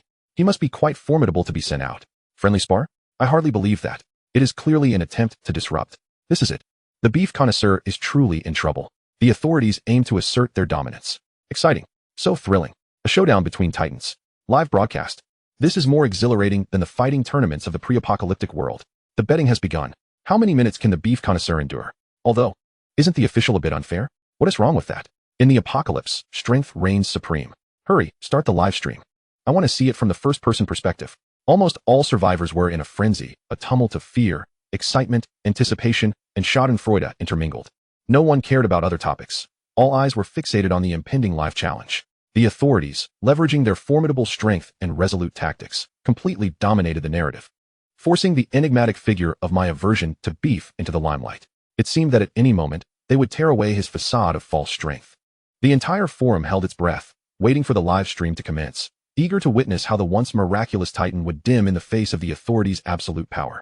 Most participants were pessimistic and skeptical, with only a small faction still supporting the beef connoisseur, though they were quickly drowned out by a torrent of posts. Soon, the live stream post arrived. Live stream initiated. Ascendant Li Xian versus my aversion to beef. Offline spar. Poster ID. Ascendant Li Xian. Psychic Energy. 70. Attached. Live stream link. The moment this post emerged, it acted like a powerful magnet, drawing the attention of all survivors. Countless survivors clicked on the live link, flooding into the stream. The live stream showcased a third-person perspective, and at the center of the frame stood a young man clad in black combat attire, his expression stern, his gaze piercing, surrounded by an invisible force field that caused the broadcast image to slightly warp. "Greetings, fellow survivors," Li Xian began, his voice emanating from the stream with an air of superiority. "I am the official Ascendant Li Xian, with a psychic energy value of 70. As soon as he finished speaking, a semi-transparent attribute panel materialized above his head. Li Xian displayed his attribute panel, though it revealed only partial information. The inscription, Psychic Energy, 70, dazzled all viewers. The live stream room erupted with excitement, a barrage of comments instantly obscuring the entire screen. 70? Holy crap. Another 70-level powerhouse. Just how many monsters does the administration have? Commander 68, Zhao Tianyi 66, and now a 70. This attribute panel is unbelievably impressive. Bowing down to the powerhouse. This strength could sweep across the wasteland, right? Mom asks why I'm watching the live stream on my knees. Li Xian was evidently pleased with this effect, a slight smile gracing his lips as he continued. based on the information we have gathered. The survivor with the forum ID my aversion to beef is actually named Chen Lin. Chen Lin? So the beef connoisseur's name is Chen Lin. The comments surged again. Everyone buzzing with excitement over this explosive revelation. The once mysterious figure of my aversion to beef was on the verge of being unveiled. Li Xian smirked. Addressing the camera with a mocking tone, "What do you think, this so-called number one, Chen Lin, what do you reckon his current psychic energy level is? 40? 50? Or if luck is on his side, perhaps he barely scrapes to the threshold of 60? He paused, his tone dripping with arrogance. I, Li Xian, possess 70 points of psychic energy. How confident do you think I am in this upcoming friendly spar? Li Xian provocatively queried. And the response from the comments was overwhelmingly one-sided. Is that even a question? 100 for you, Li Xian. 70 against 50? ISNT that akin to a father battling his son? 60 wouldn't stand a chance. A 10-point difference in psychic energy is a chasm. Chen Lin is finished. The authorities are serious now. Let us get started. We can't wait to see the spectacle. The betting has begun. I'm wagering Li Xian will defeat him in one move. Though it was ruthless, such is the reality. A lone wanderer ultimately cannot contend with the resources of the authorities. Occasionally, a few comments supporting Chen Lin flickered by, expressing hope for a miracle. But they were swiftly drowned out by derisive comments of ha ha ha. Keep dreaming. Just wait for your demise. Almost everyone believed this would be a one-sided massacre. Just then, an unexpected turn of events occurred in the live stream. Chapter 66. The Might of Li Xian. Was Chen Lin merely a stepping stone? Boom. The ground ahead suddenly erupted. As a massive mutated beast emerged from the depths. It resembled a rodent, its body encased in a thick rocky shell, its fangs protruding like two gigantic drill bits. Its crimson eyes fixated on Li Xian, letting out a bone-chilling roar. Roar. Holy crap. It's a mutated fisher rat. With that size, it could easily flatten our camp. This is it. A live stream disaster. The great Li Xian is ambushed. Run, great one. This creature looks formidable. The wasteland is indeed perilous. Chen Lin hasn't even appeared yet, and he has already encountered such a monster. The live stream room was soon inundated with terrified comments. Everyone holding their breath for Li Xian. Even those who believed he could defeat the mutated beast thought it would be a tough battle, potentially delaying his pursuit of Chen Lin. However, in the face of this suddenly emerging terrifying creature, Li Xian's expression showed no sign of disturbance. Friends watching the live stream, please do not panic. Although this mutated beast is powerful, it's merely enough for me to warm up. Next, let me show you the power of an ascendant. Li Xian declared with an air of arrogance before his figure flickered and transformed into a blurred black line, vanishing from his position in an instant. The next moment, Li Xian appeared directly above the mutated fisher rat. He didn't even employ any weapons. He simply raised his right hand and clenched his fist. An overwhelming surge of psychic energy instantly coalesced at his fist, causing the surrounding air to emit a strained hum. Then, with a single punch, no extravagant techniques, only absolute speed and power. Boom! A deep, resounding crash echoed. The mutated fisher rat, known for its defense, was instantly obliterated. Flesh and brain matter splattered everywhere. The massive headless body swayed slightly before crashing to the ground, kicking up a cloud of dust. Instant kill. A true instant kill. Li Xian descended gracefully to the ground, shaking off the blood from his hands as if he had merely swatted a fly. He even ostentatiously adjusted the collar of his combat uniform for the camera. For a moment, the entire live-streaming room fell into a profound silence. The barrage of comments vacated for a full 2 seconds. Subsequently, the comments erupted like a volcanic explosion. What did I just witness? A single punch. Just one punch. Such a colossal mutated beast. Instantly dispatched. Is this truly a mere 70 points of psychic energy? It must be 700 points. Invincible. Truly invincible. How can one combat this? Where is Chen Lin? He should flee. There is no point in coming out now. That would be tantamount to a death sentence. The official transcendents are terrifying. This is beyond human. So magnificent, it sets my blood ablaze. Master Li Xian is extraordinary. Observing the explosive comments, a proud smile finally graced Li Xian's face. The warm-up is over. Chen Lin, you must be watching, right? Are you prepared to engage in a spar? Li Xian gazed into the camera, his eyes radiating unmasked disdain. Meanwhile, at the Fog Mountain Command Center, Meng Yiwu was intently watching the live broadcast. Witnessing the stunning scene of Li Xian annihilating the mutated fisher mouse with a single blow, his tightly clenched fist gradually relaxed, and he exhaled a long sigh of relief. Just moments ago, he had witnessed that mountain-sized, flesh-eating centipede emerge from the earth, filling his heart with despair. The sheer magnitude of that calamity made him believe that even reinforcements sent by headquarters would struggle to contend with it. He had even urgently contacted headquarters again, updating them on Chen Lin's situation, seeking to reconfirm their assessment. Headquarters, can a transcendent truly confront such a monster? The response from headquarters was unequivocal. Commander Meng, please remain calm. Li Xian is a formidable force with 70 points of psychic energy, and he possesses a secret weapon. This secret weapon can suppress all psychics below the first tier. Even if Chen Lin has experienced some fortuitous events, his psychic energy cannot surpass the first tier limit of 99 points. To ascend to the second tier requires all attributes to be raised to 99 points. In this battle, Li Xian is destined to prevail. Simply observe the unfolding events. Upon receiving headquarters reply, especially learning about the secret weapon capable of suppressing psychics below the second tier, Meng Yiwu's anxious heart finally found some solace. Now, witnessing Li Xian's strength through the forum livestream, the seriousness etched on his face dissipated, giving way to a long-lost smile. Excellent. What a transcendent. What a secret weapon. Meng Yiwu exclaimed, slamming his palm on the table, addressing the surrounding officers. The headquarters transcendents are far more powerful than we imagined. Relay the message. Let everyone witness the live forum. It is time to reclaim our honor. Soon, the entire official camp erupted in cheers. My heavens. One punch. Just one punch. Commander Li Xian is incredibly strong. A mid-tier mutated beast is utterly insignificant. Ha! Let us see who dares to underestimate us now. Chen Lin is finished. Absolutely finished. Let him relish his previous arrogance. We shall breathe easy. Once Commander Li Xian defeats Chen Lin, let us see if those outsiders dare to speak. The morale within the official camp soared, as they envisioned Chen Lin being subdued and the official regaining control over the psychic minds. Previously, they had lived in the shadow of Chen Lin, but now, Li Xian's might rekindled their hope. Simultaneously, within the official dawn base, at the stone sanctuary, dozens of transcendents gathered around a long table, their demeanor relaxed, even exhibiting a hint of languor. In the center of the hall, a massive holographic screen floated, displaying the scene of Li Xian obliterating the mutated fisher mouse. The atmosphere in the hall remained calm, devoid of gasps, interspersed with a few derisive chuckles. TSK. This kid Li Xian still loves to show off. Was it really necessary to use the explosive fist on a mid-tier beast? Remarked a burly man with a buzz cut. His arms crossed, his tone dripping with disdain. Lei Long, your performance on your first mission was far more ostentatious than his. A slender woman beside him interjected coolly. The burly man, Lei Long, chuckled but offered no rebuttal, redirecting his gaze back to the hologram. Nevertheless, his execution was clean and efficient, preserving the dignity of our transcendence. Let those ignorant fools outside witness what true power is. Indeed, a fitting description for those ignorant fools, remarked a man wearing gold-rimmed glasses, exuding a soft demeanor. Based on existing intelligence and data models, the probability of the target Chen Lin's psychic energy ceiling being below 85 points is 976. Even if his psychic energy exceeds 90 points, it will be suppressed below 70 points in the presence of Li Xian's psychic suppressor. Chen Lin's defeat was determined the moment the official discovered the ancient civilization ruins. The treasures within the ancient civilization ruins are beyond the imagination of those outsider survivors. As he spoke, laughter echoed throughout the hall. Every transcendent wore a look of superiority. They had acquired the ancient civilization ruins, their rate of advancement far surpassing the ordinary. And they had long since regarded themselves as superior beings. Chen Lin, merely a solitary powerful survivor with a stroke of luck, perhaps in the eyes of ordinary survivors. He was an unattainable giant, but in the eyes of the transcendents, Chen Lin was merely a stepping stone, a means to showcase transcendent power to the world. Nothing more.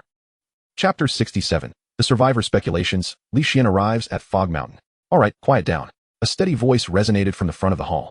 The speaker, a middle-aged man clad in a black commander's uniform, exuded an aura of authority that silenced all the transcendents present. Li Xian's mission must not falter.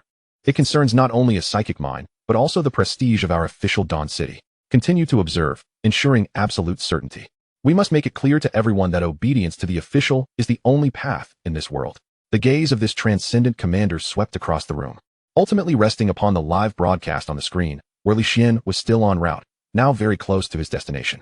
Following Li Xian's live demonstration of his capabilities, nearly all survivors had rallied behind the official, with no one believing that Chen Lin could triumph over Li Xian. However, the survivors at the foot of Fog Mountain held differing views. At that moment, several leaders of small camps were gathered together. One of them activated his psychic energy, broadcasting the forum livestream. Upon witnessing Li Xian dispatch the mutated fisher mouse, their expressions mirrored shock, albeit with less excitement. The official's transcendent is indeed ferociously formidable. The Black Wolf leader gasped. How can one contend against 70 points of psychic energy, no matter how powerful Master Chen Lin is? A slender leader shook his head, his tone laced with pessimism. It's hard to say. One leader, named Wang Xingkue, fixated on the live broadcast, slowly articulating. Let us not forget the monster we saw this morning. His words plunged the others into silence, their faces betraying fear and trepidation. Today, they beheld the terrifying, grotesque behemoth, adorned with countless segments of flesh. The moment it emerged from the mountainside, it induced a tremor that shook the very earth. The scene resembled the onset of an apocalypse, chilling to the core. No matter how formidable Li Xian may be, Could he truly obliterate a creature of such colossal proportions with a single punch? Wang Xingkue remarked that it was beyond the realm of human capability, while Chen Lin, he commanded such a monstrosity. Brother Wang, do you imply that Chen Lin is potentially more fearsome than we envision? Not potentially, but undoubtedly. Wang Kue inhaled deeply. Li Xian had not witnessed it firsthand. Hence his confidence, but we have. In the presence of that fleshly centipede, I fear Li Xian's strength may. His words trailed off, but the implication was unmistakable. I beg to differ. Another leader interjected, frowning. Meng Yiwu and the others have seen it. They will certainly communicate with the Transcenders. The fact that Li Xian was dispatched with such fanfare suggests confidence in subduing Chen Lin. I still hope for Chen Lin's victory. Wang Xingkue sighed, his gaze complex. If the authorities triumph, our circumstances may become even more arduous. Should Chen Lin prevail, perhaps this world might witness a transformation, at the very least. Those aligned with Chen Lin seem to thrive. When celestial beings clash, it is the mortals who suffer. The Black Wolf leader chuckled bitterly, regardless of the victor. It is unlikely to bode well for us, the wandering souls striving to survive in the cracks. A pall of pessimism enveloped the wandering encampment. In the live broadcast, Li Xian approached with indomitable vigor. All awaited the outcome of this seemingly uneven contest. Li Xian's stream continued, his advance relentless. Any mutated creature attempting to obstruct his path was reduced to mere dust beneath his overwhelming power. Each strike was a swift execution, embodying the essence of violent aesthetics. Consequently, the atmosphere in the forum's live chat reached a fever pitch. With Li Xian's invincible demeanor on display, the authorities' prestige soared to unprecedented heights. The barrage of comments was replete with adulation for Li Xian and derision for Chen Lin. My, this youth is terrifying indeed. Invincible. This is the might of the authorities. A force to be reckoned with. Where is Chen Lin? Hiding, perhaps? Does the official powerhouse lack accessories? At that moment, the live feed showcased a lake and a towering mountain. Ladies and gentlemen, do you see? The mountain ahead is where Chen Lin has taken refuge. It is rumored there exists a spiritual mine here. Li Xian remarked with a hint of sarcasm. The camera zoomed in, revealing the distant scene clearly to all viewers. Astonishingly, the spiritual mist enveloping the mountain had entirely dissipated. More notably, at the mountain's waist, there lay a massive gaping hole. This cavern was unfathomably deep, as if it had been gnawed through by some ancient behemoth. Observing this spectacle, the live chat's tone shifted. Wait, what is happening with the mountain? It appears to have been penetrated by something. What a colossal hole. Could this have been created by human hands? What of the spiritual mine? Wasn't it said to be present? With the mist gone, it feels as though it has been hollowed out. Goodness, I have a bold hypothesis. Could it be that, as some wanderers suggested, the entire mine was excavated and removed? If this was indeed orchestrated by that Chen Lin, then Li Xian, the implications are chilling. This commotion is more frightening than annihilating 10 rock-splitting mice. What if Li Xian has stumbled upon a formidable obstacle? A sense of panic began to spread among the survivors. Stop with the nonsense. It must be the work of mutated beasts or an earthquake. Exactly. Li Xian is invincible. Doubts and concerns flooded the comments as survivors gazed at the menacing mountain cavity, their hearts racing.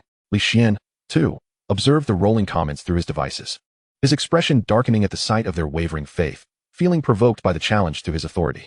Although the headquarters had updated information regarding Chen Lin, revealing that this chasm was indeed his doing, Li Xian dismissed it as merely the handiwork of a large mutated beast. Witnessing the growing skepticism in the comments, he scoffed. Humph, a mere hole inside such paranoia? In the Starfall continent, strange occurrences abound. Perhaps it is merely tectonic shifts or the actions of a powerful mutated beast. How could one so easily attribute it to Chen Lin? Perhaps he is merely leveraging this cosmic anomaly to fortuitously claim this territory, engaging in theatrics. Today, I, Li Xian, shall raise this desolation, unearthing the ant that dares hide beneath the waves of time. I will reveal his true visage, demonstrating how utterly ludicrous these contrived tactics are in the face of true power. Let him understand what it truly means to be strong. Li Xian's words bore a semblance of enchantment, swiftly dispelling the doubts within the comments. The atmosphere in the live stream ignited once more, even more fervently than before. Ah, I see. It is indeed a mutated beast. I thought as much. Li Xian is correct. We nearly succumbed to appearances. Such insight, such audacity. True strength dares to confront any challenge. Li Xian is invincible. Flatten the misty mountain. Uncover Chen Lin. Long live the authorities. Long live the Transcenders. Observing the torrent of praise, a smirk graced Li Xian's lips. He then vanished in a flash, transforming into a streak of light, racing toward the mountain. Chapter 68. The shock induced by the mountain's great chasm. Chen Lin makes his entrance. At the foot of the mountain, outside the makeshift official encampment, Commander Meng Yiwu had long been awaiting, flanked by numerous officers. Upon sighting Li Xian, Meng Yiwu stepped forward with fervor, exclaiming, Lord Li Xian, you have finally arrived. Your journey has been arduous.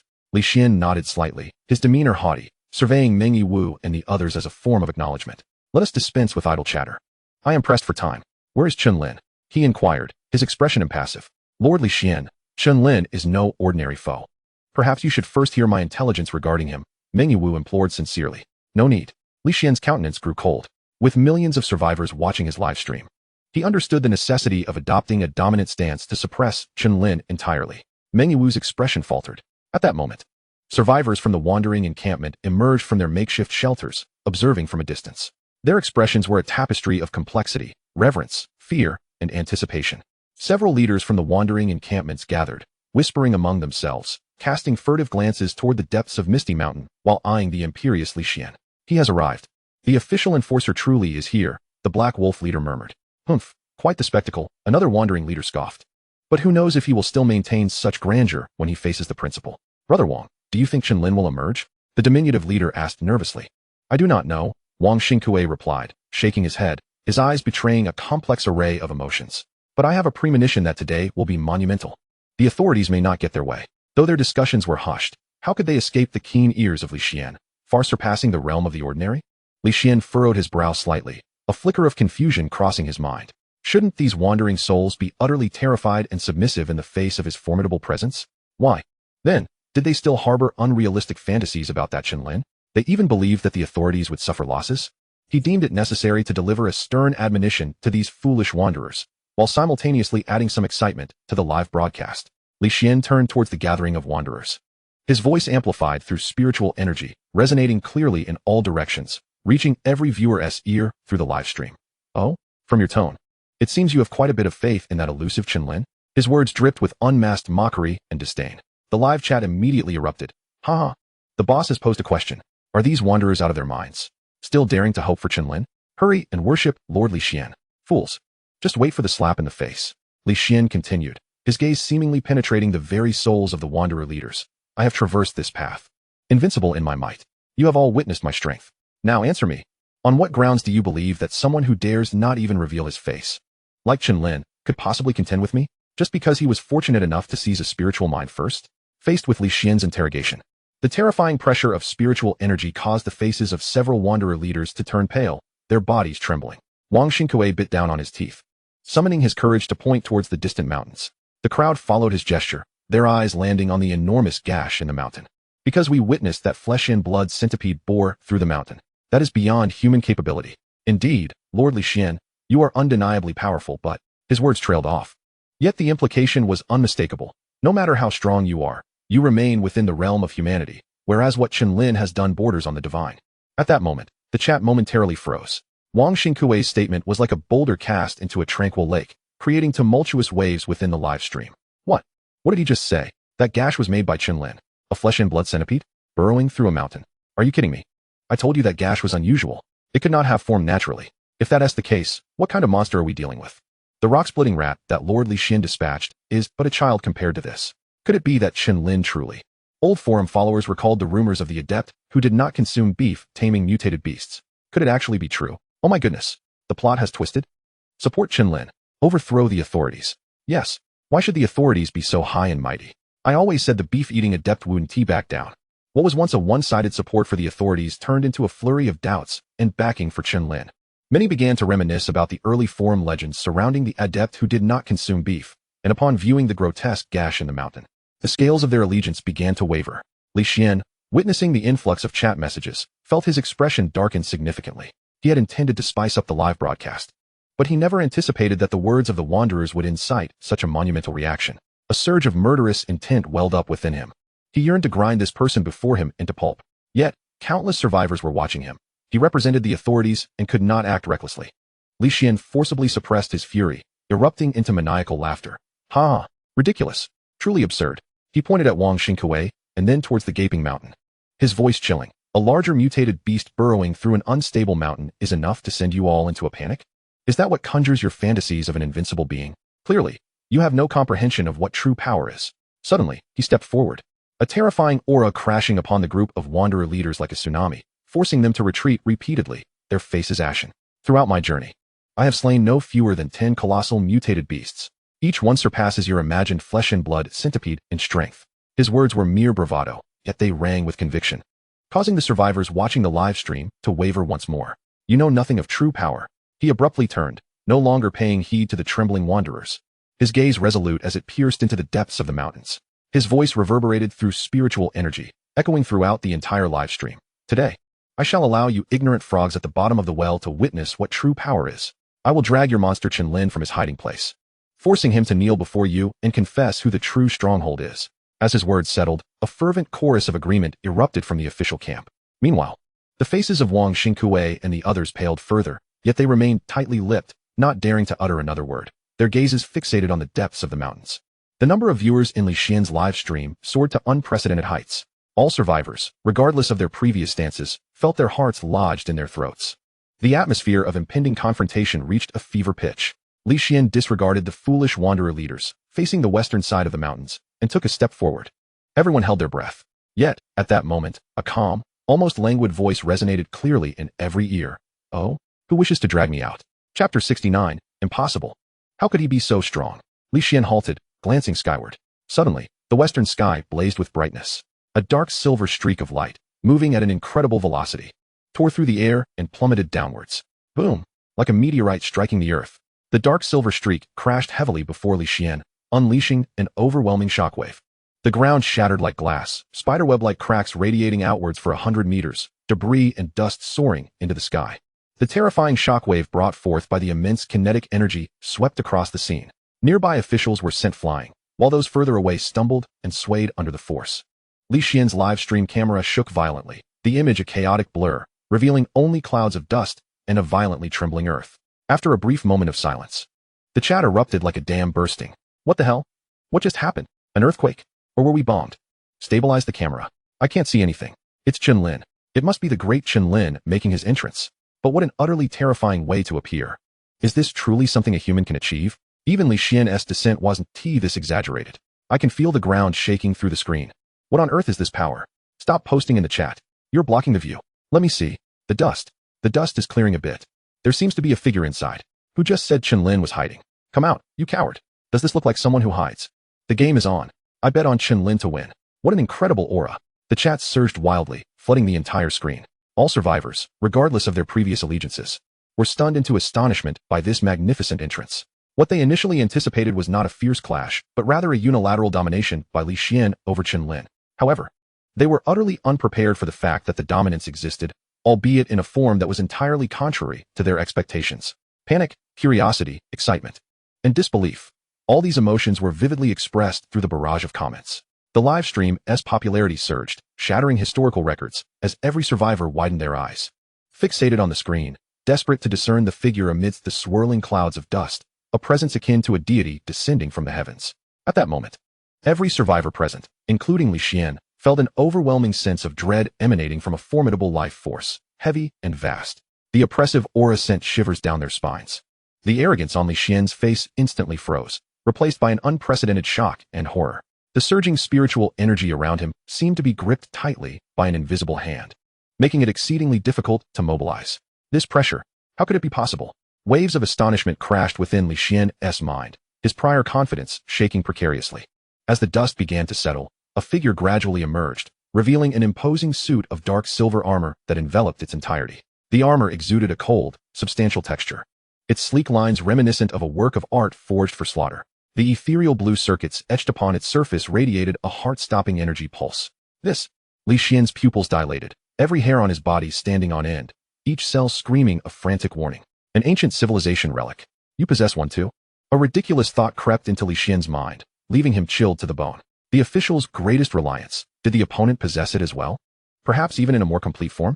Meanwhile, at the official Dawn base, within the sanctum of ascendancy, the previously languid and arrogant atmosphere, akin to a spectator at a mere entertainment show, dissipated entirely. A profound silence reigned, a tomb-like stillness. All ascenders, whether they had been scoffing with arms crossed or lazily reclining in their seats, sat up straight, their gazes fixed intently on the holographic screen. What in the world is that? Lei Long's expression turned grave, his voice laced with incredulity. An activated energy circuit. This is no mere enchantment. The effeminate, bespectacled man rose, gravely stating that his energy fluctuations surpassed those of Li Xian. Impossible. The Guardian-type armor of the ancient civilization is still under analysis. How could he possibly possess a complete version? Another ascender exclaimed in disbelief. A third ascender echoed in horror. Not only the armor, but also the aura it emanates. Even through the holographic barrier, it feels as though I am facing a prehistoric behemoth. At the main seat, the ascender commander's expression also grew serious. The primary reliance of the headquarters is the legacy of the ancient civilization. If the opponent possesses it too, immediately analyze the energy patterns of that armor. Initiate the highest level contingency plan. Li Xian is bound to face a fierce battle. The previously silent commander slowly spoke, yet retained a hint of composure. On the other side, at the foot of Misty Mountain, outside the official temporary camp, Meng Yiwu's complexion turned pale. He had not anticipated the sheer strength of that armor. Previously, he had only seen it from a distance, unaware of its true power. Now, confronted with the terrifying spiritual aura, Meng Yiwu's heart plummeted to the depths of despair. This is dire. Those at headquarters have likely underestimated this Chen Lin. At the mountainous base, Chen Lin's camp, Zhang Xiao and others were also engrossed in the live stream. Brother Lin's entrance was utterly spectacular. The leader is invincible. Let us obliterate that pretentious official. Show them who the true master is. Everyone held absolute confidence in Chen Lin as he donned the spiritual energy steel armor. The barrage in the live stream erupted once more. Armored warrior. What on earth is this? A science fiction film. The luster. The patterns. It's absolutely stunning. Wait a moment, this aesthetic seems wrong. Li Xian is still in combat gear, while Chen Lin is in a mech. How does this even compete? The equipment is overwhelmingly superior. Reporting. Someone is cheating. That armor looks incredibly powerful. The energy fluctuations are intimidating even through the screen. Li Xian, wasn't it supposed to be a cold weapon duel? You pulled out a Gundam. This is it. The official technology tree has been exposed. How many surprises does Chen Lin still hold that we are unaware of? What about the officials? Come out and show yourselves. Weren't you just so arrogant? That armor. Could it be a creation of the ancient civilization? Did Chen Lin discover a relic? The betting odds shifted rapidly. Now, 80 are betting on Chen Lin's victory. Li Xian, is it too late for me to run? The betting market is collapsing. The bookmaker is fleeing. All survivors watching the live stream were profoundly shaken by Chen Lin's ultramodern equipment. Li Xian also noticed the change in the barrage, his complexion alternating between ashen and pale. At that moment, beyond the shock, he was consumed by the humiliation of being outshone publicly. Even if this Chen Lin appeared formidable, he too had his trump cards. Chapter 70. All attributes at 99 points. The global survivors were struck with awe. Gritting his teeth, Li Xian suppressed his unease, channeling all his spiritual energy to combat the overwhelming pressure surrounding him, deceiving with illusions. Do you think a mere set of metal armor can intimidate me? His voice rose, attempting to drown out the skepticism and reclaim dominance. Material possessions are ultimately just that, material. True strength arises from within. From the magnitude of one's spiritual energy, Li Xian articulated each word with emphasis, a luminous screen materializing above his head, displaying his attribute panel. Li Xian. Strength, 50. Agility, 49. Spirit, 42. Spiritual energy, 70. With 70 points of spiritual energy, Li Xian, in full force, unleashed a formidable presence, causing the live stream image to distort slightly. Li Xian, with a spiritual energy value of 70 points. My physical form has transcended the mundane. I could obliterate mutated beasts with a single punch. How many punches can your armor withstand? How long can your meager spiritual energy sustain its operation?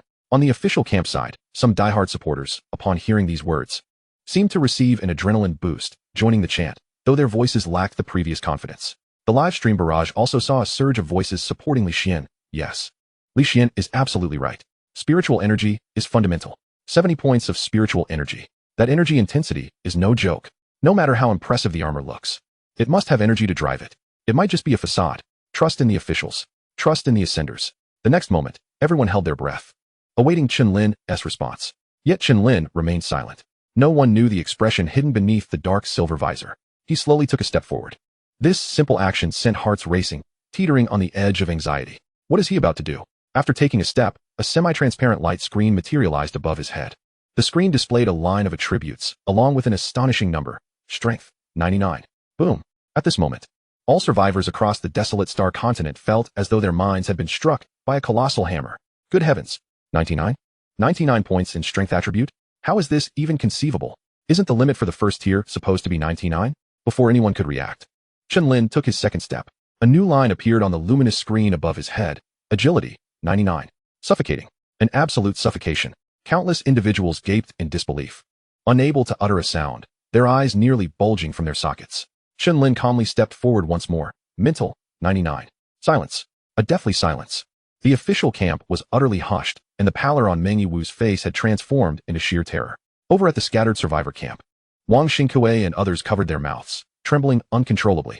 Li Xian's face had turned ghostly pale, cold sweat streaming down his forehead as he felt confronted by an insurmountable mountain. Those 390s struck like massive hammers, shattering his pride and confidence into dust. Then, Chen Lin took his fourth and final step.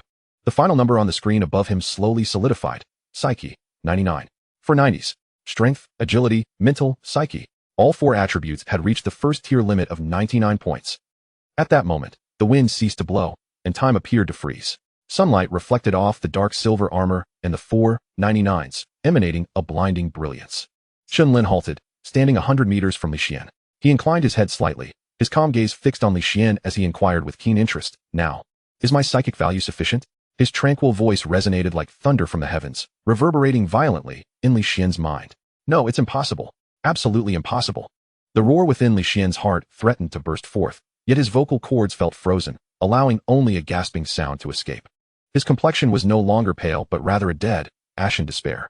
His pupils dilated to their utmost, reflecting those 4 frigid 90s, his body trembling uncontrollably.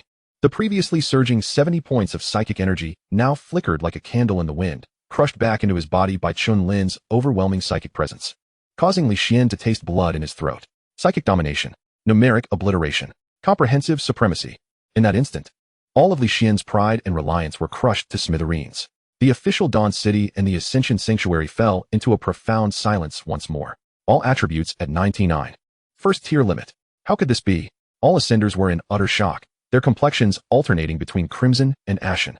They had assumed that Chen Lin's armor was merely formidable. They never anticipated that his attribute values would be so monstrous.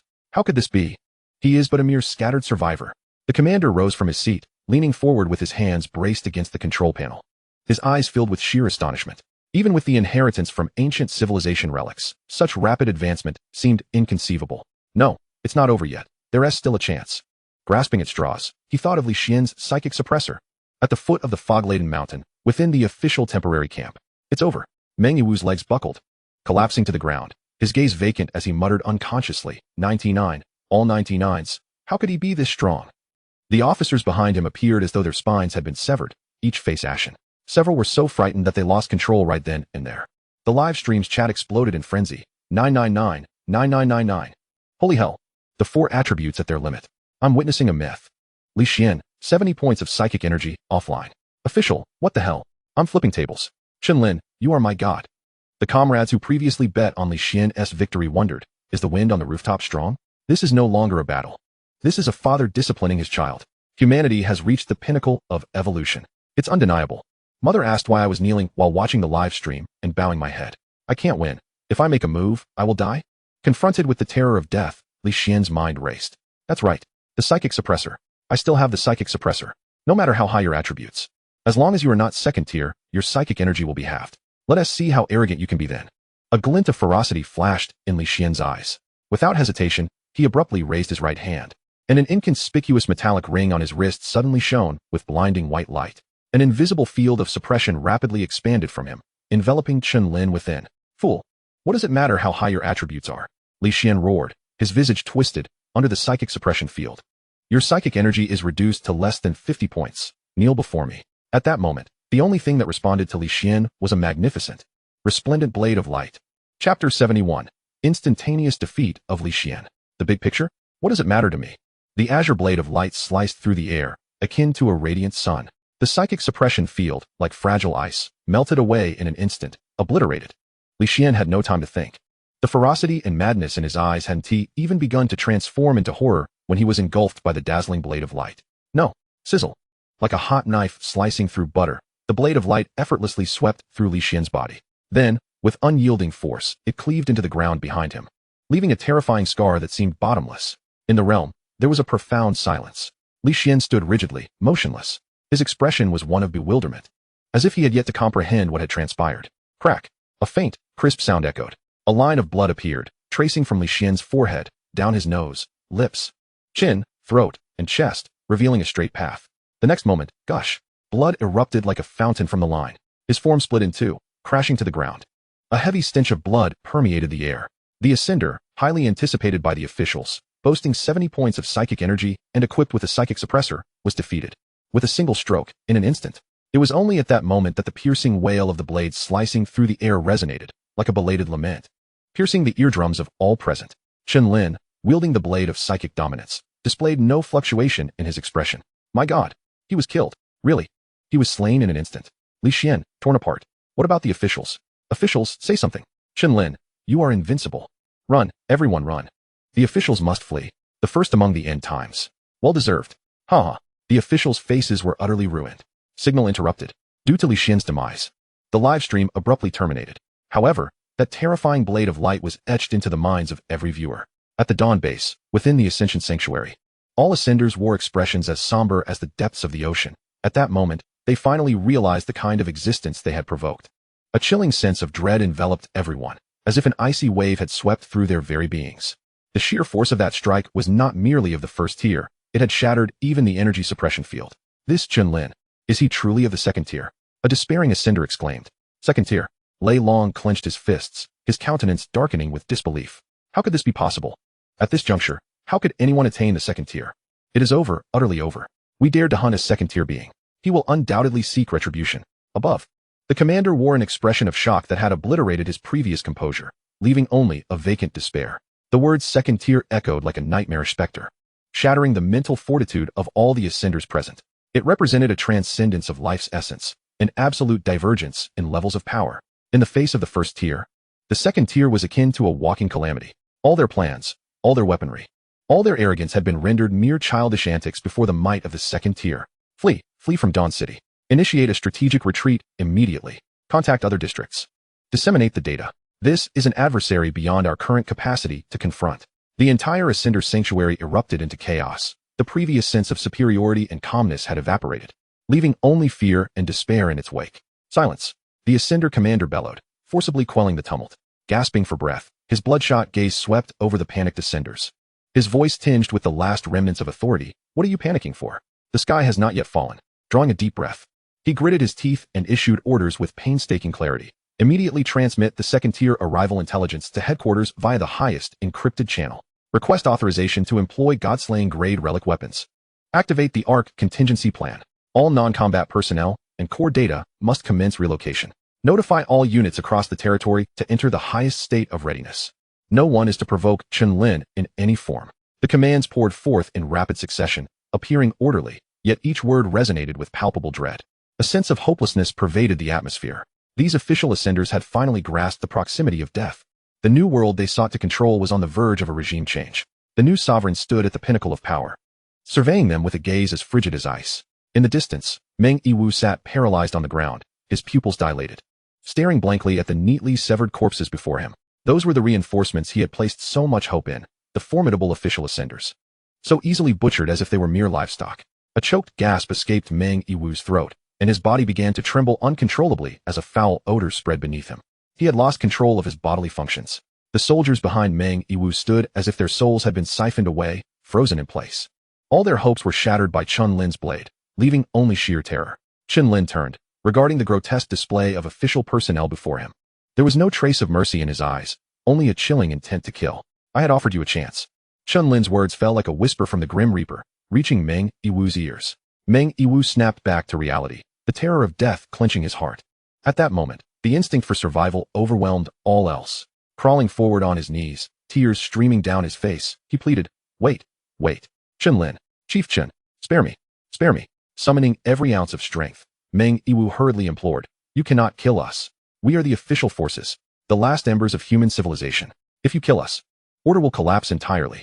The survivors will plunge into endless chaos. For the greater good, for the future of humanity. You mustn't. In the next instant, his words were abruptly cut off. For Chen Lin's gaze bore no trace of emotion. It was as cold as eternal ice, as if listening to the pitiful chirping of an insect. That gaze unequivocally conveyed the message. What do notions of righteousness, order, and future mean to me? Meng Yiwu's heart plummeted into an unfathomable abyss. He discerned the unmasked intent to kill in Chen Lin's eyes. No. Meng Yiwu let out a desperate shriek, but the response was merely a dazzling flash of the blade. In the final moments before death, a montage of memories flickered through Meng Yiwu's mind. He recalled his disdainful attitude upon first hearing Chen Lin's name, viewing him as just a fortunate loner. He remembered his confidence during Chen Lin's rapid rise, convinced that the officials controlling the ancient relics could suppress anything. He recalled the flesh and blood centipede, which had been his last hope for survival. It was all wrong, utterly wrong. Before consciousness faded, Meng Yiwu finally comprehended that the one who would end his life was none other than his own arrogance.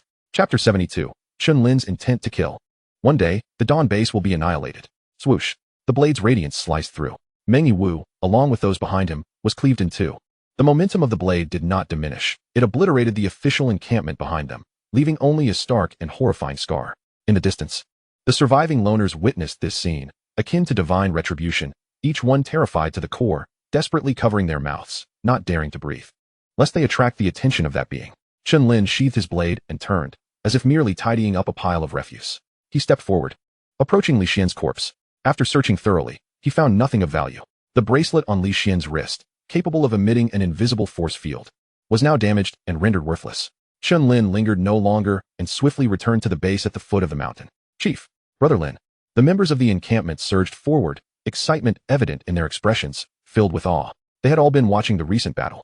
Upon learning that Chen Lin's attributes had reached an astonishing 99 points, they were taken aback. Chen Lin cast a sweeping glance over them and spoke in a calm tone. I will be gone for a while. After saying this, he focused his thoughts, and the crystal core controlling the flesh and blood behemoth fell into his palm. He then extracted a substantial piece of energy crystal from the vein. Brother Lin, where are you going? Is there anything we can assist you with? Zhang Xiao inquired. To settle accounts with the officials for this farce. Chen Lin's gaze turned icy. If one does not offend me, I shall not offend them. He had never intended to clash with the officials, but since they had provoked him, he would naturally impart an unforgettable lesson. Chen Lin spoke no further. Channeling his energy as the blood-red crystal core in his palm emitted an otherworldly glow, with the mass of flesh within appearing to come alive, beginning to writhe. Soon, a multitude of flesh erupted from the crystal core, cascading to the ground and forming a mountain of flesh. Chen Lin cast a plethora of mutated beast bones into the flesh mountain, subsequently using his mind to manipulate its transformation. Boom. The mountain of flesh trembled violently, extending enormous bone wings as countless masses of blood and flesh coiled around them, forming vast, dark red wings. In mere moments, a colossal avian creature, with a wingspan exceeding 50 meters and composed entirely of flesh and bone, materialized out of thin air. This spectacle left the members of the encampment in utter astonishment. It was the first time they had witnessed Chen Lin conjuring living flesh. This extraordinary ability to create such beings transcended their wildest imaginations. With an unperturbed expression, Chen Lin delicately poised on his toes, gracefully ascended and landed firmly upon the back of the colossal flesh bird. The dark silver energy armor, paired with the sanguine mount, evoked an eerie yet formidable visual impact. The onlookers in the camp could not help but gulp nervously, silently praying for the transcendent to be spared. Of all the individuals to provoke, why choose Chen Lin? Time was running out for the transcendent. The chief would soon come to collect you. With a piercing cry that tore through the heavens, the flesh bird flapped its immense wings. Boom! The violent gusts of wind stirred up a tempest of dust and debris, rendering the camp's inhabitants momentarily blinded. Amidst the astonished expressions of all present, the flesh bird soared into the sky, carrying Chen Lin, transforming into a streak of crimson light as it hurtled towards the distant horizon. Its target, the official Dawn base. Simultaneously, on the Wasteland Star Forum, a long-dormant ID re-emerged, posting a new poster. I don't eat beef. Energy, 99. Post title, Livestream. Annihilation of the Dawn base within a day. The content remained succinct, featuring merely a freshly activated livestream link. The moment the post appeared, the entire forum erupted into chaos. I don't eat beef. It is Chen Lin himself. He has returned. Annihilate the Dawn base. Within a day, he just killed Li Xian and is already heading to the official stronghold. Insanity. This world has gone mad. It is exhilarating. The great Chen Lin truly does not eat beef. Who dared to provoke him, thinking their petty transcendent status would suffice? They are reaping what they have sown. Hurry to the live stream. Quickly, the officials must flee, though they know not where to run. Pray for the Dawn base. Light a candle JPG. Front row selling sunflower seeds, beverages, and bottled water. What chaos has intruded? Countless survivors surged into the live stream, where the footage revealed a breathtaking aerial view, with mountains and rivers rushing backwards at an alarming pace. Most unsettling of all was the grotesque visage of a bird's head prominently displayed in the center of the stream. What on earth is that mount? A bird made of flesh, riding a colossal flesh bird into the skies. This is beyond ostentatious. The speed. It is astounding. The Dawn base is doomed. My mother asks me why I am kneeling to watch the live stream while wetting my pants. What of the officials? Will they not say a word?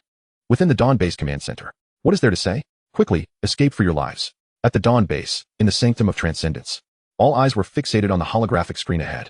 The video displayed the soaring flesh bird and the dark silver-armored figure upon its back.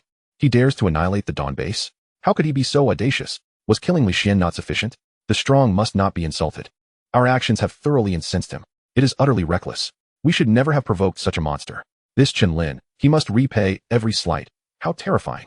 All transcendent beings fell into a state of panic, gasping in disbelief. Flesh creations and biological armor. What power does he truly command? Lei Long's voice trembled with despair. At this pace, he would reach the dawn base in merely an hour. Too fast. His speed is incomprehensible. What shall we do? Another transcendent exclaimed.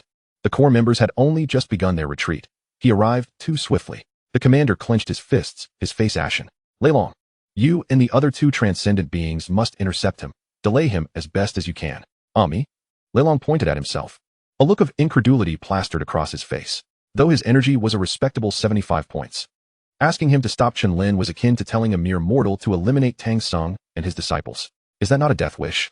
Observing the hesitation on Lei Long's face, the commander barked, "Do not forget who bestowed your current power upon you." At these words, Lei Long dared not argue further and, alongside the other two transcendent beings, proceeded to carry out the interception task.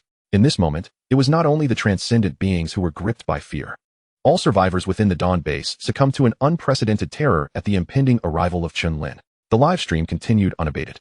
The countdown to the annihilation of the Dawn base echoed clearly in the minds of every survivor.